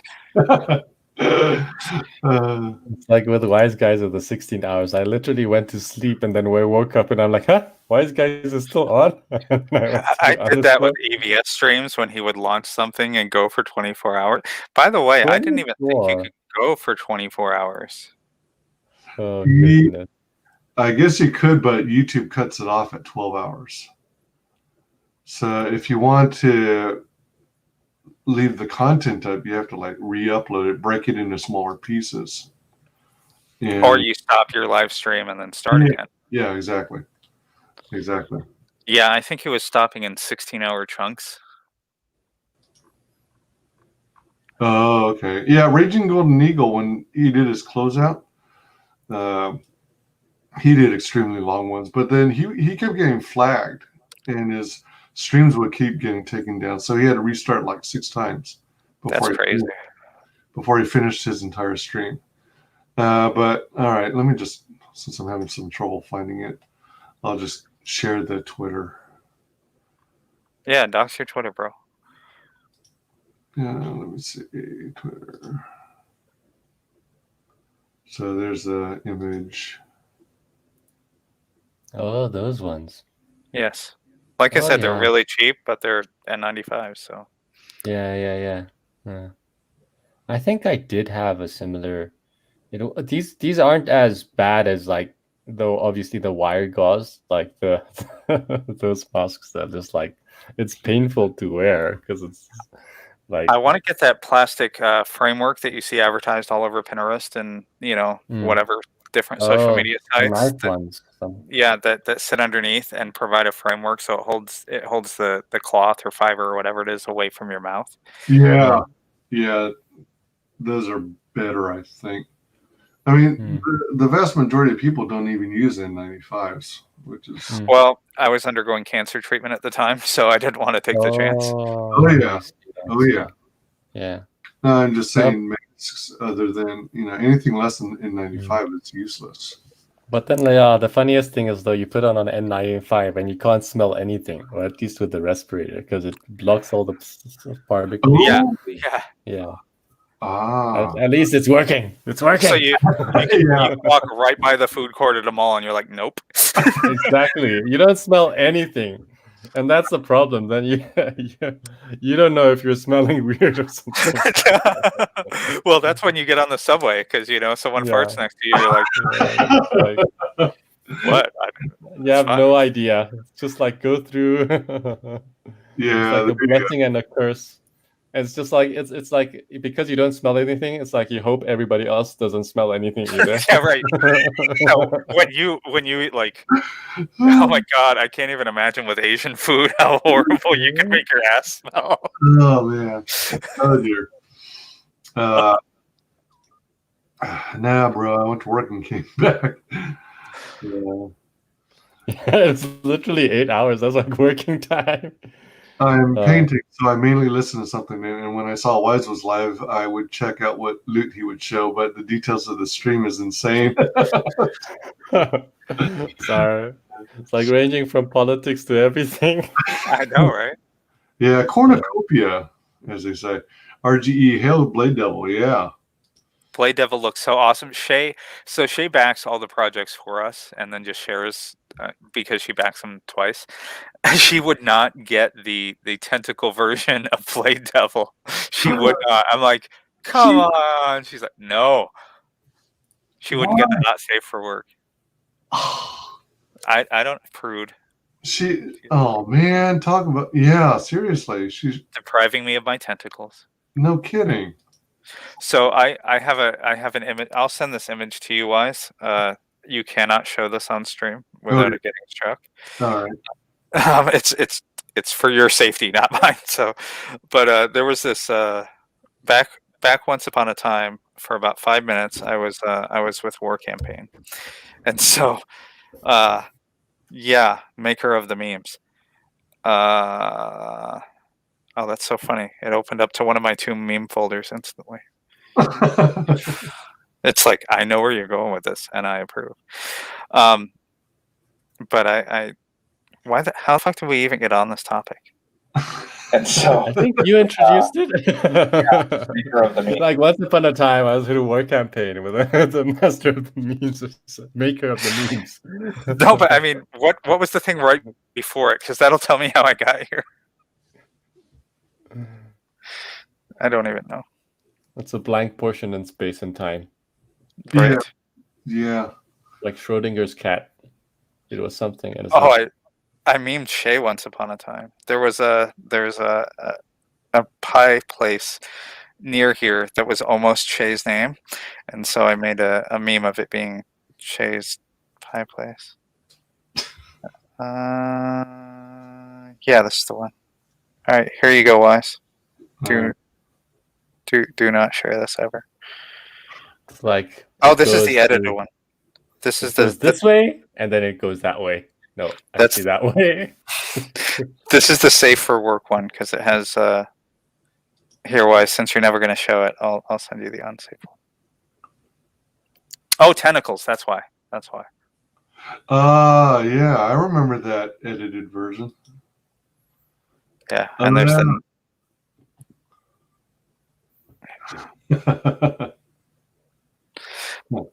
I used to have a much spicier online presence because you can see my name right on that billboard. So I worked on yeah, I remember that image. Yeah. Kami Marek did a burn stream that went for like 10 hours and got demonetized. What? In the first 30 minutes. But this is some excellent stamina for you guys acting like an 8+ hour stream ain't no thing. And I apparently got RGE another backer, according to Nefarious. Oh, is that right? Nice. And thank you, Darkstar. I appreciate the help in trying to remind me of my train of thought. Yeah. Just backed Blade Devil because Alex said the magical words. Not safe for work and tentacle. Yeah. Yeah, that's definitely a good looking book. What is it? Frege says AAT? Yep. Sure does. That's a fact. Proven fact. Max Works will go to bed now, 2:15 a.m. here. See you guys soon. If not, have a safe transition into the new year. Take care and stay healthy. You too. God bless, eh? Have a wonderful new year. Max said the magic word, transition.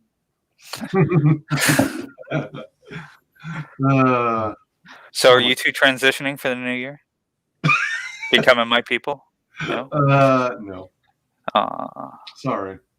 Max, I look forward to seeing what art you do. Yeah. Oh, yeah. Shay and my DMs are always open, man.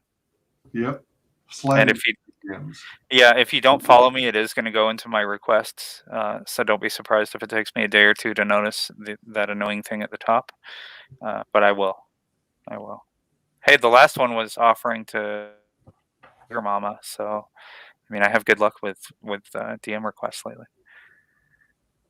Cool.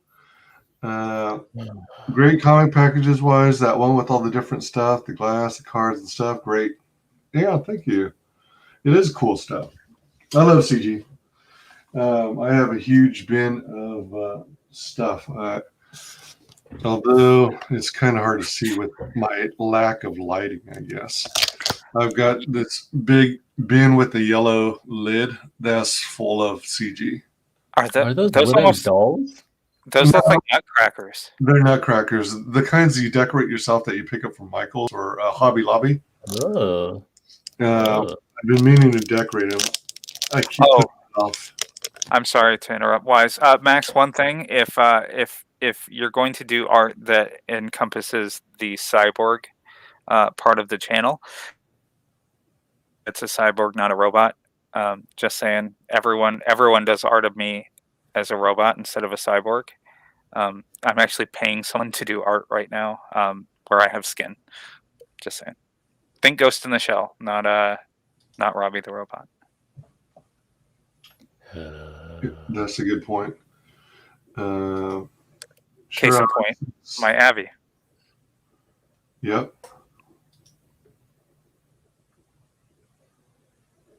See how I'm all blue and robot-y? Yep. Not what I was going for with the character. Oh. Don't get me wrong. I'm gonna wear the fuck out of this avatar because it's awesome artwork. Aki T was the artist that did it, and he's getting ready to do a campaign. But yeah, I definitely prefer the more human-looking cyborgs. Cool. Think the Terminator TV show with Summer Glau. River from Firefly and Serenity. Oh, I remember those. Hey, will do.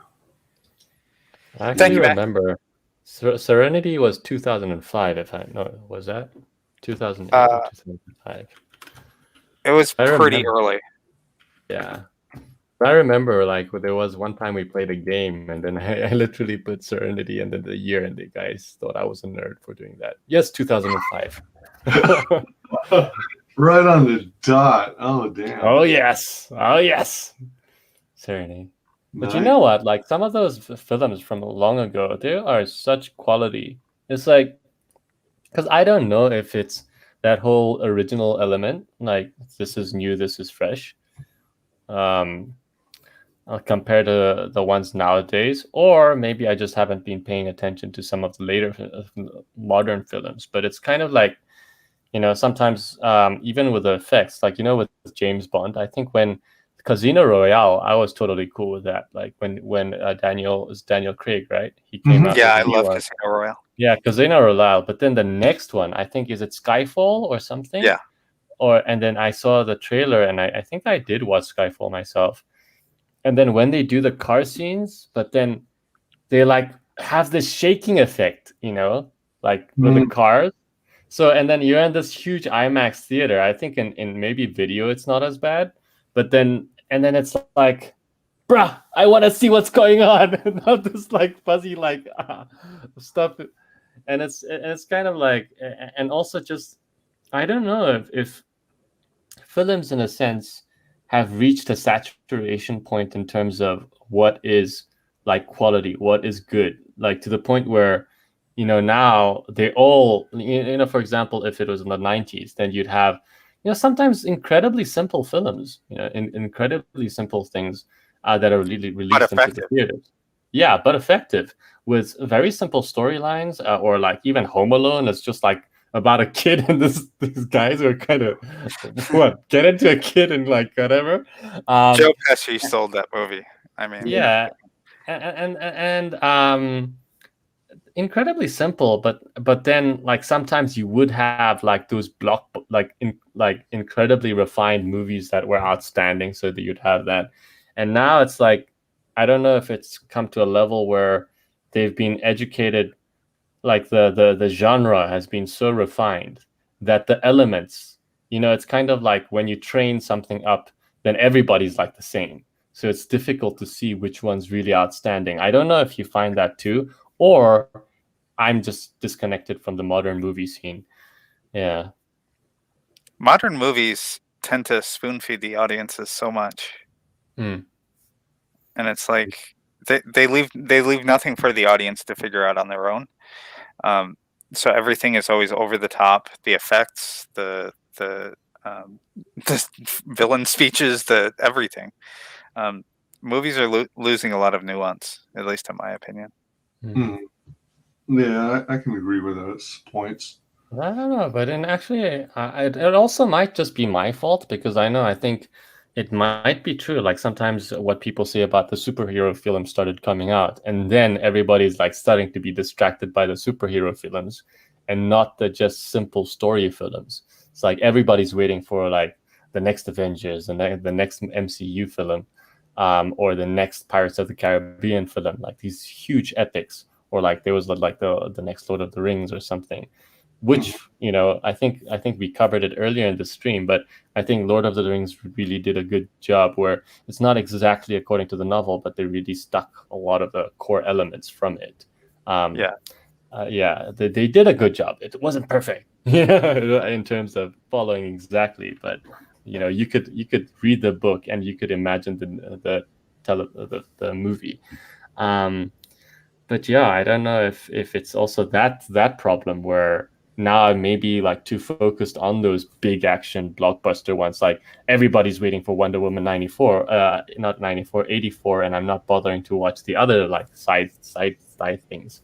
And also it's because of, you know, growing older. It's like if I'm gonna watch them, it costs more money. Why would I go spend my money on that? Right. You know, whilst when I'm a kid, it's kind of like, oh, it's dad pays for it, mom's pay for it. I just want to go to the movie and watch something, you know? Yeah. Or if, yeah. And Maranui, there you go. MCU movies to some extent. Now everything has to be some big interconnected universe. Yeah. I mean, I it's like a double-edged sword. I like what the MCU achieved through the first 3 phases, and I think it makes sense to do superheroes that way. And I think DC personally should, you know, try something like that instead of throwing new characters right at you. Or redoing them. Oh, over and over and over. Yeah. Matanui says cinematic universe has got to go. Well, I mean, if you look at the MCU is them doing it right, because it's like they had a plan out of the gate. They stuck to the plan, and it all kind of interweaves really nicely. An example of a universe that did it wrong, because they only ever thought that there'd be 1 movie, then 3, then 6, and never planned ahead for the next step of any of that, was Star Wars. I mean, look at 1. 1 was kind of like a standalone movie, and then it's like, oh shit, it was a real hit, so now we're making 3. And so they made 3, and it's like, okay, well, this is perfect, the end. And then it's like, well, George Lucas, now I have kids, so now I got to make 1, 2, and 3 and make them kid friendly. And then Disney buys it, and it's like, okay, well, we bought this franchise, now we're going to get at least 3 more movies out of it, so let's make 7, 8, and 9. And that's just a dumpster fire, and it's like, yeah. Like, I honestly didn't mind like Force Awakens, although that scene where Ben kills Harrison Ford, Han Solo, that was just like, you know, it's like, couldn't you have done it a different way? Because it is so reminiscent. Like the other stuff, like, you know, it has its own novelty in the movie, but in such a classical moment, you hit it with the same fashion. And it was like, at least it was a good starting point for going into 8 and 9, but then they screwed that up like jello. Like, it's like, it became the movie where, you know, and for me, I didn't like hate on it too much, but it was kind of like, there's the, like, I'm the kind of person, if you tell me this is like a super crap movie, I can still watch it and enjoy it, you know, for what it is. But it's the movie that I could watch in the laptop, not in the big screen. And I get what you're saying. I mean, having watched, God, what was it? The Rian Johnson one? Last Jedi. Last Jedi. Having watched it and having read so much about it and having seen it picked apart, having seen the behind the scenes of everything, that was a train wreck. It just was. I mean, you would have to be lobotomized to go into that and not be able to pick out the plot holes. So even just watching it, I can't get myself to the point where I can ignore the lore and the Star Wars physics so hard that I can sit through the movie and actually enjoy it.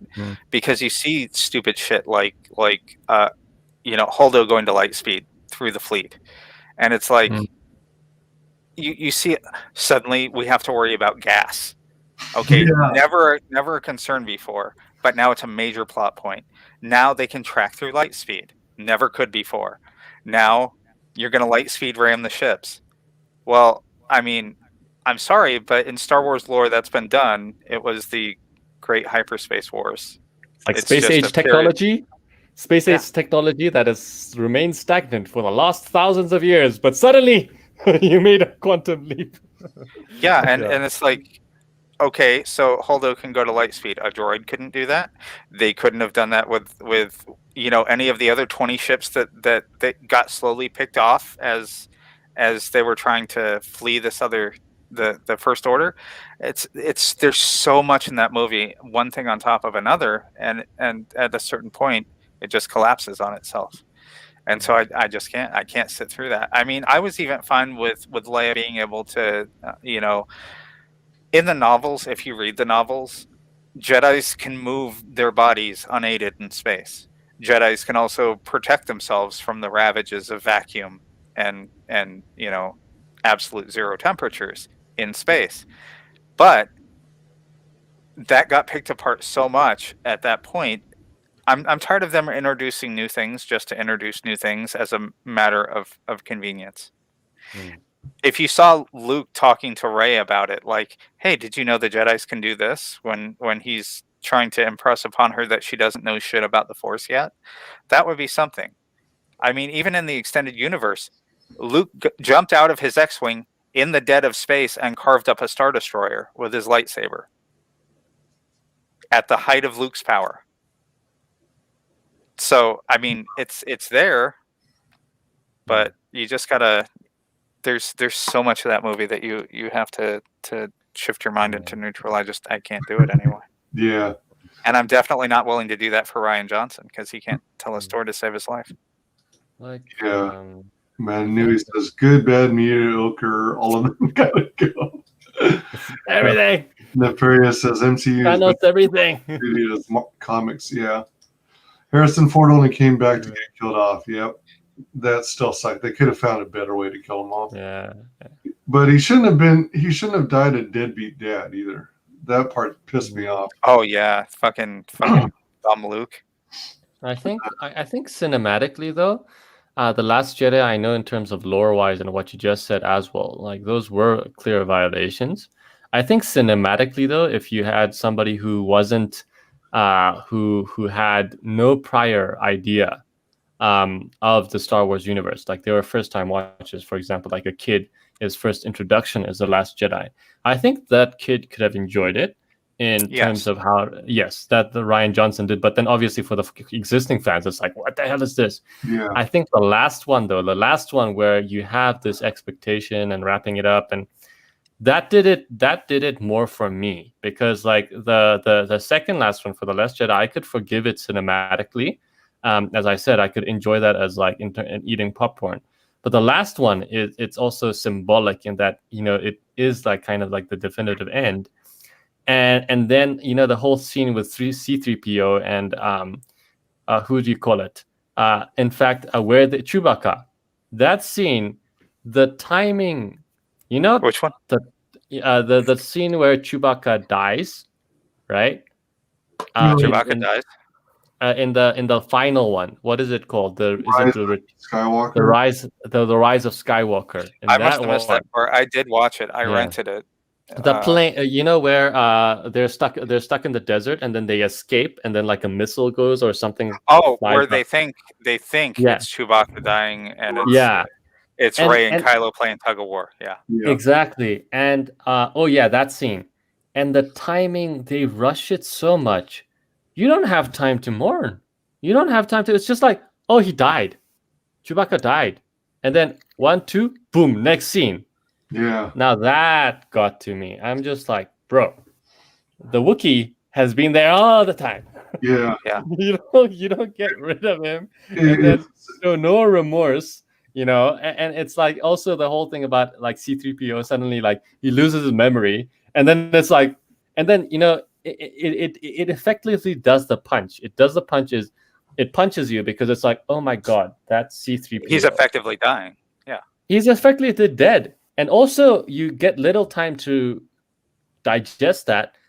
And then it comes back, like, okay, Chewbacca surviving, but then C-3PO, suddenly R2-D2 has that chip, and then a backup. So the backup to restore his memories, and yeah, they restore it all the way. But and I understand in terms of a feel-good movie, that's kind of what you want to do. If tragedy happens, you want it restored, but like the timing of it, the whatever of it, that screwed me over. It missed all of its beats.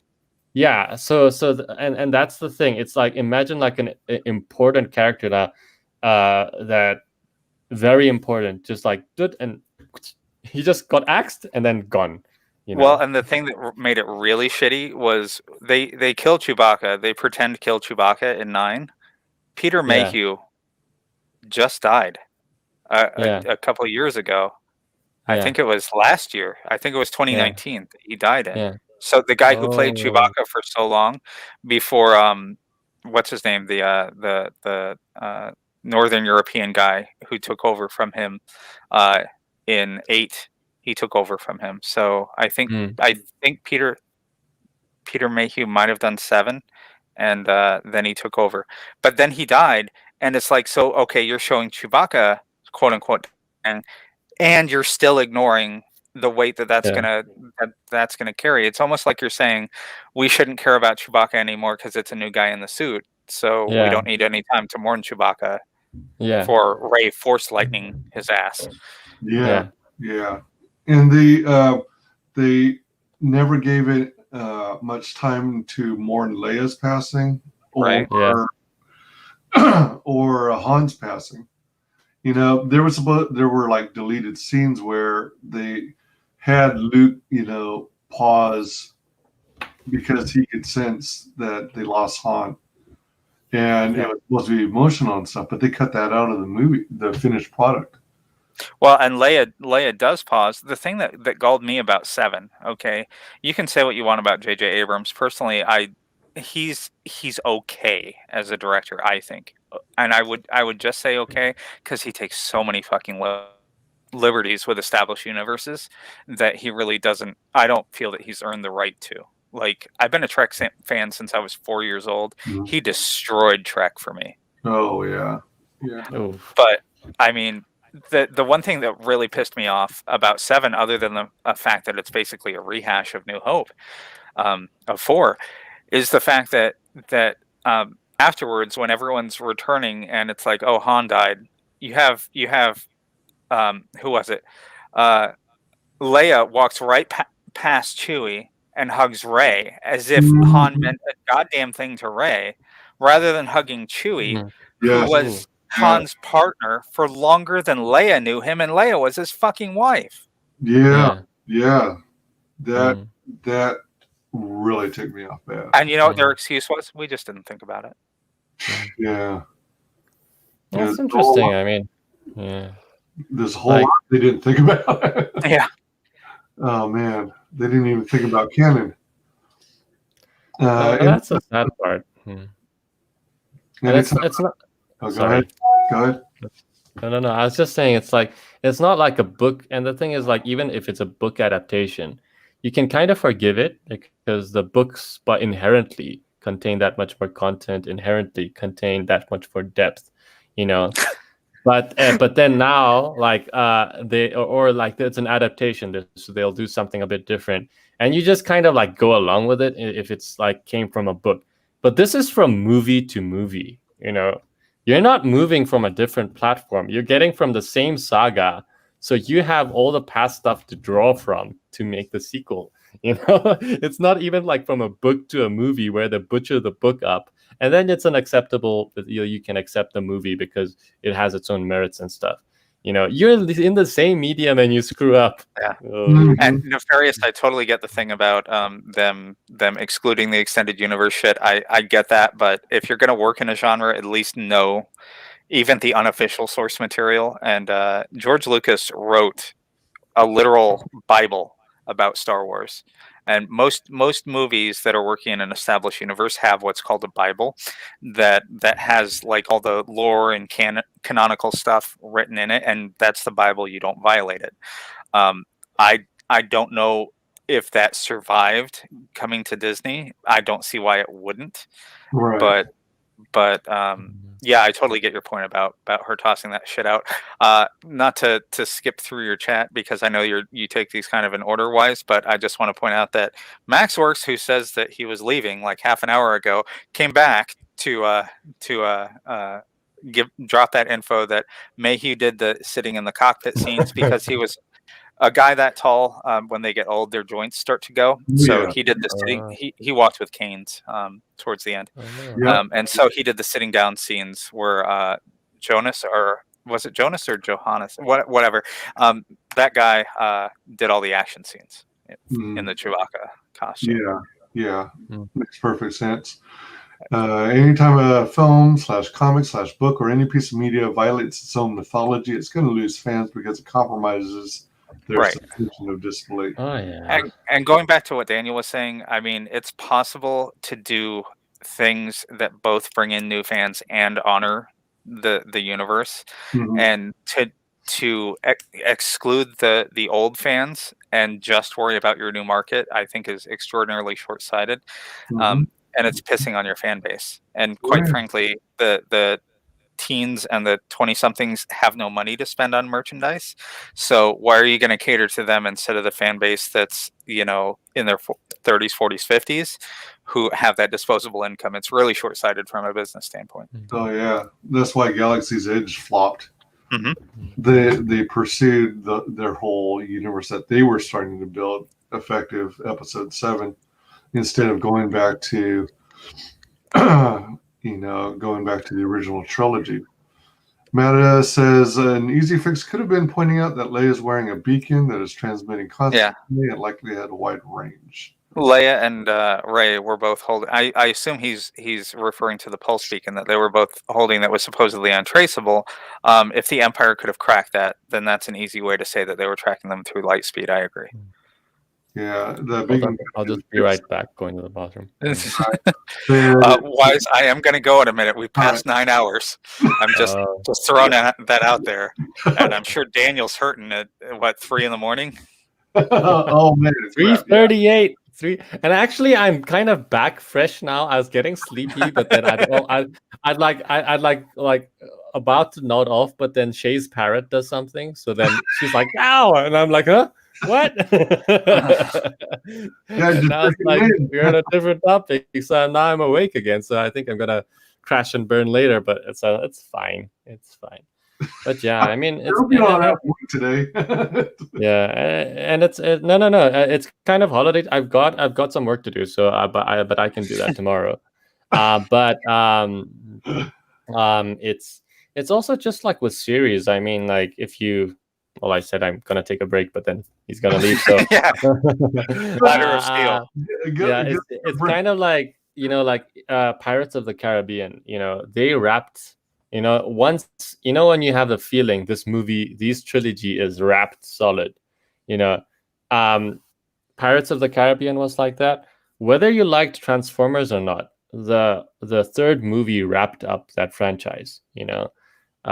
Pirates of the Caribbean, the third movie pretty much wrapped it up.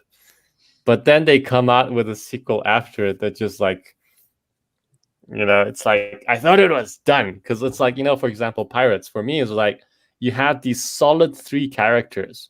Solid.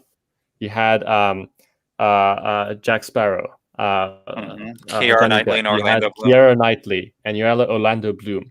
These 3 had their distinct characters, their distinct costumes, their distinct styles. Because the thing is, it's not only just Johnny Depp being John Sparrow that carried the film. It was Johnny Depp, Keira, and Orlando. Those 3, and then after what happened in book 3, and obviously the amazing, who's the guy who played the Dr. Octopus? But yeah, You mean Davy Jones? Yeah, Davy Jones, exactly, and that guy was also Bill amazing. Nighy. So, yeah, so he's great in everything except yeah, Underworld. But yeah, it's kind of like now in like, and Underworld as well is also like, you thought it was wrapped up, and it's like those 3 films, and then now career after what happens, Career Knightley has to go, I think, over the edge of the world or something, and then there's a contract with Orlando Bloom and whatever he had. Bearing his chest, he replaced. Yeah, exactly. And that was a good stopping point, and I did not watch anything after that. Yeah, but after watching it, and it's the same feel. It's like you see the Johnny, but the other guys aren't there, And there's all this history, and then they can bring in mermaids, they can bring in all sorts of crazy acrobatics and stuff, but it's just like, and it's like Transformers now. It's like you thought it was wrapped up with Megatron dying. Now you bring in Galvatron, and then also it's just like the way they did it was, it's now, it doesn't even make sense, because first of all, they make like the transformium metal, all malleable, so it like they can dodge all the stuff, but somehow at the end it's vulnerable to missiles. So at the beginning you have like, they're firing all the laser cannons or all the shells and everything at the Galvatron, and Galvatron just like transforms to dodge it. But at the end, somehow they hit target. What's going on? It was magic missile.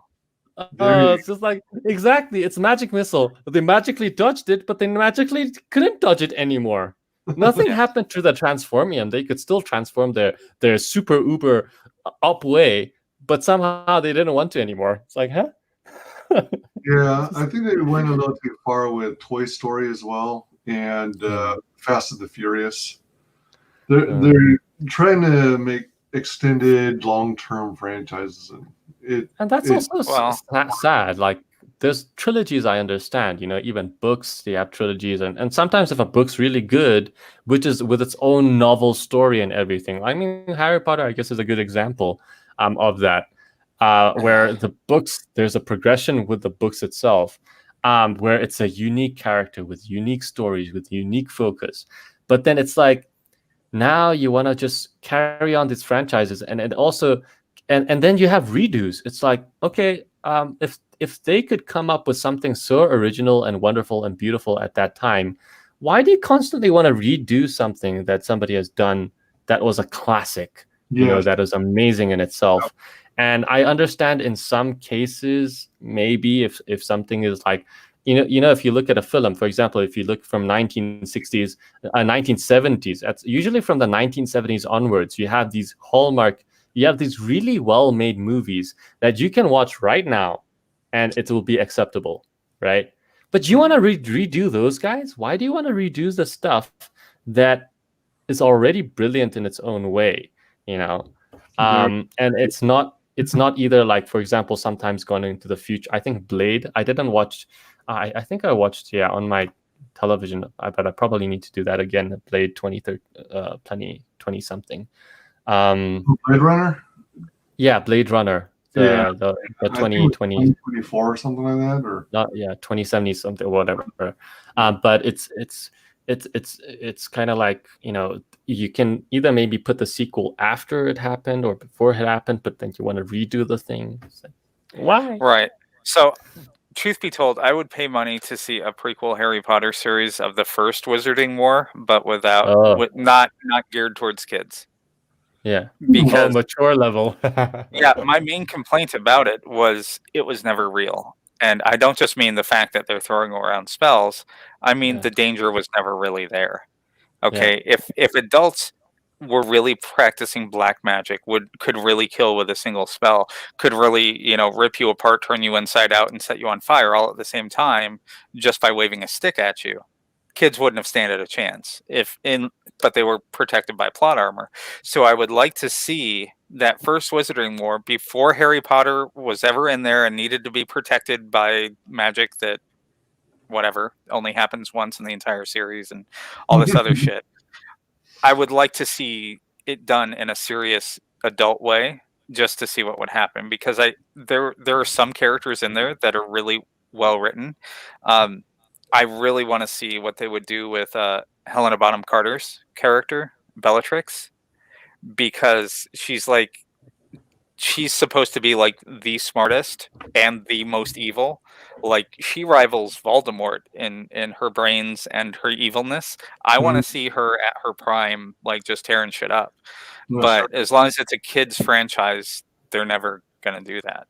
Well, I haven't seen any of them, but have any of you seen Fantastic Beasts? And I saw the first one. I didn't see Does it Fantastic seem Beasts. like it's covering those? That No, time period? that was back during Dumbledore's prime. Back basically about, God, the chat can tell us, but it was basically at least 50 years in the past of where we're at right now. No. It was during the time of Grindelwald, which was the previous Dark Wizard before Voldemort, and it was set in the United States. And yeah, that's all I know about that. I know a lot of stuff that's probably not canonical because I read a lot of fan fiction. So I happen to know that Dumbledore and Grindelwald were a thing, like romantically. Grindelwald played by Johnny Depp. And that Dumbledore ends up killing his sister over Grindelwald. And that's why Dumbledore's sister was in that portrait in the Leaky Cauldron in the main series. But yeah, they paint Dumbledore in the movies as very lily white, but if you actually read the books, he's pretty fucked up. And the fans take it even farther. Like everyone only protects Harry because Dumbledore puts compulsions on them using the Sorting Hat and shit like that. It's pretty cool. Really dark. Yeah, basically it flips it. The bad guys are the good guys, and the good guys are really the evil ones. Some really interesting shit. But yeah, that's about the only existing series that I would. And I really liked Underworld and its sequels. Because I liked 1, 2, 3. Yeah, it was always Kate Beckinsale that was the draw for me. Even the last one where she goes up north and gets the white streak in her hair. Is it number 4? Let's see. There was okay. In number 1, she meets Michael. In number 2, it's her and Michael on the run with the Marcus chasing after them. I think. Yeah. Number 3. Well, which one had the really old original vampire on the boat with his shitload of armed security? Was that 2 or 3? I think it could be number 3. I think number 3 kind of tied those ends together. But I know Underworld also had another one that was like a with prequel. her daughter. They had one of her daughter where she was captured or whatever, and she has to free her daughter. And then I think they just dropped her daughter completely from the plot. And then I think they're either 4 or 5. They're a lot. But yeah, I mean, Kate Beckinsale in tight leather. I get you saying Cobra Kai. It does amazing to continue a storyline on. What about? But I haven't seen it, so I really couldn't say. And I didn't say Cobra Kai. Yeah. Maxworks is still in the chat, at least as of 7 minutes ago. I see him. Cobra Kai. Okay. Hold up, I need to be back. Sorry. Wise, why don't you just end it, man? We're over 9 hours, and I've got to pee and get a drink. All right. Feel free to drop out. I'm going to read these chats. Okay. Chat, thanks for coming. Wise, thanks for having me. Daniel, it was great meeting you, man. Congrats. Pleasure to meet you too, Valkyrie. All right. Have a good one, guys. God bless, and God bless all the chat. Take it easy, guys. All right. Cheers. Take it easy. And Wise, I expect to see you on Topicless. Is that tonight? Yes, it is. It's in about 40 minutes now, so you have time to get something to eat and pee. And chat, hope to see you guys there. It's on Luke's channel, so Death Metal Hero. Oh, gotcha. All right. Have a good one, guys. Yeah. All right, take it easy. Yeah.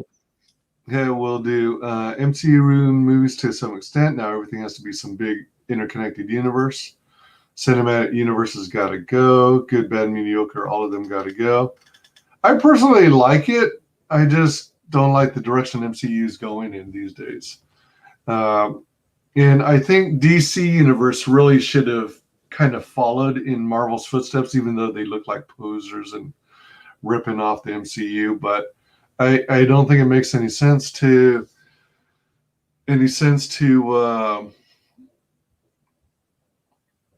just throw all these characters at you without providing substantial background, origin stories.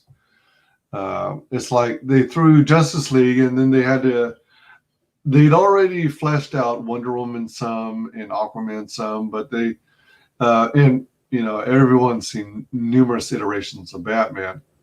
But then you hadn't seen live action Cyborg and you hadn't seen live action Flash unless you actually watched the CW series.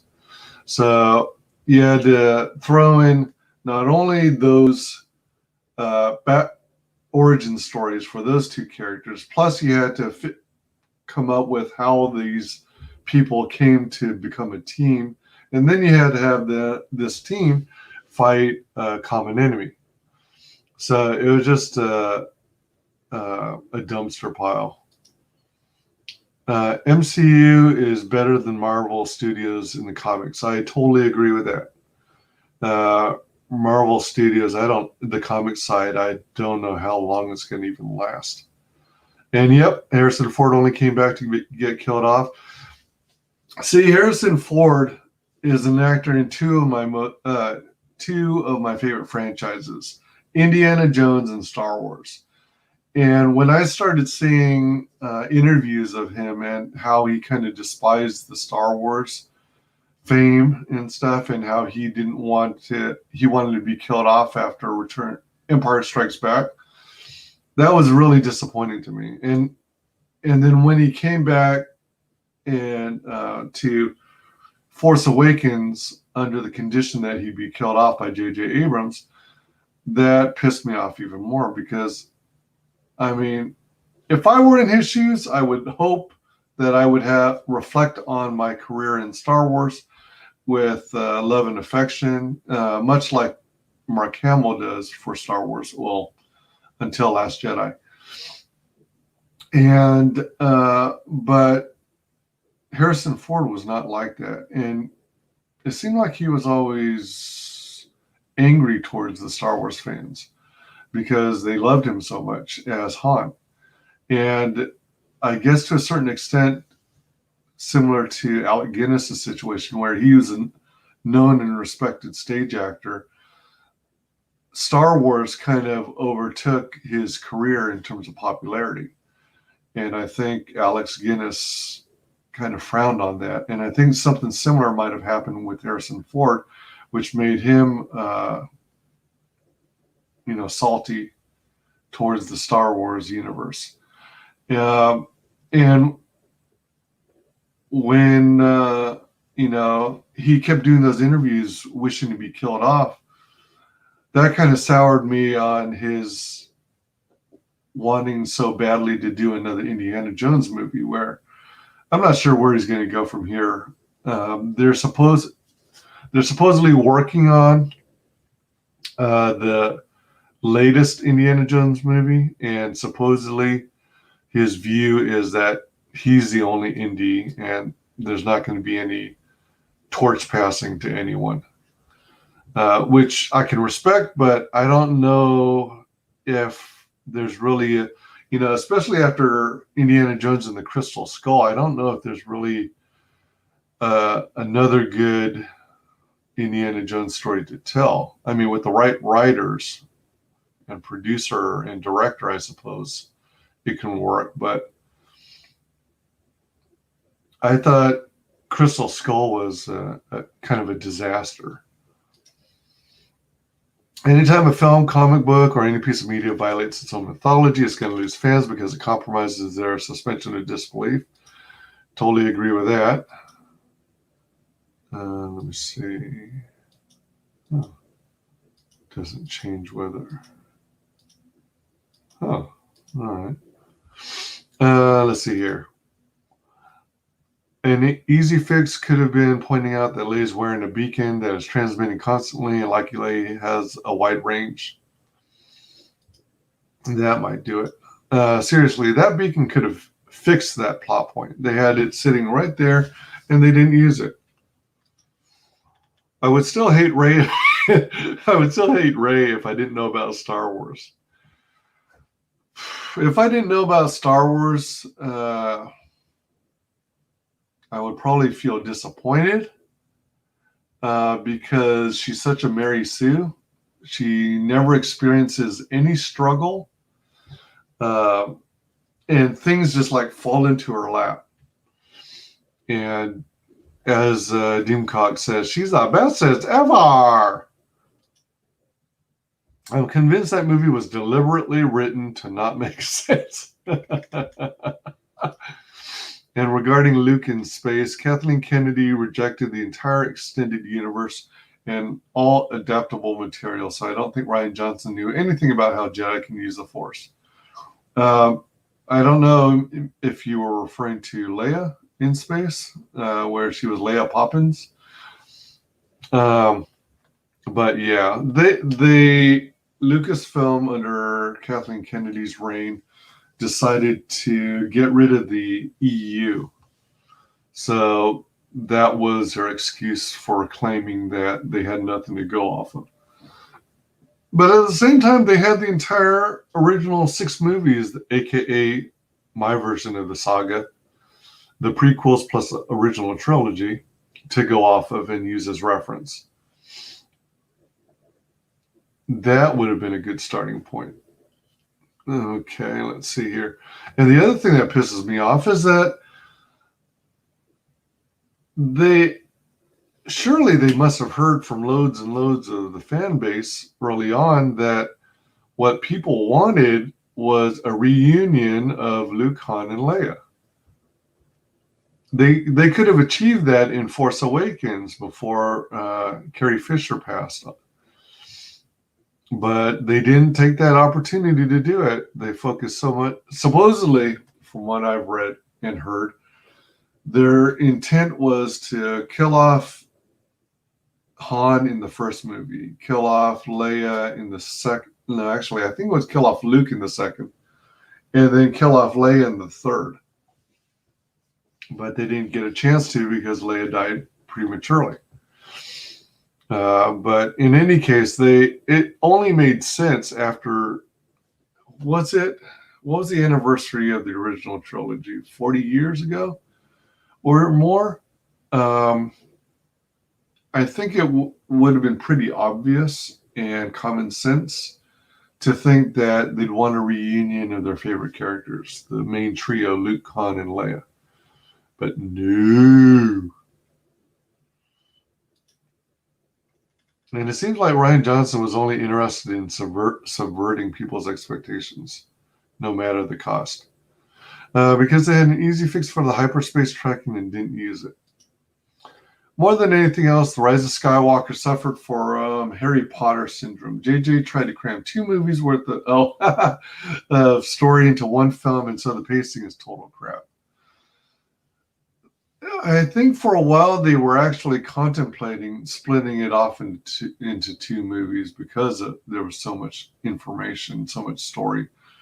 But regardless, whether they broke it into 2 or 1, I think it would have been the final trash heap it resulted in. Because that was just garbage. Bringing back the Emperor, really? And as Sai read earlier, Mayhew only did the sitting in the cockpit scenes, the ones where he's running or walking as Jonas. Yeah. Poor Peter, indeed. Cobra Kai does intergenerational storytelling right. Yeah, I am not a subscriber to any streaming services, but every time I hear about Cobra Kai, I hear only good things. They seem to have done it right, based on everything I've heard and read, which I'm happy to hear. Nefarious says only Favreau and Filoni have read that Bible. They said they're just DJs remixing the Beatles. Lucas is the Beatles. That's cool. Yeah. Yeah, I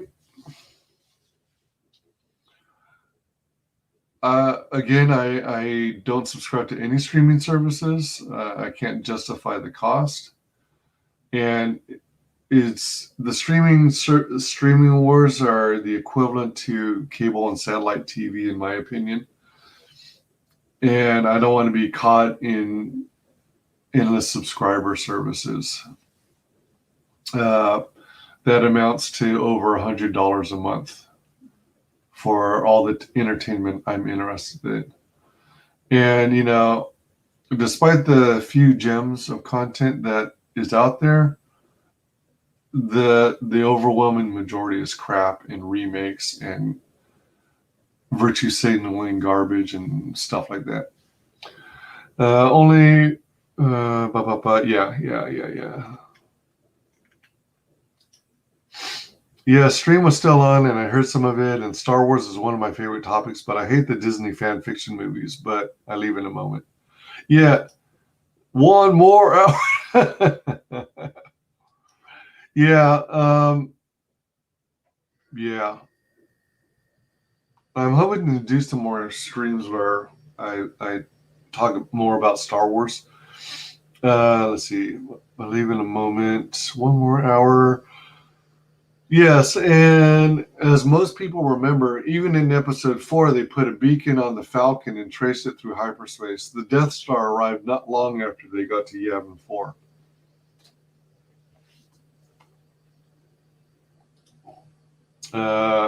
Cobra Kai does intergenerational storytelling right, unlike Disney Star Wars. Yep. Indeed. The answer is easy. It made money the first time around. Producers and studios think it'll make money again, and it usually does, even if it ruins the franchise. And that's the unfortunate part, when they run it into the ground. And as much as I like to think otherwise, Hollywood is not the most creative in running franchises. They go overboard in the other direction and make something good into something horrible in time. Because, you know, you run out of ideas, you run out of directions to go. And you put uncreative people behind the helm. And then it becomes like a CGI fest. Bigger and bigger and bigger and bigger. Johnny Depp ain't Grindelwald anymore, lol. Yeah, with the battle between him and Amber Heard. It's weird because supposedly Johnny Depp recently got hit real bad, and I guess his case was dismissed in the UK, if I'm not mistaken. So it made it look like Amber Heard had a win under her belt. And it seems like Hollywood is canceling Johnny Depp, has removed him from the Pirates franchise, and is replacing him with Margot Robbie. So the Pirates franchise is now all women in the lead roles. I don't know how that's going to turn out, but I don't think it's going to be received very well. And at the same time, Amber Heard, it sounds like, is still going to be in Aquaman 2. So I'm not really digging that. I kind of am of the belief that Amber Heard should go. If Johnny Depp has to go, then Amber Heard should go too. Because she, based on all the court information, it sounds like she's extremely guilty. And then recast Mira. As much as I like Amber Heard as Mira, I wouldn't mind if they recast her for Aquaman 2. But if they keep her, then I'm probably not going to watch Aquaman 2 if, you know, through paid for means, if you catch my drift. And I'm not. I guess I've never been real much of a fan of Ezra Miller either. I think he was a horrible Flash in Justice League, and I don't think he.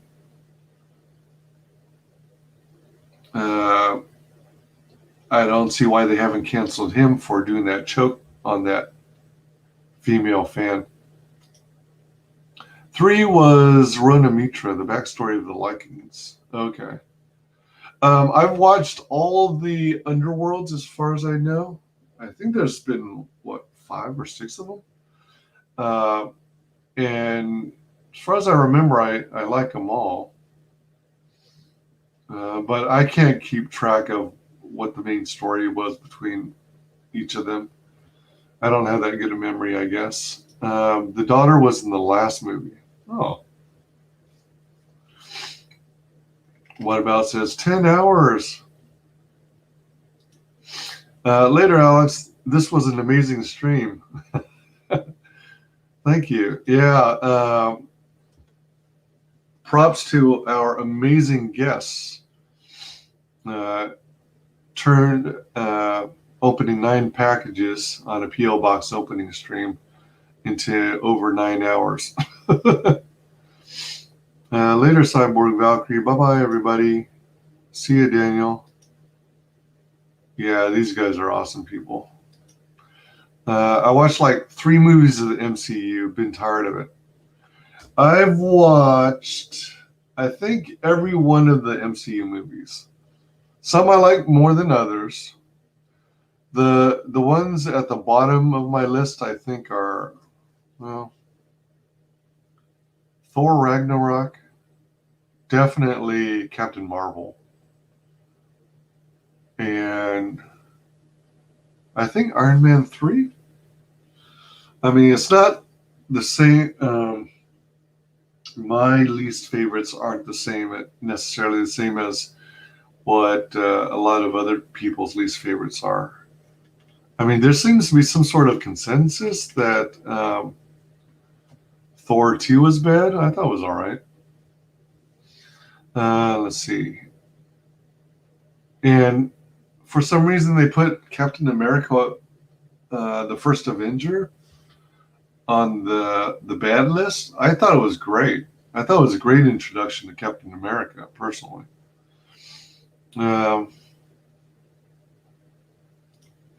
Cheers, Yotam Darkstar, and yep, I agree, Nefarious. Even then, that's a different Flash.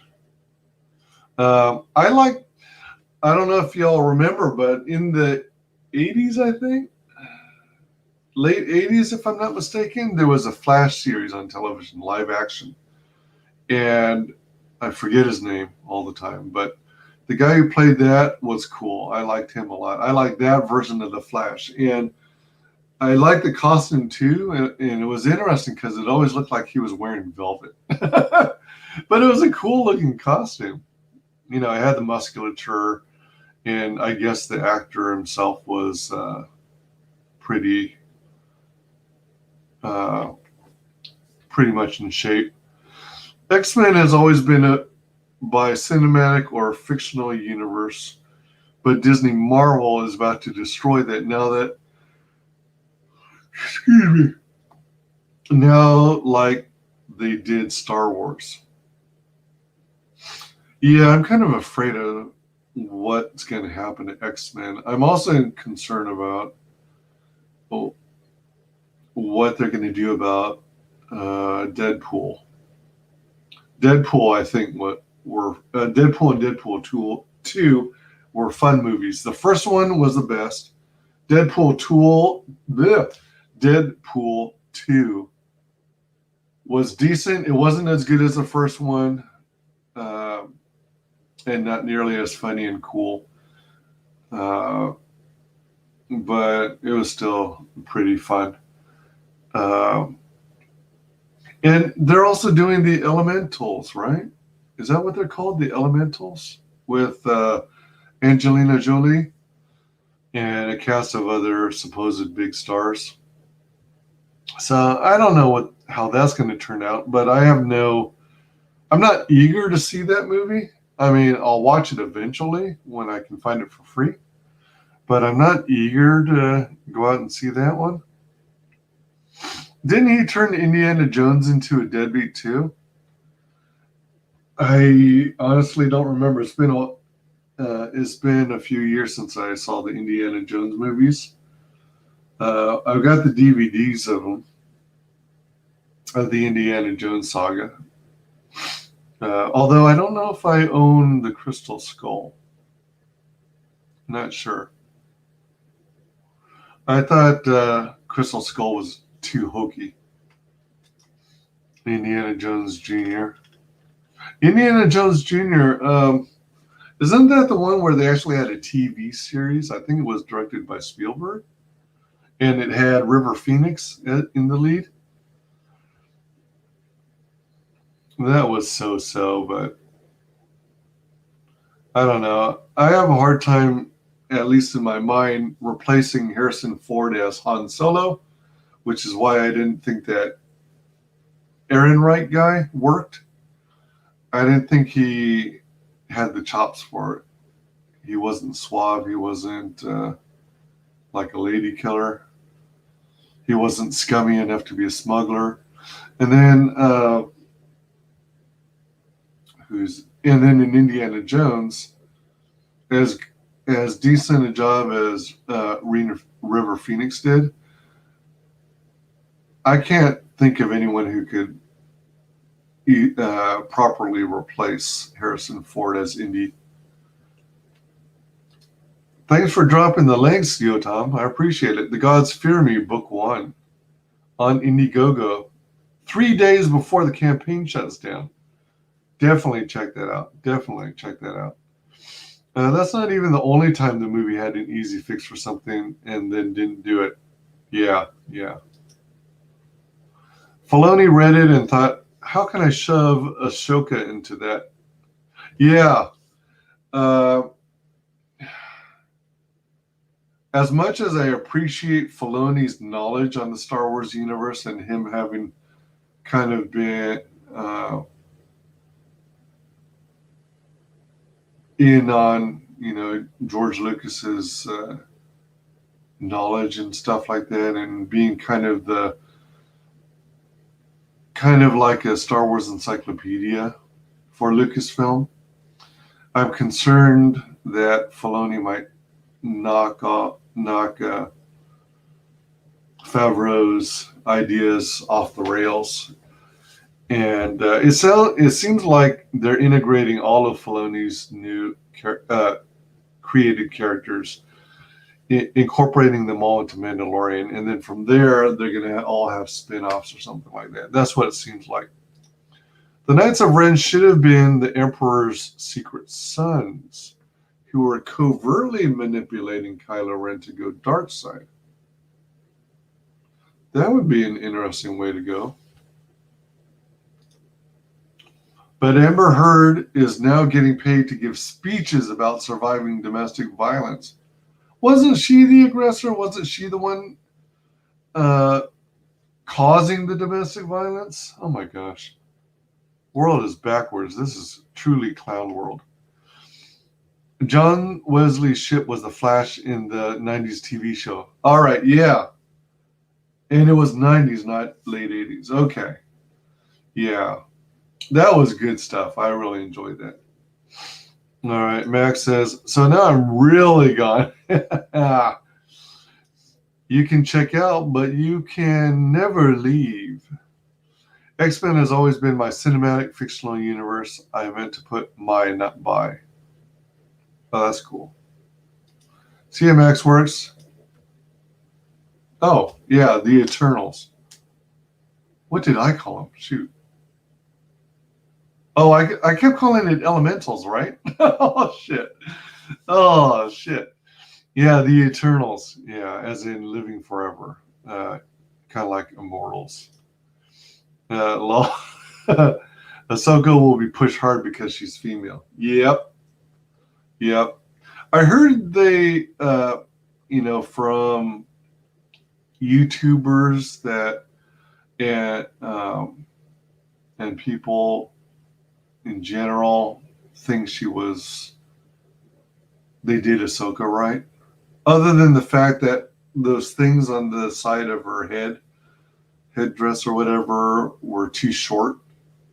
Other than that, people seem to be pleased with how Ahsoka was brought to live action.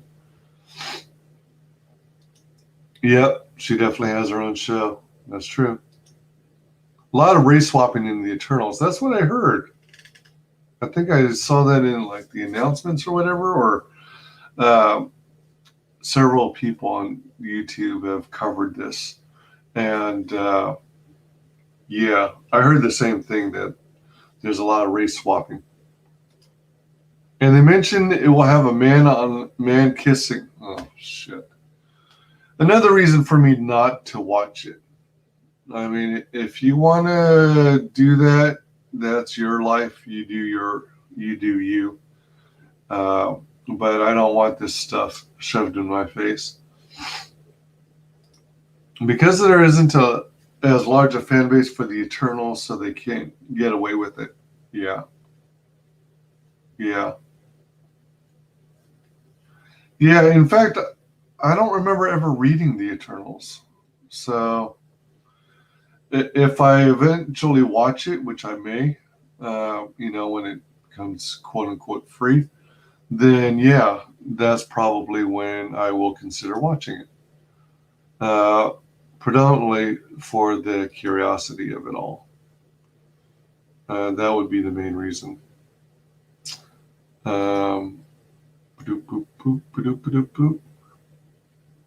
Yeah.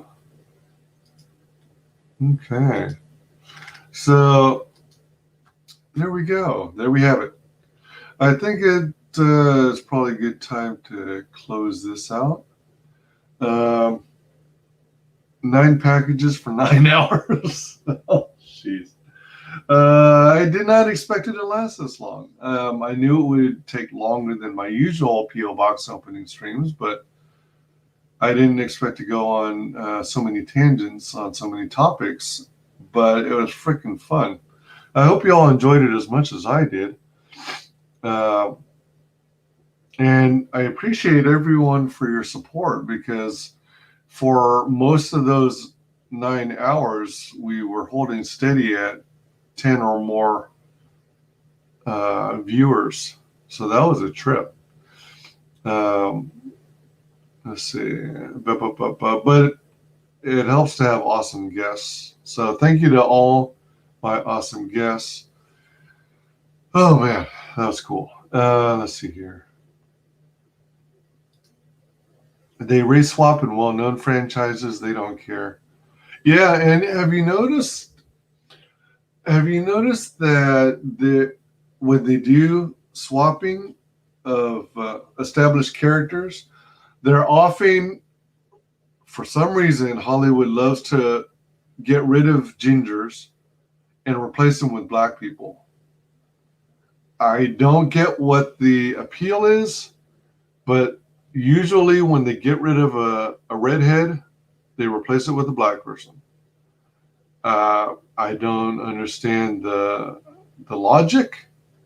Is bizarre to me. I mean, having a non-hetero kissing is like the only reason some people tune into a show these days. Oh, geez, yeah. It's all that virtue signaling. It's saying, hey, don't cancel us. We're on your side. Okay. So close to the 10-hour mark. Yeah, maybe we should hit the 10. Thanks for the stream, Wise. It was legendary. Yeah. My Christmas stream was over 16 hours.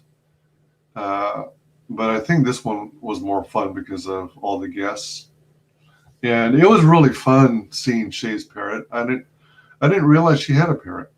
She might have mentioned it in the past, but I didn't realize she had a parrot. And animals are always fun. They're always a kick. Hail, WyzGyz. Thank you.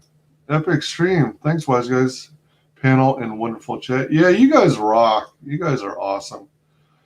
Yeah, they have a real prejudice against redheads. I want to do a video about that too, and I also want to try and do some more research and see what other redheads I'm missing, because they're already doing, Disney and their remakes.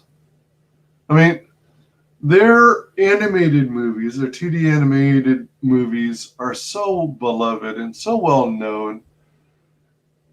And to think they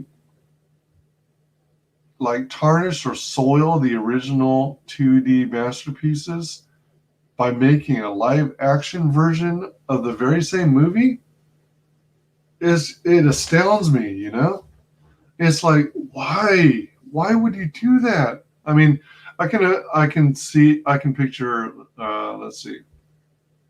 Actually, I can't think of any. I can't think of any previous Disney movie that could warrant any Disney animated movie that would warrant remaking it into a live action. I mean, I think that the animated versions were perfectly fine in a snippet of the time period, you know? I don't see any reason to remake them into live action. And it's like, did you guys know? All right, so they're doing The Little Mermaid, but they're going to race swap. So there's going to be Black Girl. And, I'm happy for the lead actress who scored the gig, but I don't see any reason to race swap. I think they should have chosen someone who looked like Ariel from the 2D animated movie that everyone grew up with, because I imagine or anticipate that people are going to get confused when they go to Disneyland and Disney World and they see two or more different interpretations, different skin colors of Ariel. Are they going to have two types of Ariels, or are they going to go with the one that's represented in the new movie? Yeah.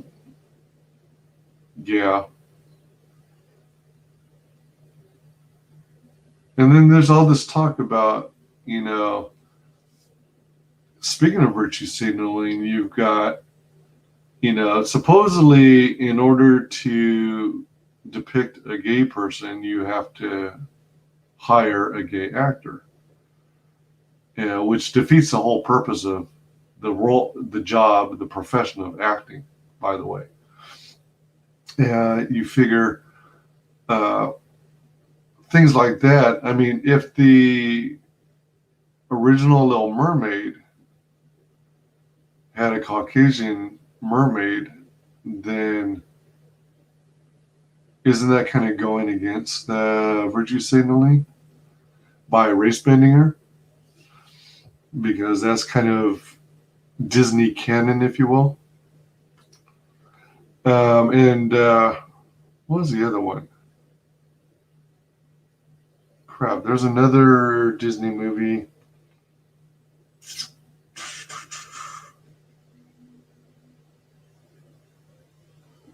I think there was like some sequel they were doing. They will censor that gay kissing in Eternals for China, their masters. Yeah, they will. Disney plays a big diversity game in the States, but when they try and release their movies to China, they bow down to China. They will censor that gay kissing in Eternals for China, their masters. Yep. Atlantis, the Lost Empire would be cool in live action.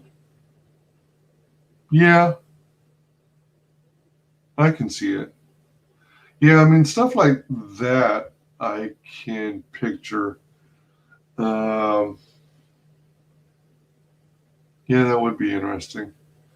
I wouldn't consider Atlantis one of Disney's classics, so I think that would be among the few movies that would be worth giving a shot.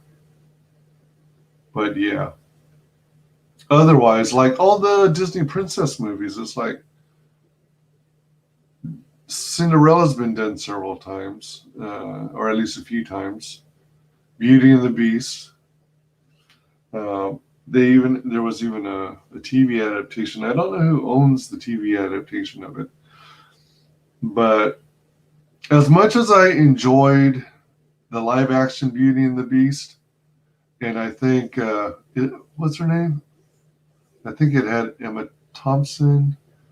It had the guy who plays Gandalf, and shoot, who was the lead actress? The gal who plays Hermione in Harry Potter.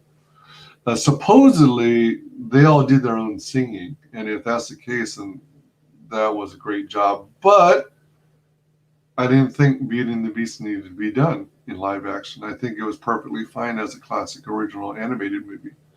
And then it's like, it was like a play-by-play redo of the animated movie. It's like, if you're going to do that and not like flesh out anything, is it really worth it? And then Lion King. You got CGI Lion King. They do a CGI Lion King based off a 2D cell Lion King. It's like, really? What sense does that make? And from all the reviews and everything, it literally is beat for beat the very same movie. I mean, and then what's the shoot? There was they're gonna do Pinocchio in live action.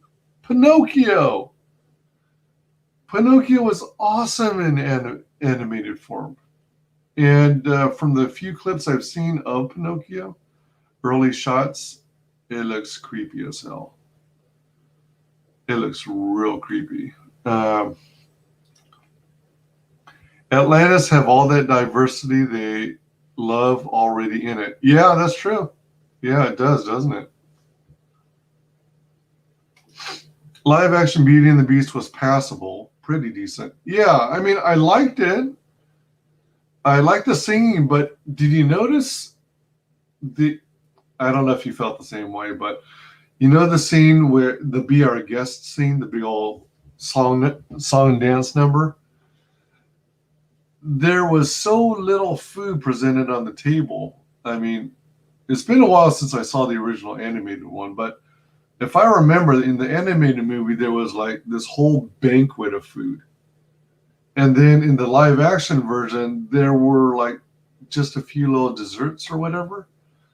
Very little food. And I think in the animated movie, again, I'd have to rewatch it. In the original animated movie, I think Belle made repeated attempts to eat the food that was there. And I think in the live action, she only made like one attempt.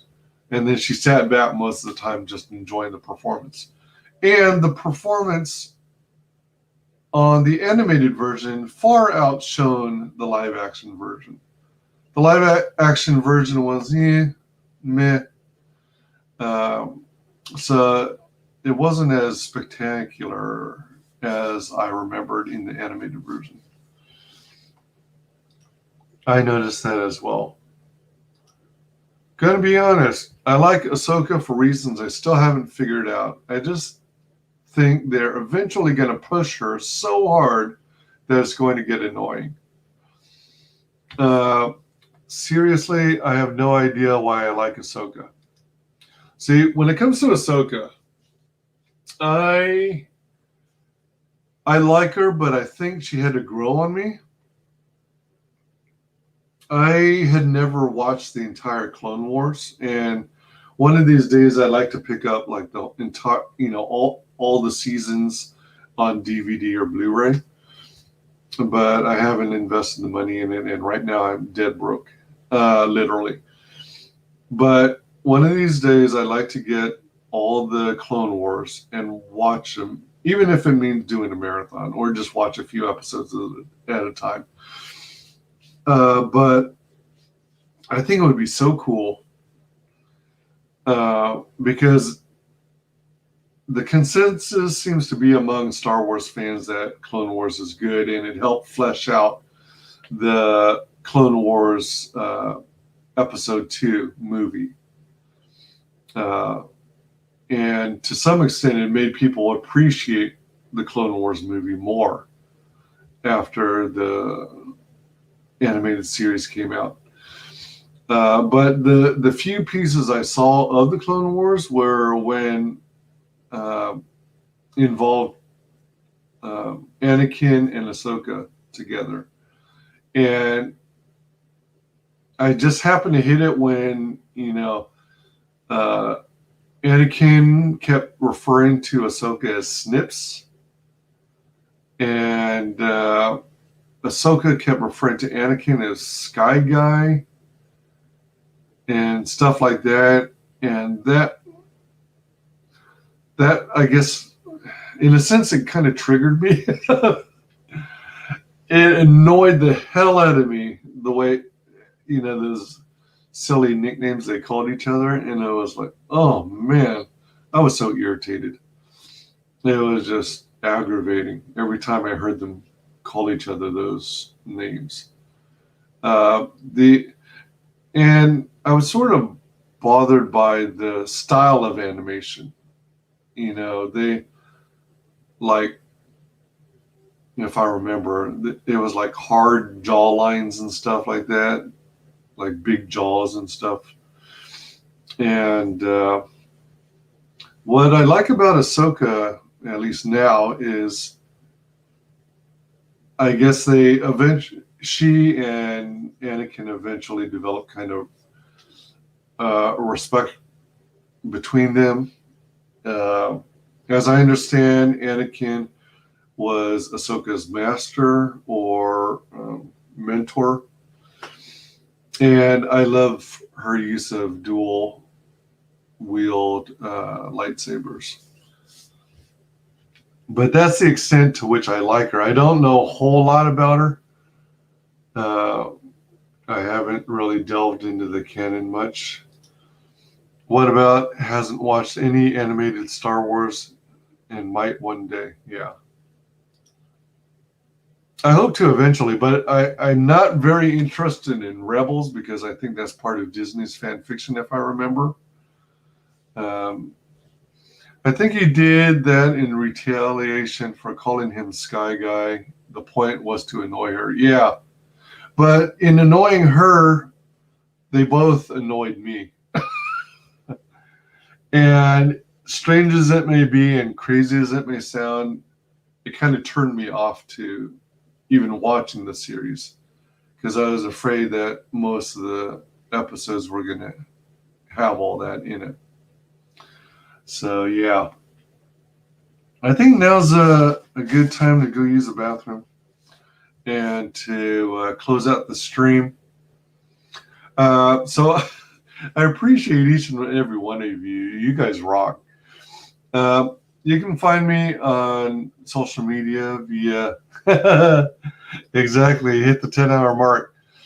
I appreciate you guys' interactions and your comments and your conversations and your questions. You guys are so cool. Hail this glorious stream. Roll that beautiful bean footage.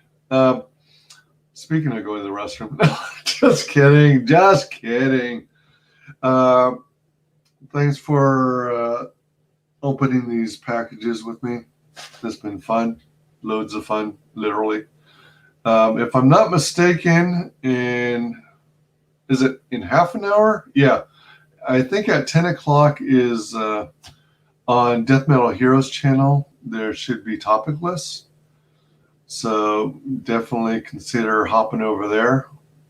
And if you do, say something fun like WyzGyz Raid. Up to you, really. You can find me on Facebook and YouTube under WyzGyz Entertainment. You can find me on Twitch on WyzGyz Twitches, Twitter on WyzGyz Tweets, and various other social medias that I don't use near as much. Yeah. Thank you to everyone in chat. Hope that didn't hurt anyone's ears if you're wearing headphones or earbuds. Thank you all in chat. You guys rock. Thank you to everyone who watches this on replay. Thank you to all my awesome guests, including Daniel, Cy, Shay, Michael T. No thanks to that troll. I don't know. I still don't know how that person got in. I mean, I let him on the stream obviously. It was like John J or John C. But I couldn't find on any of the platforms, be it Facebook, YouTube, or Twitch, where they came in on this. Oh, you know what? What probably happened is they didn't say anything in chat. They just clicked on the link to get in the chat. That's probably what happened. So that is how they got away with hopping on the stream without. Oh, yeah. And by doing it that way, how clever. It prevents me from blocking them permanently. Ooh, very clever. Touche. Yeah, so no thanks to that person. Thanks to Doc Hogg also. Let's see, did I miss any guests? Cy, Shay, Michael T., Doc Hogg, Daniel Jeong. I think that's everyone. In any case, thank you all so very much. If I forgot your name, I'm so sorry. So sorry. Hail, brother. Yeah, like I said, if you have the time, if you are still awake still, it's 9:37 p.m. Eastern.